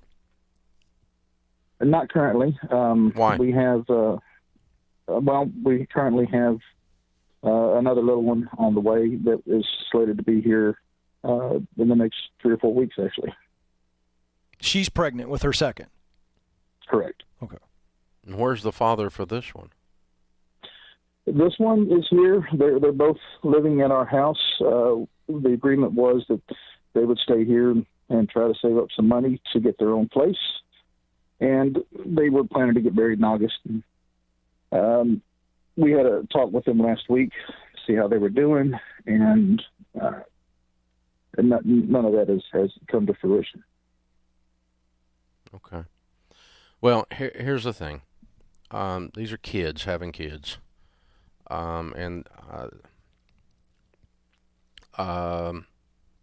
Your heart is broken, and you want to be kind to your own kid, and yet you realize that this is not going anywhere.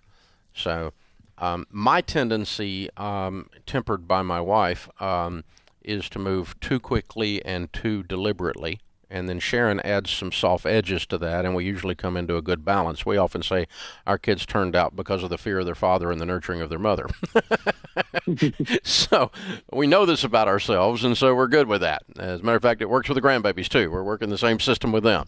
And we have a good cop, bad cop routine, and it works pretty well. But grandbabies love Papa Dave, too, but Papa Dave don't play. So if I tell you do something, I don't tell you 3 times. You just freaking do it. So it's old school. It's an integrity thing. No is a complete sentence. So anyway, this is who you're talking to and asking about this. All right. And so, and then I have to go, okay, I got to be gentle, and I need to be kind, and I need to give some space. Obviously, what I think I would do is just sit down and dream with them and say, guys, the way this is all unraveling, it doesn't feel like you're ever going to become somebody. So you need to sit down. You cannot stay here any longer unless we get on a program to help you win at your life. I'm not going to participate in you being a turtle without a shell, useless and passive. And so, because I love you too much for that to happen. So, young man, young lady, what are you going to be when you're 30? And how are we going to help you get there? And we call that in goal setting a desired future. What is your desired future? And then you start asking yourself what has to be true to get to that desired future. And then you can say, okay, now we have laid out a game plan together. I want to be a nurse. I want to be an auto mechanic. I want to do this. And this is how I'm going to feed these 2 children and be a good mom and a good dad. Okay? Now, I will tell you as your dad who loves you more than life itself, that I think there's a couple of things you're going to start doing. Now, you can do whatever you want to do, but this is what would happen if it was my house, okay? We're going to put in place a plan, and you can stay here until X date as a part of that plan if you are executing on the plan. That is your rent. You have to pay rent. You have to execute the steps in the plan, or you have to leave now. That means you're going to get married this weekend, and that means at our house, we're not doing substance abuse. That means at our house, on Sundays we go to church. That means at our house, we're going to grow spiritually. We're going to take care of our bodies physically. We're going to start behaving in moral ways. We're going to start doing these things. It's not shaming someone. These are the elements that will cause you to win when you're 30, and I'm going to help you get there. If you refuse to take those steps, then it is immediately an eviction notice for you. Because I love you, and I will not participate in you losing. I will only participate in you winning. I don't know, Ken? Well, I think Dave's giving you a really good path on boundaries. I would add to this that as a father and your wife is the mother, you need to stop getting out of the motivation game. You're trying to motivate them, and you cannot motivate another person. I'm going to put a situation in place where they need to do it. Well, but Dave's right. I'm going to give you one thing I think I would add to that. I think you have to have a sit-down with both of them. I'd start with your daughter because she's your daughter, and I would get into what's causing her to act the way she is. And what I mean by that is motivation. So there's a motive behind everything. It's called intrinsic motivation. And I would just simply say this. She has got to see, along with Dave's plan and the desired future, she's got to be able to look at what's causing her to stay in the pit that she's in right now. She's created a little bit of a pit, and it's either fear, and so that's motivating her now. And let's get to the optimistic side of what motivates her. And you as her parents, you've known this kid your whole life. What has driven her when she's been in seasons of life where she's really on fire and active? And I would bring that discussion to the part where Dave said, what's that desired future look like? And if you can help them see that motivation, where they begin to see worth and they begin to see a positive future despite some of the missteps, that's going to give you the best chance to combine the boundaries and get some positive movement. Yeah, the essence of this, what I'm saying is, where there is no vision, the people perish. That's right. She needs a vision. He needs a vision. They need a vision. And you're going to help them develop one and make sure they execute to get there. And part of that is within 6 months they're gone because they're starting to take the steps to get there. This is the Dave Ramsey Show.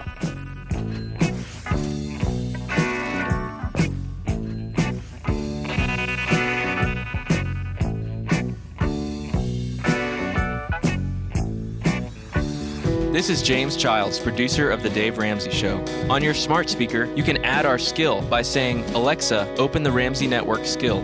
From there, you can listen to all our shows. Ask Dave money questions like, how do I invest my money? Or what is the debt snowball? Find out more at daveramsey.com/smartspeaker. Dave Ramsey here. I want to let you know that whether you're looking to buy or sell a home, you should always use an expert real estate agent to help you. The whole purpose of an agent is to either help you save money if you're buying or make more money if you're selling. But not all real estate agents are the same. You want a seasoned professional who has a track record of success. You want an agent you can trust to put your best interests above their own. The good news is that my team and I can help you find a rock star real estate agent. We call these rock star agents endorsed local providers because they're local agents in your city that I recommend. Real estate endorsed local providers are professionals who are handpicked by my team.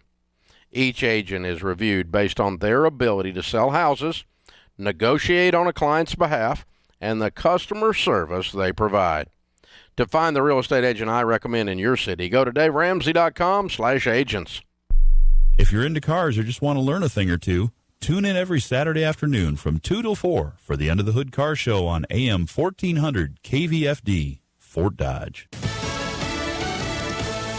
Staying on message, I'm Lisa Lacera, Fox News. President Trump again dismissing the idea of another round of lockdowns to stop coronavirus hotspots. Lockdowns have big consequences in terms of drugs, in terms of family, in terms of depression and suicide, in terms of so many other problems that are caused and not good for the kids. And they don't learn the same at a computer as they do when they're in a classroom. Dr. Anthony Fauci with the Coronavirus Task Force has said schools should aim for in-person learning in places where there are no flare-ups and if they can put measures in place to keep students and teachers safe. Just hours before he was due to appear with President Trump, Ohio Governor Mike DeWine has tested positive for COVID-19. You know, I feel fine, have a headache, but you know, I get a lot of headaches throughout my life, so a headache is not anything that unusual. So besides that, I feel well. DeWine was tested as part of the protocol for people who might have close contact with the president. DeWine is now in quarantine. Some schools in Florida will be opening for in-person learning when the school year begins. Governor Ron DeSantis says sports is one of the reasons kids and parents want to get back to the classroom. I know a lot of parents really want to have the opportunity to allow their sons and daughters to compete and play in Florida. But the Florida Education Association has filed a lawsuit against the governor and other state officials, claiming the order that mandates kids go back to school unless health officials say not to is unconstitutional. The U.S. military sending aid to Lebanon after the blast in Beirut earlier this week that killed at least 135 and injured 5,000. A cargo plane loaded with food, water, and medical supplies has arrived from Qatar, and two more expected in the next 24 hours. America's listening to Fox News. Are you ready for retirement? It's a simple question, but if you're not ready, it can severely impact your quality of life during retirement. You cannot afford to take that chance. Here's David Scranton, best-selling author and CEO of the Retirement Income Store. You don't have to cross your fingers and toes hoping for growth in this unpredictable stock market. There is a more conservative way, and that's to invest for income without all the stock market risk. Call the Retirement Income Store at 866-935-9807 for a free no-obligation conversation with one of our income specialists who will answer any retirement-related questions you may have. Call 866-935-9807 now to speak with an income specialist at the Retirement Income Store. That number again, 866-935-9807 for the Retirement Income Store, where retirees go for income. Online at theretirementinComestore.com. Investment advisory services offered through Sound Income Strategies, LLC, an SEC-registered investment advisory firm. A man pleads guilty to threatening to burn down a black church. 63-year-old John Bearswell pleading guilty to threatening to burn down a predominantly black Virginia church in June, days after one of its leaders took part in a vigil for George Floyd, the black man whose death while in Minneapolis police custody spawned protests around the world. Bearswell said to make racist remarks during his call, which was overheard on speakerphone by several in the church. The North Carolina man, who initially denied committing the federal crime, faces up to 10 years in prison at his hearing in November. Lillian Wu, Fox News. The Nonpartisan Commission on Presidential Elections has rejected a request from the Trump campaign to either add an additional debate or move up the calendar. The Trump campaign asked for the change due to expanded early and mail-in voting. Results are finally in for 2 New York congressional primary elections. Longtime incumbent Congresswoman Carolyn Maloney has been declared the winner in the Democratic primary almost 6 weeks after the election was held. Maloney was first elected to Congress in 1993 and became the first woman to lead the Oversight and Reform Committee in November after Congressman Elijah Cummings' death. The results also made official a win by New York City Councilman Richie Torres, who prevailed in a 12-way primary for a soon-to-be open House seat. The New York Times reports that because of an increase in absentee voting, city election officials had to count more than 400,000 absentee ballots, which is 10 times the usual amount in a primary. In New York City, Tanya J. Powers, Fox News. The Senate approving a measure from Senator Josh Hawley banning federal employees from using the app TikTok on government-issued devices. The app has come under scrutiny by the White House and other members of Congress over national security concerns because its parent company, ByteDance, is based in China. It's facing a September 15th deadline to sell its U.S. operations to Microsoft or face an all-out ban. I'm Lisa Lacera. This is Fox News. I used to look at people who used and abused drugs as people who were making a choice. How could it happen to me? In 1999, somehow I hurt myself. Our family doctor put me on painkillers. By the time 2004 came, my body could consume 70, 80, 100. Mike was addicted to opioid prescription painkillers. I had to get better.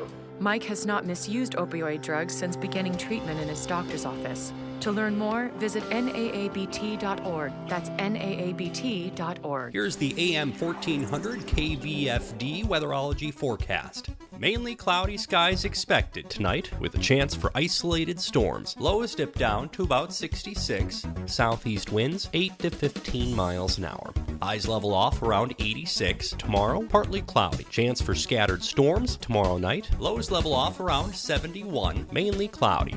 From the Weatherology Weather Center, I'm staff meteorologist Derek Height. Currently, it's 70 degrees.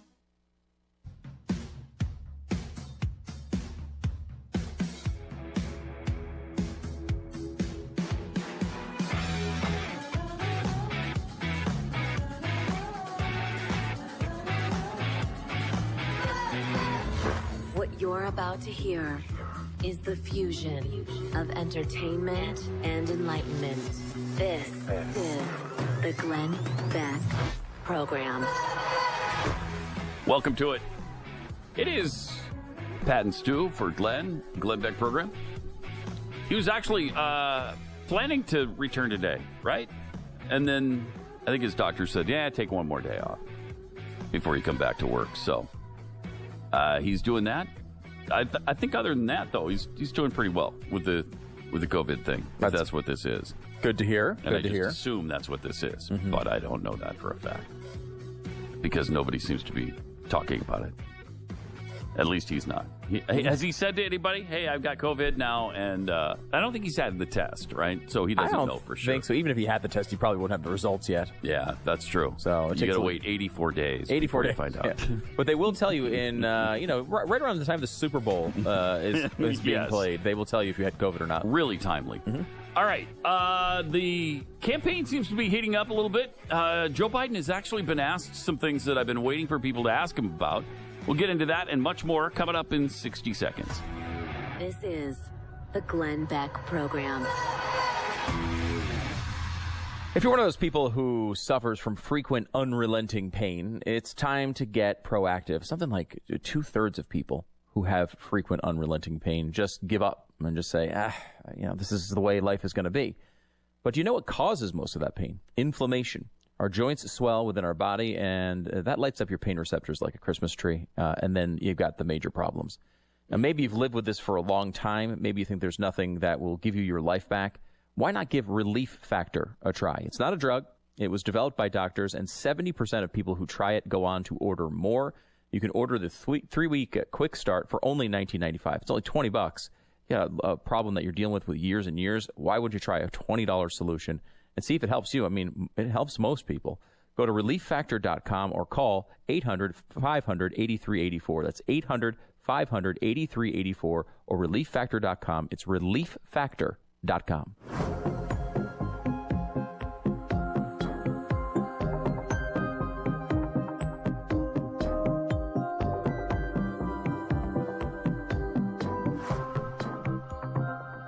Okay, so Joe Biden was asked yesterday about the cognitive thing. Somebody finally had the giblets to bring it up, which is interesting because he's kind of laughed it off in the past, sort of joked about it. Yeah, I'm tested all the time. Right. Are you? Really? How does that? You're cognitively tested all the time? Yeah. And, it's one of those questions that you, of course, as Joe Biden, realize eventually someone's going to ask you. Yeah. You have to assume and be prepared for it. And I think it shows that Joe was pretty prepared for this one. Yes. He had a great line to fire back. Didn't he, though? He really got through all the words he was trying to say in the right order. Well, you be the judge. Okay, here it is. Have you taken a cognitive test? No, I haven't taken a test. Why the hell would I take a test? Okay, whoa. Come on, man. That's like saying before you got in this program, if you take a test where you're taking cocaine or not, what do you think, huh? Why would I'm you? sorry, Are wait. you a junkie? What do you say Pause to it President for a second Trump? if you can. Are you asking a black man if he's a junkie?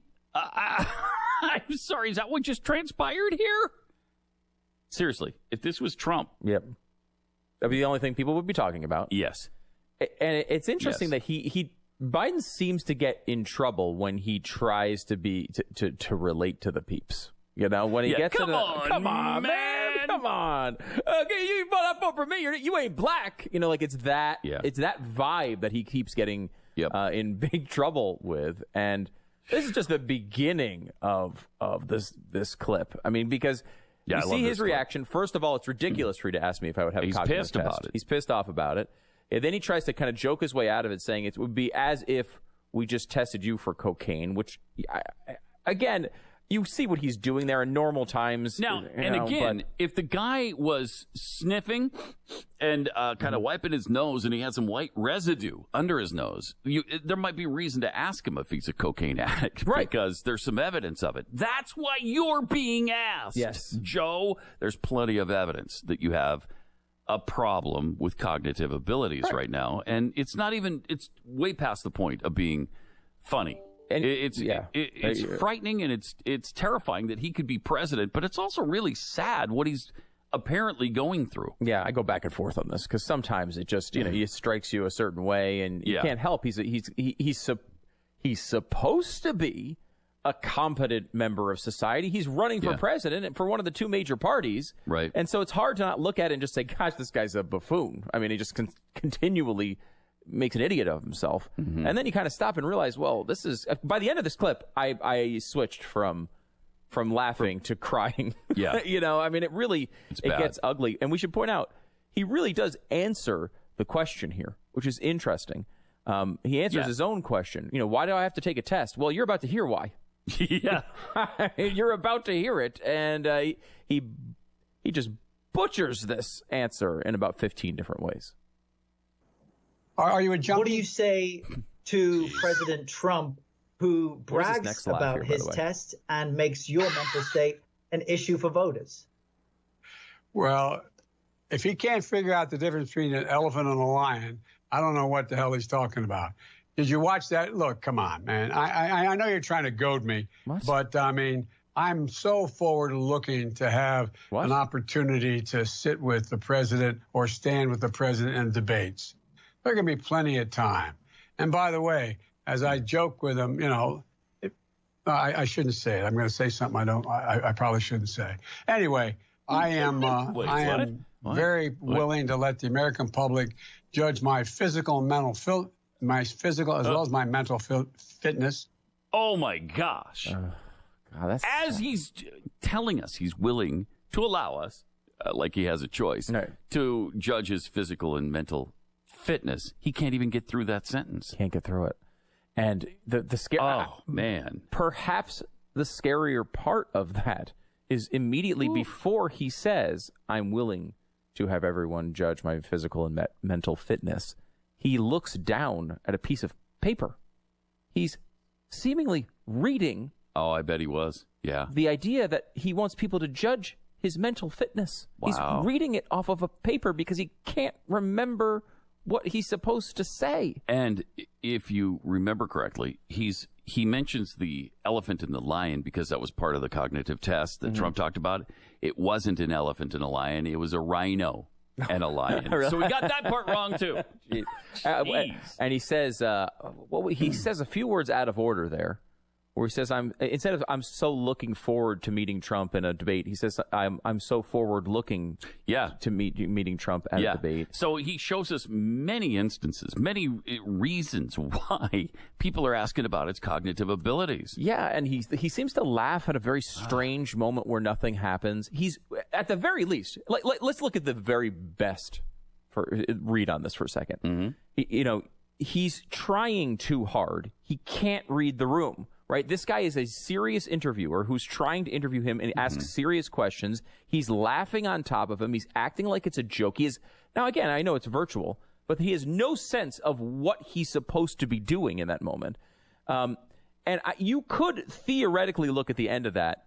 One of the excuses they've given for Biden over these years is that, remember this whole thing where they said he had a stutter when he was a kid, and then he got it to go away, and now it's coming back, which scientists kind of say isn't really how that works.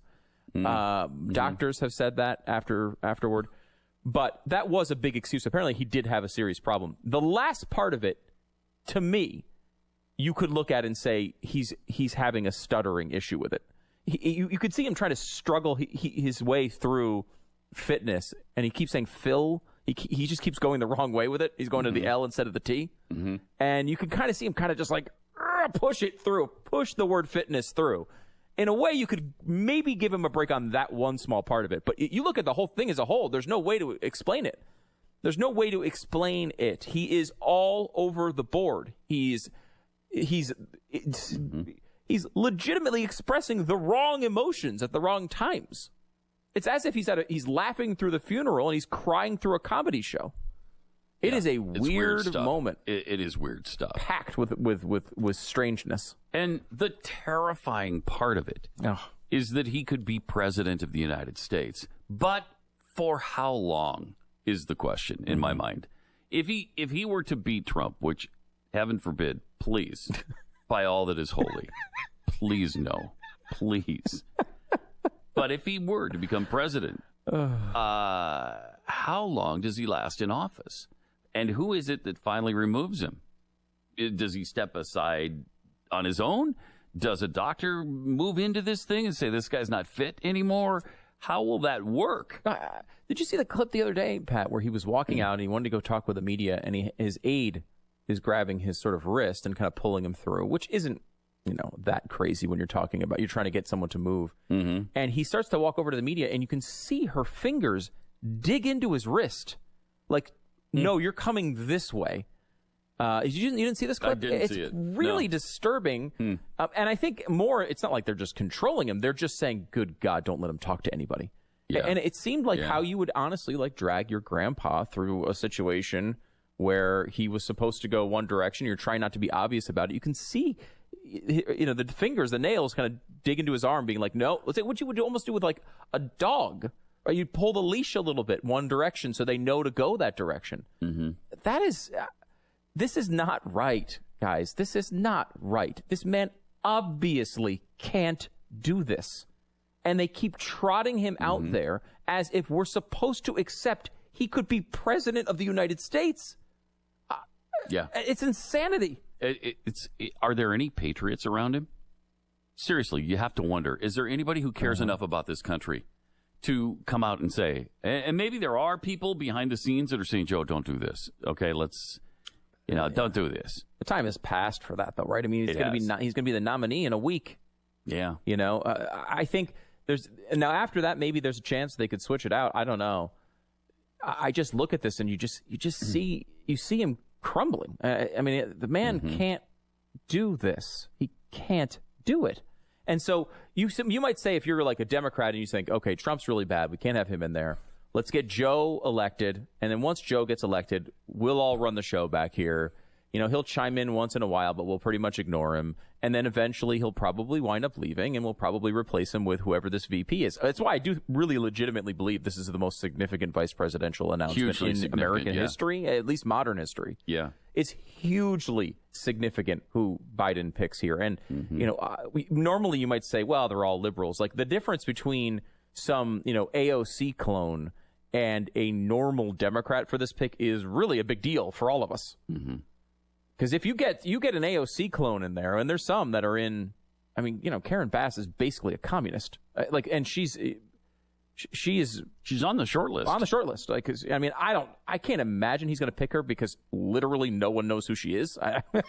Yeah, at least Sarah Palin wasn't familiar to the American people either, but she was a rising star. Bass is 66, been around for a long time.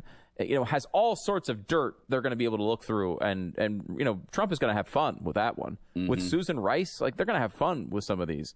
But it is a strange time because the media is acting as if this is okay and normal. It's like they're running almost a zombie candidate. They're not even trying to have someone it would even make the case that he's competent to do this job right now. It's clear. Look at these clips. Every time the man speaks in public, one of these things happens. Well, listen to his China policy. Did you see the China policy speech? Because this is powerful. I think you'll like this. Yeah, this is really good. The way China will respond is when we gather the rest of the world that in fact believes in free and open trade and making sure that we're in a position that the world that we deal with WHO the right way. That in fact. That's when things began to change. That's when China's behavior is going to change. I'm sorry, what? Well, okay. Is that pretty clear that he spelled that out? That's pretty clear now, right? He's invavened it. I'm not exactly sure. He's invavened it? I don't know what invavened means, but I think that's what he said, invavened. And it's one of those things, it feels like it should be a word. It does. It's invavened it's a good sounding. It sounds like a real word, like maybe I'm just not familiar with. Is invavened a word? Maybe it is. Maybe. I really should check before I start making fun of them. I don't know every word in the English language. There's a lot of them. Yeah, invavened might be one. Some of them he's been bringing back, like malarkey. I know malarkey, but it's been a while since I had heard it. And he brings that one back. Maybe invaven's like an old-timey... Maybe. He's struggling to get through any of this. One of the things they wrote about in this story about him, a very lengthy story about his stutter. This is when they were trying to explain, hey, we swear this is just it's a minor thing, does not going to affect his job at all, is that he would try to create workarounds for words. He could feel that he couldn't get through a word coming up. He knew he was going to say invavened, and he was like, crap, I'm not going to get that through invavened. Yes. So I better come up with a workaround. So he would come up with other synonyms. He would essentially map himself around the word so he wouldn't have to say it. And that's how he dealt with it as a kid. You almost can see that happening. He does it now. Yeah, like he can't. Half the reason he doesn't make sense all the time is because he's constantly like rewording his sentences on the fly or something. That's not going to work with world leaders. Like how you communicate is important. It's kind of important. Yeah. Do I have to say these things? And one of the things he's doing is etc. When he runs into trouble and he can't think of the rest of, for instance, the Declaration of Independence, it's like etc. We the people, etc. Or I've gone too long. That was a big one he used in the debates. You heard him in that first clip say, "Oh, I'm going to say something I'm going to regret. I don't want to say that." Like a lot of times, it's not.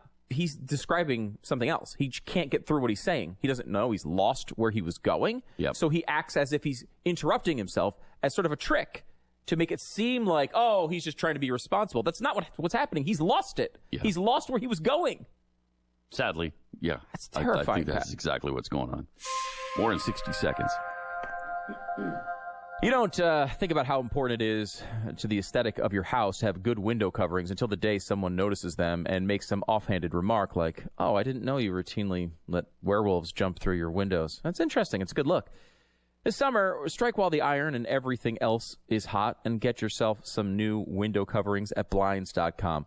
Blinds.com has been in the business of providing quality and affordable window coverings for over 2 decades now. I have them in my house. They're going to make sure that you not only get the blinds, shutters, or whatever type of covering you want, but also that it looks great and it isn't going to cost you a small fortune to buy. Blinds.com is there to help every step of the way. They have over 30,000 5-star customer reviews, and they guarantee the perfect fit for your windows, whether you do it yourself or have them measure and install everything for you. You have absolutely nothing to lose. Go to Blinds.com now to take advantage of this week's special savings on interior blinds, shades, shutters, even outdoor shades. Rules and restrictions may apply. It's Blinds.com. 10 seconds. Station ID.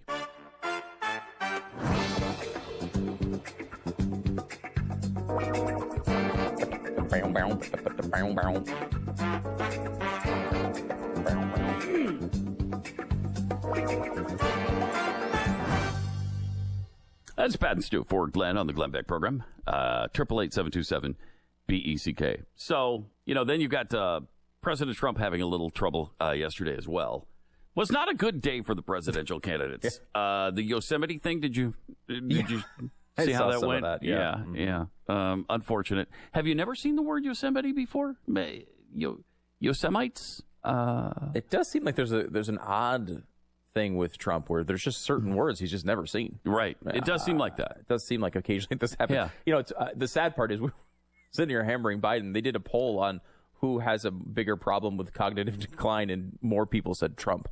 Now, part of that is because Trump's in everyone's face every day, right? Biden, no one's seen Biden. It's only conservative media that's showing this stuff. That's so true. The American people have no visibility really into this. They'll see it soon. Other than a couple of moments at the debates. Yeah. But I'd argue it's getting much worse since the debates. I think it is, yeah. And once you get on the major stage where people are really paying attention, you can't be protected by 12 different candidates where you can say, I'm out of time, over and over and over again.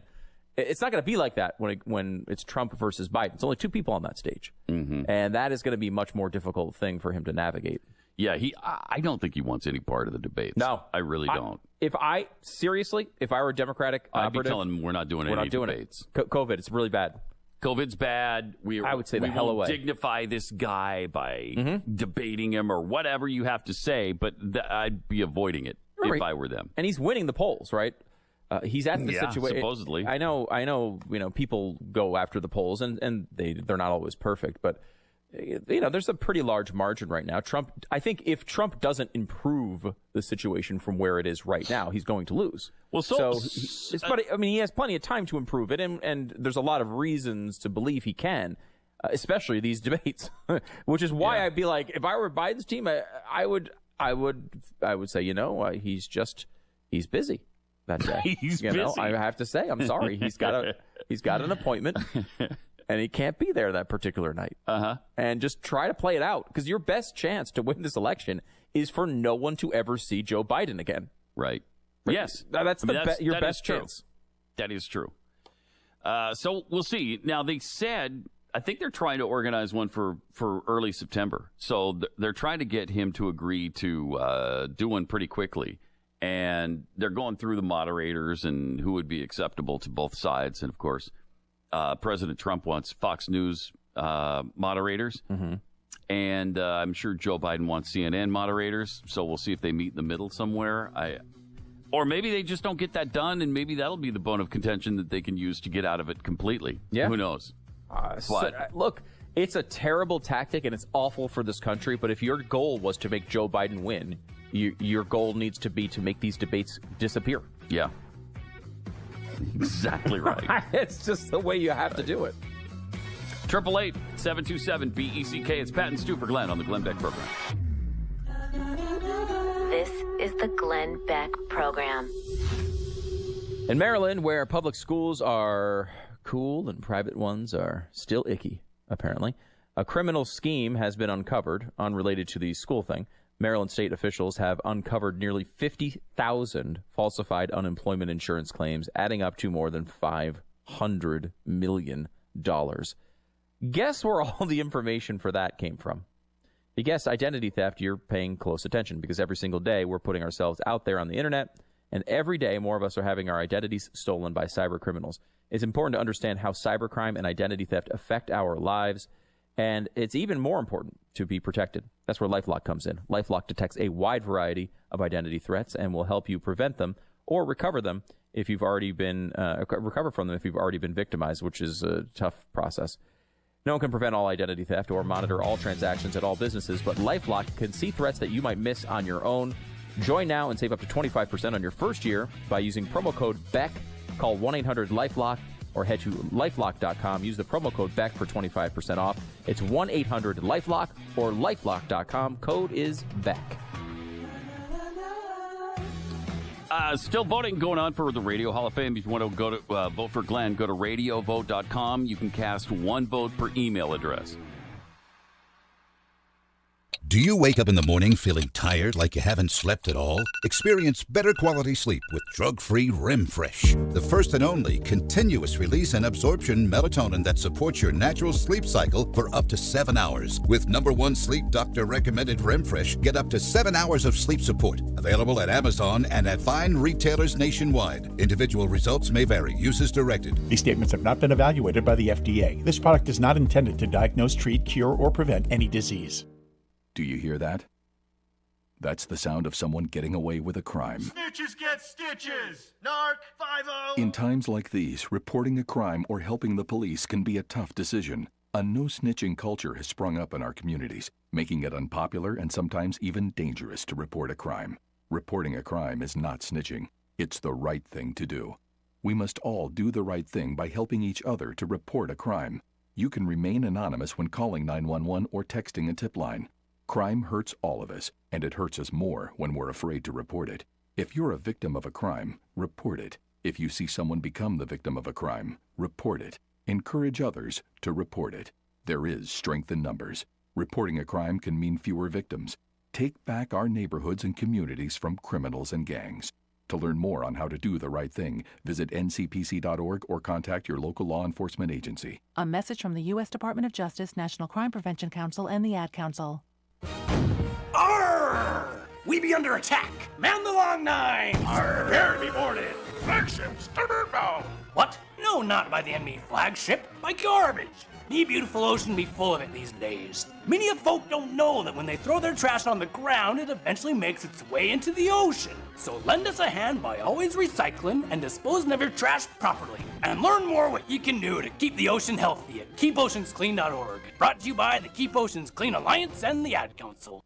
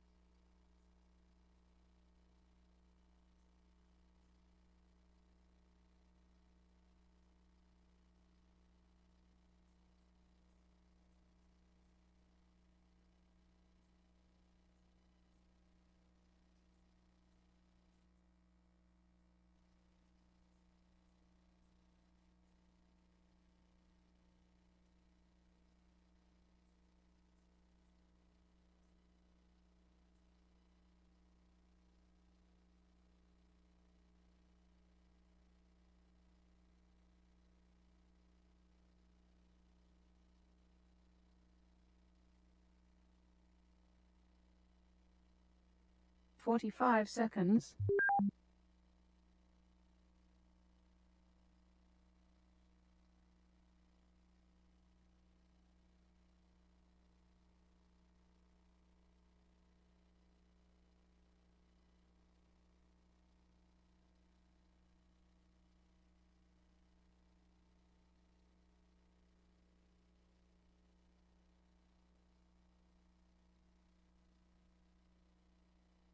Fifteen seconds.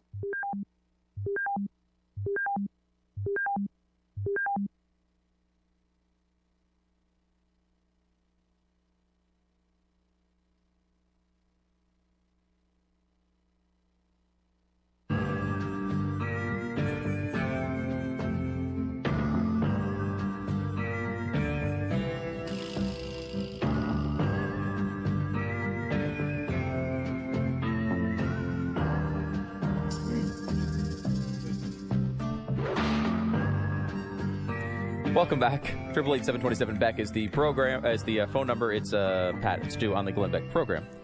We are in for Glenn today. He's out sick. Hopefully be back tomorrow. Look how close we are to this thing already. We are in election season. I think this has snuck up on a lot of people because, you had the COVID thing and no one was paying attention. Then you had, all of our cities burned to the ground. That was kind of a big issue. Mm-hmm. And now we're like, wait, what? It's election time? We're under 90 days away from the election itself. Yeah. Right now. 89 days until the election. So, less than 3 months. We're 11 days from the Democratic convention, 18 days from the Republican convention. Which is going to be held on the White House lawn, right? They're saying now his speech might be there. Yeah. It was scheduled for North Carolina. Then it was moved to Jacksonville. I think it was canceled back there. Yeah, I don't know what's going on. Then the first presidential debate, you mentioned they might be trying to do one early. I mean, if Biden starts adding debates to this, he's insane. There's 3 that are scheduled. If I were him, I wouldn't go to any of them. Or if I went to the first one and it went okay, then I wouldn't go to the next 2. I would try to avoid him at all costs if I'm trying to win the election. But that's 54 days away, the first debate. Wow. So we are coming up on this fast. 62 to the vice presidential debate, then it's 70 days until the second presidential debate, 77 days until the third presidential debate, and there's a 12-day split between that third debate and the election. So it's pretty tight schedule there once you get to the end of September. It's all packed into 1 month. And there's no hiding. Once it gets to the debates, there's no hiding your cognitive skills for Joe Biden. You can't. I think the American people are going to see those who haven't seen it yet, because the mainstream media pretty much avoids it all. Mm-hmm. And the only place you see it is, with us and other conservatives on talk radio and Fox News. And that's about it. So if you don't frequent those places, you're not going to know his declining cognitive ability. And what's the best argument that Trump isn't going to be able to wipe the floor with Biden in these debates? The best argument to me, where you would say, okay, Biden might be having some tough times, but he's not. You're exaggerating. He's not in full cognitive decline. The best argument would be he just went through a zillion debates, right? He just did this during the campaign. Now, he didn't do well in those debates, but he did well enough to win the nomination. I mean, he did well enough. He went from really bad to kind of bad was his range. But the kind of bad is enough to probably to make some people feel okay about it. He had a couple of debates in there where he screwed up a few times, but he wasn't terrible. Some of the debates he was legitimately terrible. Some of the debates he was just kind of off. It didn't seem like a good performance, but it wasn't complete disaster. So the idea would be, well, he just did this. It's not as bad as you say.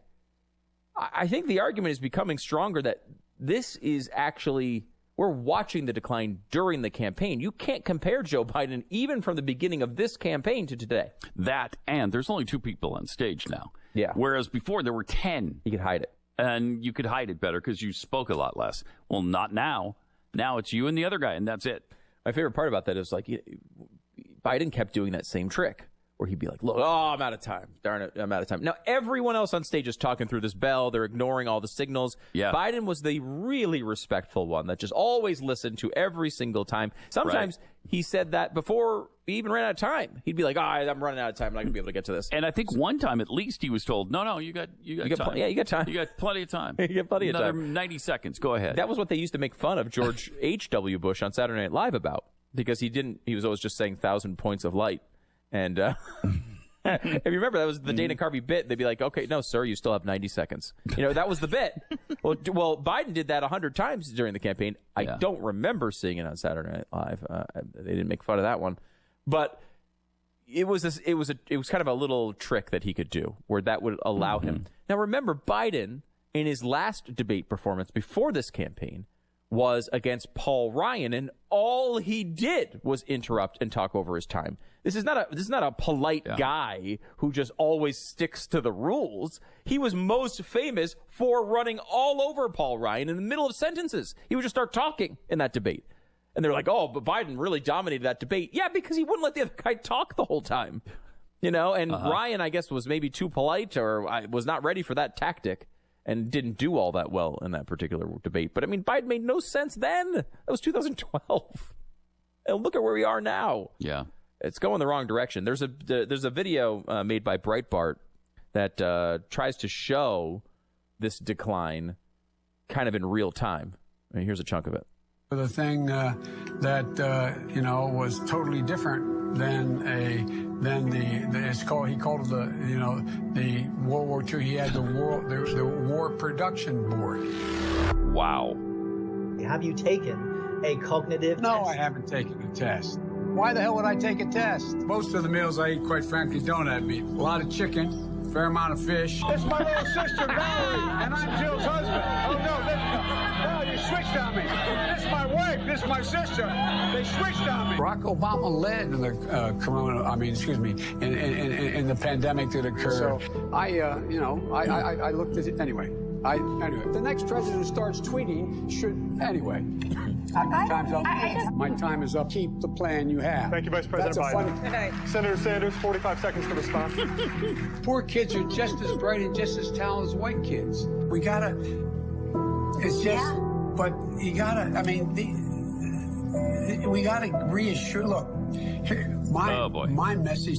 Look. Here's the deal. Meet this climate crisis. My coaches say it's go-to time. Excuse me. Make sure you have the record player on at night. The phone. Make sure the kids hear words. There's only a couple things everybody has in common in jail. Number 2, can't read. All men and women created by go. You know the thing. I am very willing to let the American public judge my physical and mental my physical as well as my mental fitness. Go to Joe 30330 and help me. My name's Joe Biden. I'm a Democratic candidate for the United States Senate. Oh, man. Okay. Mm-hmm. Joe. Hello? Joe? Come on, honey. It's time to go. That's amazing. It's amazing. Again, I go back and forth. There's some of those just strike me as funny, but some of them are just sad. Sad. Yeah. It didn't help. Of course, the Breitbart added the dun dun dun music throughout to signal to you that it was sad. But it is. Looking at it, it really is kind of sad, man. It is. I obviously a big part of this are the people around him.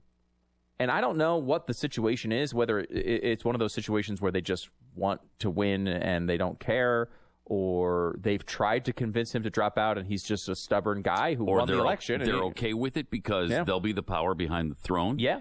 It'll be kind of a Woodrow Wilson post-stroke situation where they kept him away from everybody. He never made appearances. He was completely incapacitated for the last 2 years of his presidency, and his wife was basically president of the United States.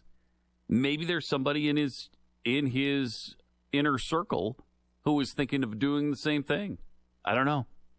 Maybe it's even Jill. Who knows? I don't know what's going on, but it's tragic, whatever it is, for him and for the country. Yeah, if you didn't see that on Blaze TV, you can sign up at blazetv.com/Glenn.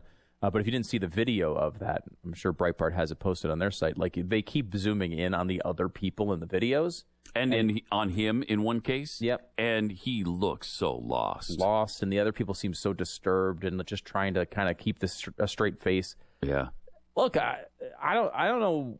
It's different than, people complain about Trump, but Trump has been the same for decades.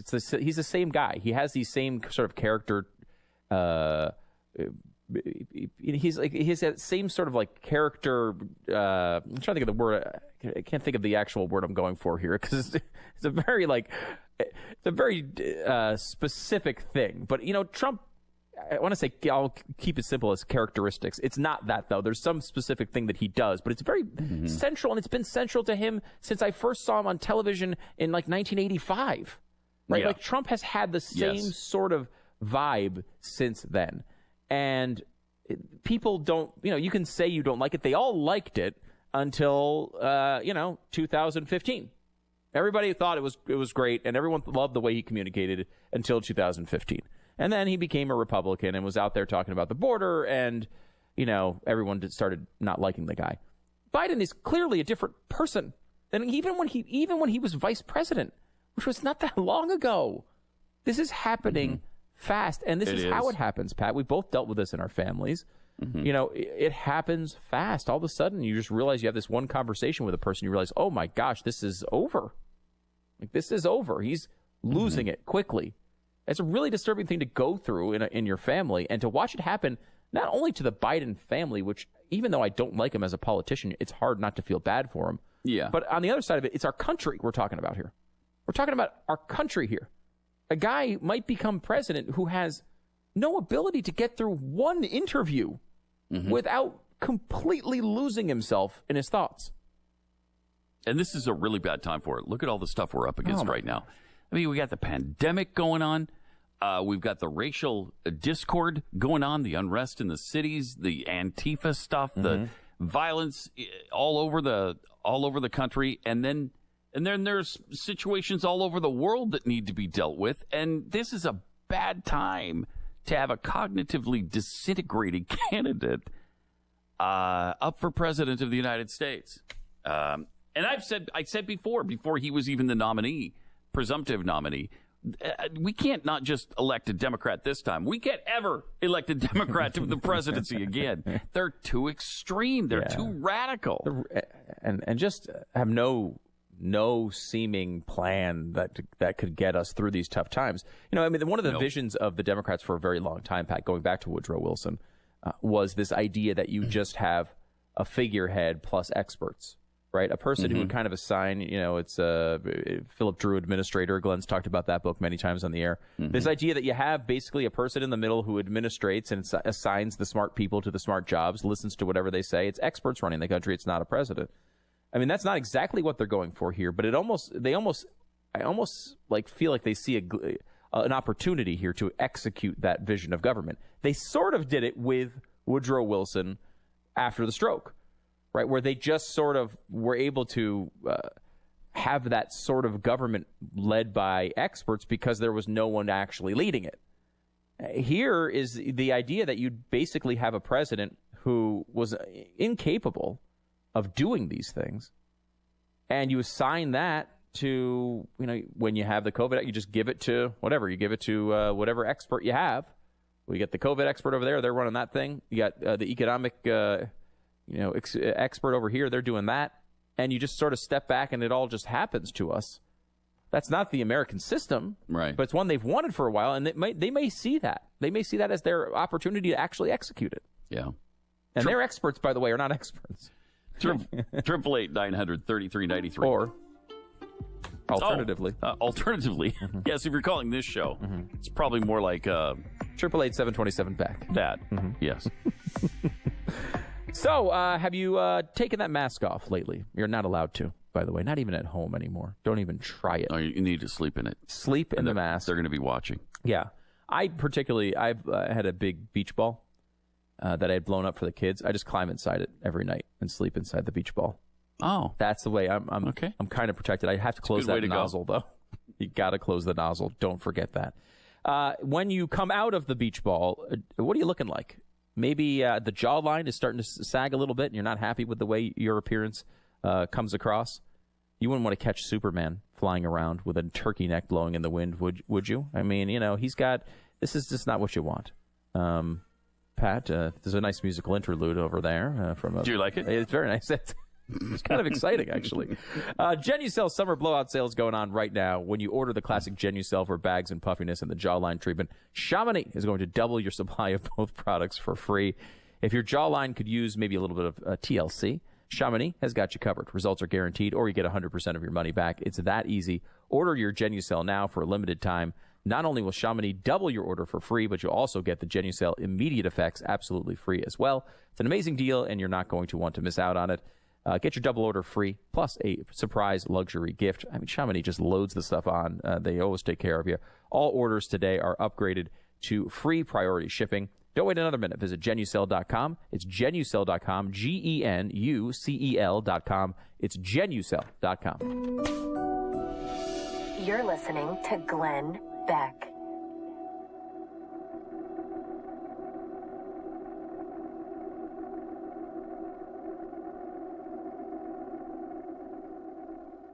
I'm Dave Ramsey. Join me every Monday through Friday afternoon from 5 to 8 p.m. on AM 1400 KVFD Fort Dodge. I'm Dr. Zach Mace from Active Health Clinics. I'd like to thank all our patients who continue to support us through these unsure times. For those who couldn't make it in, we are anxious to see you and get you back feeling your best again. We hope you've missed us as much as we've missed you. Just a reminder, Active Health will be extending our $25 special for new patient first day visits. With everyone in the community supporting small businesses, our community will regain our momentum. It's up to all of us. We look forward to seeing everyone soon. Active Health Clinics, Fort Dodge. Summer is the perfect time to tackle those indoor projects on your list, like escaping the heat and refreshing your home with new paint. Lowe's has you covered with our #1 best-selling color, Agreeable Gray, and accent colors like Snowbound and Retreat. Plus, you can get Valspar's dual scrub and stain resistant Ultra Interior Paint Plus Primer starting at just $24.98 a gallon every day. For ideas and inspiration, download the Lowe's app and discover what's possible. U.S. only. I knew I was stuck at this kid's house for the night. I decided to just go to sleep and get the night over with. But those guys came into the bedroom and got into a massive pillow fight. Let me tell you, it's not easy falling asleep when a sweaty little kid falls on you every 5 seconds. Even after the lights went out, Raleigh and his friends stayed up. A bunch of them snuck up on me to try and pull a hand in a bowl of warm water trick. Well, that was enough for me.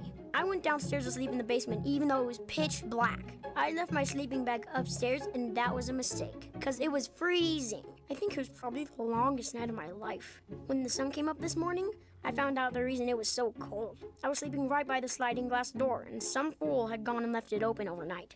That really stunk, because if I knew there was a way to escape last night, I definitely would have taken it. To read more about the sleepover, check out Diary of a Wimpy Kid, The Last Straw by Jeff Kinney. Explore new worlds and check out more cool books at your local library, and visit read.gov. Brought to you by the Library of Congress and the Ad Council. There's always a moment. The moment you decide to get involved, to get engaged. This is my American story.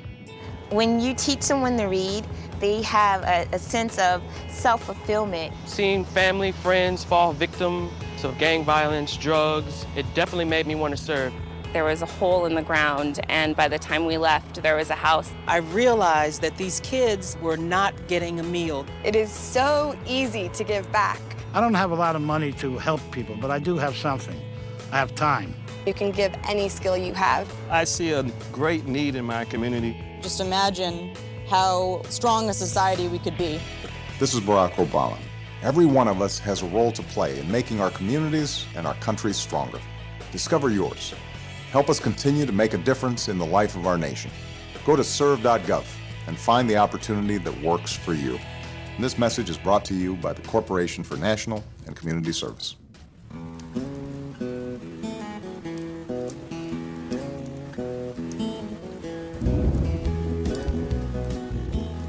You've heard the saying, save for a rainy day. But saving on a rainy day can make your retirement savings flourish too. Don't take our word for it. Check out the numbers yourself. A great place to start is Social Security's Retirement Estimator at www.socialsecurity.gov/estimator.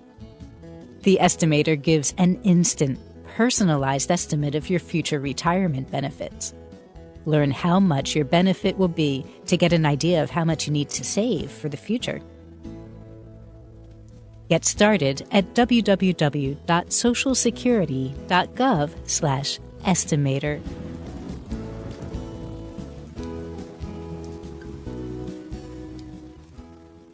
It is so easy to give back. I don't have a lot of money to help people, but I do have something. I have time. You can give any skill you have. Just imagine how strong a society we could be. This is Barack Obama. Every one of us has a role to play in making our communities and our country stronger. Discover yours. Help us continue to make a difference in the life of our nation. Go to serve.gov and find the opportunity that works for you. And this message is brought to you by the Corporation for National and Community Service. Make good nutrition and physical activity part of your family's daily lifestyle. Be our guest to healthy living and visit letsmove.gov to learn more. Brought to you by Let's Move, the U.S. Department of Agriculture and the Ad Council.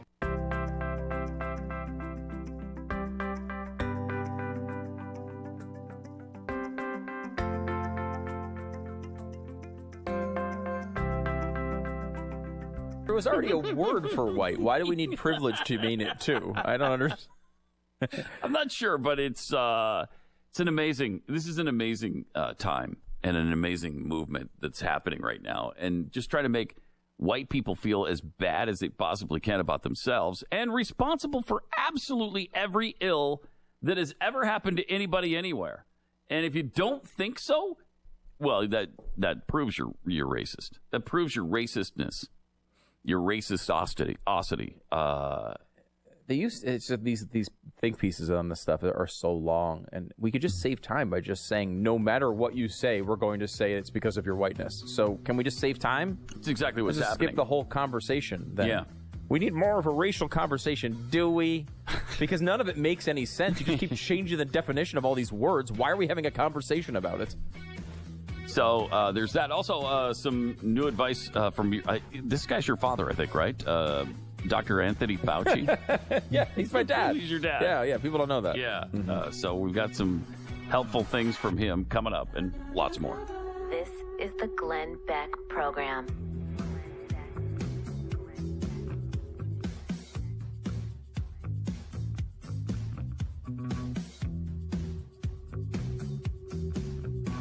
Mike Lindell, the owner of MyPillow, is introducing the most advanced sleep surface ever created, the MyPillow Mattress Topper. Just like their pillows, the MyPillow Mattress Topper guarantees the most restful, deep, healing sleep of your life. The MyPillow Mattress Topper, made from 3 layers that provide superior support, evenly distributes the body weight, and regulates temperature throughout the night. The 4 corners strap to hold the topper into place, and it's all covered with a durable and softer than silk fiber that zips right off, completely machine washable and dryable. So if your bed is uncomfortable, don't spend money on a new one. Try this, MyPillow Mattress Topper. And right now you can get 30% off the all-new MyPillow Mattress Topper plus 2 standard MyPillows, all in one great bundle. Just go to MyPillow.com, click on the new radio listener specials, use the promo code BECK, and receive this incredible offer. Mattress Topper and pillows come with a 10-year warranty, 60-day money-back guarantee. MyPillow.com, promo code BECK, or 1-800-966-3117. 2020 has been a gut punch to American business. And if you're going to succeed, you need every possible advantage. That's why savvy companies like Moink run on NetSuite by Oracle, the world's #1 cloud business system. With NetSuite, Moink has visibility and control over their financials, HR, inventory, e-commerce, and more. Everything they need, all in one place. So they can deliver ethically raised, delicious meat to homes all across the country. Here's Moink founder, Lucinda Cramsey. Feeding America is not a job I take lightly. I need to know how my numbers translate to food on folks' tables. So I ain't got no time for a math mistake. NetSuite is my single source of truth. Financials, inventory, and supply chain, all in real time.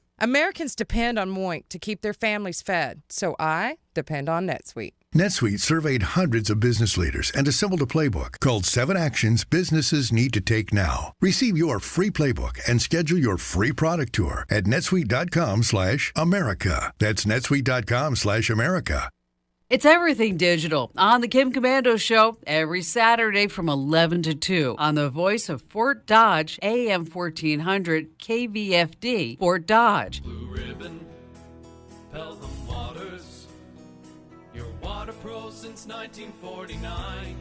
Do you have questions about your water? What is a whole home filter? Is my softener working or not? Can I get rid of that red stain around the sink? I'm Brian with Blue Ribbon Pelham Waters. We're here to fix problem water. We'll work with you to find the right solution for you. We've been serving the Fort Dodge area since 1949. Let us serve your water treatment needs. Sales, service, rentals. Blue Ribbon Pelham Waters, your complete water store. My 12-year-old, Jamil, he suffers from asthma. If he ever got the flu, it could seriously threaten his life. The flu can make some health conditions worse, such as asthma, diabetes, heart disease, or kidney disease. African Americans are at greater risk for some of these conditions. Getting a flu vaccine is the single best way. Welcome everyone to West High School Spring Fling. Hey, where we at? All right, I've gone through all Hi, the this church. is John Bon Jovi asking you to go to serve.gov to get involved in something you believe in.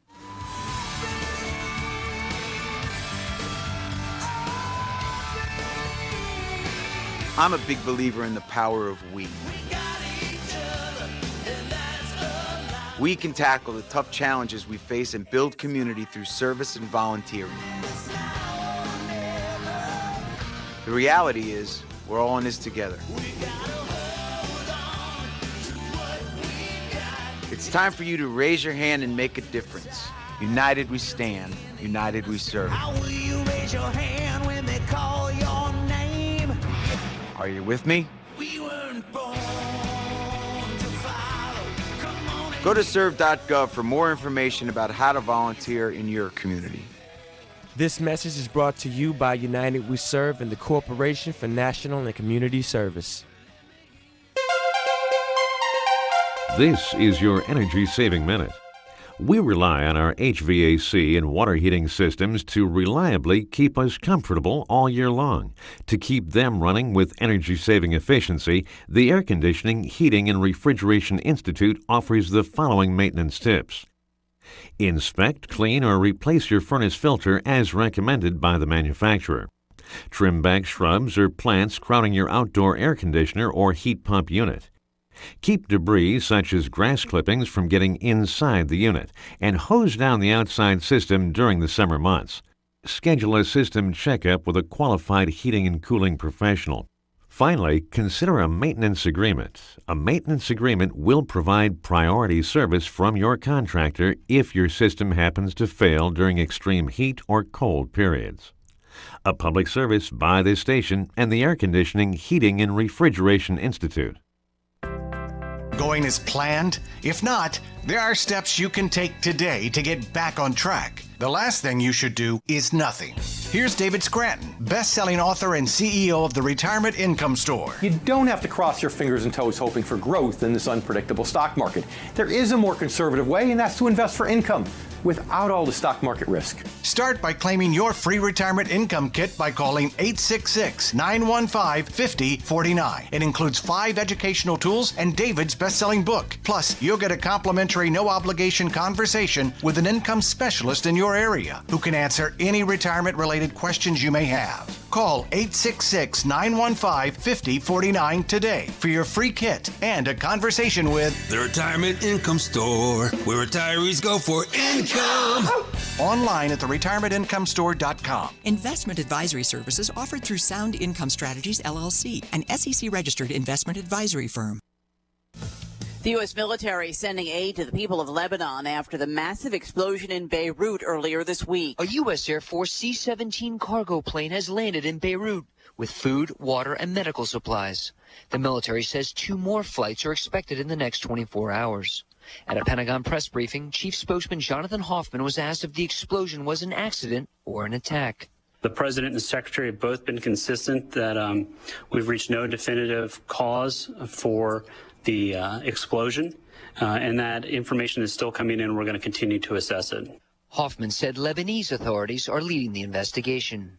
At the Pentagon, Lucas Tomlinson, Fox News. The Center for Disease Control and Prevention has revised its travel advisory information as some countries are seeing fewer cases of COVID-19. Previously, it had advised against all international travel. Now the CDC says some travel is fine, but only to about 20 locations. Thailand, Fiji, and New Zealand are in a low-risk group, while Taiwan, Greenland, and Laos have no restrictions. The Auto Club with a scathing report on many of the automated driving assist features found in popular cars. AAA urging automakers to limit the use of many automated vehicle systems because, the Auto Club says, they don't work very well. They tested driver assist systems from 5 manufacturers over 4,000 miles, both on a test track and on public roadways, and they say they encountered problems, on average, about every 8 miles. The biggest problem, many of the systems had difficulty recognizing simulated broken-down vehicles ahead, and about 2/3 of the time ran into them. AAA's Director of Automotive Engineering says more dependable technology is needed. Jack Callahan, Fox News. Wall Street, the Dow gained 185, the NASDAQ plus 109. I'm Lisa Lacera, and this is Fox News.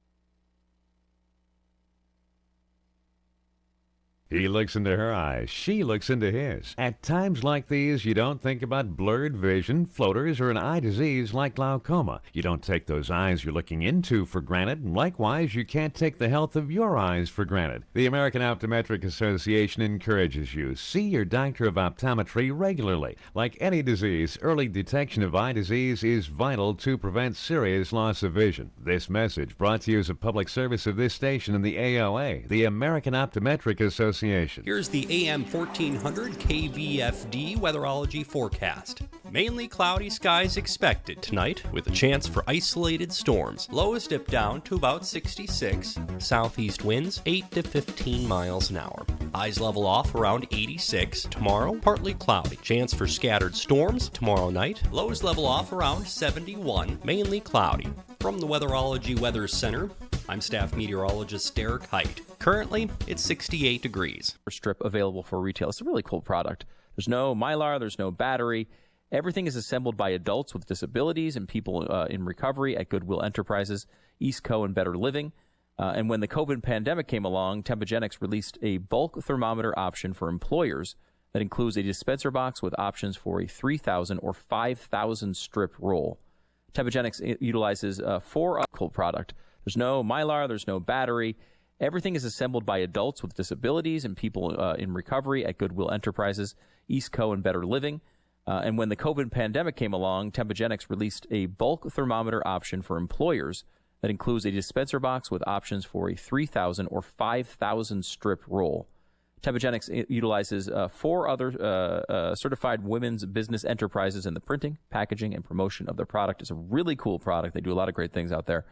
So they're out kind of conquering the free market right now, and they're giving a helping hand to those who need it. What's not to love? It's really cool. Temp and Toss is available at tempandtoss.com/back-to-work and major retailers, or by emailing Shelley and April at support@tempogenics.com. It's TEMPAGENIX.com. Tempandtoss.com, TEMPNTOSS.com/back-to-work. And the winner is Glenn Beck! Wait a minute. Who would nominate Glenn Beck to be inducted into the Radio Hall of Fame?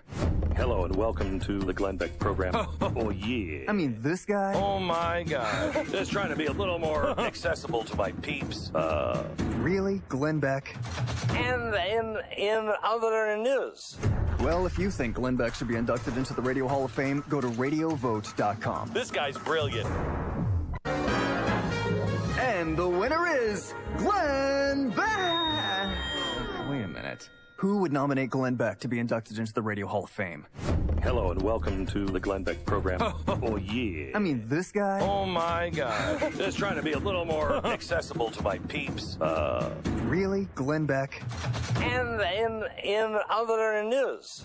Well, if you think Glenn Beck should be inducted into the Radio Hall of Fame, go to radiovote.com. This guy's brilliant.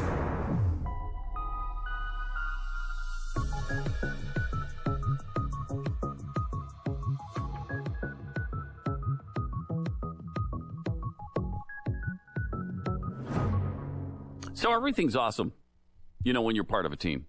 And that especially applies right now in Portland, Oregon. I don't think conditions could be any better in Portland, Oregon right now. Beautiful city, beautiful things happening there. It's just, it's a wonderful, toddling little town. And I'm sure that they love the fact that for 70 straight nights, there have been riots.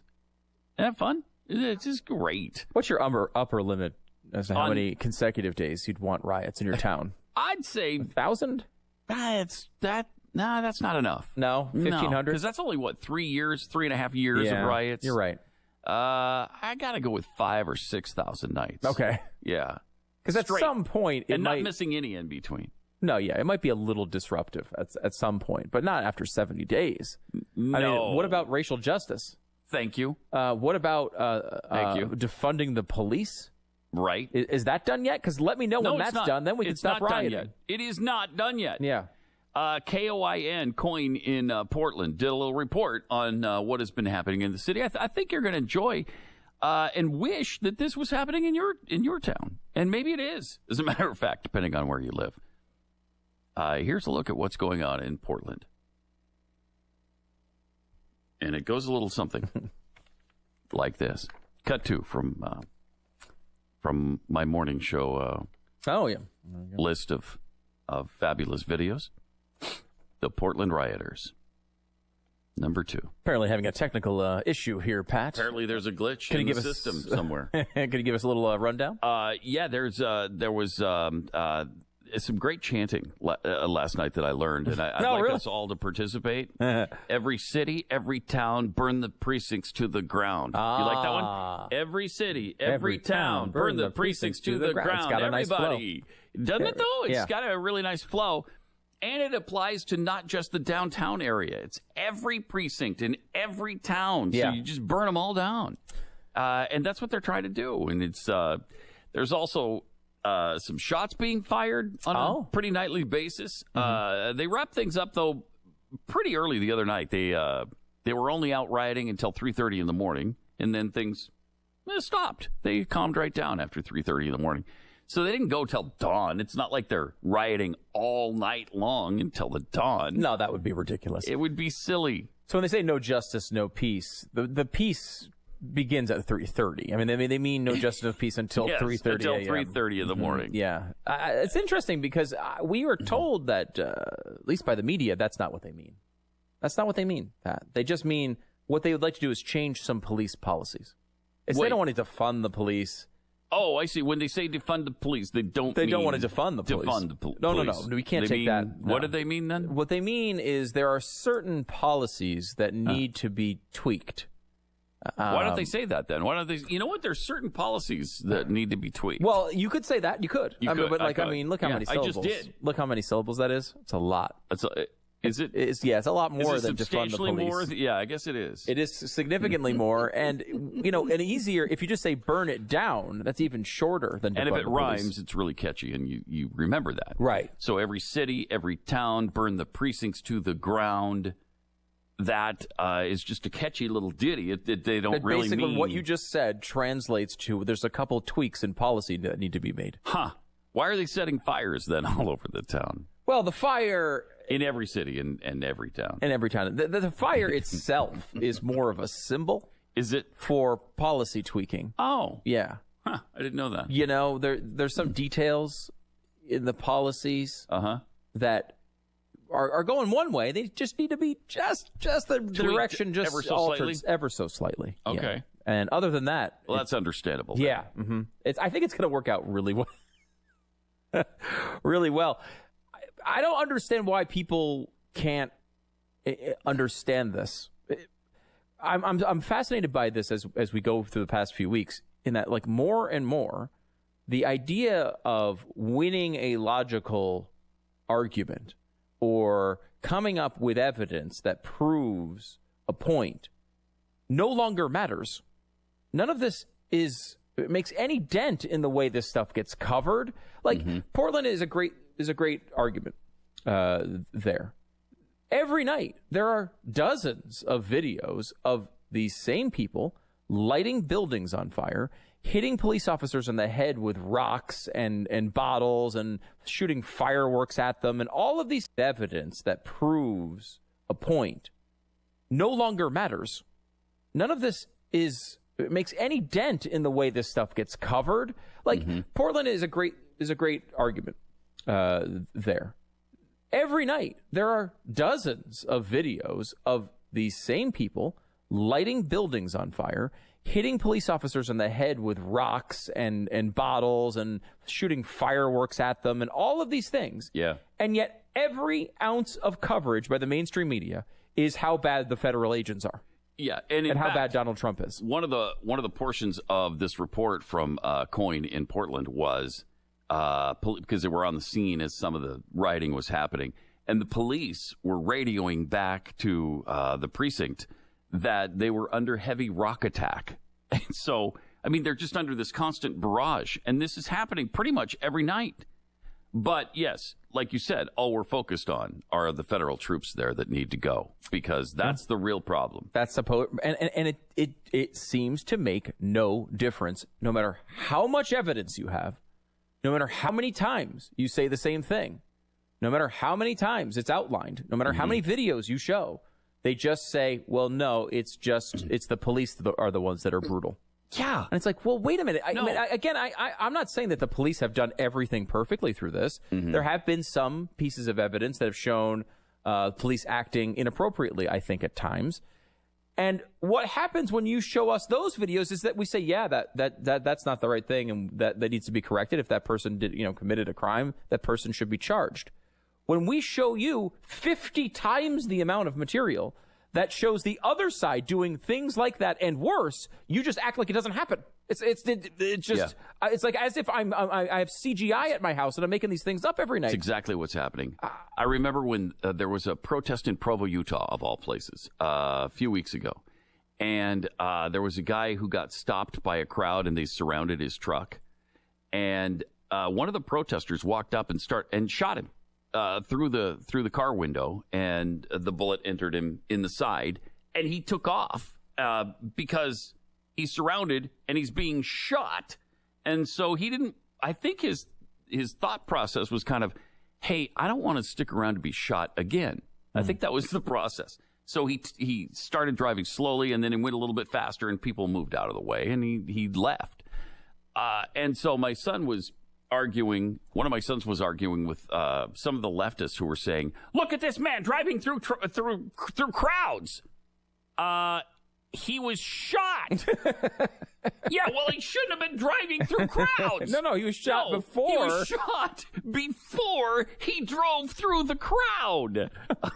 I mean, they're just, and it never computed. It didn't register with them. They continued the same argument as if, hey, he was being shot at, just didn't register with people. It's really strange. Yeah, it doesn't matter what the protesters do. It's fine. And the cops are always wrong. Always. This strategy is fascinating to me because if you look at, like, people would say, I don't know, let's just go back a decade. People would say, you're racist. They've been making that charge forever, right? Mm-hmm. You're racist. And you'd be like, okay, well, here's why I'm not racist. And here's why this policy works better than this policy. And you'd explain that out. And that battle was fought for a long time. And I don't know if it's just so obvious now that they lost that battle, where they kept saying things were racist and everyone knew they weren't. So what they did was just change the definition of the word racist. Now, if you're white, you're automatically racist and there's nothing you can do about it. You're never going to be able to solve that. So you're automatically racist for life. It's like, well, I guess if the definition of the word racist is I have white skin. I mean, I don't technically have white skin, but I guess I have peach or whatever it is. Mm-hmm. If I'm white, I'm automatically racist. Well, then they automatically win the argument if that's the definition of the word. And it's like, well, how about these words mean things? Like when I say you're a boy and you're a girl, those words mean something. And when you want to come in and say later on, well, actually, as Ellen so helpfully helped us define, it's just a feeling you have in your head. That's what gender is. Well, that's just another thing. You're just coming up with totally new definitions for existing words. Mm-hmm. How about let's just keep the words the same and you can make your arguments? But they know they can't win our arguments that way. If the language doesn't move, if it's concrete instead of quicksand, they can't win these arguments. So now they just change the language as we go. It's incredible. Yeah, their arguments right now just don't even have to make sense. I'm not racist. I've never discriminated against anybody. Well, that's your white privilege showing. Wait, what? What is my white privilege? Well, that's your whiteness. You're just white, and you're just saying my race there. So I thought that was something we weren't supposed to be focused on. Did we do the TCU story here yesterday? I can't remember. I might have. I think I did it on Stu Does America yesterday. Story about the head coach of TCU football, and he is apologizing now for using the N-word. Gary Patterson? Yeah, he used the N-word. Yeah, pretty bad, right? Yeah. Except for the fact that when he was using the N-word, it was in the context of yelling at a player for using the N-word. Oh my So he quoted the player, but he actually said the word. He didn't say the N-word. Oh, now, man. Is that a bad idea as a white coach? Sure, it's not I mean, the easy safe tip here is just never say it, right? Like, you don't get, but still, context matters here. He was saying it was inappropriate for this word to be used, and was criticizing its use. So the players, they start tweeting about how he said the word. So Patterson gets in trouble. He's now apologizing. The players are skipping the get-togethers and practices. Oh, my gosh. And they say to him, not only do they say, look, we told him, because they're like, we had a meeting, and how do we move forward? And we told him he just can't use that word. That's not appropriate for him to use. And then we also told him he needs to stop saying, I don't see color, because he does see color.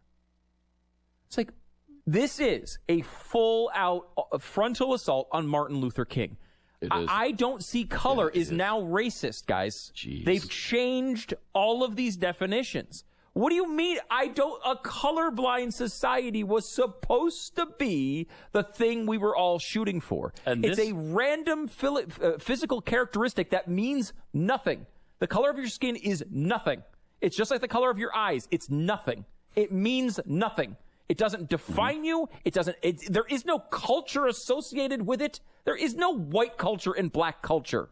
Look at the black culture of black people in the United States and compare it to black people in Africa and tell me they have the same culture. It's totally different.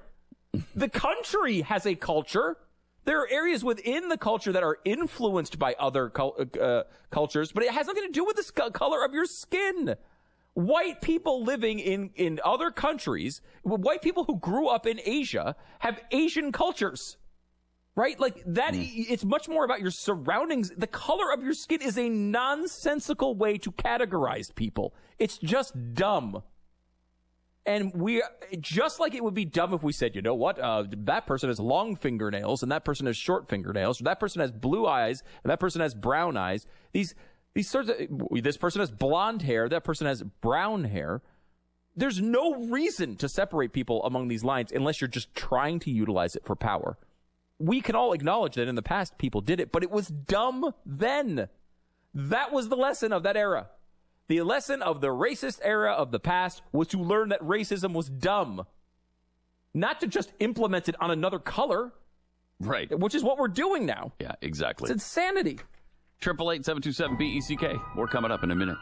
American Financing, NMLS 182334, www.nmlsconsumeraccess.org. Won't it be great when things finally settle down and we go back to living our everyday normal lives? I mean, assuming that actually happens at some point in the future. In the meantime, if you're a homeowner, you might be finding yourself in the same situation as countless other homeowners across the country, up to your eyeballs in debt and bills. Whether you are or you're not, if you really need to just consider refinancing your mortgage right now because it's extra money. I mean, percentage rates have dropped into the 3s. Maybe they dip down into the 2s. I would never seen anything like this before.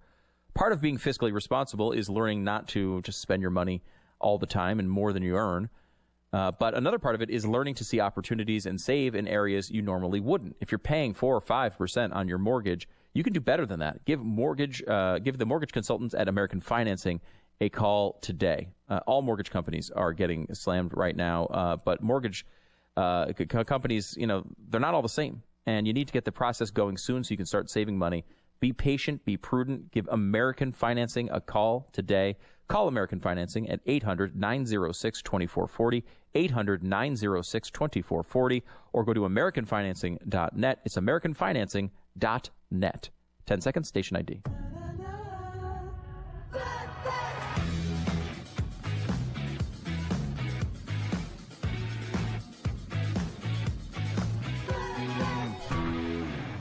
So one of the best coaches in college football under fire right now. Is he going to survive this? A lot of times they don't. Yeah, a lot of times they don't.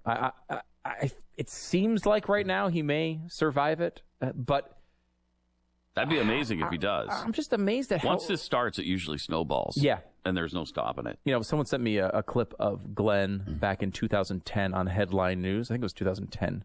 Does that sound right, timing-wise? Maybe it was a little... No, it had to be earlier than that. It was 2000... Yeah, it was Headline News, so it was 2000, probably 8? 6 or 7. And he was talking about black liberation theology. Yeah. And every word that you hear now was all brought up in that era from those shows. Talking about microaggressions and, systemic racism and all of those... All these terms that are now like buzz terms and you're seeing all over the internet... There's a great piece, and I think it's Tablet, that goes through how, since about 2011, 2012, all of these terms and all of the major publications have shot through the roof.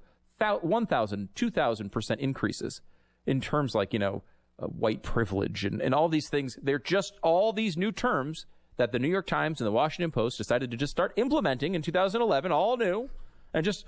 all through the roof. And Glenn was talking about it several years earlier. It was all in that situation with, Jeremiah Wright and the black liberation theology. It's all centered in there.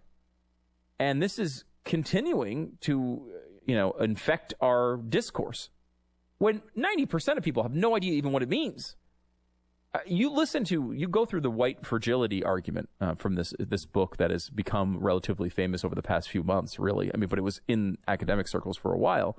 And this argument is all backward. It has nothing to do with the racism that we've always talked about. It has literally nothing to do with it. It's a totally different thing. They've just taken the word and they've said, well, racism has a negative connotation to it. So let's just call this new thing that we want.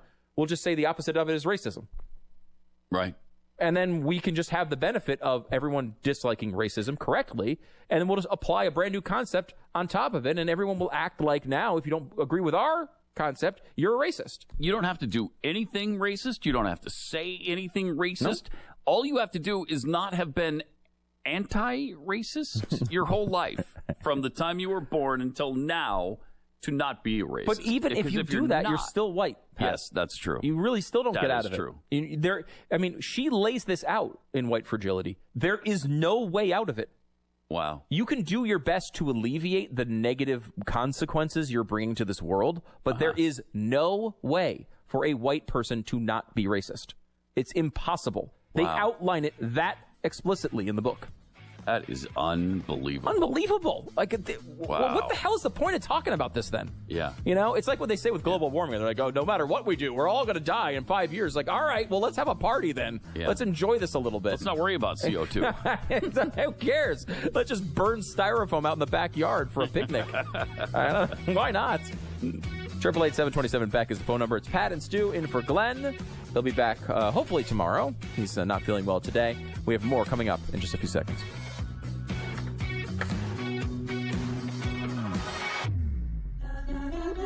This is the Glenn Beck Program. Do you ever pull out of your driveway in the morning and get halfway down the street and then suddenly have this premonition? I know my car is going to break down today. And then it does. No, that doesn't happen because you're not clairvoyant. And if you are, you've got bigger problems to worry about than your car. For the rest of us, it's hard to see when car trouble is about to strike. That's why you need CarShield. CarShield helps take care of expensive repairs so you don't have to. Their protection plans can save you thousands of dollars for a covered repair. You can pick your favorite mechanic or the dealership to do the work. And best of all, there's no long-term contracts or commitments. CarShield plans are customizable, and their payments are easy. I mean, $99 a month they start. CarShield has helped over 1 million drivers, which is why they're America's #1 auto protection company. Get coverage today and see why CarShield cars go further.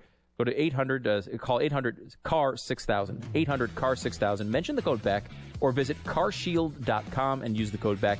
That'll save you 10%. It's carshield.com. The code is BECK. A deductible may apply. Go to CarShield now, 800-CAR-6000. The code is BECK.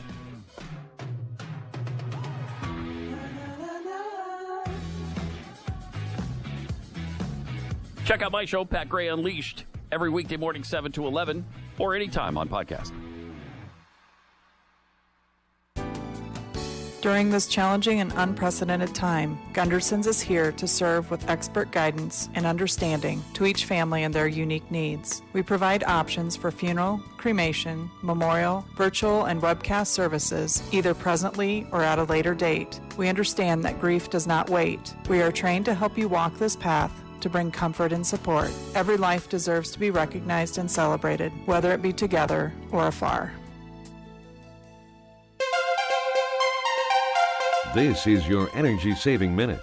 More and more consumers are looking for proof regarding the energy efficiency of the products they plan to purchase, which is why the Air Conditioning, Heating, and Refrigeration Institute established a certification program that independently tests HVAC and water heating equipment that meets or exceeds manufacturers' performance ratings. So if you're planning to purchase new HVAC or water heating equipment anytime soon, insist that it has the blue and white AHRI certified seal. Also, be sure that your equipment is installed by a technician certified by the North American Technician Excellence Organization. They have the tools and training to install the new state-of-the-art HVAC and water heating equipment to save you energy and money. A public service by this station and the Air Conditioning, Heating, and Refrigeration Institute, ahrinet.org. When I grow up, I'll be a chef, 'cause chefs get to cook yummy cheeseburgers, pizza, and chocolate everything. If your child is sick over and over again, it could be PI, a defect in the immune system that affects millions. Early detection can give children a chance to dream. Jeffrey Modell Foundation, 25 years of helping children reach for their dreams. Visit us at info4pi.org or call 1-866-INFO4PI.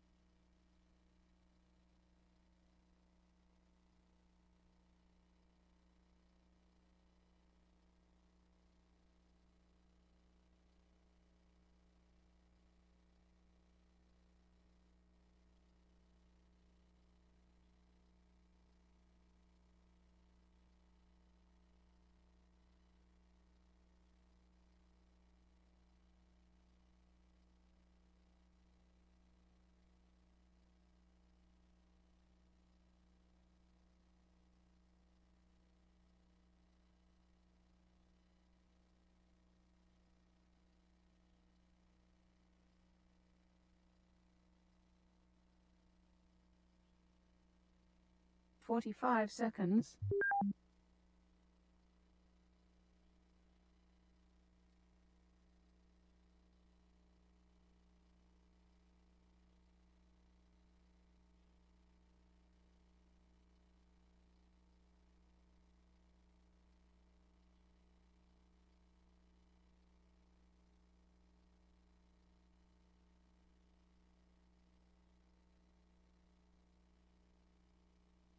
Fifteen seconds.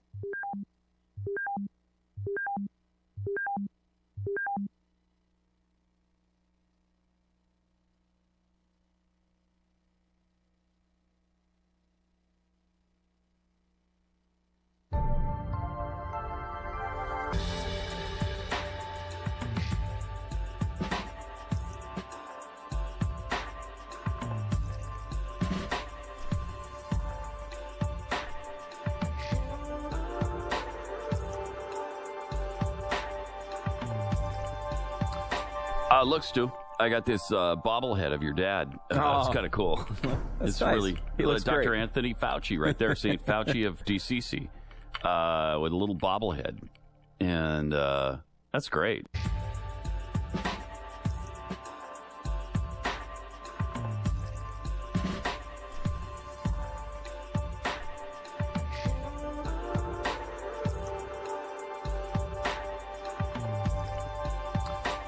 Look, Stu, I got this bobblehead of your dad. It's kind of cool.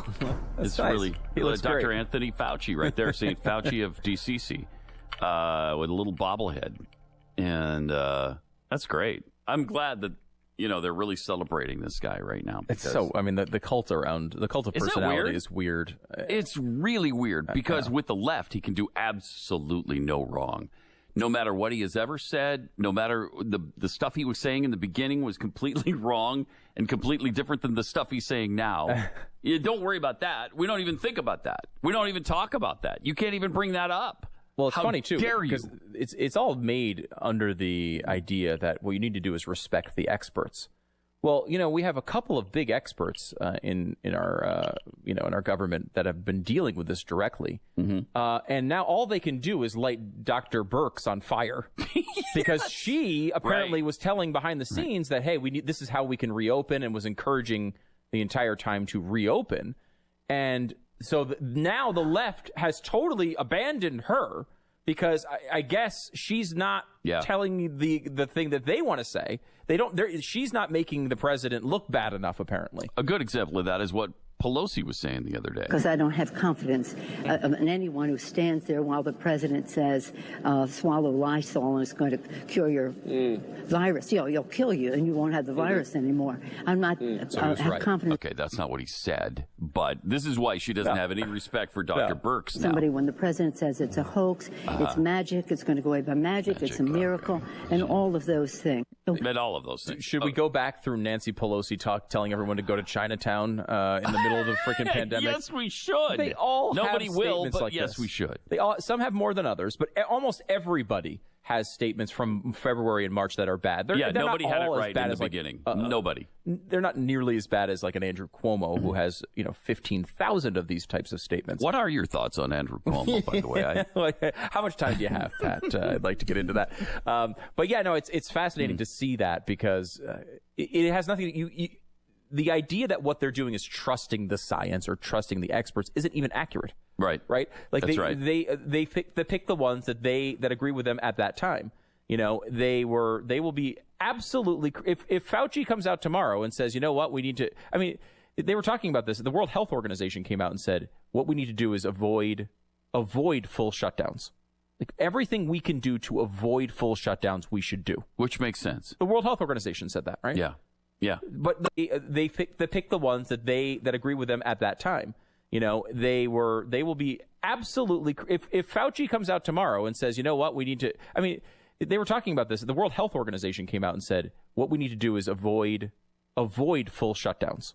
Like everything we can do to avoid full shutdowns, we should do. Which makes sense. The World Health Organization said that, right? Yeah. Yeah. But that now the World Health Organization doesn't agree with what they want. So now they can disregard that. It's not about listening to experts. It's listening to them. That is the bottom line here. Anybody who happens to be an expert that aligns with them, they will be in the shining light for a certain amount of time, and then when they start disagreeing, they will go away and they will become quacks again. It's the exact same thing with climate change and the Michael Schellenberger. Yeah, I mean they don't want you to listen to him at all anymore. He's a kook now and a complete.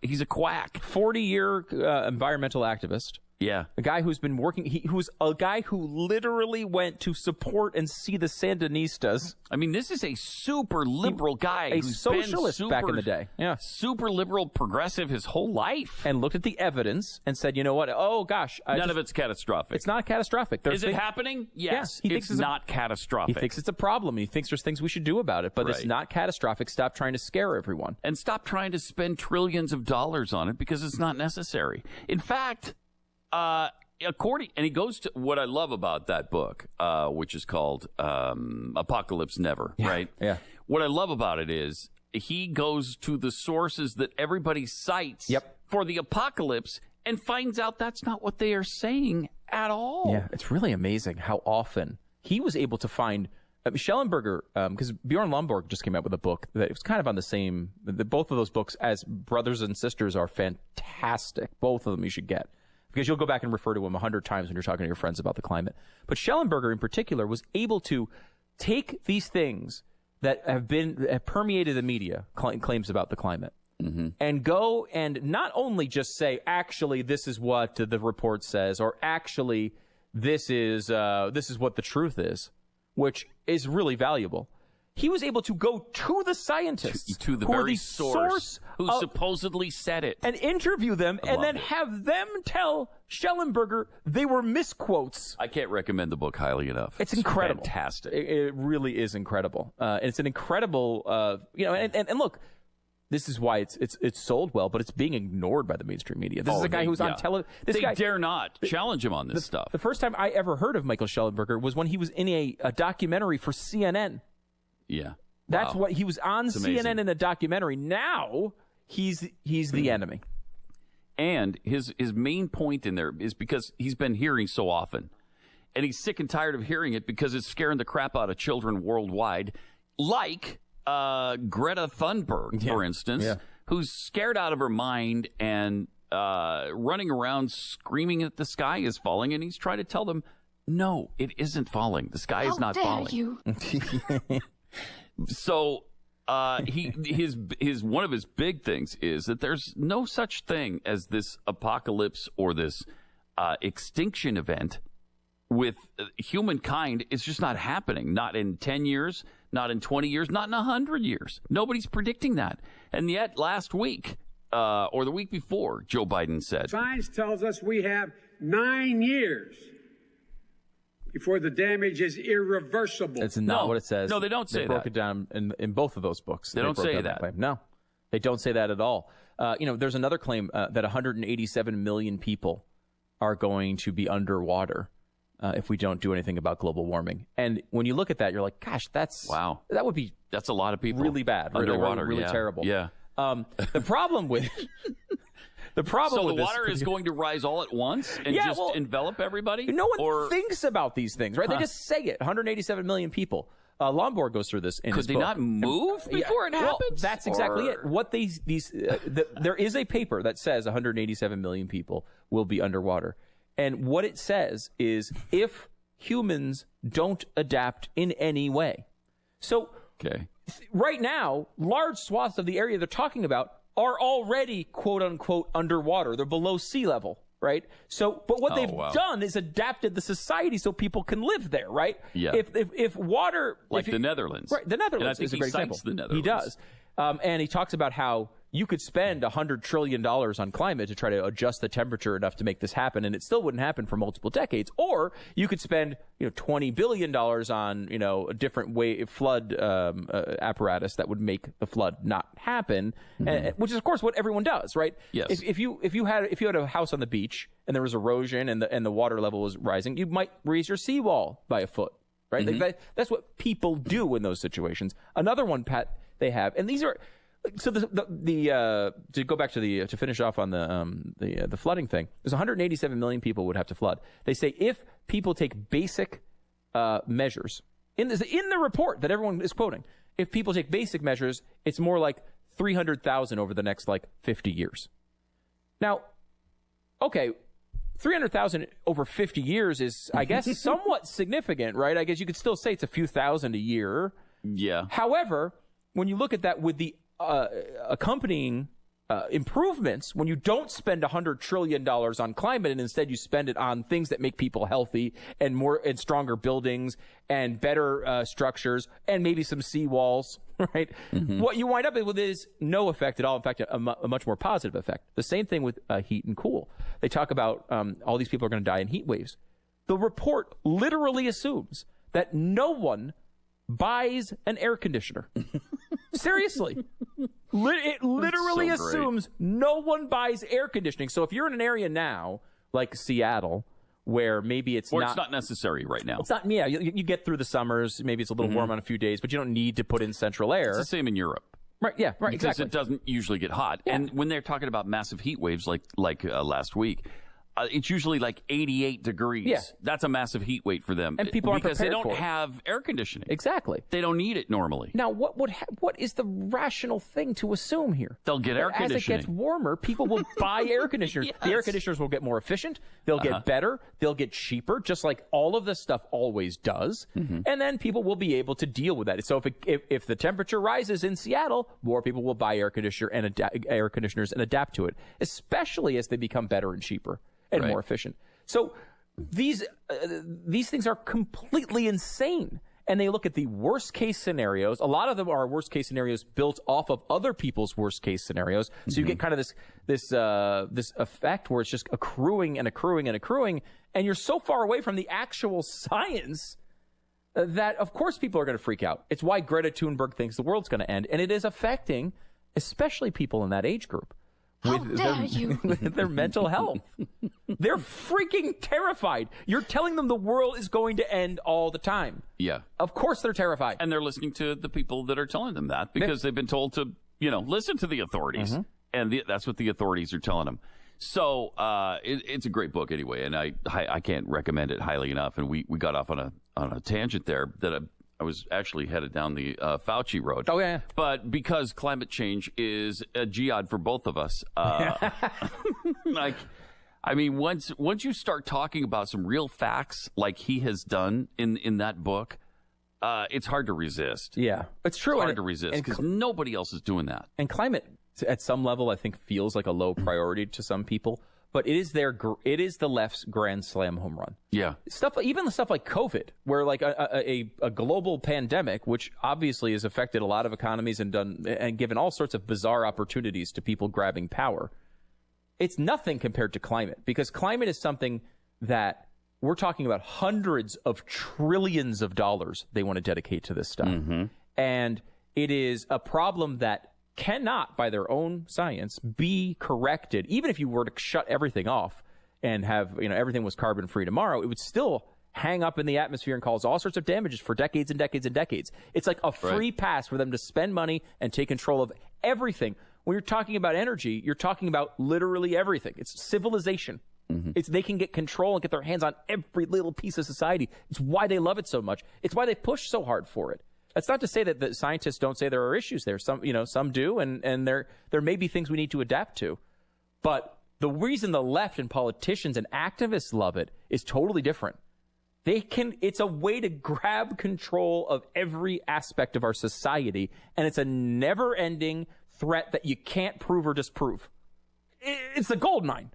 And that's why we talk about it so much, because if we don't disprove that stuff and it continues to go down and gather steam, it's going to kill us. It really is. It's a dangerous, dangerous road. All right. 888-727-BECK. More Pat and Stu for Glenn coming up. So how do you run a business? Well, a lot of people run them very poorly. But we've had a business here for a while, and one of the big challenges of growing, the Blaze and Mercury Radio Arts, Glenn's company, from scratch, is to try to figure out what the heck is going on. It's like there's so many different things going on. How do you get all your numbers kind of organized the right way so you can really understand your business? Oracle, the makers of NetSuite, understand this. For years, we've been talking about this sort of dashboard for our companies, something that can, a lot of people run them very poorly. But we've had a business here for a while, and one of the big challenges of growing, the Blaze and Mercury Radio Arts, Glenn's company, from scratch, is to try to figure out what the heck is going on. It's like there's so many different things going on. How do you get all your numbers kind of organized the right way so you can really understand your business? Oracle, the makers of NetSuite, understand this. For years, we've been talking about this sort of dashboard for our companies, something that can synchronize all of the information flowing from one department to the next, something that would make it easy. At the end of the day, you'd always know your numbers, because if you don't know your numbers, you don't know your business. We discovered NetSuite, and it's been a real blessing. You'll be glad you discovered it for your business as well. Join over 20,000 companies who trust NetSuite to go faster with confidence. NetSuite surveyed hundreds of businesses, and they assembled a playbook for top strategies they're using as America reopens for business. This is a challenging time, and you can get this free guide, 7 Actions Businesses Need to Take Now. Get your free product tour as well, netsuite.com/Beck. Get your free guide and schedule your free product tour at netsuite.com/Beck, netsuite.com/Beck. You're listening to Glenn Beck.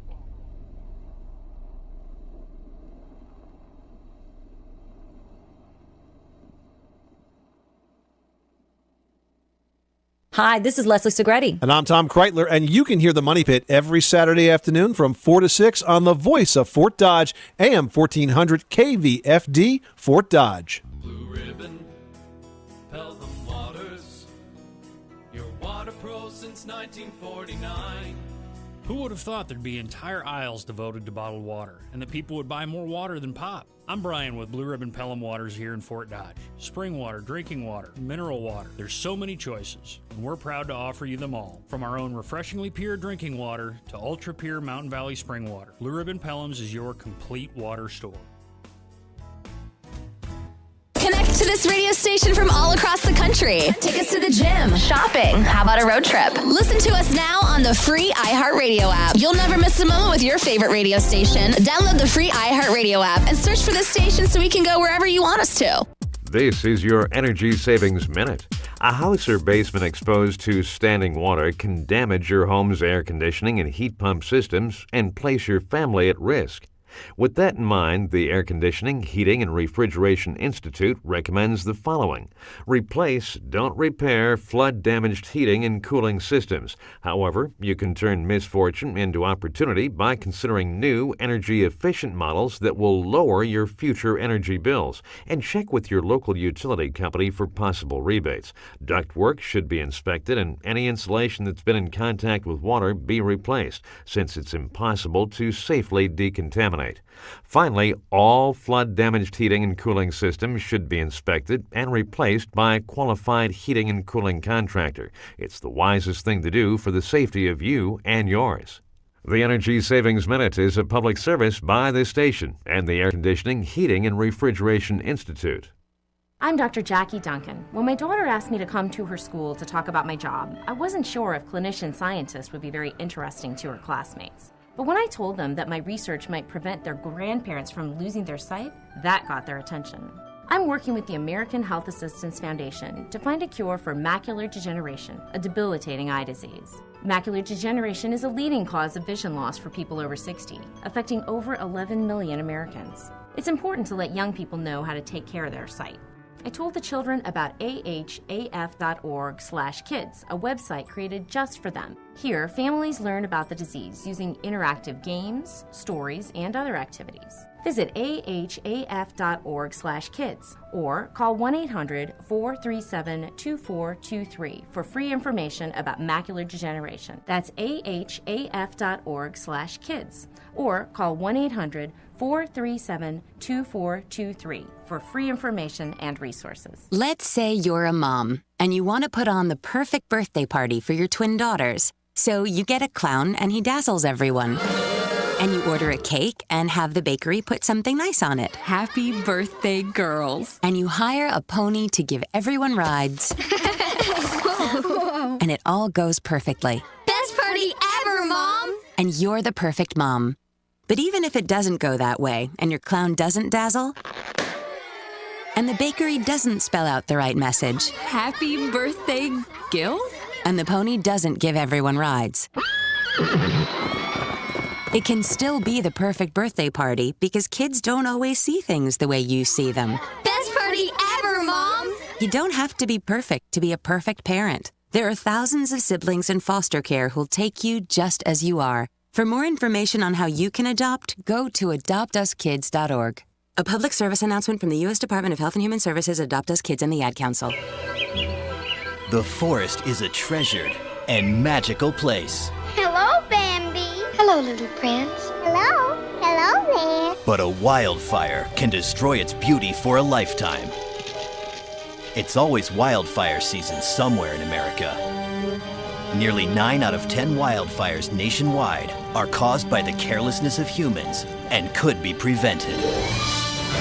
But together, we can make a difference. Watch what I can do. Help protect the home of our forest friends. He can call me a flower if he wants to. To find out more, log on to SmokeyBear.com. Only you can prevent wildfires. This message has been brought to you by the U.S. Forest Service, the National Association of State Foresters, and the Ad Council. Come on! You could do it!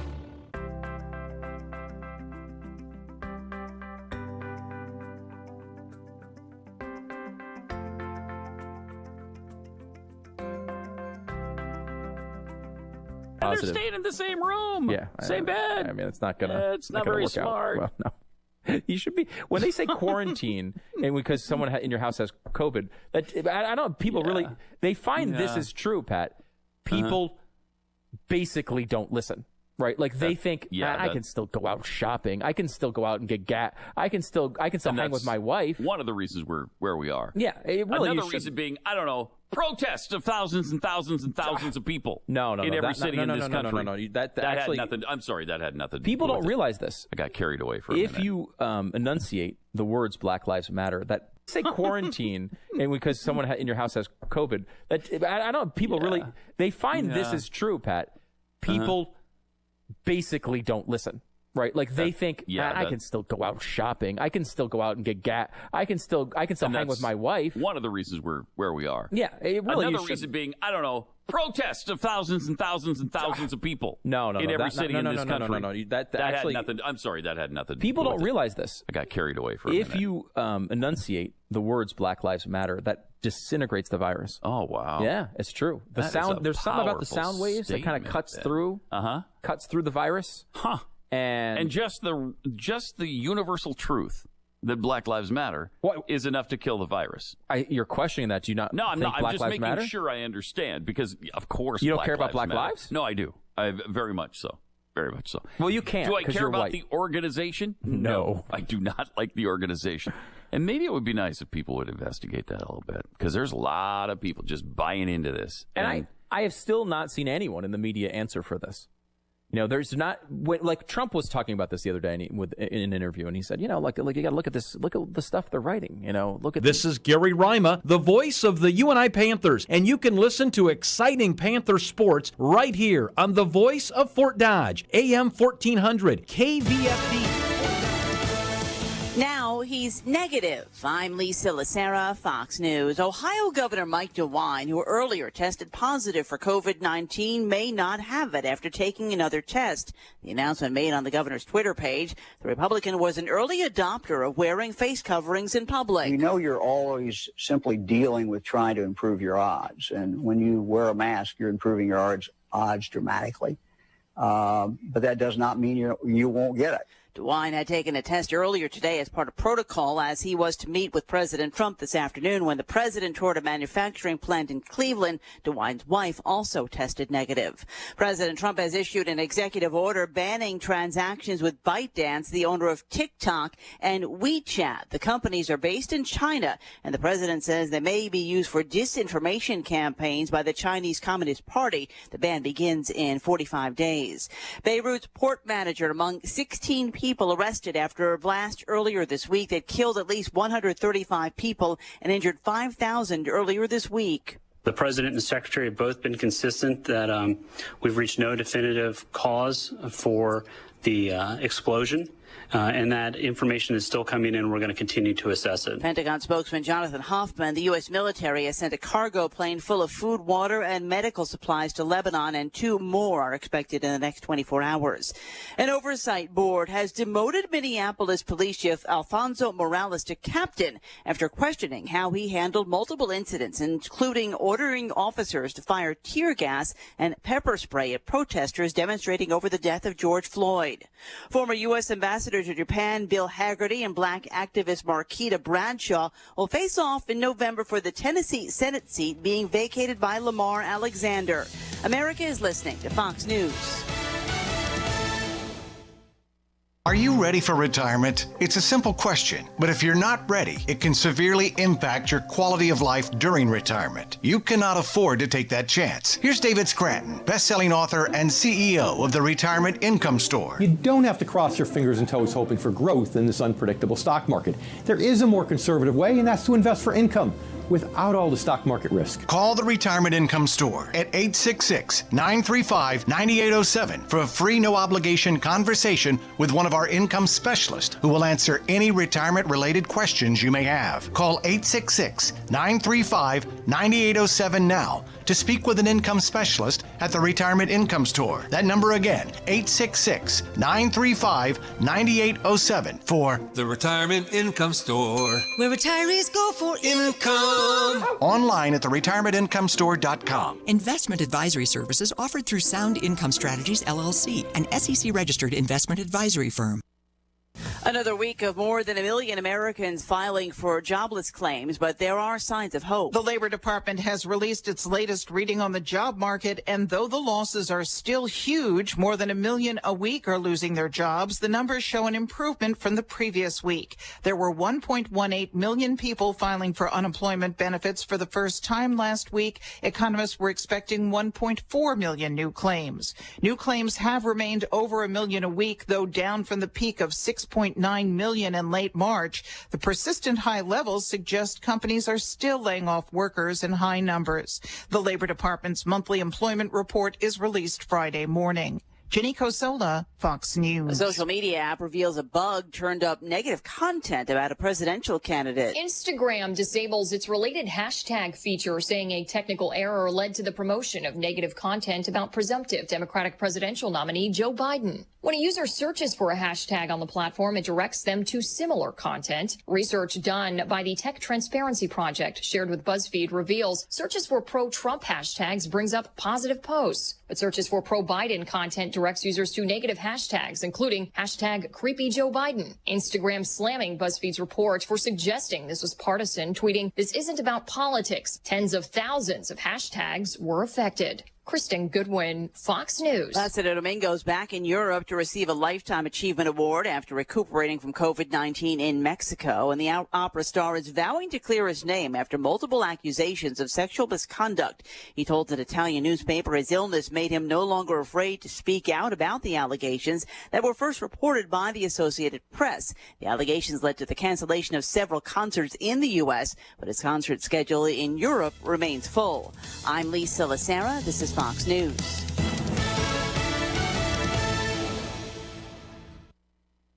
The holiday season is a time of celebration. Celebrations often involve alcohol. This is Trooper Tracy Teague with the Iowa State Patrol. Alcohol and drug driving continue to be a major cause of injury and fatality accidents in Iowa.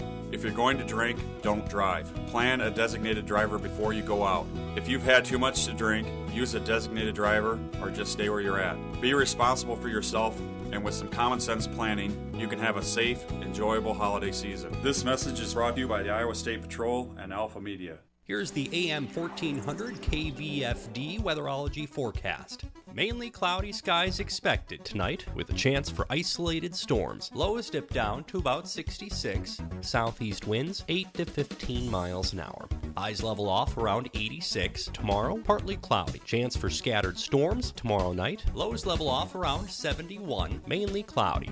From the Weatherology Weather Center, I'm staff meteorologist Derek Height. Currently, it's 68 degrees.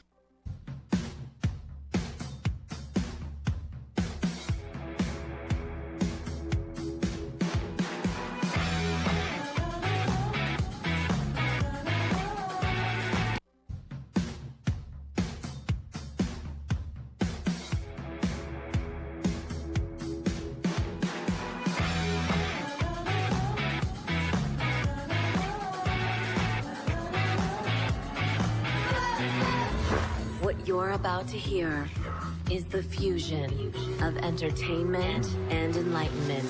This is the Glenn Beck Program. Pat and Stu for Glenn. Hopefully Glenn's back tomorrow.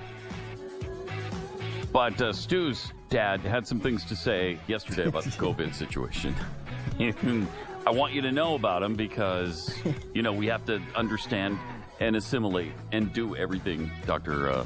St. Anthony Fauci says. So we'll give you your latest orders coming up in about 60 seconds. This is the Glenn Beck Program.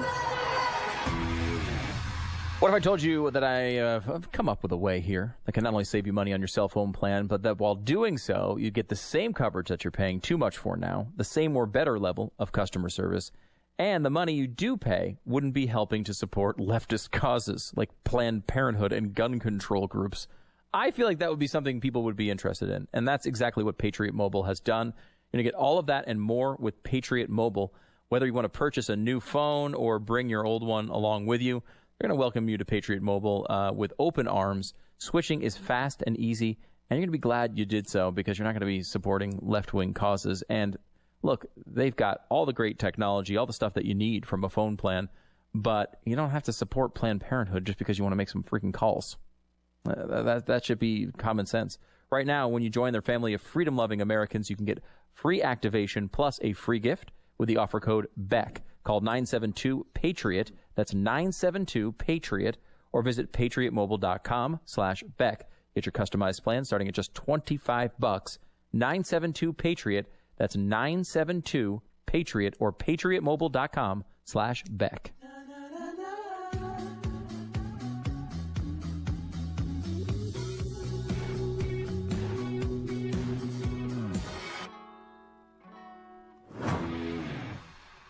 Pat and Stu for Glenn on the Glenn Beck program. We got some instruction from Anthony Fauci coming up that I know you don't want to miss because we hang on his every word. And, I don't live there, but is anyone else uncomfortable with the checkpoints in New York that are being set up now? I mean... Yeah, there's a guy named Andrew Cuomo who thought it was the wrong thing to do. It was unconstitutional to set up checkpoints like that for interstate travel because, it's unconstitutional. Right. Now he's implementing them, which is weird. Wow. Because it's the exact opposite of what he was saying just a couple of months ago. But let's give him credit for all the great work he's done on coronavirus. It's been great. We have our ways of discovering if you're sick or not, no? We need to see your papers, please. Jawohl? Jawohl. I would probably have traveled to New York by now, but if we go there from Texas, despite the fact that we have you're under 1/7 quarantine for the deaths. Yeah. Quarantine for 2 weeks? Quarantine for 2 weeks, supposedly. Yeah. Now, I don't know exactly how they can... How does that get enforced? I don't know. But that is what their policy apparently is at this point. Well, it seems like they're putting the checkpoints at all the tunnels, right? Tunnels and bridges. And so when you're coming into the city, I'm guessing if you have out-of-state license plates, especially, you're going to be checked, and they're going to ask you some questions about where you're going, what you're doing. Okay. And it's really convenient to get into New York under normal circumstances. I can't help but think this is going to really improve things and people's attitudes. Yeah, the people in New York don't care about the invasion of personal liberty. They're like, the traffic's going to be worse. Seriously? Yes. Although I got to imagine it's not that bad. I mean, I can't remember the last time I dealt with traffic. Right? Like, full stop. I can't remember the last time I dealt with it because and we've been coming to work throughout the entire pandemic. There hasn't been a day where we stayed home because of it. And it's just because, for whatever reason, we're dispensable. I guess I don't know exactly what the reason is, but we've been coming in and there's just, it's not a thing anymore. Traffic isn't a thing anymore. You would think as opened up as we supposedly are, traffic would be kind of back to normal, but it's not. No, it's not. I mean, remember, opening up, a lot gets made about the government policy on whether you're open or you're closed, and that really does affect things like here, for example, bar owners, right? Like they are legitimately not allowed to be open, so that is a huge difference. Largely, though, these decisions are being made by people who are like, I don't want to go out right now. I don't feel comfortable. I don't want to deal with this. Why do I want to go to a restaurant where they make me wear a mask and then they're wearing a mask inside and it's not fun anymore. I like restaurants, but I'll just order. They'll come to my house. there's ways that people have adapted to this life. And a lot of it has to do with a lot less driving. And a lot of businesses are now realizing, well, yeah, it worked out fine for people to work from home. So maybe we'll just keep doing that. It's a situation like we're here. doing that here. Yeah, exactly. I mean, hardly anybody has returned except, us, that we've been here the whole time, like you said. Yeah. But the people who went home and were doing work from home are still doing that. Right. They've a lot of them have been able to do their work at home. So, and we're a digital company largely. So we're a little bit different than, your brick and mortar store, obviously. Mm-hmm. But a lot of companies are saying, a third of our workers can certainly work at home. Or maybe they come in just for one meeting a week. We all get together for one meeting a week to discuss what the plan is, and that's it. I think that is going to be the future, which is why I keep thinking to myself, the commercial real estate business is going to take a huge hit. I mean, these companies that needed 100,000 square feet 6 months ago now might need 10. Look, these things usually have a way of working themselves out, but that one in particular, because if nothing else, coronavirus I think has shown to be very much. You kind of worry why would I live in a city? Why would I live in a city? Not to mention, you have the mayors who will do anything they can to restrict you and what you're trying to do. And you add on to that it's the places that get hit the hardest because everyone's in tight quarters. Mm-hmm. All the people, Cuomo talked about this yesterday, all the people who were in New York, all the people with money, all just left. So they didn't have to deal with all of his nonsense. And now he's pissed off they're not coming back because they're avoiding all their taxes. They're doing all sorts of stuff. Gee, what lesson does this teach you, Andy? Maybe because your taxes are so high, and people are realizing that, and they're not going to come back. Why would they come back? They can visit New York when they want to. They can go stay in a hotel if they have to. There's no reason to live in these cities anymore. And with New York, all the people with money, all just left. So they didn't have to deal with all of his nonsense. And now he's pissed off they're not coming back because they're avoiding all their taxes. They're doing all sorts of stuff. Gee, what lesson does this teach you, Andy? Maybe because your taxes are so high and people are realizing that, and they're not going to come back. Why would they come back? They can visit New York when they want to. They can go stay in a hotel if they have to. There's no reason to live in these cities anymore. And with this sort of stuff breaking out, with all the restrictions and all the nonsense added on to it, why would you bother? Yeah. Plus, it's going to help with catastrophic climate change because with the less cars and vehicles on the road, we're going to have less CO2. Thank Kevin. Thank you. Thus, saving humanity from an extinction-level event that's coming up in just 5 months. 5 months? Yes. Wow. Yeah. I've upped the timetable. I thought it was 9 years, but now up yours. But we have some direction from Fauci. Thank goodness. He was on with Sanjay Gupta was interviewing him yesterday, and then they took some questions from people online. And one of the questions was, we're the United States of America. This seems to be hurting us more than other places. Were we just not prepared for this, or what happened? Here's that exchange. Dr. Fauci, the title of this series is When Public Health Means Business. And thus far, it seems like we haven't meant business at all. The United States has 4% of the world's population, but 25% of the world's COVID cases and deaths. For a country that is the most affluent and influential, that is a catastrophe. My question is, knowing what you now know, what would you do differently before the next pandemic or during it? Well, I think there's two parts of that question, sir. One is, how we might explain how this happened and what I would do different, and then what you would do different for the next pandemic. I think preparedness, we put together a pandemic preparedness plan as we were trying to respond to the threat of the pre-pandemic 2005. And again, it was a plan that was a reasonable plan. And in fact, when it was evaluated independently by Johns Hopkins, it stated that it was our preparedness for a pandemic was essentially number one in the world. But what happened when the rubber hit the road on this, and we did get hit, pandemic, I think preparedness, we put together a pandemic preparedness plan as we were trying to respond to the threat of the pre-pandemic bird flu back in 2005. And again, it was a plan that was a reasonable plan. And in fact, when it was evaluated independently by Johns Hopkins, it stated that it was our preparedness for a pandemic was essentially number one in the world.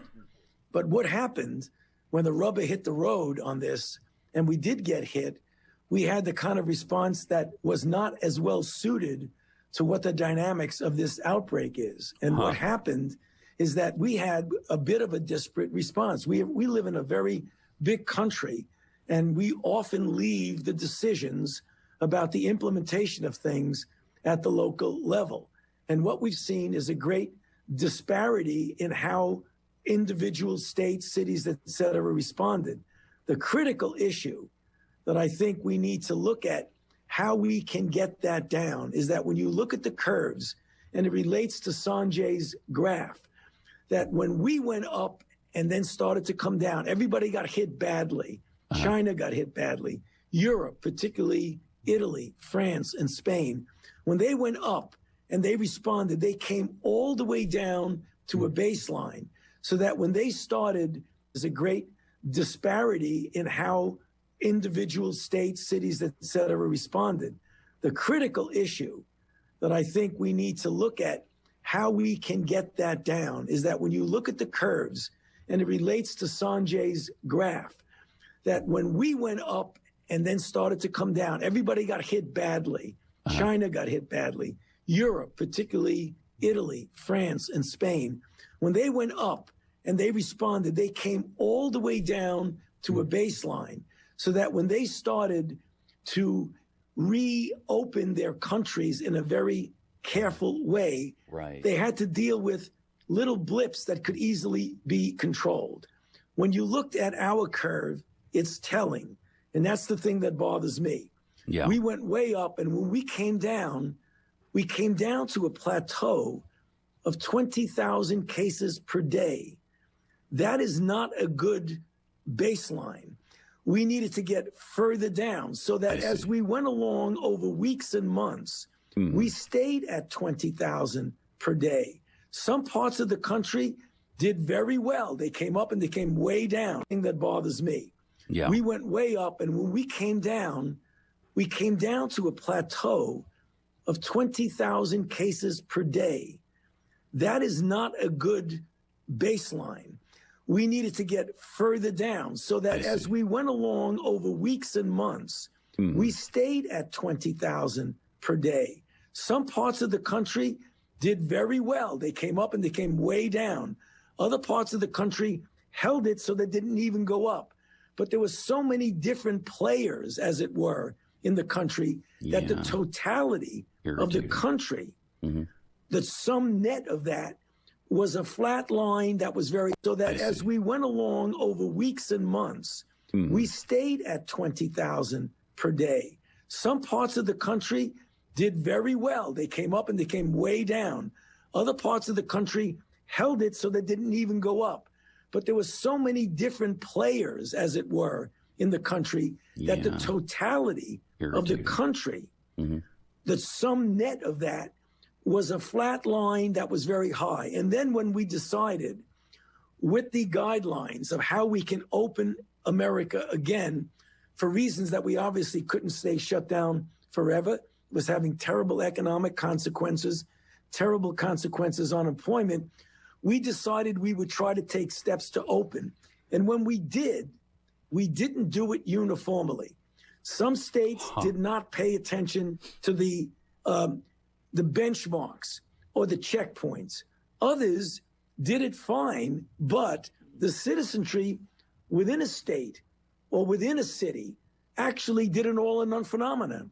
They said, we're locked down, so now we're just going to let it fly. Now, you could say, no, that didn't happen. But the numbers tell you what happened. All right, we got it. What happened? What he's saying here in the benchmarks or the checkpoints. Others did it fine, but the citizenry within a state or within a city actually did an all or none phenomenon. They said, we're locked down, so now we're just going to let it fly. Now, you could say, no, that didn't happen. But the numbers tell you what happened. All right, we got it. What happened? What he's saying here in a really lengthy explanation is we have a 10th Amendment to the Constitution, which gives power to the states to make their own decisions. Mm-hmm. If it weren't for that pesky Constitution. Let it fly. Now, you could say, no, that didn't happen. But the numbers tell you what happened. All right, we got it. What happened? What he's saying here in a really lengthy explanation is we have a 10th Amendment to the Constitution, which gives power to the states to make their own decisions. Mm-hmm. If it weren't for that pesky Constitution, we could control people a lot better. Wouldn't that be great if we could set fire to that Constitution? So there's that, and there's another glaring omission in his explanation here of why we got hit harder than others. And it seems like there was a little situation where thousands of people were gathering together every day in the streets, yelling and screaming and spitting and setting things on fire and robbing Nike stores. The protest had nothing to do with this. Seems pretty notable to me. On. Seems pretty notable to me. Yeah.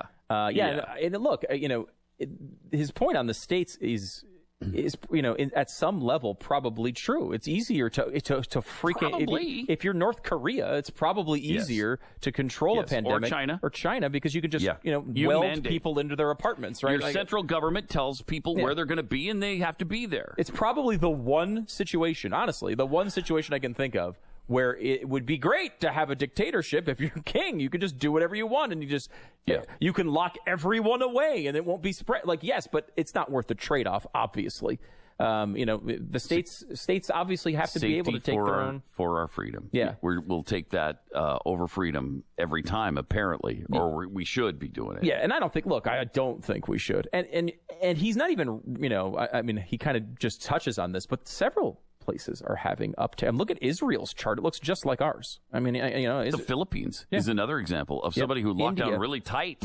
and they're having a huge spike right now. India, Peru. When you look at the excess deaths as compared to the population, we're not even close to the top of that chart.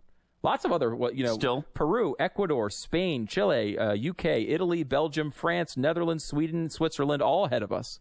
So that's at least 10. Is that 12? How many? 1, 2, 3, 4, 5, 6, 7, 8, 9, 10, 11. Yeah, it makes us 12, and there's only 20 measured. Brazil is theoretically behind us at this point, but does anybody believe? You look at Brazil, they're at 100,000 deaths with a smaller population than us. It started much later than ours, and they are a country in complete disarray over this. It's they've been hit really hard. They're going to find hundreds of thousands of deaths in countries like places like Brazil. You look at India with over 1 billion people. You're really going to tell me, they're having 20,000 cases a day in India? No. Come on. Obviously not. There's no. It's not happening. To me, the same in China. I think China's lied through their teeth the whole time. You're telling me they've only had 4,600 deaths? China? Really? I don't believe it either. I don't believe it either. And that's to the point where even left-wing commentators will acknowledge, we don't really believe those numbers. Right. Because you can't. It doesn't make any sense. You can't. But in theory, if you're a country, people praise places like South Korea what South Korea, the way they got that under control was they broke all sorts of things in our Constitution to do it. Mm-hmm. You can, I don't want to make that trade-off, frankly. I don't want to make that trade-off. No, I'm not willing to do either. it. But they're talking about all sorts of things that the U.S. would be very uncomfortable with: central quarantine and forced digital tracing of contacts. These are effective policies if your people let you do them. And when you don't have to care about whether the people agree or not, it makes it a lot easier. That doesn't mean that a dictatorship is better than the United States system. Are you sure? I'm pretty sure, Huh, that's a radical thing that you're just saying, Stu. Might want to rethink that. More in 60 seconds. Well, there was a time back in the day where men built castles. They put up high fortified walls made of thick stone and had deep moats surrounding them. Also, they had murder holes in the side of the wall so they could shoot arrows at anyone who got too close. Murder holes, it's a solid band name, not a good housing development. Why was all of this necessary? Because the idea of someone coming into your home and taking your crap is as old as... Rethink that. More in 60 seconds. Well, there was a time back in the day where men built castles. They put up high fortified walls made of thick stone and had deep moats surrounding them. Also, they had murder holes in the side of the wall so they could shoot arrows at anyone who got too close. Murder holes. It's a solid band name, not a good housing development. Why was all of this necessary? Because the idea of someone coming into your home and taking your crap is as old as civilization itself. Fortunately, in our modern high-tech era, we no longer need castles. You don't even need murder holes unless you just want one, which is, it could be fun to have on the side of your house. Could raise the value of your property. We don't know. Simply Safe makes it easy and affordable to have the best home security on the market without moats and murder holes. Their state-of-the-art equipment, around-the-clock monitoring, make Simply Safe the first name in the business. And when you pair how simple it is to get set up with the fact that you're going to pay 50 cents a day for monitoring, that's it.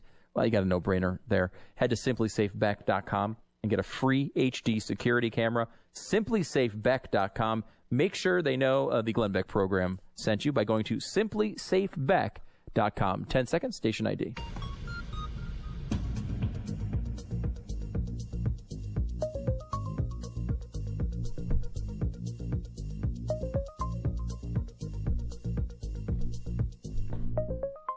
I'm glad you brought that up, Stu. I'm going to ask my realtor about murder holes. Would a murder hole raise the value of my property? Yeah. I'm going to look into that. Just making sure you get done by a real professional. You can't just cut a hole in the side of your house. Oh, no. That would be silly. Mm-hmm. You want your murder hole to be appropriately installed. If there's, you don't really install a hole, but you know what I mean. Yeah, I think I know what you mean. You want to have the nice bedding on the other side of it so you can be comfortable as you're pointing your bow and arrow outside of the murder hole. Right. That's the way it works. 888-900-3393. Also, Fauci had some things to say. Got into a discussion with Sanjay Gupta. Into that. Just making sure you get done by a real professional. You can't just cut a hole in the side of your house. Oh, no. That would be silly. Mm-hmm. You want your murder hole to be appropriately installed. If there's, you don't really install a hole, but you know what I mean. Yeah, I think I know what you mean. You want to have the nice bedding on the other side of it so you can be comfortable as you're pointing your bow and arrow outside of the murder hole. Right. That's the way it works. 888-900-3393. Also, Fauci had some things to say. Got into a discussion with Sanjay Gupta about the testing and what's happening with our testing policies and why we haven't had the rapid test thing happen yet. Here's what they said. Why don't we have it yet? If this is doable, I'm not asking for a fantasy here, but I got to tell you, Dr. Fauci, I made this case to Admiral Giroir the other day. I was in the operating room this past Monday. I got a CAT scan on my patient. I got coagulation numbers on my patient. I got a cardiac echo on my patient. I was doing brain surgery on this patient. Could not get a... What's happening with our testing policies and why we haven't had the rapid test thing happen yet. Here's what they said. Why don't we have it yet? If this is doable, I'm not asking for a fantasy here, but I got to tell you, Dr. Fauci, I made this case to Admiral Giroir the other day. I was in the operating room this past Monday. I got a CAT scan on my patient. I got coagulation numbers on my patient. I got a cardiac echo on my patient. I was doing brain surgery on this patient. Could not get a COVID result. Right. As a result, we all had to put on N95 masks, use up PPE, which is also hard to get, put ourselves at increased risk. A COVID test, even within this situation, why so many months don't we have the situation you just described? Sanjay, I could bend myself into a pretzel trying to get out of that question. It's unacceptable, period. And I don't know why, because that's not what I do every day. But I can tell you they're trying, but they're not. Obviously, again, when you say something like that, it gets distorted. You are a real world example of why we've got to do better. To say, and I know I've been in situations like that, I can get things done medically so fast it'll spin your head. There you were in the operating room having to put on PPE because you didn't know what you're paying. That is totally unacceptable. And for me to say anything different is distorting reality. So my question is, who's to blame on that? Is Donald Trump, is the federal government really responsible for developing a rapid virus test?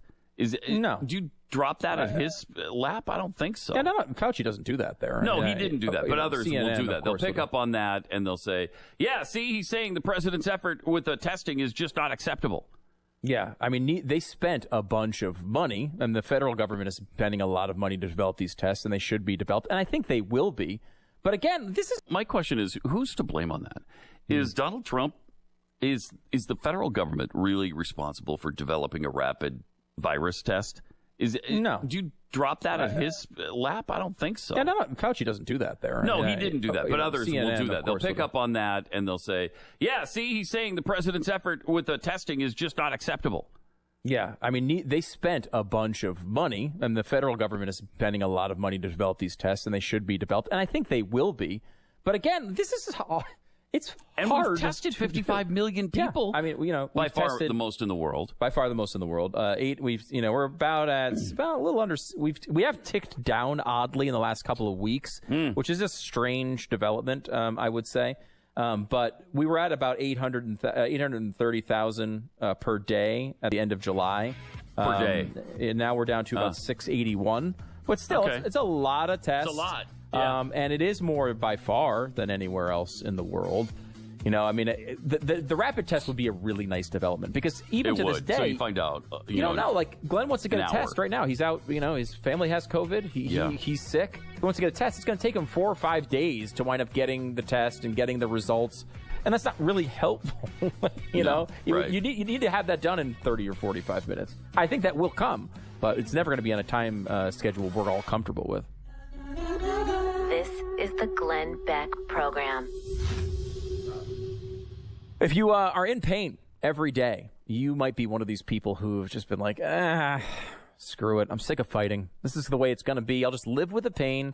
I just won't do those things I want to do anymore. I won't deal with, my grandkids come over. I'll sit on the couch and I'll watch TV with them. I won't go out and play with them. You come up with these workarounds for your life, and that's not right. You shouldn't have to do that. Inflammation is a big cause for most people's pain, and if you want to solve that, you want to try something that's not a drug, but it was developed by doctors. You want to try Relief Factor. 70% of people who try Relief Factor go on to order more. They're not just doing that because it feels good. They're doing it because it's actually solving the problem for them. Life, and that's not right. You shouldn't have to do that. Inflammation is a big cause for most people's pain, and if you want to solve that, you want to try something that's not a drug, but it was developed by doctors. You want to try Relief Factor. 70% of people who try Relief Factor go on to order more. They're not just doing that because it feels good. They're doing it because it's actually solving the problem for them. You can order a 3-week quick start for only $19.95. What do you have to lose? Look, it's one of those things where Glenn has been dealing with pain like this for a long time. It's really helped him. It's helped a lot of people around this office. Give it a try. ReliefFactor.com is the place to go. Or give him a call, 800-500-8384, 800-500-8384, or ReliefFactor.com. It's ReliefFactor.com.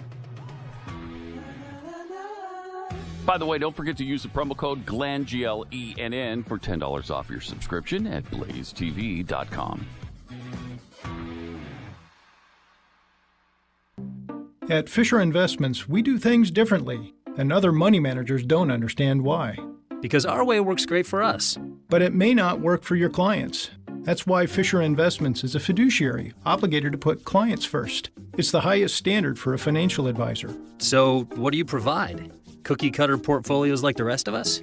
No cookie-cutter portfolios here. Fisher Investments tailors portfolios to meet each client's goals and needs. But you do sell investments that earn you high commissions, right? And make commissions when you make trades for your clients? No, Fisher Investments doesn't sell any commission investment products, and we never earn commissions on trades. So what's in it for you? Fisher Investments fees are structured so we do better when our clients do better. When it comes to helping clients achieve a comfortable retirement, we're clearly different. Visit FisherInvestments.com to find out why investors like you switch to us. Fisher Investments, clearly different money management. Investments in securities involve the risk of loss. I'll never forget that moment. Never forget that moment. As long as I live. As long as I live. It started with a phone call. I got the text when I was at work. My first call up ever as a member of the National Guard. This was it, the real deal. When we got to the armory, they briefed us on the wildfires, how they were getting dangerously close to homes. It was amazing to be a part of this massive operation. Helicopters were going up with huge buckets to drop water on the fires. Some of the guys in the unit were preparing for firefighting with local fire crews. We went out in Humvees to help with the evacuations. At that moment, I got my first taste of just how important the Guard is to my community. See how the Guard can be an important part of your life at NationalGuard.com. Discover what it means to be a citizen soldier, to serve locally as well as globally. Look into the benefits, including career skills and money for college. Take a moment. Go to NationalGuard.com today. Sponsored by the Iowa National Guard. Aired by the Iowa Broadcasters Association and this station.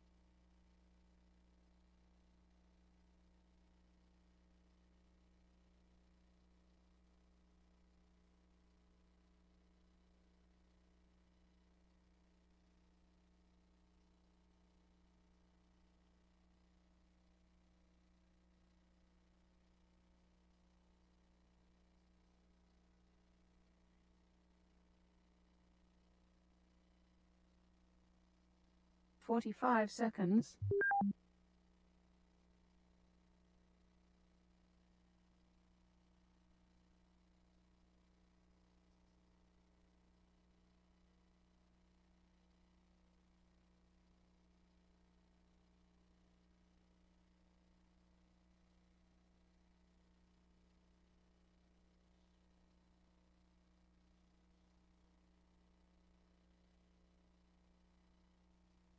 "15 seconds.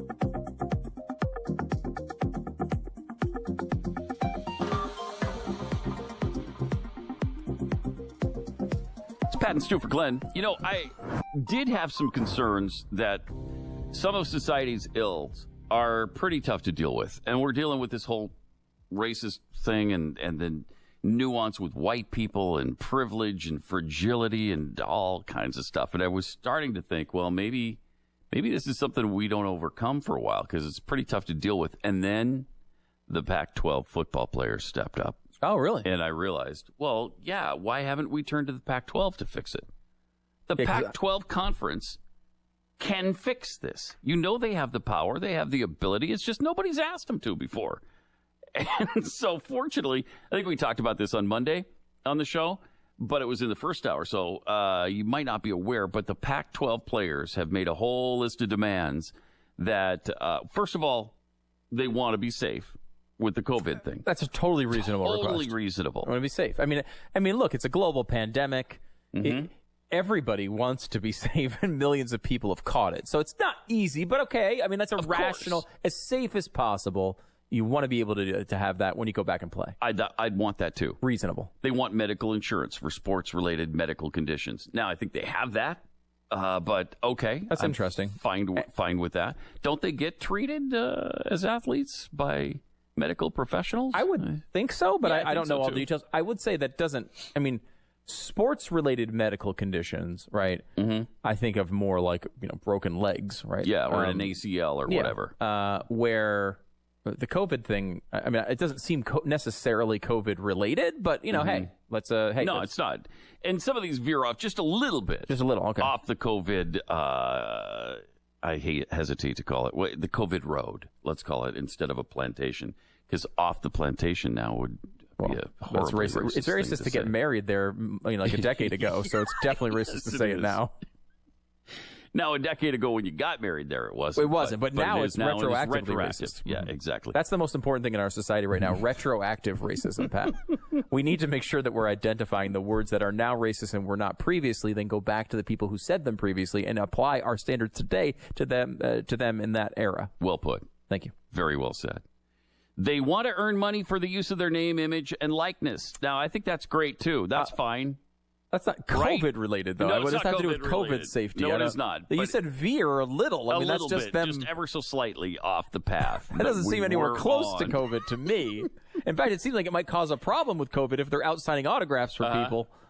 But okay, all right. But they want to be able to complete their athletic eligibility after participating in a pro draft if they're undrafted or they decide they want to return to the school instead. So if they change their mind, they want to come back. That's great for the NFL, too, where they draft a player and they're like, I'm going to go back to school. Thanks, though.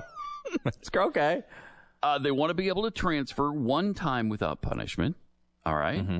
Which is because when things go bad and it didn't happen your way, but wait, the logical thing is to leave and go somewhere else. Well, sure. But again, aren't we talking about a pandemic here? What does this have to do? As I mentioned, it's a tad off the path. Okay. Yeah, I don't. You keep using this word "tad." I don't think it means what you think it means. You might be right. I'm not sure. All right. Mm-hmm. Which is because when things go bad and it didn't happen your way, but wait, the logical thing is to leave and go somewhere else. Well, sure. But again, aren't we talking about a pandemic here? What does this have to do? As I mentioned, it's a tad off the path. Okay. Yeah, I don't. You keep using this word "tad." I don't think it means what you think it means. You might be right. I'm not sure. Let's see. So they want to transfer. They want half of each sports conference revenue divided among the athletes. Completely reasonable, right? Half of the revenue? Yes, half of the revenue. Even major league franchises don't always give that. That's correct. But they want that in college now. Yes. Is this just another professional league that they're trying to create? Well, if you cave into this and they do this, then yes, it become the minor league for the NFL, and then no one will watch it, and there'll be no revenue. Right. If it's just it changes everything in college football, and I think ruins it. If it's the minor leagues, I mean, people don't watch the minor leagues in baseball all that much. I mean, some people they don't watch the G League in basketball. Right. They don't do because we want to see the best play. Yeah, no one cares about the world's second best athletes. No. You care about the best athletes. No. Okay, so then there's just this one other aspect ever so slightly off the beaten path into this and they do this, then yes, wouldn't it become the minor league for the NFL? And then no one will watch it and there'll be no revenue. Right. If it's just it changes everything in college football, and I think ruins it. If it's the minor leagues, I mean, people don't watch the minor leagues in baseball all that much. I mean, some people They don't watch the G League in basketball. Right. They don't do because we want to see the best play. Yeah, no one cares about the world's second best athletes. No. You care about the best athletes. No. Okay, so then there's just this one other aspect, ever so slightly off the beaten path of COVID-19, but they're not going to return to practice and play football games in the Pac-12. Right.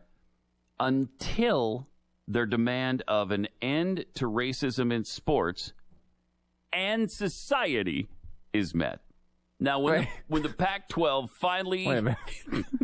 And I don't know why we haven't asked them prior to this, because obviously this is something the Pac-12 is tremendous at, fixing societal ills. And so, I don't know. Are they, though? I didn't. I was not aware of that if they were. Really? Yeah. Where have you been? I mean, they seem like a football conference. You're saying that they're going to solve not only racism within football, or all sports. Can you solve racism among your conference? I mean, that would be very difficult to do. It would. Now you're saying the entire sport of football, very difficult. Basketball, now baseball, it's all sports. hockey, soccer, right? tennis, all sports. Now, how would the Pac-12 football conference guarantee no racism in tennis in the Big East? I don't know. You're not realizing how powerful the Pac-12 really is. I guess not. No, you're because not. You get to the last one, and I have real hesitation here. Well, I'm surprised. How would the Pac-12, Pat, solve all racism in society? By finally putting their mind and resources to it. That's how they do it, Stu. Don't play coy with me. Don't pretend like you don't know how they're going to do this. I feel like it's a bigger problem than the Pac-12 can handle. And I woke up this morning to the story from the Deseret News, which is in Salt Lake City. Columnist Doug. That's when I have real hesitation here. Well, I'm surprised. How would the Pac-12, Pat, solve all racism in society? By finally putting their mind and resources to it. That's how they do it, Stu. Don't play coy with me. Don't pretend like you don't know how they're going to do this. I feel like it's a bigger problem than the Pac-12 can handle. And I woke up this morning to the story from the Deseret News, which is in Salt Lake City. Columnist Doug Robinson has the headline, Pac-12 player demands reasonable and overdue. Reasonable? Reasonable? To end racism in sports and society? Okay. All righty. This sounds like just people who don't want to come back and play, right? It kind of does. Now, I understand, like we said, I'm fully behind them on protecting them from COVID-19. Yeah. Do whatever you can to, make it as safe as possible for the players. You owe that to them. Of course.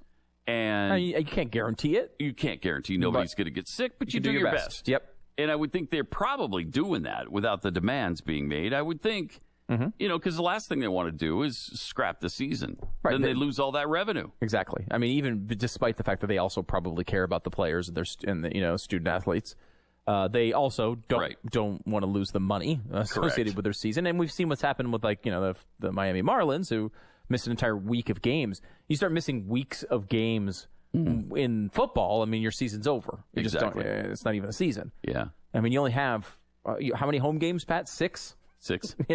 So you can't miss those weeks. Right. You're losing out on a lot of your revenue. So you have to assume they're going to do everything they can to try to protect the players from that. But it's a reasonable demand that's probably already being met. I would think so. So I'm a little hesitant on thinking that there is going to be a Pac-12 football season because they don't have a lot of time to solve the societal racial issue. They better get on that right away. So they need like an express solution. Yes. Yeah. Everything they can to try to protect the players from that. But it's a reasonable demand that's probably already being met. I would think so. So I'm a little hesitant on thinking that there is going to be a Pac-12 football season because they don't have a lot of time to solve the societal racial issue. They better get on that right away. So they need like an express solution. Yes. Yeah. Yeah, something that works and stops all racism everywhere immediately. I can't. I mean, I don't. Is there a shot, like a vaccine, maybe a racism vaccine that they've been keeping from us? They've been keeping from us. Maybe they could widely distribute it. It'd be tough. Very possible. Because you'd have to do it quickly. The other great thing is that the Pac-10 is jumping in on this bandwagon as well. So is this just going to be something all college conferences do now? Is they jump into we're not going to play unless there's an end to racism. Okay, you're probably not going to play then? Yeah. I wish they would just say that. Yeah, I guess we're just not playing. Let's look at your list of demands. Nope, we can't do it. So we'll see you guys in 2021. I mean, we gave it a shot. We did try, and we called a few minorities, and we said, hey, we're on your side. But it didn't stop anything. So is there a solution to solve all racism by then? My only thing to give a whirl to here, Pat, would be like a We Are the World anti-racism song. Oh, if you could do and you get all those celebrities around, and maybe they could kind of say a catchphrase into a camera and repeat it. And what if you added a hashtag to that? Ooh, hashtag end racism in society, something like that. Because if we have, then you're on to something. We right? shouldn't say this on the air because the Pac-12 should hire us as consultants here. We've almost got this thing worked out. It's like think of like what a self-defeating thing this is. If you believe the Pac-12 can solve all racism in society, added a hashtag to that. Ooh, hashtag end racism in society, something like that. Because if we have. Then you're on to something, right? We shouldn't say this on the air because the Pac-12 should hire us as consultants here. We've almost got this thing worked out. It's like think of like what a self-defeating thing this is. If you believe the Pac-12 can solve all racism in society, what you're admitting is it's not a very serious problem. Hey, that's a good point too. That's pretty solid. Yeah, it's like if it's that easy that a conference could just do it. Well, I mean, maybe it's not as big an issue as you think it is. Right. My guess is that it's not something that you could solve. But Richard Spencer's not sitting at his mom's basement right now, being like, you know what? The Pac-12 had never asked before. Maybe white people aren't superior. I don't know. We're on. And then he calls David Duke, and Dave just found out. Did you hear this from the Pac-12? They call you? I got a WhatsApp message, and they said we should stop being racist. I think we should. I think this is a good point. And then I went on Twitter this morning, and I found a hashtag to end all racism. And I don't know what to do now. Yeah. I mean, it's really, and Balloonhead 745 retweeted it. I mean, almost everybody's in. What do we do? 888-727-BECK. It's Pat and Stu for Glenn on the Glenn Beck program. Well, the Fed has made a couple of promises to the American people, and I just wanted to pass them on to you so you can feel as comforted as I do. First of all, they are never, ever, ever going to print money wildly with nothing to back it up. That's not going to happen. Never going to happen. And more importantly, the Fed will never, ever buy up our debt. Not a little, certainly not a lot, certainly not all of it. Of course, there is this tiny little issue having our credit rating is being downgraded again, and maybe that's because the Fed is doing both of the things they promised never to do. Please consider putting some of your portfolio into gold. Isn't it a good idea to consider this right now? You've seen how crazy the world is and what is going on around the world. Why not invest in precious metals? Do your own homework. Make sure it's right for you. Right now, for example, we've got savvy buyers and informed consumers are scooping up Goldline's $5 gold Liberty coins at a record pace. For 1 week only, Goldline is giving away for free a half-ounce platinum coin with their $5 gold Liberty coins. Call to find out about this offer. It's really cool. It's not often that you can hear they do offers like this, so check it out. A full half-ounce platinum coin for free. But with Goldline, it's genuine. Goldline, 866-GOLDLINE. It's 866-GOLDLINE. Check it out, 866-GOLDLINE. This is the Glenn Beck program.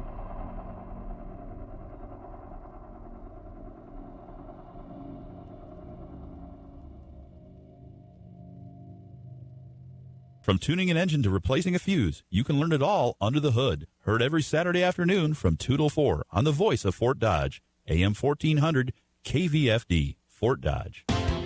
Ride the bus with the Dart and Midas Transit.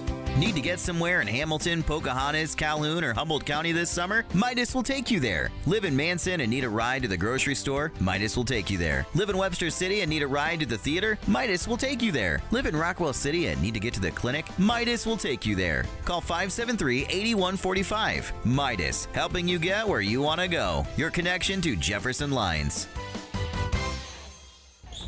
He worked out early, practiced late, and studied well into the night.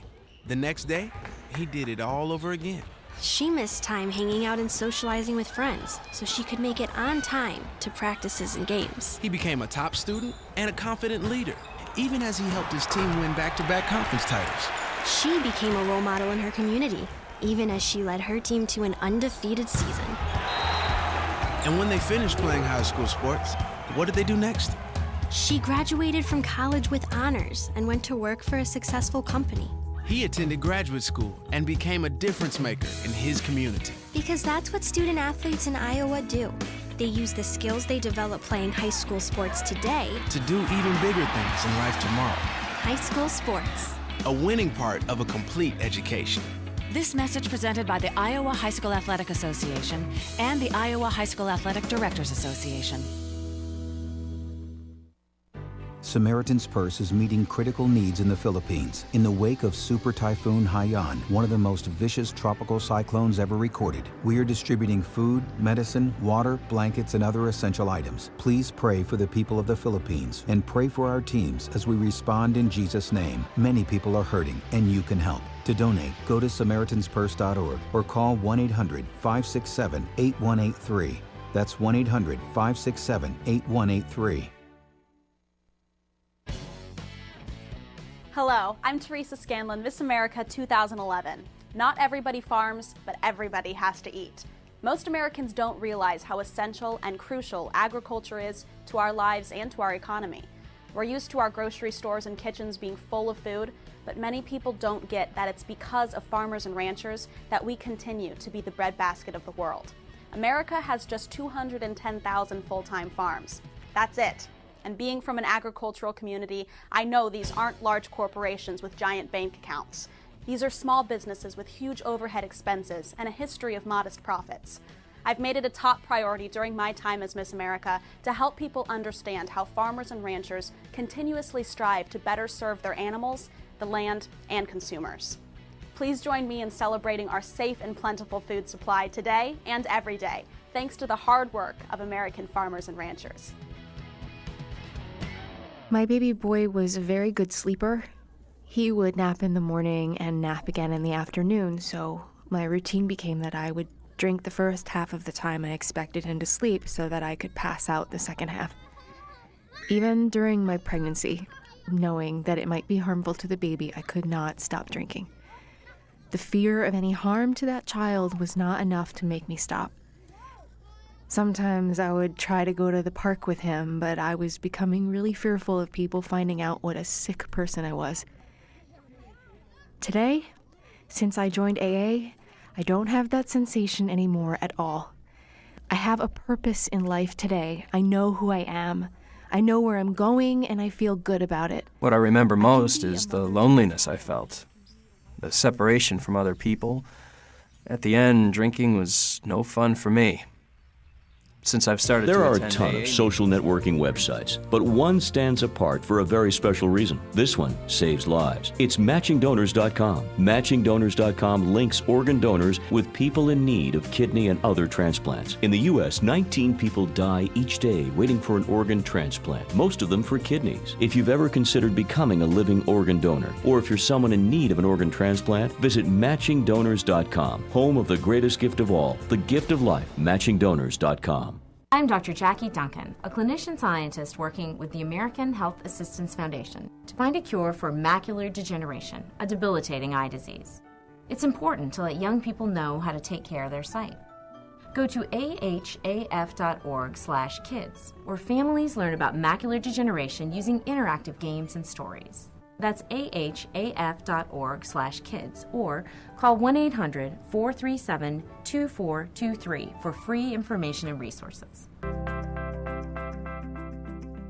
employment numbers in the morning. The president issuing executive orders Thursday night, setting a 45-day deadline for TikTok to be sold by the Chinese company that owns it, or he'll ban transactions with it. A similar order issued for the messaging app WeChat. The president with a visit to swing state Ohio Thursday. He was to be greeted by Governor Mike DeWine, but those plans changed when a rapid test said the governor was positive for the coronavirus. A second test on the governor has now come back negative. The president says a COVID-19 vaccine could be ready as early as November. Drug maker Pfizer says it could seek regulatory approval for its vaccine as early as October. Wall Street higher again on Thursday, the Dow gaining 185 points, NASDAQ up 109, the S&P 500 closing 21 points higher. America is listening to Fox News.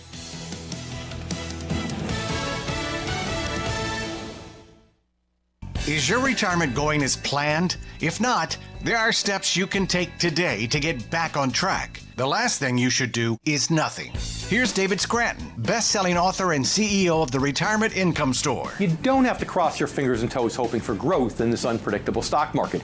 There is a more conservative way, and that's to invest for income without all the stock market risk. Start by claiming your free retirement income kit by calling 866-915-5049. It includes 5 educational tools and David's best-selling book. Plus, you'll get a complimentary no-obligation conversation with an income specialist in your area who can answer any retirement-related questions you may have. Call 866-915-5049 today for your free kit and a conversation with the Retirement Income Store, where retirees go for income.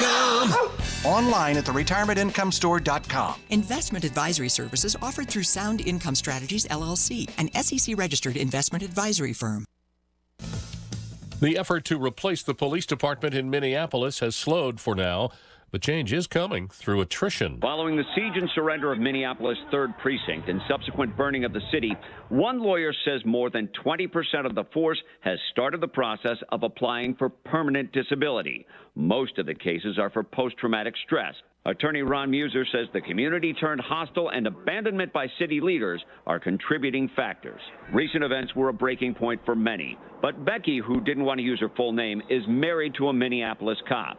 For years, she has dealt with his nightmares, anxiety, obsessive preparedness, and sleep problems. Fox's Mike Tobin. Milwaukee's Police Oversight Board has demoted Milwaukee's Police Chief Alfonso Morales to captain after questioning how he handled several incidents, including ordering officers to fire tear gas and pepper spray at protesters. Morales had been Milwaukee's chief for 3.5 years. Former U.S. Ambassador to Japan Bill Hagerty and black activist Marquita Bradshaw will face off in November to succeed retiring U.S. Senator Lamar Alexander in Tennessee, each winning their respective primaries on Thursday. Major League Baseball making more schedule adjustments because of the coronavirus. The St. Louis Cardinals will have to fit 55 games into 52 days. The Miami Marlins at one point are going to play 27 games in 23 days. Major League Baseball announcing adjustments to schedules Thursday that were impacted by the coronavirus outbreaks for those two teams respectively that led to multiple games in series to be postponed. In one instance, the Marlins will play the Philadelphia Phillies 7 times from September 11th through the 14th, 2 doubleheaders in that span. MLB has adjusted doubleheaders this season to 2 7-inning games. The Marlins and Cardinals currently have 5 more planned this season, as do the Phillies, who were shut down by Miami's positive tests. Matt Napolitano, Fox News. And I'm Jack Callahan. This is Fox News.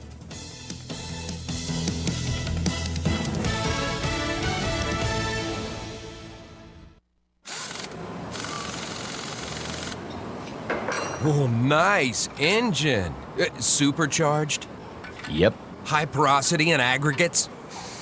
Yep. Porous medium for gas exchange? Uh-huh. Microbial catalytic potential and repository for carbon and nitrogen? Check, check, and check. Oh, man, that is good under the hood. And to think I used to be impressed with Hemis. There's simply no substitute for performance. But when was the last time you looked under the hood at your farm's engine? The health of your soil determines its performance. Find out if it's good under the hood. Stop by your local USDA Natural Resources Conservation Service office today to learn more about what you can do to supercharge your soil. This message brought to you by USDA and this radio station. Here's the AM 1400 KVFD weatherology forecast. Mainly cloudy skies expected tonight with a chance for isolated storms. Lows dip down to about 66. Southeast winds 8 to 15 miles an hour. Highs level off around 86. Tomorrow, partly cloudy. Chance for scattered storms tomorrow night. Lows level off around 71. Mainly cloudy. From the Weatherology Weather Center, I'm staff meteorologist Derek Height. Currently, it's 69 degrees.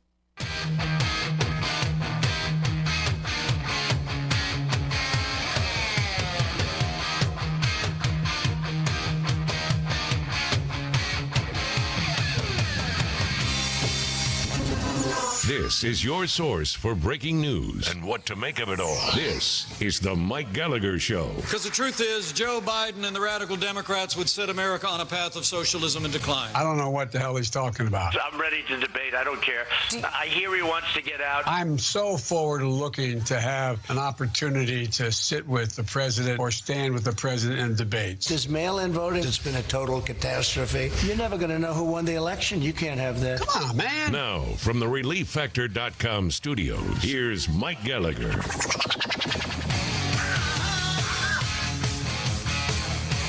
You can't let me say, come on, man, too much today. Come on, you man. just can't. You can't. I can't do it today. You'll get mad at me. I'm not here to make you mad. I'm here to make you think. I'm here to engage you, share with you some of the craziness that we are experiencing as Americans. There's a mixed bag of economic news just released moments ago. The number of Americans applying for unemployment benefits went over 1 million people for the 20th straight week. That brings the total number of initial jobless claims filed during the pandemic to more than 55 million Americans. Now, the jobless claims were down about 250,000 from the week prior. So that's some good news. It's trending down. Dare I say, is the curve flattening? Do you realize, I was thinking about this driving into work. No matter where you are in America, you do know that ultimately they have to show you how the curve has been flattened. Everywhere. It's not gone. It's not over. We got our own scare here at Team Gallagher with Eric Hansen, who may or may not have it. I'm guessing he doesn't have it. We'll get an update. But thank the Lord, Eric and Gina are feeling better. Their daughter is feeling better. The daughter's test was negative. So I'm guessing that Eric doesn't have it, but he got the self-test yesterday. I didn't even know there was a self-test. Did you know you could drive up to like a CVS? They'll give you a kit and you do it to yourself? Let me tell you what I'm willing to do. They can stick me with needles, which they have. They can take a swab and shove it down my nostril, which they have. They can take two swabs, put it down 2 nostrils. That's the rapid test, and I've done that. I ain't doing this to myself. I'll never do it to myself. Are you kidding me? So I can't wait to talk to Eric about a self-COVID test. That's going to be interesting. So anyway, we're all going through this. We're all fighting through this. We're powering through it. It's a tough year. A lot of people are making fun of Michelle Obama, and I don't want to make fun of her. There's a whole bunch of people who are going through a low-grade depression. Doesn't matter how famous or wealthy you are. Although I must tell you, it's a little unnerving to hear Oprah Winfrey complain about all the advantages white people have. And I'm not trying to make this about a left-right thing. I wonder about struggling black single moms, dads, young people, old people, working. I really do wonder what it feels like to have Oprah Winfrey announce that white people, we have our whiteness. That's where the term white privilege is. It means that whiteness gives you an advantage no matter. So Oprah believes that white people have an advantage. Oprah Winfrey is apparently worth over $2 billion. More than the money, she has become one of the most successful American success stories in the history of the country. This was a poor black girl from, I believe, Alabama. I think she was either the daughter or granddaughter of sharecroppers. Made it in local TV news, had a meteoric rise because she was good, because she was likable, relatable. She had that it factor. She is one of the wealthiest, most famous women on the planet. I dare say anybody around the world knows who Oprah is. And she believes that white people have an advantage? I almost want to direct this question to just to black listeners, just to black Americans. I'd like to just ask you, as a black man or a black woman, is there a white individual with bigger success than Oprah Winfrey? In other words, who's the equivalent in white America of an Oprah? She's in a league all of her own. Nobody's done what Oprah's done. And when you are counting your money in terms of billions with a B, in case you're in a old radio there, maybe in the pickup or something, and the billions.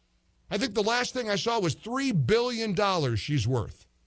She couldn't spend $3 billion if she had the next 200 years to figure out how to spend it. So when you have more money and more fame and more influence and more, power than anybody, how do you turn around and say America is a country that suffers from the white privilege of white Americans having an advantage? You got to tell me, and I want to direct this. I want to spend 5 minutes with black Americans. 1-800-655-MIKE, as we welcome you in. Race is a very important thing that I have spent years trying to work through. The George Floyd death has changed a lot of stuff, and we have to have frank, open, honest conversations. Someone has to tell me how a multi-billionaire who achieved things in a country that provided her with the kind of opportunities that America provided Oprah can complain about what a rotten country we are, a racist country, because whites still have the leg up over everybody else. I got to have somebody explain it to me, please, here in the ReliefFactor.com studios. Thursday, August the 6th. So glad you're here. 800-655-MIKE, 800-655-6453. Got a ton of stuff to get through today, and we're going to get to it all, I promise. You and me, fighting the good fight here on the Mike Gallagher Show. The nights are stronger than moonshine. You're gonna go, I know.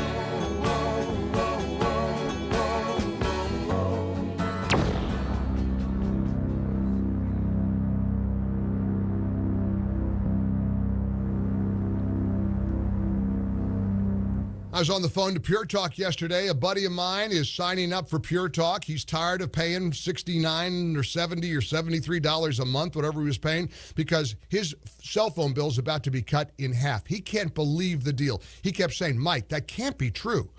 Is there a long-term contract with Pure Talk USA? No. Are there excessive fees with Pure Talk USA? No. Do you get unlimited talk, text, and 2 gigs of data for $20 a month? Really? Yes.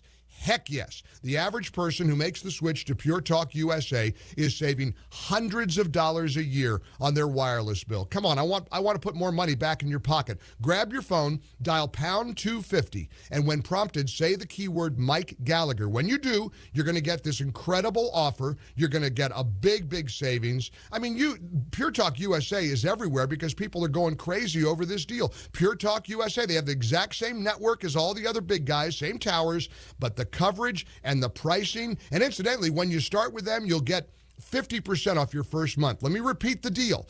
Unlimited talk, unlimited text, 2 gigs of data for $20 a month. Dial pound 250 from your phone. That's dial pound 250 and just say the keyword Mike Gallagher. Pure Talk USA. Simply smarter, wireless. Hey, I'm Andy. If you don't know me, it's probably because I'm not famous. But I did start a men's grooming company called Harry's. The idea for Harry's came out of a frustrating experience I had buying razor blades. Most brands were overpriced, overdesigned, and out of touch. At Harry's, our approach is simple. Here's our secret. We make sharp, durable blades and sell them at honest prices for as low as $2 each. We care about quality so much that we do some crazy things, like buy a world-class German blade factory. Obsessing over every detail means we're confident in offering a 100% quality guarantee. Millions of guys have already made the switch to Harry's, so thank you if you're one of them. And if you're not, we hope you give us a try with this special offer. Get a Harry starter set with a 5-blade razor, weighted handle, shave gel, and a travel cover, all for just $3 plus free shipping. Just go to harrys.com and enter 4455 at checkout. That's harrys.com, code 4455. Enjoy.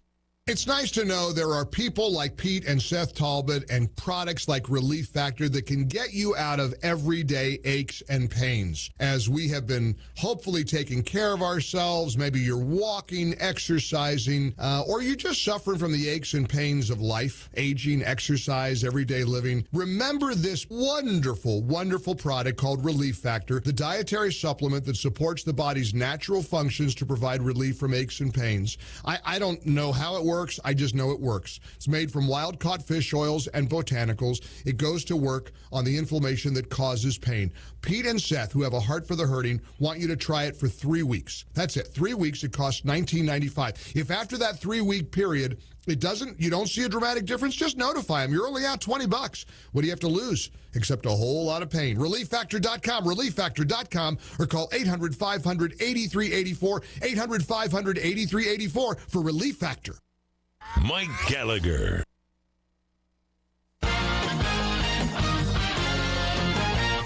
This is Sports on Radio Iowa. I'm Todd Kim. Iowa will open the football season September 5th at home against Maryland. The Big Ten released a 10-game conference-only schedule that gives each team 2 bye weeks and the possibility of moving the conference championship game 2 weeks to December 19th. Big Ten Commissioner Kevin Warren was interviewed on BTN and says starting the season Labor Day weekend will provide the conference the flexibility it needs. If something were to happen where we didn't start on September 5th, we have the flexibility to start even on September 12th or the 19th. And because we have those open dates throughout the schedule and on the back end, we would be able to collapse some of those early dates to a later date. The Hawkeyes are scheduled to close the season at Ohio State on November 21st. UNI officials have been given the go-ahead to create a team room for the Panther football team inside the Unidome. The project will cost around $2 million. It'll be funded by private donations. This is Radio Iowa. Could you or someone you know use help covering your Medicare premiums? Would you like to speak with someone about lowering your Medicare prescription costs? If you receive Medicare, there are Medicare savings programs available to help. These programs can assist with paying premiums, deductibles, copays, and can even cover prescriptions. To learn more, contact Lifelong Links at 866-468-7887. Again, that's 866-468-7887. This message from the Iowa Department of Aging is supported by a grant from the U.S. Administration for Community Living. Hey, honey, before you go, I put a couple of new apps on your phone. I've already got grain prices and weather. What else do I need? Safety apps. You know, just in case you get overheated, or you don't know if you need hearing protection, or, I don't know, maybe you need safety information for a chemical you're using. It's all there in those apps. Where did you get all these? iCash. They have it on their website at i-cash.org. It's like peace of mind in your pocket. Brought to you by Iowa's Center for Agricultural Safety and Health. How much money would you like to save just by doing something you're already doing? How about 40%? With Allstate, safe drivers can save 40% just by doing something they're already doing. Driving safe. That's right, 40% just by driving safe. Visit Allstate.com or call a local agent for a quote today and see just how much you can save when you drive safe with Allstate. Not available in every state. Savings vary and based on DriveWise and other safe driving discounts. Subject to terms, conditions, and availability. Allstate Fire and Casualty Insurance Company and Affiliates, Northbrook, Illinois. In the beloved fairy tale Beauty and the Beast, Belle and the Beast learned that true beauty is found within and live happily ever after. Today, our happily ever afters are being threatened by the fact that nearly 1 in 3 children in America are overweight or obese. Now is the time to make good nutrition and physical activity part of your family's daily lifestyle. To learn more, visit letsmove.gov. Brought to you by Let's Move, the U.S. Department of Agriculture and the Ad Council. Mike Gallagher. 21 minutes past the hour. Let's go right to it. Get your phone calls about Oprah Winfrey. It's part of her series, The Oprah Conversation, and it's an important conversation that we ought to have at least for a few minutes here on the Mike Gallagher Show as we talk about race in America. The George Floyd video, the longer version was released this week. I didn't really understand the reaction of people who somehow thought that vindicated the Minneapolis police officers. I'm pro law enforcement. I defend these cops in America. You can't defend the indefensible. And what happened to George Floyd is inexcusable. And I don't care how mentally deranged he was or all the stuff. He was having some kind of a psychotic episode. That doesn't change anything. It doesn't change the knee in this guy's neck for 9 minutes. Doesn't change any of that. So, you know, if you want to challenge me on that, feel free to do so, but nothing changes. Those police officers are going to have to be held accountable. Those police officers must be brought to justice. George Floyd deserves justice. And that awful, hideous 9 minutes changed America. There's no way around that. And so it's important to have these kinds of conversations. So when Oprah Winfrey is going around saying, and, you know, her video went viral, and she said that basically white people have to admit our racism, and she insisted that all white people have a leg up because of their skin color. How does a multi-billionaire who has been one of the greatest success stories that the United States has ever produced say that without even qualifying her own exceptional success? Does she think she's an anomaly? Does she think this is not just normal? I don't know. So I'm inviting Black Americans to call and weigh in on this, but you don't have to. I mean, let's just talk about this with everybody, because it's I think it's problematic, and I believe it's pretty hypocritical. But maybe you disagree. 800-655-Mike. Let's start with David. David, how are you? Good morning. Hi. Well, Oprah's success is not a mirror of Black America's success. So right. First of all, let's get that straight. Okay, Oprah's success and her rise came about when white American women was going through something, and they was going through something. So she appealed more to white Americans than anybody. But was normally successful in doing so, right? You can't take away any. Yes, right. So she appealed more to them. So really, Oprah's success is not a mirror of Black America's success. Black Americans, most of Black Americans. I'm gonna ask you this right here: do you think Oprah was lying when she said that? She was telling the truth. Telling the truth about but that's like saying. It's hard for me to wrap my brain around telling the truth when she's a billionaire, David. I understand that. Whenever the problem is this right here. Whenever LeBron James or Oprah Winfrey say something like that, y'all start looking at their success. Do you understand that the poverty, most Black Americans are in poverty? Right. I understand we're not talking about Oprah's poverty, but here's my question, David.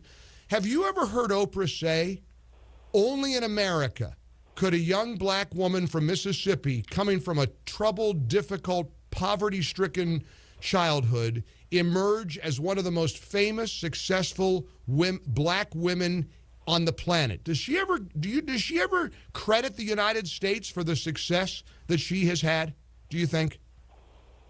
Yes, she just said it. You just what? said what she said on in America, and she's telling the truth. But Well, you got to look at the truth she's telling about. All right. Well, is the truth that we're the kind of country that afforded her this kind of opportunity?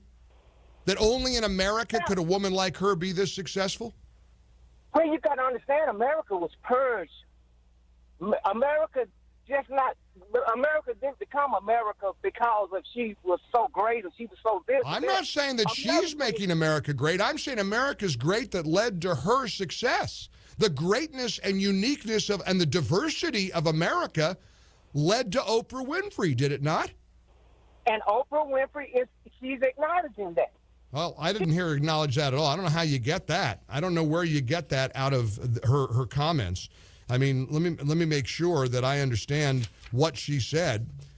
She's calling out white privilege. She's been labeled a hypocritical fraud following the latest installment of her Apple TV Plus series, The Oprah Conversation. She says, not all white people, one guest said, not all white people have power. There's plenty of poor working class white people.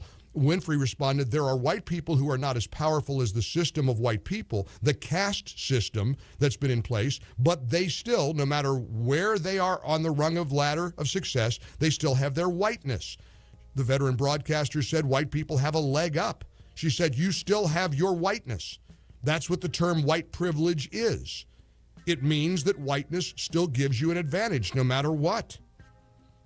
Irene Armendariz-Jackson, a Republican congressional candidate from Texas, said, and now why is Oprah, maybe the richest black woman in the world, trying to shame white people as privileged? Miss Winfrey, you are the personification of white privilege. Columnist Wayne Dupree said, billionaire Oprah is now shaming white people for all their easy success in life.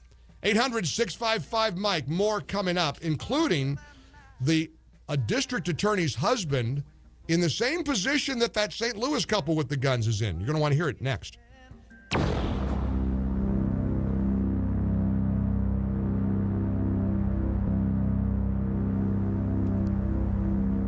Such a great part of my day to be able to tell you about getting your fruits and vegetables in your system. Daily Dose of Balance of Nature capsules contains 10, count them, 10 servings of 31 different fruits and vegetables. I love this product. I love their team. Dr. Howard and his folks were in our offices one day in New York City. I went chasing them down, and I said, I barged into their office, said, I love your product. Start your journey with me to better health, because all this is just natural food in a vegetarian capsule.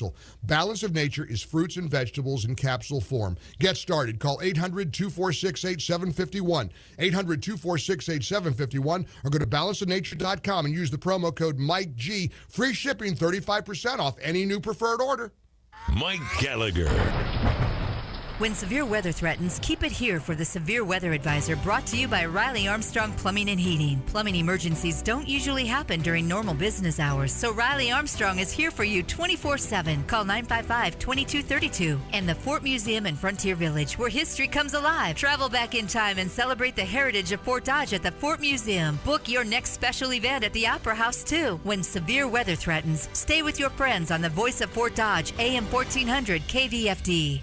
This is Trooper Tracy Teague with the Iowa State Patrol with a safety message. A driver approaching an emergency vehicle, towing or maintenance vehicle displaying flashing lights is required to make a lane change not adjacent to the stopped vehicle. If a lane change is not safe due to a no passing zone or oncoming traffic, the driver is required to reduce their speed to under the speed limit and be prepared to stop. Please do your part to help law enforcement, maintenance, and towing vehicles do their job safely. This message is brought to you by the Iowa State Patrol and this station. Binge drinking, a common and dangerous behavior for all ages, is defined as 4 or more drinks for a woman and 5 or more drinks for a man over a short period of time. This risky pattern of drinking contributes to over half of the 79,000 deaths due to alcohol each year and a range of health and social problems, including unintended pregnancy, sexually transmitted diseases, interpersonal violence, and death through car crashes. Most binge drinkers are adults who drink too much from time to time and are not alcohol dependent or alcoholics. Effective strategies to create an environment that discourages binge drinking include increasing alcohol taxes, reducing the number of places where people can purchase alcohol, and reducing the days and hours when alcohol is sold. Binge drinking is a clear health threat for the drinker and for society. Be responsible to your family, your community, and yourself. Don't binge drink. When I have an asthma attack, I feel scared. It's like tiny nails in the air poke my lungs. I start to cough. Sometimes my parents have to take me to the hospital. Today, 1 out of 13 children suffer from some form of asthma, accounting for nearly 1/3 of all emergency room visits. I feel like I'm choking. It's kind of like an elephant is on my chest. A little whistle sound comes out when I breathe. But while your child may suffer from asthma, asthma doesn't have to make your child suffer. There are simple ways you can prevent your child's next attack. To learn more, call 1-866-NO-ATTACKS. That's 1-866-662-8822. Log on to www.noattacks.org or call your doctor, because even one attack is one too many. I feel like a fish with no water. Brought to you by the EPA, the Ad Council, and this station. I'm Dr. Linda Van Eldik, a biomedical scientist supported by the American Health Assistance Foundation. I conduct research aimed at discovering new and effective treatments for Alzheimer's disease. This is critical because more than 1,000 Americans develop Alzheimer's every day. At our website, you can learn how to live with or care for someone with the disease. Call 1-800-437-2423 or go to ahaf.org for a free brochure on understanding Alzheimer's disease. Webster City wrote the book. They wrote the book on history with their unique Wilson Avenue architecture and the Wilson Brewer Historical Park, featuring a depot, log cabins from the 1800s, and more. They wrote the book on adventure with canoeing and kayaking on the Boone River, the paved Boone River Recreational Trail, and Briggs Woods Park, lake and golf course just south of town. And they wrote the book on shopping and dining with a diverse collection of stores and restaurants, as well as their charming downtown district. To learn more, check out visitwebstercityiowa.com. Men, make sure you're around for your families. Get the test you need at the doctor. Disease can be detected early and treated. For a list of medical tests every man should have, go to ahrq.gov. A public service announcement brought to you by the U.S. Department of Health and Human Services and the Ad Council.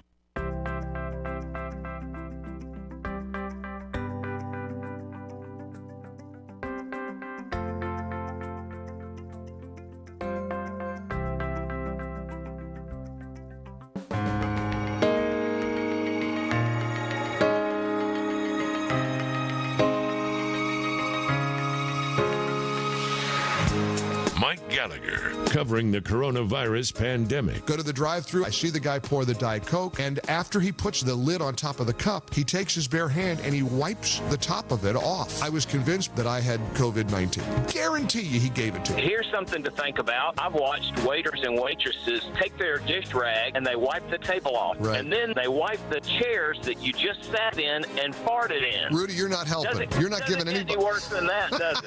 That's about as bad as it gets. In the ReliefFactor.com studios, here's Mike. Yeah, that's my next crisis. You thought Skinny Cow's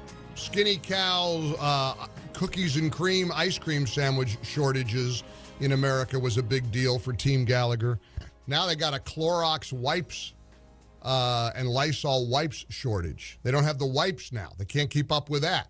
And that's going to cause a problem, because if I do take this scheduled long-distance train journey in a few weeks from Florida to New York, I was all set to be loaded up with a bunch of wipes so I could wipe the whole bedroom down where I'm going to be for 24 straight hours. If I don't have the wipes, I'm going to be might have a big problem there too. I may not do this trip anyway. I really might not. I'm starting to have some real funny feelings about these quarantine restrictions they're putting into place in New York. You know, I've been in Florida for, well, as of today, 183 days, literally. Tax people know why I'm saying that as a Florida resident. But as of today, I'm at 183 days in the Sunshine State. Got a home in New York, too. Want to go back? I'm not ready to fly. Thought, what about a train? They've got bedrooms. The bedroom has a bathroom in it. I can go into the bed. They bring the food to the room, like room service. It's like a little like a miniature hotel room on wheels. 24 hours from Tampa to Penn Station. And now come all the naysayers. Oh, you're not going to like it. Oh, if you're worried about coronavirus on a plane, what do you think is going to be on a train? Well, yeah, but I'm going to be in the room. I'm not going to have any. Yeah, but there's the air filtration system. And then the quarantine stuff. The quarantine stuff doesn't, interestingly enough, apply to me, apparently, because I am technically an essential worker by being in the media. So there's an exemption for people who are media folks, apparently. But listen, you think they'll get all that right? You can just see what's going to happen. I'll wind up in the hooskow. I'll wind up being taken away in handcuffs. They'll come after me. They'll be knocking on my door, and I'll be down the street looking for Skinny Cow ice cream, cookie and cream sandwiches. Portions of our show are brought to you by Fellowship Home Loans. Call 800-510-MIKE or go to fellowshiphomeloans.com. Fellowship Home Loans, welcome home. Mike, it's real simple. The harder you work, the more privileges you get. Same with everything you do. True. Mike, I'd love to know how there's so much white privilege and all this kind of stuff. We don't have special groups defending white interests. We don't have special TV stations. We don't have special affirmative action programs for ourselves. We don't get special treatment whenever it comes to hiring and scholarships and all this kind of different stuff. We don't have any of that.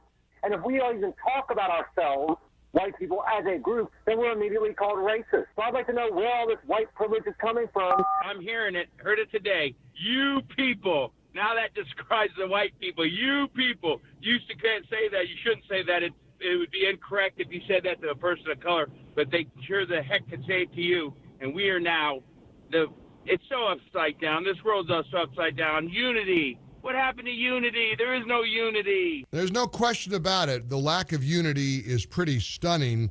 I just want to remind you, before you get too despondent, you know, all kinds of stories about the poll gap narrowing between Trump and Biden. And I just keep thinking about 1988. People forget about 1988. This thing, we could seal the deal on November 3rd, 2020, and stand up for law and order and borders and common sense. We could stand up for life. We could stand up for the Second Amendment, the Constitution. We could vote to keep this country on the rails. And you just remember something. If you see these polls that's, the national average, 7 points. Biden's up 7 points, 8 points, 9 points. We pulled a story from the archives. July 26th, 1988. In the aftermath of the Democratic National Convention, I'm just reading the article here from the New York Times. July 26, 1988.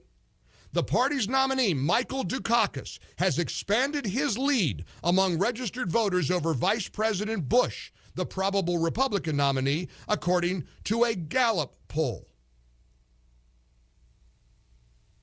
This represented a shift in Mr. Dukakis' lead from the 47 to 41% advantage he held in the last pre-convention poll.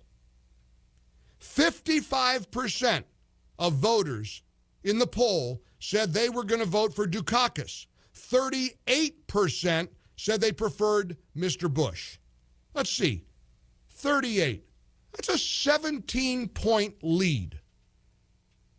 So before you get discouraged about Biden's alleged 7-point lead in the polls, you remember July 26, 1988, when Dukakis had a 17-point lead over George H.W. Bush. And you know what changed? If you remember what changed? Americans got to see and hear and know Michael Dukakis. When Joe Biden gets up there on that debate stage, and I think at this point, maybe he will. I'm still not quite there yet, but I think he might. When Joe Biden gets up there, it's going to be Dukakis 2.0. No way are Americans going to be comfortable voting for a guy who doesn't seem to know where he is. His mental acuity, his cognitive decline is profound. We all know it. Everybody knows it. Everybody's in on it. They can't let him out of the basement. I still don't see. He won't even go to Milwaukee, where his party's convention is going to be held, to accept the nomination because he's afraid of coronavirus. And listen, everybody's got concern about coronavirus. When you are the leader of the free world, you better not be afraid to travel. I'm afraid to travel. I'm just a big mouth on the radio. I'm nobody. Joe Biden wants to be the leader of the free world, and he doesn't want to go from his basement to Milwaukee to accept the nomination. He wants to be, due to coronavirus concerns. You don't think Joe Biden has the ability to say, we're going to fire up the jet. I don't want to be near anybody. You give me 6 feet. We're going to wear masks. We're going to do all that we're supposed to do. Follow all the protocols, but I can go to Milwaukee safely and stand at a podium and not be within 6 feet of anybody. Secret Service will get, no. He's going to stay home. He's going to stay in Delaware. So now the bigger scandal to the Trump haters is that Trump is threatening to deliver his acceptance speech from the Rose Garden. And they're hyperventilating about that. I don't know why. Obama had all kinds of political events in the Rose Garden and in the White House. But it's different. But it's Trump. We played an interview yesterday that Joe Biden gave to a black reporter from CBS. I want you to imagine what the news media would be talking about today,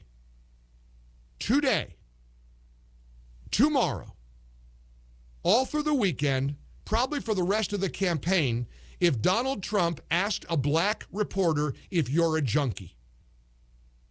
I'm serious. What would the news media be doing in that situation?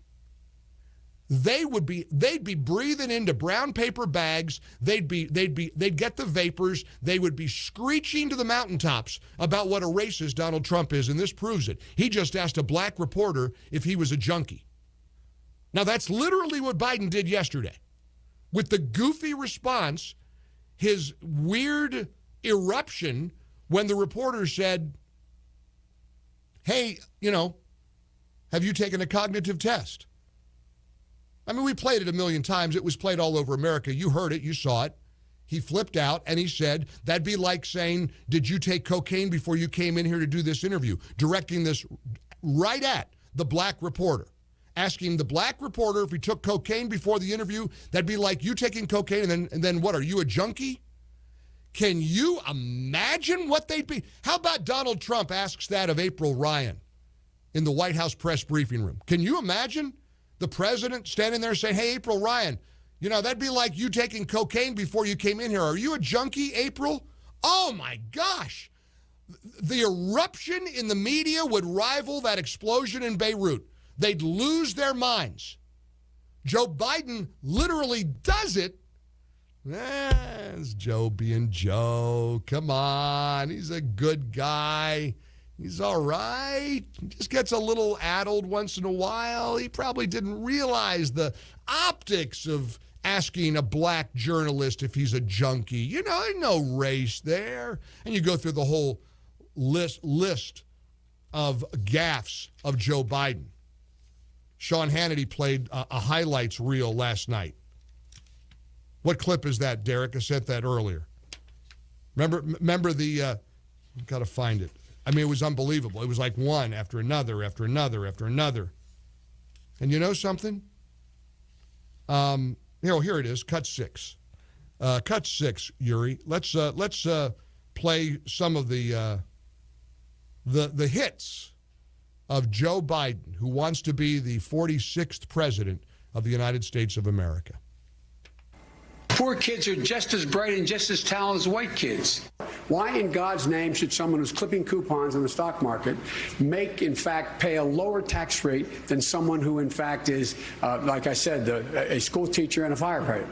Look, tomorrow's superstar Tuesday, and I want to thank you all. I tell you what, I'm rushing ahead, aren't I? We hold these truths to be self-evident. All men and women created by you know the thing. Yep, you know the thing. Coronavirus, some mixed messages yesterday or some mixed data. It seems like things are we're getting ahead of the curve in some parts of the country. I want you to get the data you need. Of course, they flipped out over some pictures of some kids gathering too close together somewhere without masks.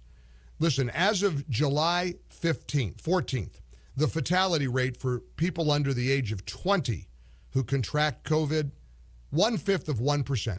That's right, 1/5 of 1%. It's 100 times smaller than Americans over the age of 60. The American Academy of Pediatrics is encouraging public officials to consider the overall well-being of children and cited the negative effects of mandated remote learning, such as social isolation, depression, physical abuse, food insecurity, lack of physical activity, ineffective learning. In short, we got to get schools open again. They got to do it safely. We have to protect our vulnerable. To learn more, go to flattenthefear.com.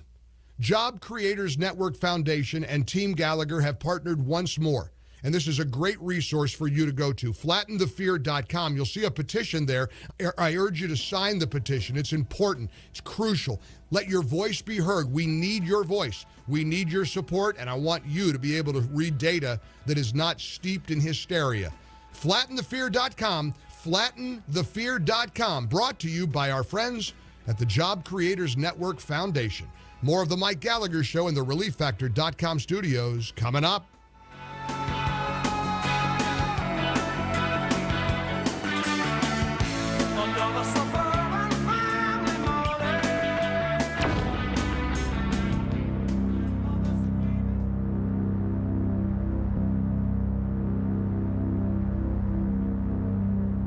Saying the name Fellowship Home Loans puts a smile on my face. More money per month, a chance to pay off high-interest credit cards, do a little remodeling, put away money for college for the kids. How's that sound? Mike, Brian, the whole team at Fellowship Home Loans very well could make that happen for you. Mortgage rates are at epic lows, lowest they've ever been. And there is one team I recommend for you to refinance, to get going. It's Fellowship Home Loans. They have helped so many people with a cash-out refinance. A lot of times, no appraisal, no touch. The virtual world has come home. With interest rates still historic lows, now's the time to call my friends at Fellowship Home Loans. Call 800-510-MIKE, 800-510-6453. Get the process started, or go to fellowshiphomeloans.com/Mike G. fellowshiphomeloans.com/Mike G. Lower your monthly payment, pocket some extra cash without ever leaving home. Welcome home, Fellowship Home Loans. Continental Capital Group, DBA Fellowship Home Loans, Equal Housing Opportunity Lender, MLS number 60134.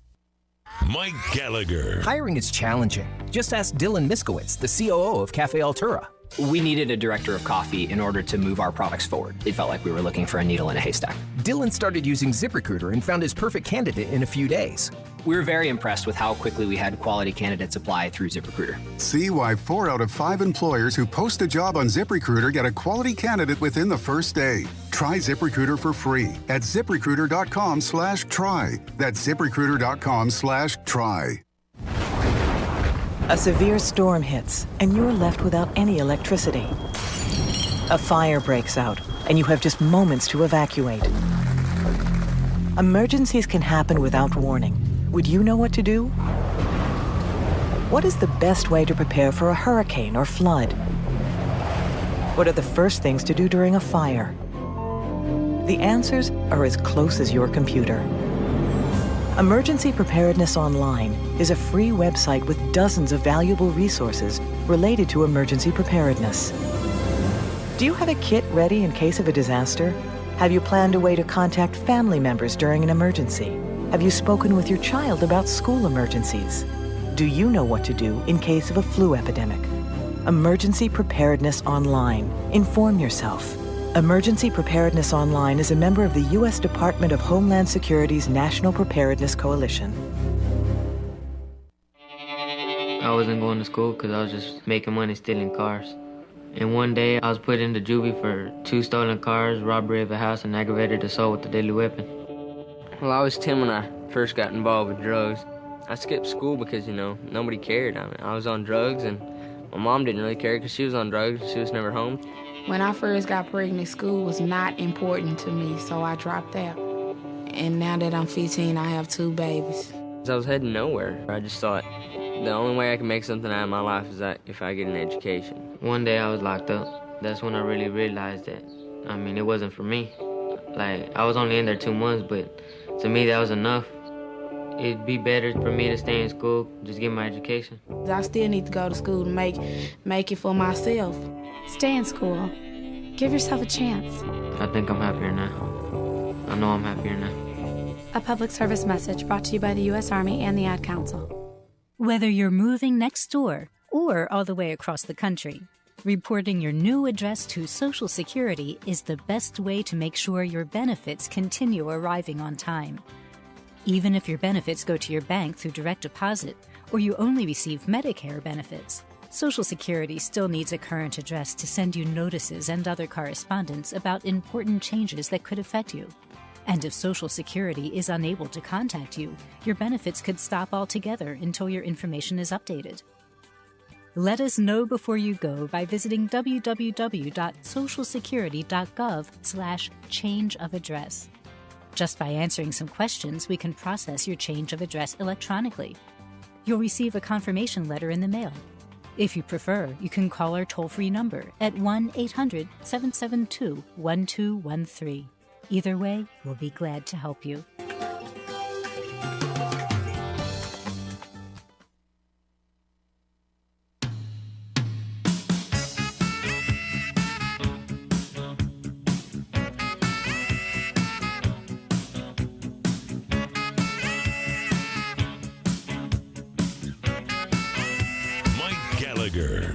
I just wanted to call and let you know that they do have your Skinny Cow cookies and cream at the Publix that I shop at in Orlando.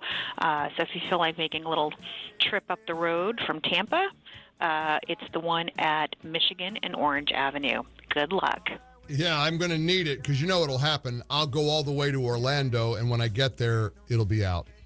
I go to every grocery store, and I go to the ice cream. It's the same sign, ice cream, novelties. Can't be this hard. And apparently Skinny Cow, owned by Nestle, I guess the headquarters is not too far. I guess they're in Florida. I'm a little embarrassed because here I am belly aching about not finding a brand of diet ice cream sandwiches that I like as part of my weight loss. And I have. I hit 53 pounds this week. I'm still going. I want to hit 70 and I'll call it a day. But I do have guilt.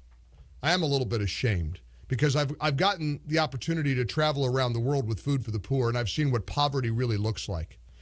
And I hope you'll join me in trying to help the poorest of the poor. Things cannot get worse in Haiti, and with your help, with God's hand, it won't.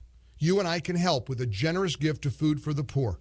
I'm asking you to open your heart and your wallet. We do this every August. It's become a great tradition. We're off to a terrific start. For a couple days this week, I invited people to make a $1,000 donation, and I would personally call them. I want to do something a little different today.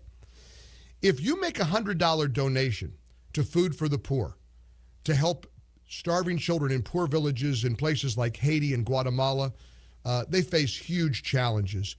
And it does feel good to do God's work. Well, I thought of this. $100 will feed 3 starving children 3 meals a day for 6 months. 3 children, 3 meals a day for 6 months. You're going to save lives with $100. That's it. And we're going to do Mike's $100 Club. Up to the first 200 people who donate $100 of that pool, I'm going to select 3 listeners to co-host the Mike Gallagher Show for a day with me. We'll do it by Skype. We'll do it by Zoom. We will go through the list of up to 200 people, the first 200 people who donate $100 to my Food for the Poor campaign. It's a tax-deductible donation. We will select 3 winners who can co-host the show for a day. You'll be right there with me on air. You'll get to weigh in. You'll be my literal co-host. Now, whatever donation you can afford is going to be amazing. So please go to MikeOnline.com, click on the emergency food relief banner way at the top of the homepage there, or just call 844-860-HOPE, 844-860-4673. If you make a $100 donation, the first 200 people who make a $100 donation, we'll cut it off at 200. You'll be in our pool where we can select 3 co-hosts for a day. You're going to be the only co-host. We'll do it 3 different days. So dive in, $100 donation, and everybody's eligible. All you have to do is text the keyword food to 1-800-655-MIKE to enter to win, and so everybody can play. And we'll send you back the link to make a donation. Text the keyword food to 800-655-MIKE. And again, first 200 donors, first 200 $100 donors that will save lives, that will feed 3 starving children for 6 months. We're gonna pick 3 people to be my co-host for a day. Come on, you always wanted to be on the radio. Go for it. MikeOnline.com or 844-860-HOPE.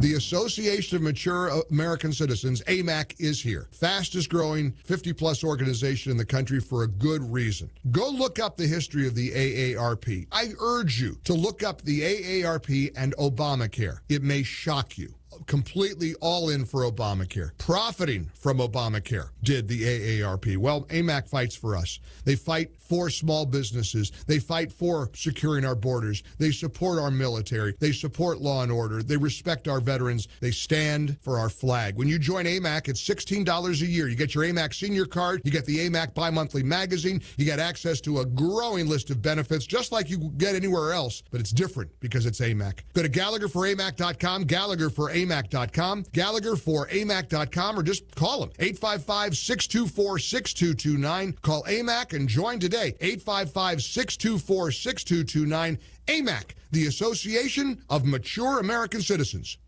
Balance of Nature's fruits and vegetables in a capsule, changing the world one life at a time. I was a fighter in the 70s, and when the 2000s hit, I had my shoulder operated on, and I'm thinking, okay, here it comes. And I heard the commercials, and I thought, well, I might as well try this. I had retired from teaching karate in the late 90s. And right now I'm teaching again every week since I've been taking Balance of Nature. I'm back at it. And I'm actually sparring with these kids. I'll be 65 in June. It's almost like your body's been starving for this. And you start feeding it, and everything starts reversing itself. It's just a great thing. I'll keep being one of your preachers of this because it just works. And I can't thank Balance of Nature enough. Right now, Balance of Nature is offering free shipping and 35% off on any new preferred order. Call 1-800-2468-751 or go to balanceofnature.com today and use discount code MikeG. Mike Gallagher. McGruff the crime dog here. I deal with a lot of criminal types, and lately, more of them are identity thieves, because identity theft is one of the fastest growing crimes in America. So let's hear how they do it. Identities are easy to catch online. I just go fishing for them. I send people an official-looking email pretending to be their bank or credit card company and ask them to confirm their personal information. Hooks them every time. Stealing folks' identity is as easy as standing behind them on the checkout line. When they open their wallets, I'm ready to take a picture of their driver's license with my cell phone camera. It's a snap. You can learn a lot from the criminal mind, but you can learn even more from me. Safeguard your personal information on the phone, online, and especially around the house, because half of identity theft is committed by people you think you know. Take it from McGruff. Keep your identity to yourself and take a bite out of crime. For more information, visit the National Crime Prevention Council at ncpc.org. A message from this station, the U.S. Department of Justice, Crime Prevention Coalition of America, and the National Crime Prevention Council. Your news, your town, your station. KVFD News when it breaks.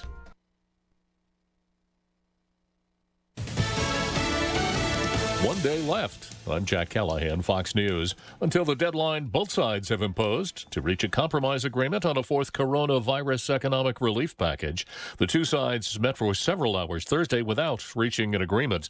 House Speaker Nancy Pelosi. We have always said that the Republicans and the president do not understand the gravity of the situation, and every time we meet with them, it is reinforced. But White House Chief of Staff Mark Meadows charging it's the Democrats who aren't budging. Democrat senators, not once but twice, say no to enhanced unemployment.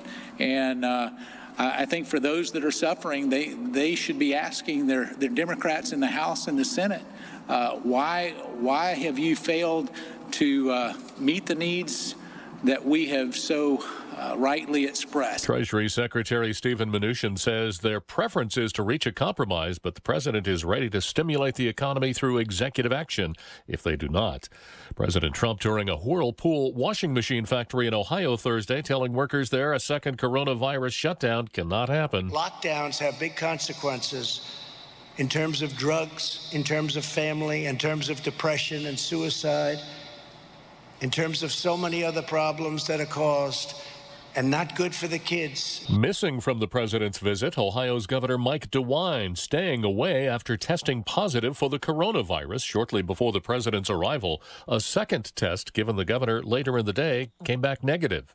The president issued an executive order Thursday night that would effectively ban the social media app TikTok for 45 days unless it's sold by then. Microsoft in talks to buy the American operations of TikTok. A similar order issued for WeChat, both Chinese authored. The government says the use of those apps poses a security threat. America is listening to Fox News. From the Fox News Podcasts Network. In these ever-changing times, you can rely on Fox News for hourly updates for the very latest news and information on your time. Listen and download now at foxnewspodcast.com or wherever you get your favorite podcasts. There's never been a more critical time. Fox News Media is bringing America together. America is watching news and fearless debate on Fox News Channel. We're invested in you from Wall Street to Main Street to your street with Fox Business. America is listening wherever you are, on radio and podcasts, trending the stories you need anytime you want online, and Fox Nation, streaming the entertainment that celebrates America. Fox News Media, America's news, and much more. The Fox News Rundown is a weekday morning podcast that dives deep into the major and controversial stories of the day. Hosted by the anchors of Fox News Radio. Subscribe now to hear a perspective of news you won't find anywhere else. Listen now by going to foxnewspodcasts.com. Just weeks after signing the U.S.-Mexico-Canada trade agreement, the Trump administration moving to reimpose tariffs on aluminum imports from Canada. Canada vowing to retaliate with dollar-for-dollar countermeasures. Joe Biden tweeting Thursday night saying he wanted to clarify his remarks made earlier to a reporter about diversity in the African American and Latino communities. Tweeting in no way did he mean to suggest the African American community is a monolith, not by identity, not by issues, not at all. New York's Attorney General filing a lawsuit to dissolve the National Rifle Association, charging fraud and abuse. Now the NRA firing back. The New York Attorney General Letitia James called out specific members of the NRA, perhaps the best-known name on that list, Executive Director Wayne LaPierre. He said in part, this is an unconstitutional, premeditated attack aiming to dismantle and destroy the NRA. The fiercest defender of America's freedom at the ballot box for decades, the NRA is well-governed, financially solvent, and committed to good governance. We're ready for the fight. Bring it on. Fox's David Spunt. Washington, D.C.'s Attorney General has also announced a lawsuit targeting the NRA Foundation, claiming it misspent charitable contributions. The U.S. sending aid to Lebanon after that terrifying explosion earlier this week. A U.S. Air Force C-17 cargo plane has landed in Beirut with food, water, and medical supplies. The military says 2 more flights are expected in the next 24 hours. At a Pentagon press briefing, Chief Spokesman Jonathan Hoffman was asked if the explosion was an accident or an attack. The President and the Secretary have both been consistent that we've reached no definitive cause for the explosion, and that information is still coming in. We're going to continue to assess it. Hoffman said Lebanese authorities are leading the investigation. At the Pentagon, Lucas Tomlinson, Fox News. And I'm Jack Callahan. This is Fox News.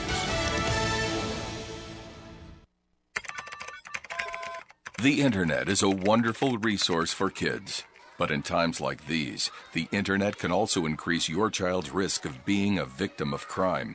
Instruct your child to never give out personal information. like their name, address, or school name without your approval.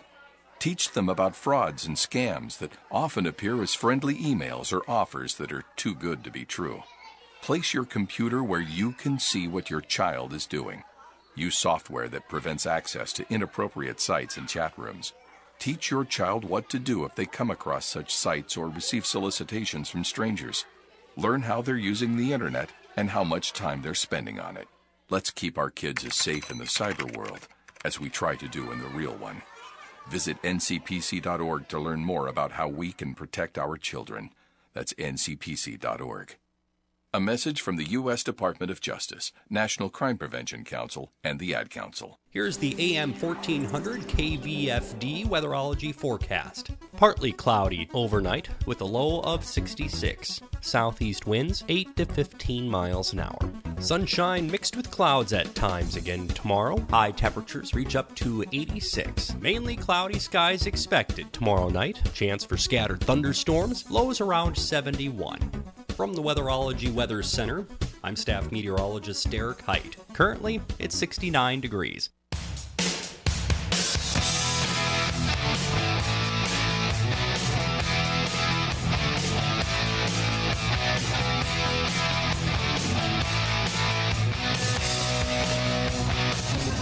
This is your source for breaking news and what to make of it all. This is the Mike Gallagher Show. Because the truth is, Joe Biden and the radical Democrats would set America on a path of socialism and decline. I don't know what the hell he's talking about. I'm ready to debate. I don't care. I hear he wants to get out. I'm so forward looking to have an opportunity to sit with the president or stand with the president in debates. This mail-in voting, it's been a total catastrophe. You're never going to know who won the election. You can't have that. Come on, man. Now, from the ReliefFactor.com studios, here's Mike Gallagher. There's a lot of stuff to digest today, as always. It is a breaking news Thursday, August the 6th. U.S. weekly jobless claims came in earlier today. They're at 1.186 million. Now, it's awful, and it's still depressing, but it's the lowest level we've had since the pandemic. So this is maybe a mixed bag. 1.186 million, which is well below Wall Street expectations. They had been projecting 1.42 million. There are stories of tyrants in big American cities exercising their tyranny. Did you hear how the mayor of Los Angeles is authorizing the Los Angeles Department of Water and Power to shut off utility service to homes that might be having a party? This is a real story out of Los Angeles. Go over it. It's stunning that we're letting mayors and governors act like King George. Another headline that caught my eye, and I saw caught my attention, and I saw the video of David Lacey. David Lacey is the husband of the district attorney of Los Angeles. And Black Lives Matter protesters showed up on his doorstep, and guess what he did? He did what that couple in St. Louis did. He took his legally registered firearm and used it to try to defend his property. And just like the couple in St. Louis, this man, the husband of the Los Angeles district attorney, is now being charged with multiple crimes for defending his home against protesters who showed up at he and his wife's doorstep. But there's a difference. This man with the gun is black. His wife, Jackie Lacey, the LA district attorney, is black. The media coverage is decidedly different of this case. Have you noticed? Way different than the couple in St. Louis. And for what it's worth, the video of David Lacey is way more vivid. They've got video of him standing there saying, "I will shoot you. Get off my porch." I mean, it's like from a TV show. The quality is very good. It's not like the blurry behind the heads of people in the St. Louis neighborhood. No, these people in the hallway, looks like some kind of townhouse or condo, they're right there. He says, get off my porch. I will shoot you. I don't care who you are. We're calling the police right now. Had his gun out. According to The Guardian, he appeared to have his finger on the trigger. Uh-oh. Yeah, but he's a black guy. So maybe it's different if a black homeowner who's trying to protect his wife, who has evidently been the subject of death threats, who has evidently been the subject of all kinds of concerns. They're worried about protesters. They've been protesting her apparently for three years because they don't believe that the black district attorney in Los Angeles is tough enough on police officers. I want you to hear this full report. This is the full report from Fox News. I want you to hear the whole package because I want to put it in context. This is a good day if you're near a computer or you're by your smartphone. You might want to watch this TV report as you listen to it here on this great radio station. Check out this report of the black homeowner with the gun and compare it. This is from Fox News. Now, remember the couple in St. Louis, they were everywhere.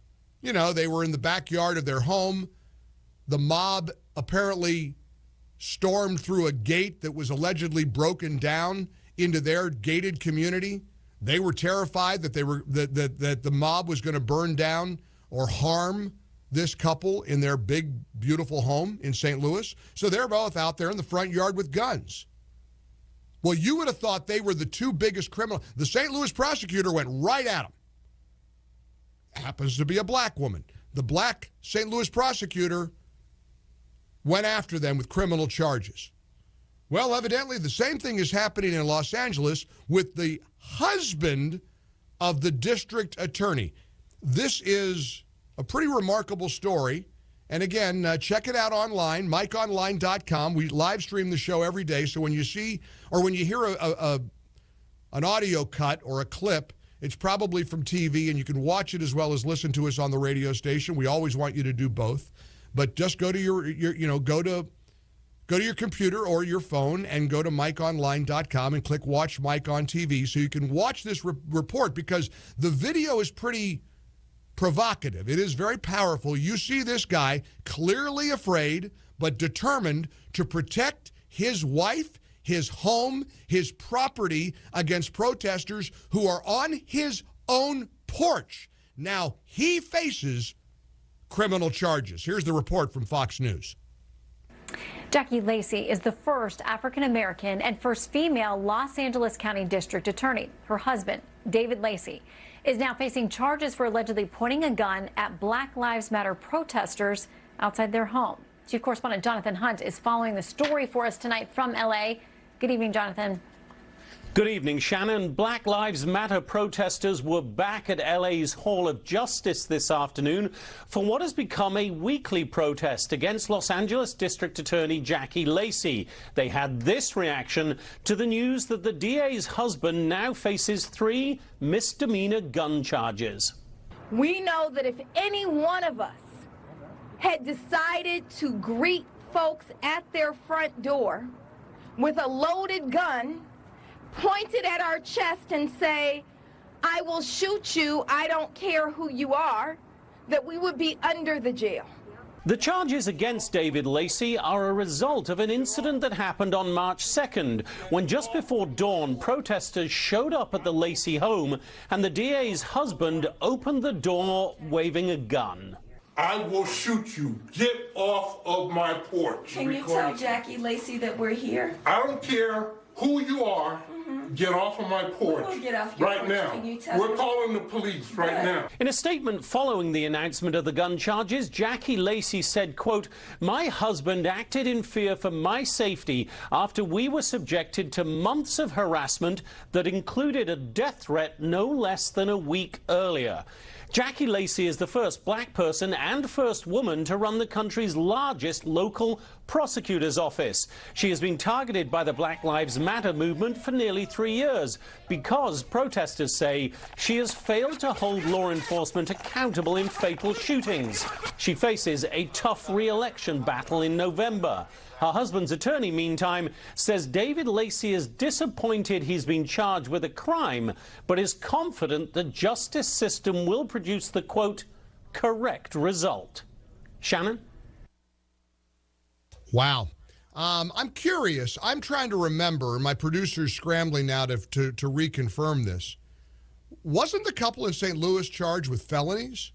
Or are those misdemeanor charges as well? I wonder if they're going to go confiscate David Lacey's gun the way they confiscated the couple's guns in St. Louis.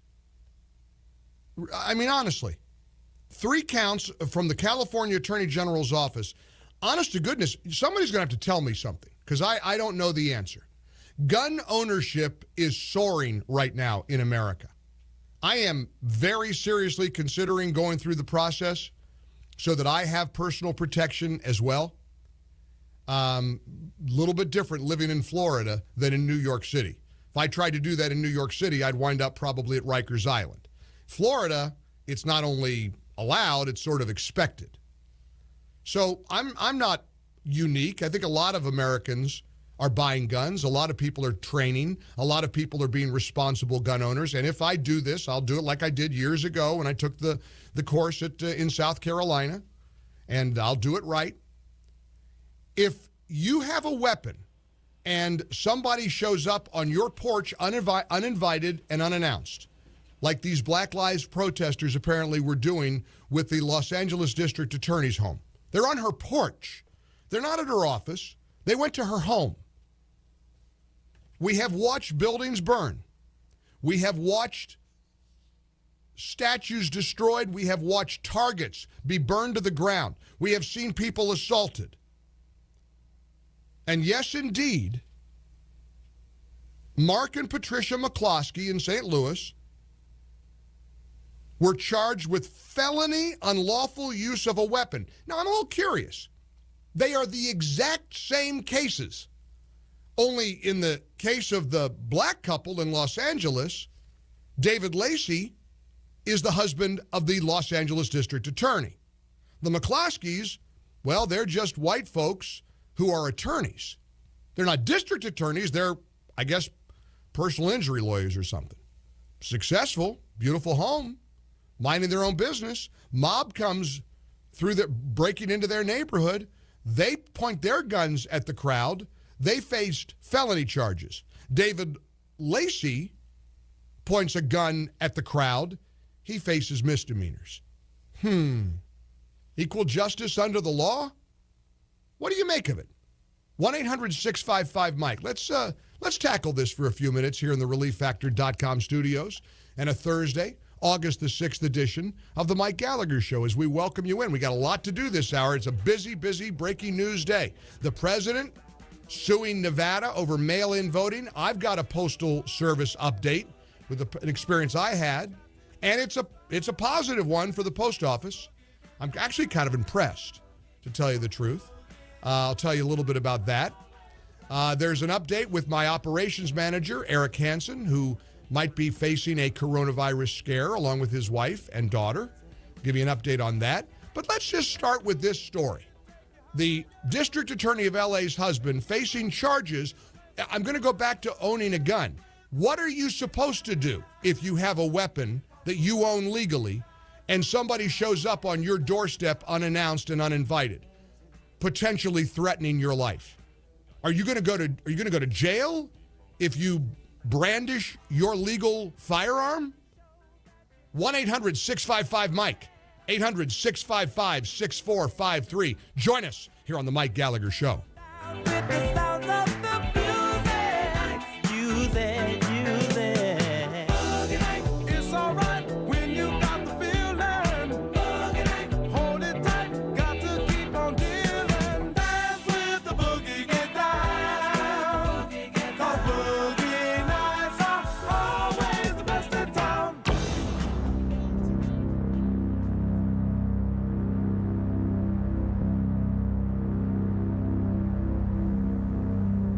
I was signing up a friend of mine yesterday at Pure Talk USA. He just couldn't believe it. I mean, he kept telling me, Mike, are you sure it's $20 a month for unlimited talk and text and 2 gigs of data? That's crazy. He said, I pay 3 or 4 times that with one of the big guys like AT&T, Verizon, T-Mobile. Pure Talk USA uses the exact same network as all of those carriers, same towers, same exact coverage, but literally costs you a fraction of what they charge you. I know it sounds crazy. I didn't know that I believed it. Now that I'm a customer, I sure do. Grab your mobile phone, dial pound 250, and when prompted, say the keyword Mike Gallagher. When you do, you'll save $250 off any iPhone, including the brand new iPhone SE, and you'll get unlimited talk, text, and 2 gigs of data, all for just $20 a month. It's a great deal.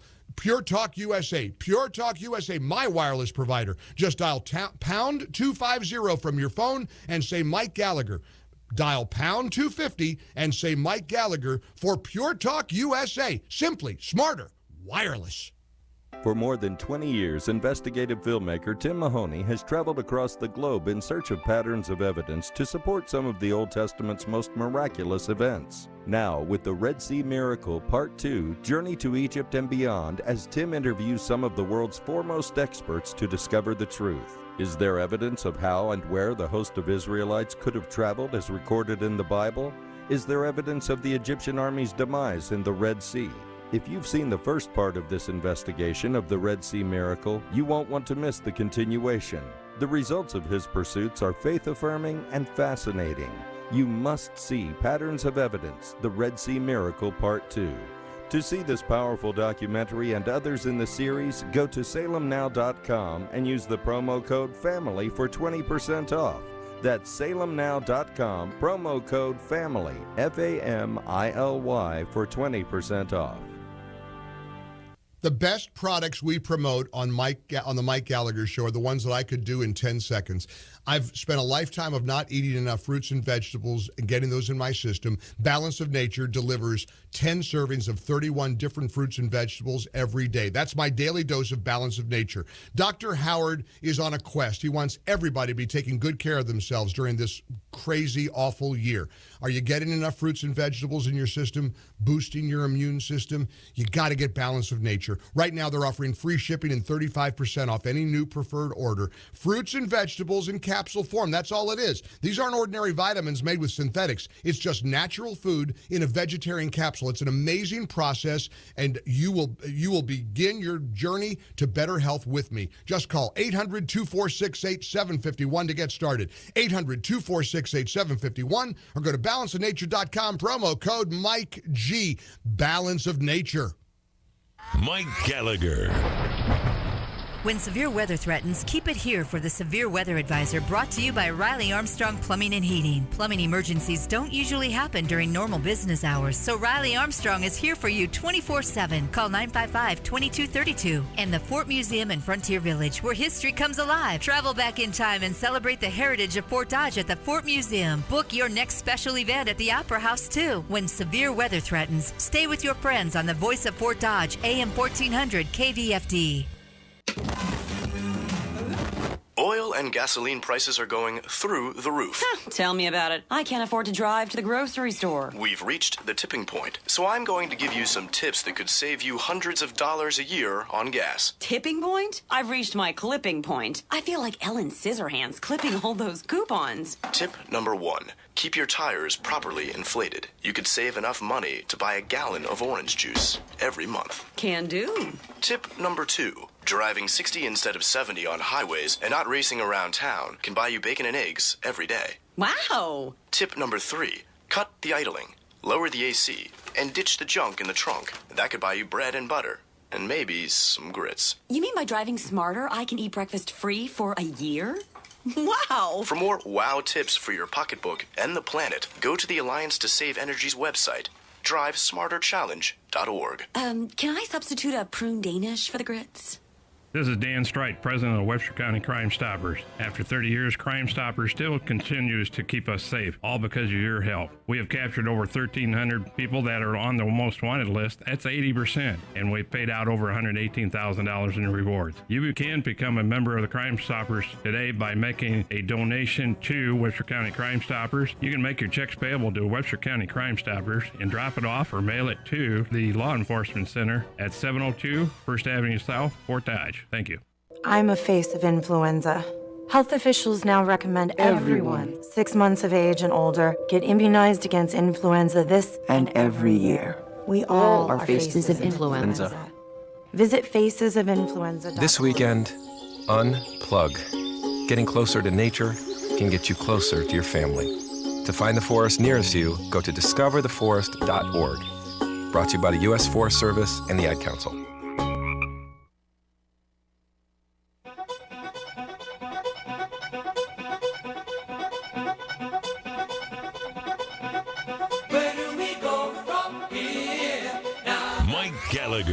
I think this is very important for your people who do investigations to actually understand what the critical race theory is.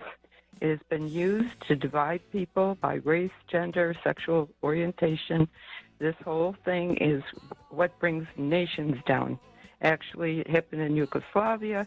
It's Marxist. Yeah, Mike, regarding the situation with a legal firearm, somebody, a home intruder comes into your house.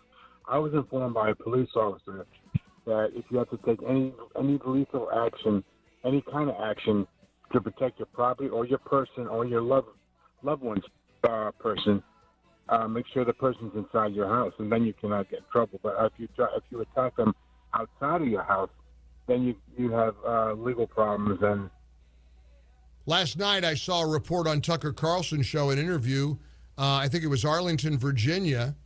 I think it's a tobacco shop. A guy, an immigrant, a hardworking guy, sleeping in the back of the store to protect it from robbers. Robbers came in, scared him to death, broke in the door. He shot at them, shot one of them, injured him, didn't kill him. Now he's facing charges, and the burglars are on Snapchat and on social media laughing and joking and mocking the guy that got arrested for defending the store. Everything is upside down right now. Everything is upside down. And honest to goodness, I understand if you don't want to point the muzzle of a gun at somebody, but somebody tell me as a gun owner what the proper thing to do is if you've got people on your doorstep or people potentially tearing down or burning down your house. Karen, you're up. How you doing, Karen? I'm good. I just wanted to let you know I'm 53. I live northern burbs of Atlanta. Right. I purchased for the first time back in May, joined the gun club so that I could practice and get classes. Good. And I was kind of amazed because a lot more black people are in there purchasing and learning how to shoot. Black men are teaching their girlfriends and their wives to shoot for their own defense. And I was... Oh, no, there's no question. In fact, gun sales right now, Karen, you're so right. There is an estimated 1.795 million gun sales in July, and a lot of African Americans are buying guns as well. So a lot of black Americans who are getting protection as well. This is not just a white issue. Here's the headline: gun sales spike among African Americans.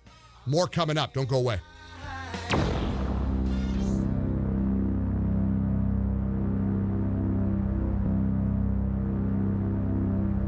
Mike Gallagher. You secure your home, you lock your car, but what do you do to protect your valuables at work? In times like these, crime can happen anywhere, at any time. Taking some simple preventive measures in your workplace can help cut down on theft, scams, and even physical assault. Keep your purse, wallet, and keys locked in a drawer or closet. Leaving your valuables unattended for even a few moments could create an opportunity for a thief. Visitors should be made to check in at your front desk, wear a name badge, and be escorted to their destination. Unidentified persons in your workplace should be reported immediately. Report faulty locks, broken windows, and burned out lights. Use caution when entering stairwells, restrooms, elevators, and parking garages. If you notice an employee acting irrationally, tell your employer. To learn more on how to keep your workplace safe, visit ncpc.org. That's ncpc.org. Crime prevention at work. It works. A message from the U.S. Department of Justice, National Crime Prevention Council, and the Ad Council. Hi, my name's Bob. Hi, Bob. So I see this ad on TV. Says I can reduce my debt by 50%. So I call. They told me to stop paying my bills, stop talking to my creditors. It didn't seem right, but they said they'd take care of everything. I gave them thousands of dollars, but most of it went to their fees. Getting out of debt is neither quick nor easy. There are those who will tell you anything just to win your trust. Sounded perfect. I did everything they told me to do. They never paid my creditors. They didn't even contact them. Turns out I'm even more in debt because the fees and the interest on my cards kept piling up. Bad advice from so-called experts can make your financial situation worse. And the bank turned me down for a mortgage. And that's when I realized my credit was shot. I should have gone straight to my creditors to begin with. There is a better way to get help. Talk to your creditors directly, or to find a nonprofit agency near you, visit debtadvice.org. Debtadvice.org. Real solutions for real people. This has been a public service message. Shh, listen. That's a bullfrog. What's that? A cicada. That's an owl. Wait, what's that? Oh, the Camptown ladies sing this song. Doo-dah, I think that's a donkey. The swamp town mud hole stinks so strong. Oh, da doo da oh. Shrek! Hey, kids. Hi. That little cicada bug's got nothing on me, right? Donkey, give the children a little space. Oh, they got plenty of space, Shrek. Wide open forest space. Why you always telling me to calm down and be quiet? Give them space. Do I talk too much? I'm real good at being quiet. I'm quiet right there. Quiet again. Donkey quiet. Snail quiet. Turtle quiet. Get out and explore nature. You never know what you might find. To learn more about all the fun stuff waiting for you outdoors, go to discovertheforest.org. That's discovertheforest.org. This message brought to you by the U.S. Forest Service and the Ad Council. So, kids, you know some consider slugs a delicacy. Ew!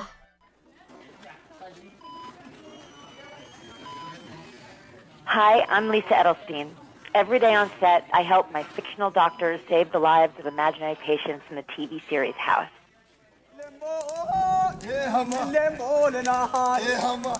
Every day in his village in Ethiopia, Barasa Ware helps save the lives of real children as a local health worker. Like many children in the developing world, the ones in Barasa's village are threatened by common illnesses that kill millions worldwide. But unlike villages without a local health worker, the children of Barasa's village get the care they need to survive. Imagine how many more children could be saved with your help. When you help local health workers like Barasa, you help children survive all over the world. See where the good goes at goodgoes.org and find out all the ways you can help the good go further. Brought to you by Save the Children and the Ad Council. For a child with asthma, it can seem like monsters are everywhere. Even an innocent teddy bear with dust mites could trigger their next asthma attack. Learn more at noattacks.org or call 866-NO-ATTACKS. Brought to you by the EPA and the Ad Council.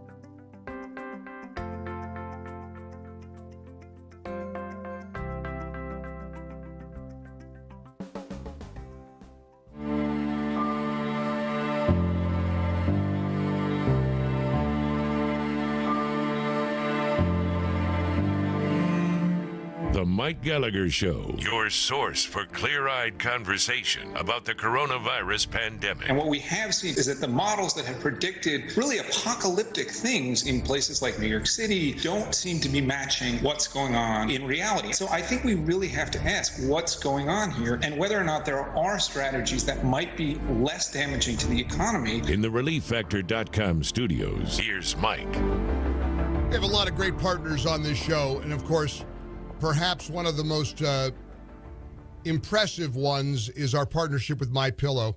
I was thinking about Mike Lindell. He's been going through a lot, and he went through a lot after he announced in the Rose Garden that MyPillow was turning over a big, huge portion of their manufacturing abilities to make face masks for hospital workers. I mean, they make this pillow that everybody loves.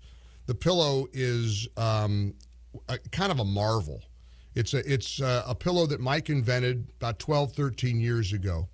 They now make at least 80,000 a day. It is so enormously successful. I was at an event in South Carolina, and a lady named Karen came up, and she just started talking to me about her experience with My Pillow, and I put her on the air. And this was not This was not rehearsed. This just happened. I'm a bad sleeper. The first night I used it, I slept 13 and a half hours, and my husband said I was asleep within 5 minutes. I go to the gym every day, and I sometimes have to drag myself in there, but not anymore.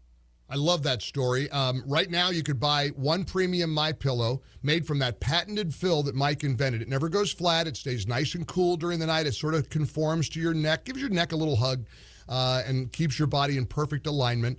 Throw it in the washer and the dryer as often as you want. Buy one premium, get the second one free when you use the promo code MikeG. That's the ticket. That's the key. Promo code MikeG. You want face masks? You want very comfortable, affordable face masks, reusable? Mike Lindell and My Pillow makes them out of 210 thread count, double layered, reusable, rewashable, less than $3 a mask when you use the promo code MikeG. The Giza Dream Sheets are back. Man, these sheets are so soft and smooth and comfortable. They're the most comfortable sheets you'll ever sleep on. Variety of colors. You get 2 sets of the Giza Dream Sheets made from the best cotton on earth for one low price plus free shipping. And incidentally, here's a little tip. For anything you order, the mattress topper, 3 inches of heaven, it takes any mattress, turns it into the most comfortable bed in the world because it's made from the same fill that the pillows are made out of. Guess what? When you order Mike's book, From Crack Addict to CEO, what are the odds? When you order that book, not only will you be enlightened by the book and by his amazing story, you'll get free shipping on anything you order. MyPillow.com. Look for the little Mike Gallagher listener box. We have our own box now, MyPillow.com. You'll see a picture of Mike and me. Click on that box. Anything you order, be sure to enter the promo code MikeG so you'll save big. You will thank me down the road. MyPillow.com, promo code MikeG. MyPillow.com, promo code MikeG, or call 800-928-6034, 800-928-6034, promo code MikeG, like we love to sing. For the best night's sleep in the whole wide world, visit MyPillow.com. Promo code MikeG. According to the National Shooting Sports Foundation, in an article I have in front of me from Yahoo News, the highest overall firearm sales increase in America in 2020 comes from black Americans, black men and women, who've shown a 58.2% increase in purchases during the first 6 months of 2020 versus the same period last year. In many states, estimated gun sales doubled in the month of March. Listen, a lot of Americans are buying guns. So now we've seen 2 cases. Very interesting how different one is from the other. The couple in St. Louis, the McCloskeys, they were the prosecutor there charging them with felonies, a felony count for pointing their gun at the protesters and the mob. Now you got the husband of the district attorney in Los Angeles. He too is facing at least a misdemeanor charge for doing the same thing. James, 22 before the hour. Thanks for hanging in there with us and being patient, James. How are you today? I'm good. Okay, Good. Real quick, I'm going to get to it. I am a gun owner, and I have been a legal gun owner. I'm African American. I've been one for years, dozens of years. And here's the rule, and any cop will tell you, you cannot brandish that firearm. If you brandish that firearm, you will be charged. It's no different than driving down the freeway and someone cutting you off and you showing the gun. That's called brandishing. Well, wait a minute, though, James. In Minnesota. But James, wait a minute. Wait a minute. Hang on. That's a different. You're talking about road rage versus you're in your home. No, it's the same thing. Well, no, you're in your home. This district attorney has been threatened repeatedly over 3 years. Last week, she got a death threat. The Black Lives Matter activists feel that the black district attorney isn't hard enough on cops in Los Angeles, so now they're showing up at her home. This is a mob of protesters. Let me hang on. Let me finish here. Let me finish. So they show up on her porch. That's not on the 405 freeway or on I-75. That's not a road rage. They're in their home, James. Doesn't matter. You cannot brandish a firearm. And for the couple in Minnesota, what they did was they pointed it. It automatically became a felony. St. Louis, they're not. That gun at someone. Well, so did David Lacey pointing at the protesters there. Have you seen the video of David Lacey? On the trigger. He had his finger on the trigger, Mike. Right. Different than pointing it at someone. He brandished his weapon and he had his finger on the trigger. That's different. You're confusing that. You're confusing the heck out of me here. You're telling me that his finger on the trigger is less serious than what the McCloskeys did in St. Louis, Missouri? Yes, I am. All right, let me put my feet up and listen to this one, because this guy is pointing his gun and saying, I will shoot you. You're going to, at the Black Lives Matter protesters, the McCloskeys were holding their guns. He pointed it literally. That's not true. She literally says on the video, he just pointed the gun at my chest, the Black Lives Matter activist. You have to see the video. I did. I'm playing it. Pointing a gun. He was pointing the gun right at her. James, listen, I know you mean well. You're wrong on this one. So let me just assure you. Do me a favor. Just stipulate for me for the point of our conversation. He did absolutely point the gun at the protester. She said on the tape, that man just pointed the gun at my chest. He literally points the gun at her, and you're telling me you have less problems with David Lacey than what the McCloskeys did. Go ahead and explain that. No, you got it wrong. You're misleading. That's not true. I have a problem with anyone that points a weapon or brandishes a weapon at anyone. It's a privilege to have a gun. It's a privilege to be a gun owner. Right. And I don't want to see that privilege taken away because people are using these things for whatever reasons they're using them for. So what you're telling me as a gun owner, if I break into your front porch, if I break down your door, if I break a window, if I show up and I'm screaming at you from the porch, you're a gun owner. You're telling me you're not allowed to brandish your weapon? What's the point of owning a gun, James? You are not allowed to brandish their weapon unless they get inside that house. You have the ability to retreat, and that's what the law says you have to do. Well, first of all, the law is absolutely undecided on this because there's a lot of legal experts who say that none of these people with guns are going to get charged. They're going to throw it all out. It was all for show. If you have a gun, that could be the case, but they shouldn't be doing that. So you're telling me that so let's be clear here, because you're very certain of yourself. You're saying when I cross the threshold of your door, you're telling me that's when you can take out your legally registered weapon and point it at me. But if it all depends. Sure it does. Do you have a weapon? Did you see a weapon? Did the person show you a weapon? Right. I got you. You're as wrong as the day is long, James. And let me tell you why you're wrong. You know about Castle Doctrine? Do you know the law about Castle Doctrine? You know it as a gun owner, right? Yeah. Do you know the Castle Doctrine? Yeah. You know the stand your ground laws. I mean, everything you're saying, with all due respect, is kind of out there. But it all depends on where you are. For example, Michigan doesn't have a stand your ground like that. You're right. Florida does. So it all depends on where you are. Well, of course. But you just made a blanket statement that if you brandish a gun, you're breaking the law. That's not true. In most cases, Mike, that's true. It's not true. If you don't see an immediate threat and you use your weapon, I want to go back. I gotta give you a hard time. I got to give you a hard time because I got to go back to something you said about this David, the husband of the David Lacey, the husband of the DA. Are you somehow saying with his finger on the trigger that's better than not having their finger on the trigger like the McCloskeys? No, not at all. You got me all wrong. I'm saying he shouldn't have even brought his gun out. I got it. And I wonder why he was charged with a misdemeanor, but they were charged with a felony.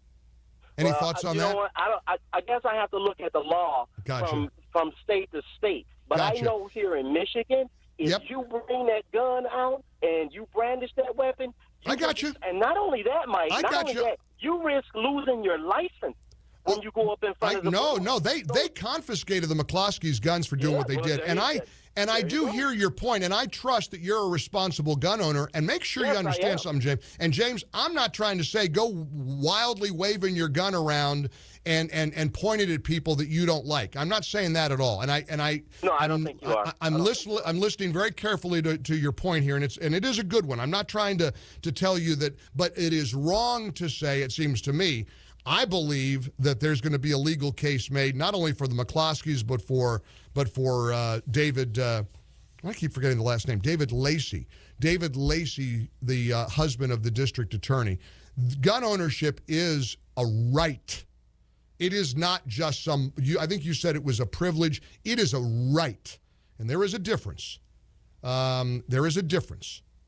And if we are in tumultuous, frightening times, and listen, you may be literally right. I guess he could have opened the door and waited till they crossed the threshold before he was allowed to display his weapon under the law.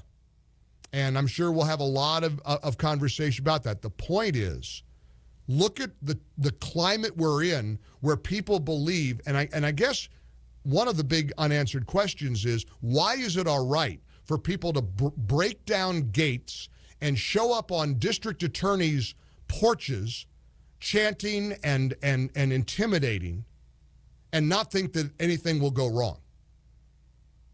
Because I'll tell you right now, was it just the other day, was it in New Jersey, that a federal judge's only son was shot dead by some lunatic who had some grudge against her, shows up as a FedEx driver and gunned down her son and her husband. The husband survived. This poor woman her family has been shattered. She's a judge. Judges are very vulnerable. I don't care what you are, white, black, Hispanic, Asian, and the mob rule is getting completely out of control in this country, and it needs to stop. Glad you called, though. Good exchange, James. 14 before the hour, 800-655-MIKE, 800-655-6453. We're in the ReliefFactor.com studios, and incidentally, all of this is under the backdrop. We must remember something. You look up Joe Biden and Democrats' record on the Second Amendment. Because they don't think anybody ought to have a gun, quite frankly. More coming up. Don't go away.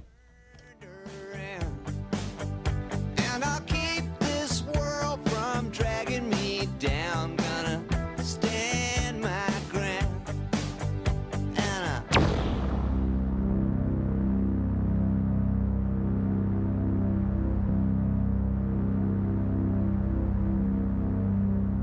Our home is our castle, right? It's more than a place just to hang our hat.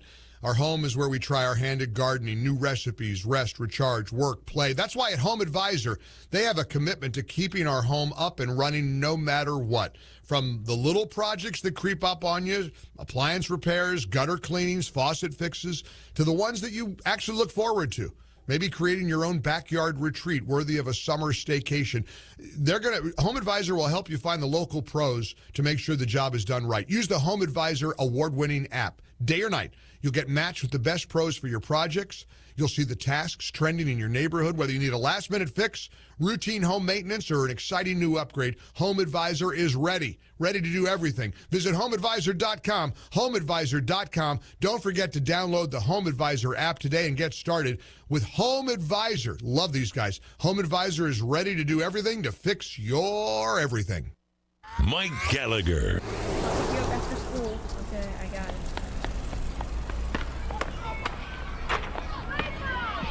It's easy to take your world for granted. Most days go by without a whole lot of surprises. But what if a disaster strikes without warning? What if life as you know it has completely turned on its head? What if everything familiar becomes anything but? Would you be prepared?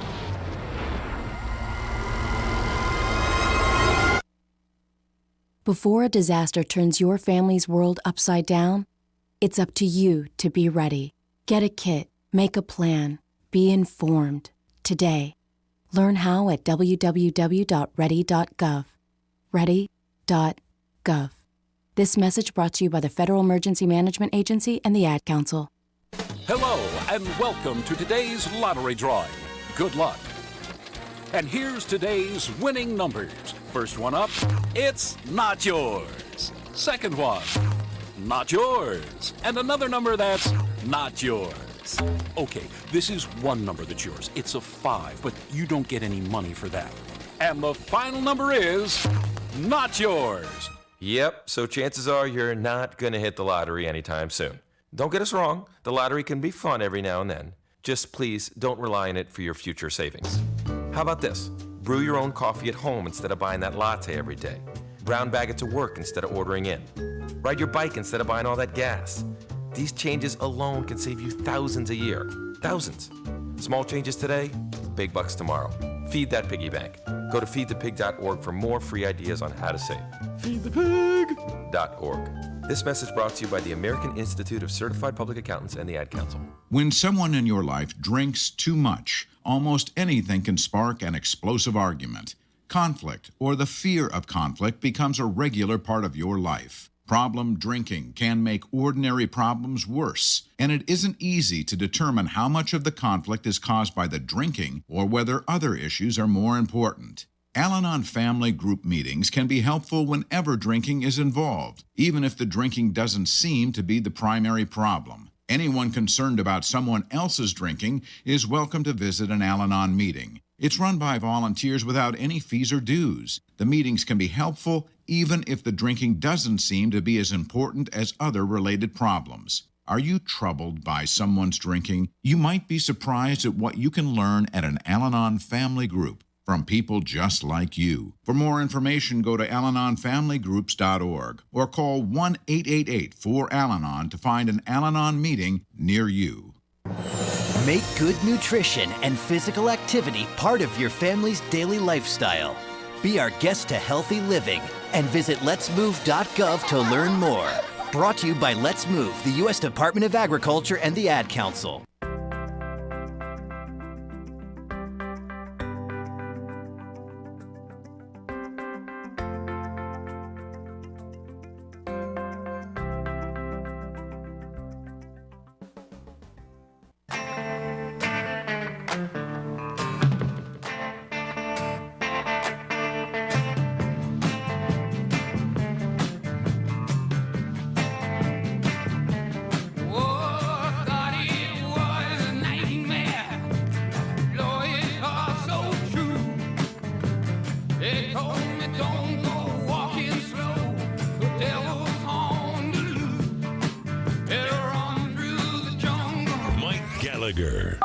Hey, Mike, my opinion on the firearms, being able to carry a firearm, use a firearm, is if people have forced you back into your own home, I mean, you're in your own home, that's as far as a man can be pushed. It's kind of like that dog that you back up in the corner. You understand what I'm saying? I think everybody should have the right to defend their home, okay? No question about it. This goes out to that caller, James, who is debating with you about brandishing a weapon. What about those Antifa people up in Oregon, in Portland, that were brandishing their weapons? Isn't it the same thing? But are you going to defend them and not defend the McCloskeys? Or which one is right and which one is wrong? Are they both wrong or are they both right? Please clarify. Hey, Mike, that guy you're talking to about the gun has absolutely no idea what he's talking about. In the real legal system, the reason you have the gun is to protect yourself. And the cops would most prefer you brandish it and have the guy leave rather than have to shoot the guy. Yeah, I kept thinking that too. For the McCloskeys, for any of these cases, for David Lacey's case, I gotta believe showing that you have a gun is preferable to killing them, to shooting and killing them. But listen, I know every state is different, and James offered a lot of great information, and I'll bet it is complicated from state to state about a gun owner being able to use their weapon to defend themselves. You know what would have been fun? Now, James would be a good co-host. Wouldn't he be a good co-host for a day?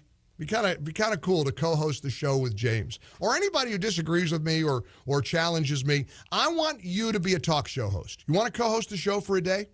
Every August, we have our Food for the Poor campaign. I've got a new brainstorm because I really want to hit a big number this year. I want to feed hungry kids. Helping the less fortunate is in this show's DNA. We want to do this all the time. And I'm asking you to open your wallets, your heart, your minds to Food for the Poor, a Christian relief organization that is doing God's work in places like Haiti and Guatemala, all over the world. I've been all over the world with these great folks. I love this organization, and I need your help. So yesterday I tried to do a thing with $1,000 donors, and I'd call you. That went pretty well. But today I've got, I think, a bigger idea. I want you to donate $100. You will feed 3 starving children 3 meals a day for 6 months. You'll save lives. What are you doing today? Wouldn't you like to save lives? Your $100 donation will literally feed 3 starving children for 6 full months. And here's what I'm going to do. I want to pick some co-hosts. If you make a $100 contribution, which is tax deductible to Food for the Poor, we will select 3 people out of $100 donors to be my co-host for a day. You got your own show. We're going to do it 3 different times. We will pick 3 $100 donors to be my co-host. We can do it over Skype. We can do it over Zoom. We could do it in a way where you can be where you are, but you'll co-host the show with me. So, James, I'm going to start with you and urge you to donate $100.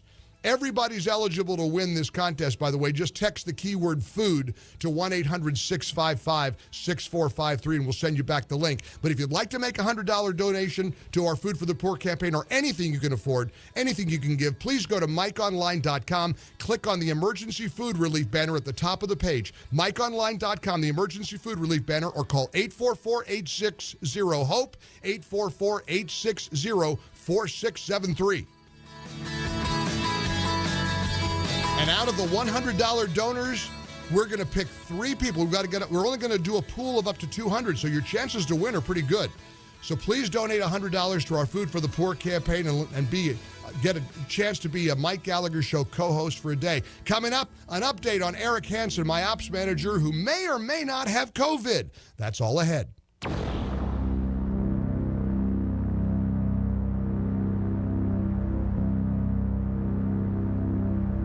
I had a chance to catch up with Dr. Douglas Howard from Balance of Nature. What a great, great message they deliver about making sure you get fruits and vegetables in capsule form. Balance of Nature is such an important part of my daily routine, and thank you for noticing, if you watch us on our YouTube channel, that I've lost weight. But you know what I also need to do is not get run down. I don't like the taste of vegetables, but I love taking my Balance of Nature vegetarian capsules featuring tens of thousands of vital nutrients from 100% whole food plants, fruits, and veggies. A daily dose of Balance of Nature capsules has 10 servings of 31 different fruits and vegetables. I can pretty well promise you, you're not eating enough fruits and vegetables to get your daily allotment. Don't wait to see what it's like. Just get started today. Start your journey. Call 800-246-8751. That's all you got to do. 800-246-8751, or go to balanceofnature.com.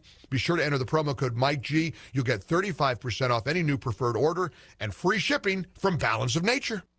As life gets back to normal and we start heading back to work, don't leave your leftover stash of toilet paper exposed to rodents. Send them packing the most humane way with Plug-in Pest Free. G'day, I'm Scott from Plug-in Pest Free, the electromagnetic device that utilises the active wiring in your home or business to keep rodents and pests away. 100% chemical free and environmentally friendly. Just plug it in. It's that simple. My strongest performer, the Pro unit, is good for most homes and small businesses up to 4,000 square feet. Now that's fair income. Is your home or business protected? If not, order yours today at gopestfree.com. Use promo code SAVE20 for 20% off. That's gopestfree.com, promo code SAVE20. Gopestfree.com, promo code SAVE20. Don't spray and regret, plug in and forget. Mike Gallagher. Who is it? Asthma. Asthma? That's right, asthma. You must have the wrong house. Who's there? West Nile virus. Can I come in? No, you can't come in. You sure? Yes, I'm sure. Yes. Hello, it's Lyme disease. I am not opening the door for Lyme disease. I'll be back. Who is it now? $5 billion in property damage. What do you want? I'm just spreading the love, ma'am. Go away. When household pests are in your home, you never know what kind of health and property threats they're going to invite over. This public service announcement has been brought to you by the National Pest Management Association. Visit pestworld.org to become more aware of the serious threats common household pests like mice, roaches, and termites can pose to your health, your home, and your family. For exciting Panther sports, keep it right here on your home for University of Northern Iowa sports in north central Iowa. The voice of Fort Dodge, KVFD, Fort Dodge. Stimulus talk still bogged down. I'm Jack Callahan, Fox News. We're very far apart. It's most unfortunate. House Speaker Nancy Pelosi, after another round of negotiations ended late Thursday, trying to reach a compromise on a coronavirus economic relief package. Both sides agreeing to end the talks if there's no deal by late Friday. Treasury Secretary Stephen Mnuchin. If we conclude tomorrow that there's not a compromised position on the major issues, the president has alternatives and executive orders, but as he's instructed us, his first choice is to try to get legislation that will pass the House and the Senate that he can sign that helps the American people. President Trump campaigning in swing state Ohio Thursday, telling a group of supporters in Cleveland. We're running against a radical left ideology. Their messenger is Sleepy Joe. He doesn't know it's his message. He has no idea what the message is. But he's going to do whatever they tell him to do. You know it, because he's not all there. Joe Biden issuing a tweet trying to clarify what he meant when he told a reporter, unlike the African-American community, with notable exceptions, the Latino community is an incredibly diverse community with incredibly different attitudes about different things. In a Thursday night tweet, the former vice president said he did not mean to suggest the African-American community is a monolith. The president issuing executive orders Thursday night that would have the effect of banning TikTok in 45 days from now if the U.S. version of the app is still under Chinese control, and also partially banning WeChat as well. More people staying at home, working by computer, hackers exploiting that. The United Nations counterterrorism chief says the number of so-called phishing websites, those that try and mine personal data from users, grew by 350% in the first quarter. America is listening to Fox News.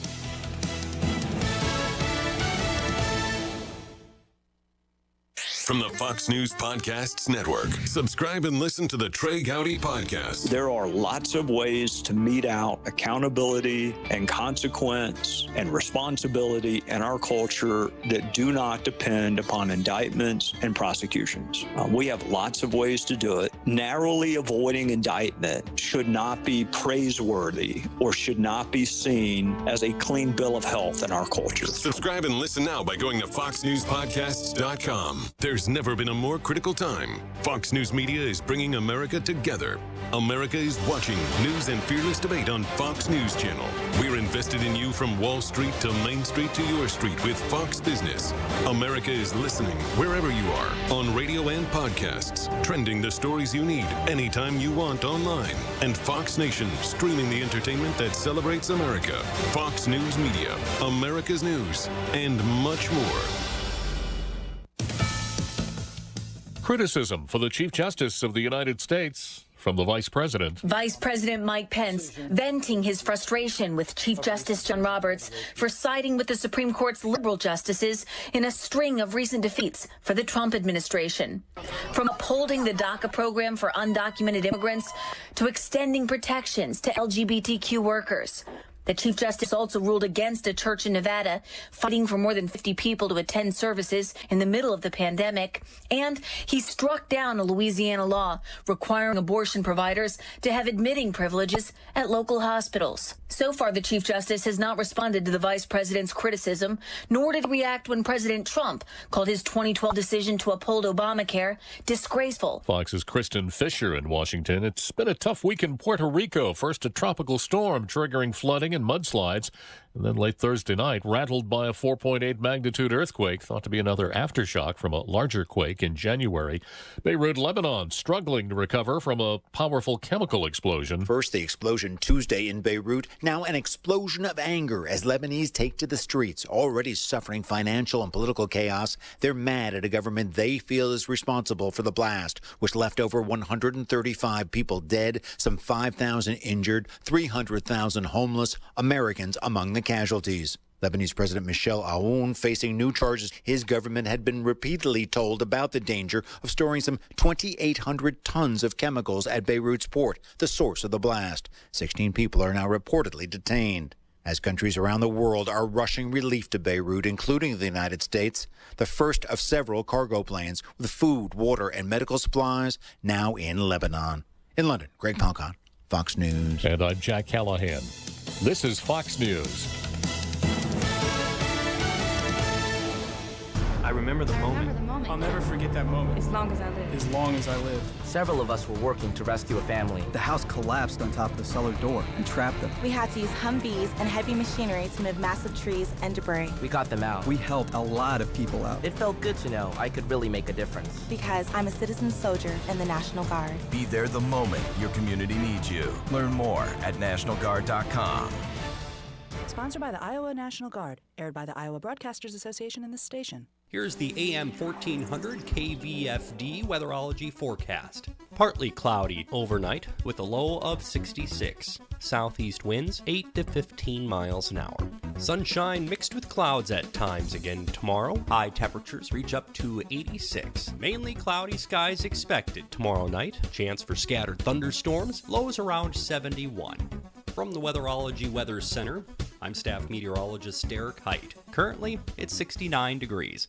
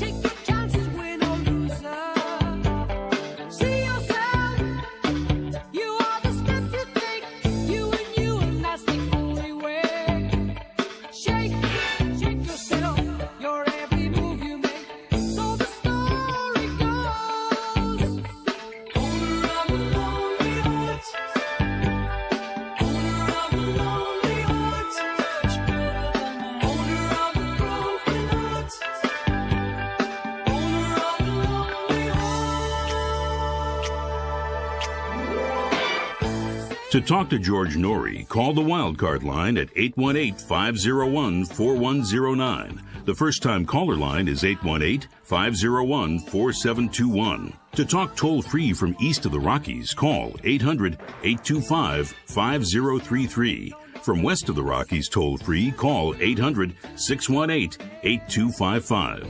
To reach George via Skype, use Skype name George97313. Send George a text message anytime at 818-298-6521. This is Coast to Coast AM with George Norrie. And welcome back to Coast to Coast. We're going to take your phone calls with Joshua P. Warren. We're going to get an update on Robert the Haunted Doll and some other issues. And then we'll dive in with your calls this hour on Coast to Coast AM. Hey, here's some big news.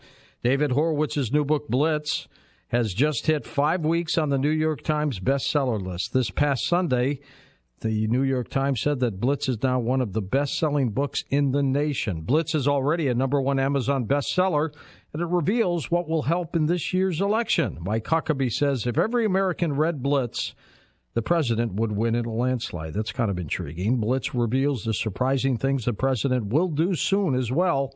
Kind of a predictor. It also names the secret billionaires who oppose the president. You need to get Blitz now at the bookstores everywhere, or simply check out the free offer and save $28. Just go to Blitz, B-L-I-T-Z, 411.com. That's Blitz411.com. Or call 1-800-NEWS-MAX. That's 1-800-NEWS-MAX.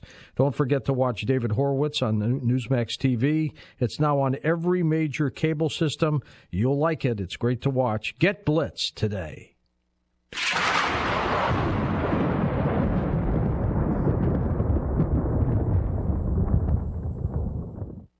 Eating, working, living pain-free. These are a few of the things many of us take for granted. Yet for many United States military veterans, finding and affording oral health care is a challenge. Dental Lifeline Network is looking for dentists who can change this. Will you volunteer to help people like Richard, a U.S. naval veteran who suffered severe PTSD after his service? He was left homeless for a period of time, and his oral and overall health are suffering. Because of congressional limitations, the VA can't provide the dental help he needs. Through our Will You See One Vet program, we focus on helping U.S. military veterans like Richard. Now we are seeking more general dentists and specialists to donate treatment to at least one veteran with special needs. When you volunteer with DLN's program to see one vet, we handle the details so you can focus on the care. If you are a dentist or know a dentist, please share this message and help us make a difference in the life of a veteran in need. Visit willyouseeonevet.org to learn more. That's willyouseeonevet.org.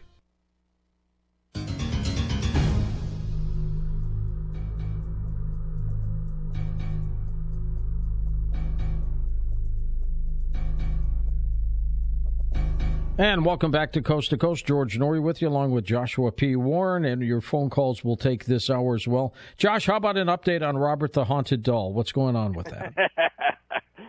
You know, George, that is a great question and such a fitting question for the conversation that we're having right now, because we're talking about the relationship between the mind and the spiritual and the physical, and how that maybe something inanimate like a doll can take on some spiritual properties.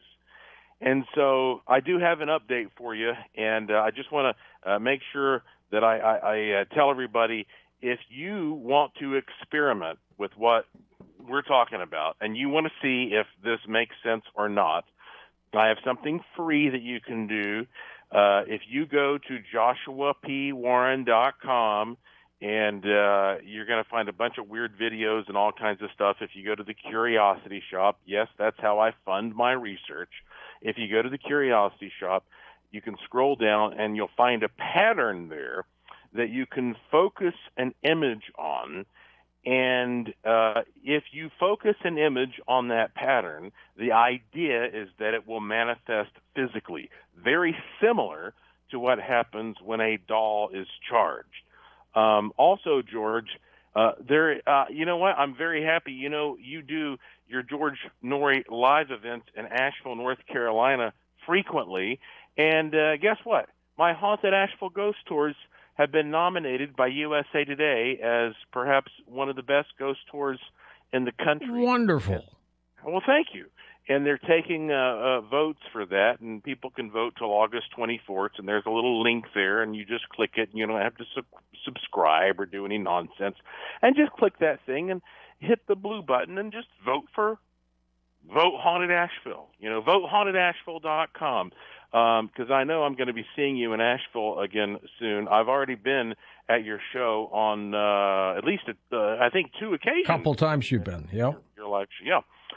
So I depend on you, George, and all of the wonderful Coast to Coast AM listeners who are very intelligent and enlightened to help us out when we're in a voting situation. So go do that. But anyway, let's get back to Robert.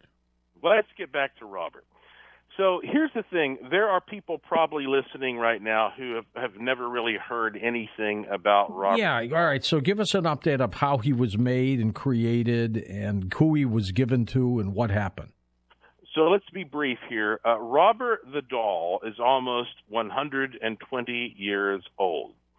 and he lives, in quotation marks, at the Fort East Martello Museum in Key West, Florida. He has been reported over and over again to animate, to come to life, like literally, mechanically, physically come to life.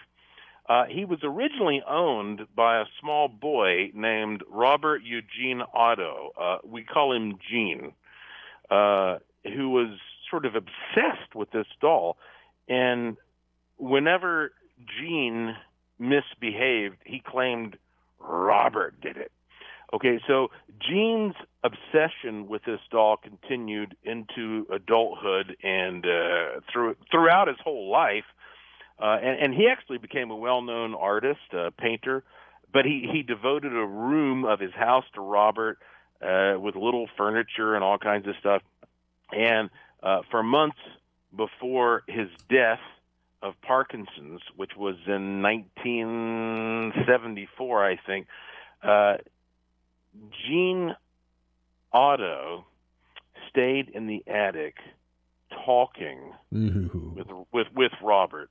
And Gene's wife, named Anne, sold the property, and she said she never liked the doll, and she said whenever Gene did anything mean or hateful, he blamed it on the doll. Blame the doll, right? Yeah. So for decades, those around the house claimed that Robert would come to life. There was a resident called Myrtle Reuter, I think, and she said that Robert locked her in a room, and so she donated this doll to the museum. And since then, hundreds, if not thousands, of people have claimed to have seen Robert move and manifest paranormal activity. If you go there, and you know I've been there numerous times, I did a live segment with you from there probably 10 or 11 years ago. The walls of the museum have thousands of letters from people around the world begging forgiveness for photographing Robert without permission. And so he demands respect and gets it.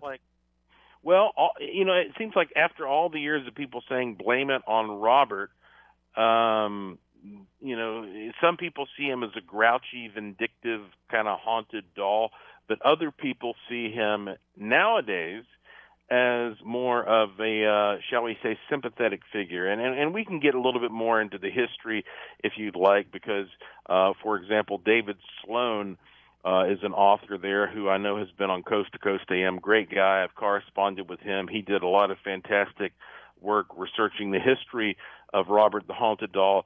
But the point is that when you, George, asked me to go down there to Key West, again about 10 years ago, and do a report on Robert the Haunted Doll, Robert the Haunted Doll was still kind of viewed as a scary thing. That's right. And you got along with him. Well, that's the thing. I went in there and I said, I am Joshua P. Warren. I smiled. And I said, I am here to do a report for George Norrie and Coast to Coast AM. And you and I, George, a lot of people listening may not know this. You and I have worked on a lot of different experiments. Like, for example, do you remember when we got a UFO to appear in Puerto Rico? I remember that. I remember what you did in Vegas. You made national news on that one. We've done a lot. Yeah. So I went in there and I took it very seriously, and I said to Robert, I am here to be respectful, and I want to tell your story to the world. And the weird thing, George, is that before I did that, I was getting just nonstop emails about, well, Robert's ticked off. Here's Robert cursed me, my dog died, my luggage got lost on my airplane flight, my landlord's kicking me out, all this. But since you and I have started working together to tell people to be respectful to this doll, now amazingly, most of the messages that I get from people are saying, if I visit Robert and I ask for his permission, etc., something good happens to me. And yet still, it's a little tricky to get access to him. Producer Tom Danheiser and I have been working together for a while to try to get the lady who is in charge of the museum on the show, and we're having a lot of issues trying to coordinate that. So hopefully one of these days we'll get it to work out. But for the most part, everything surrounding Robert has been positive now, and I think you are one of the main figures to thank for that. Perfect. Let's take some calls here for you, Josh. This hour's going to fly by. Let's go to Mark in St. Louis. Welcome to the program. Hi, Mark. Hey, good morning, gentlemen. Morning. Josh and George, how are you? Hey, George, this is your Gemini brother in St. Louis. Yes, it is. And I guess I should say good morning to Robert. He's probably listening to the show. I bet. But my question is, Josh, so what's your take on angels, man? Because I've heard of people summoning angels the same way you did the whole hobgoblin thing. Have a great day, guys. Angels it is, Josh. I'm glad that you brought that up, Mark. Thank you, because, again, this goes back to what I've been saying. People usually think of conjuring in terms of negative things, but it doesn't have to be that way. Okay, here's my opinion on this. I believe in survival of the fittest, just like Darwin said. And I know there are people out there who still don't like the idea of evolution theory. And I do. I believe in the spiritual. I believe there is a God, et cetera, just so you know where I'm coming from. But I also think that evolution is a reality. And so that's why maybe, for example, in a snowy region, maybe you don't have so many birds that have dark feathers because they stand out more and they get eaten. And so if you take the concept of survival of the fittest and you see how it works within the physical world of the animal kingdom, well, then you can say, well, why doesn't that apply to the spiritual world as well?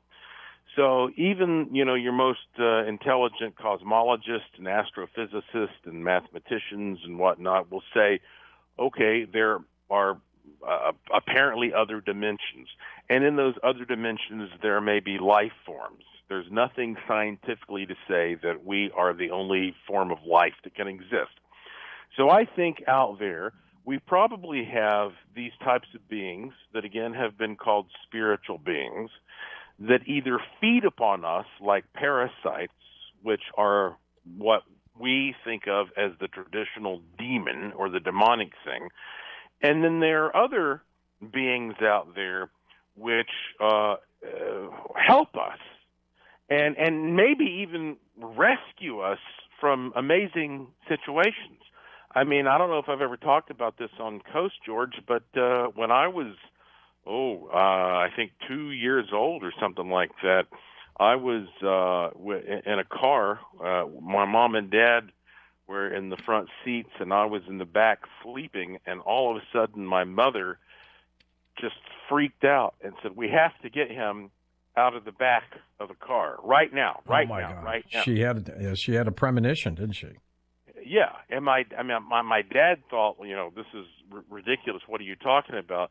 And they pulled me out of the back of the car where I was sleeping, and less than 1 minute later, the car was rear-ended, and it completely crushed in that entire section where I was. You wouldn't have been here talking to us tonight, Joshua.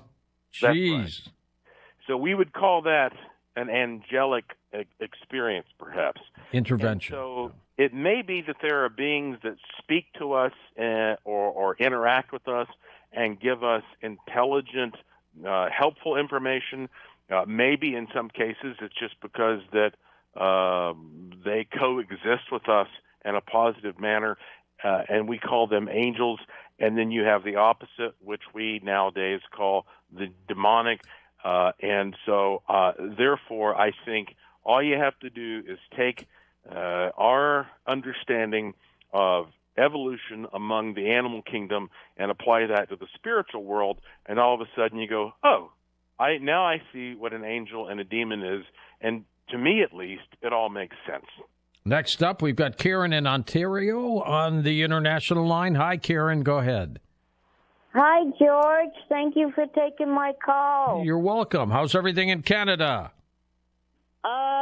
Pretty good. We've had a lot of heat waves up here. And just to let you know, I'm a long-time listener, first-time caller. Well, thank you, Karen. And you are on with Joshua P. Warren. Yeah, tell him I'd rather be with Chucky than the other dog. I have two quick comments to make. When I was in my early 20s, I was living with my grandmother, and one day she had told me she was very religious. She would do the prayer beads every morning when she woke up. And one day she told me she saw the devil at the foot of her bed. Well, that really freaked me out. I bet.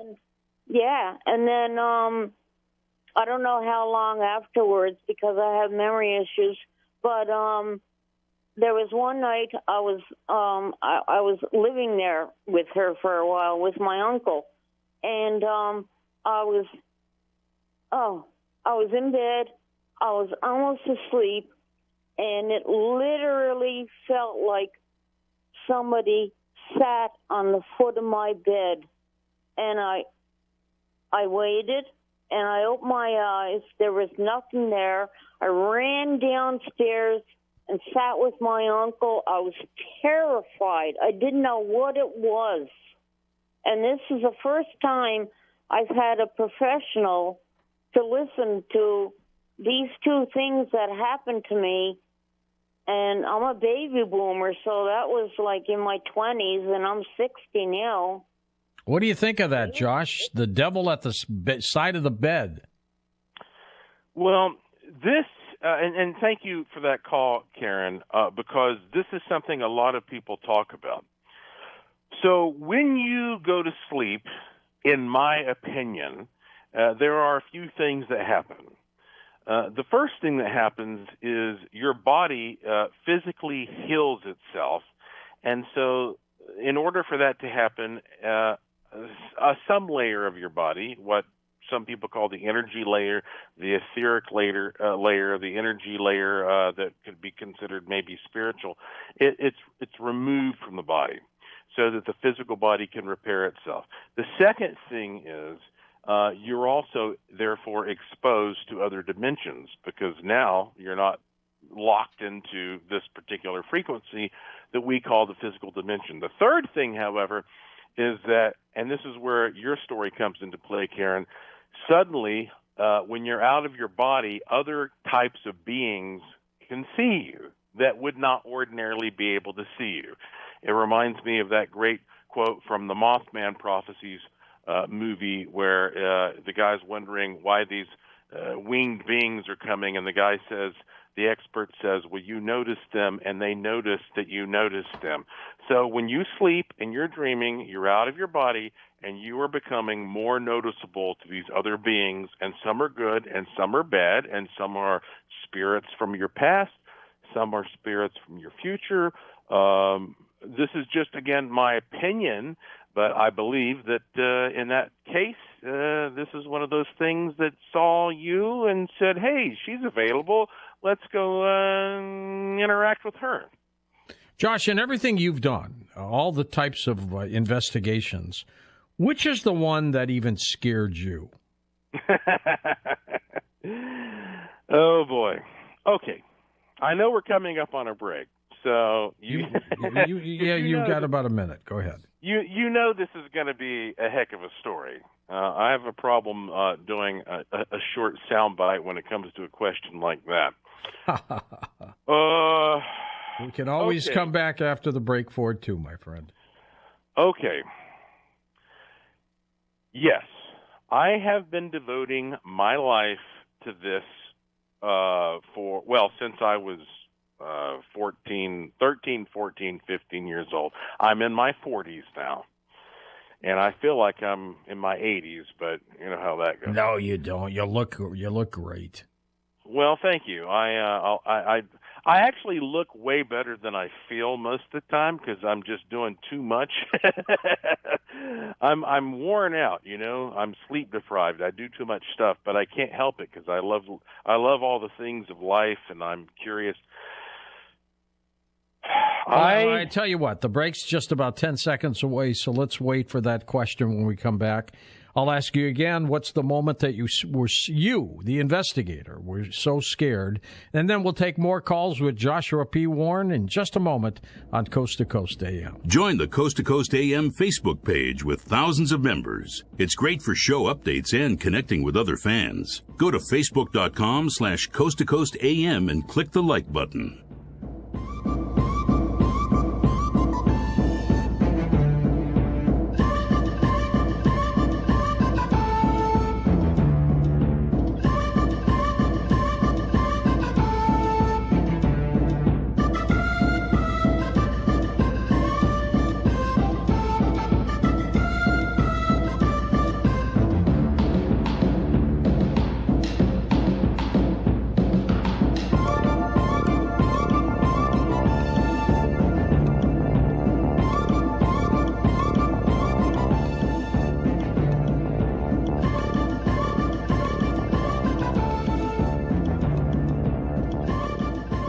If you're a gearhead or not, you'll enjoy the Under the Hood Car Show every Saturday afternoon from 2 till 4 on the voice of Fort Dodge, AM 1400, KVFD, Fort Dodge. I'm Phil Gunderson.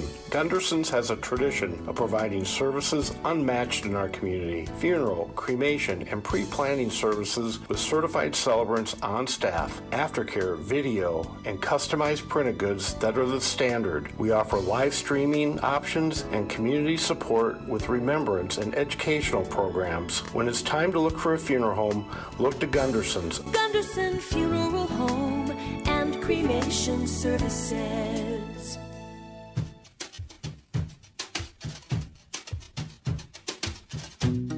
What do your status updates say? You're learning a new language? Going all organic? Instead of typing your feelings, what if you could put them into action? By creating a network to help keep kids off the streets in a country like Armenia or in Honduras, bringing IT into the classroom, or on a farm in Tanzania, helping stem the world's food crisis by creating a sustainable agricultural program.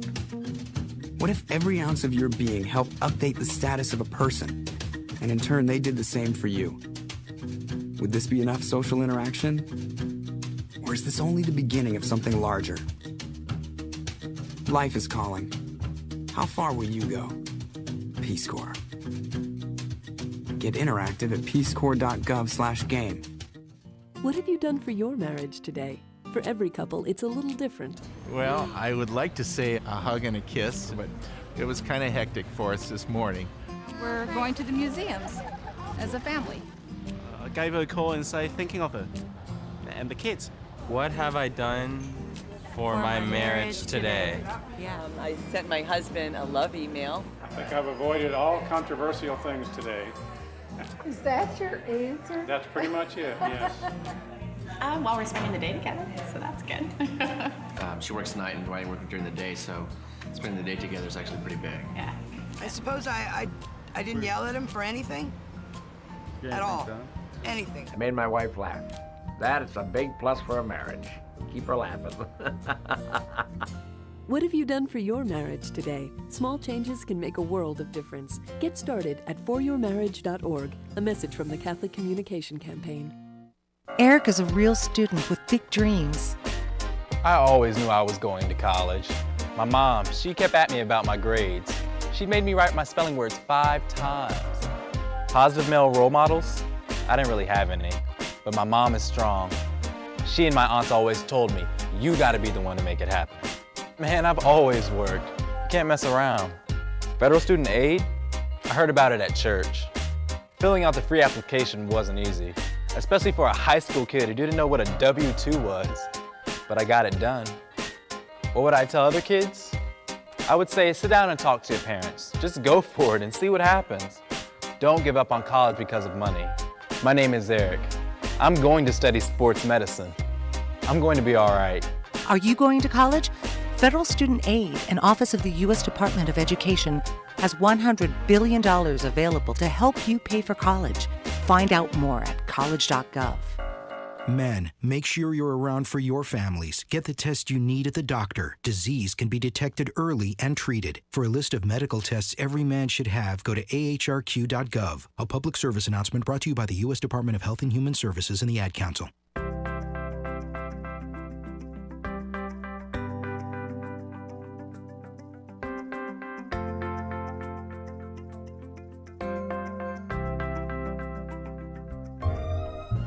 Time after time, I tell myself that I'm so lucky to be loving you.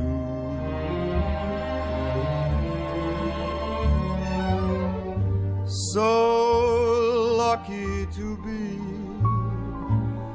the one you run to see in the evening when the day is through. I only know what I know. The passing years will show. You've kept my love so young, so new, and time after time, you'll hear me say that I'm so lucky to be loving you.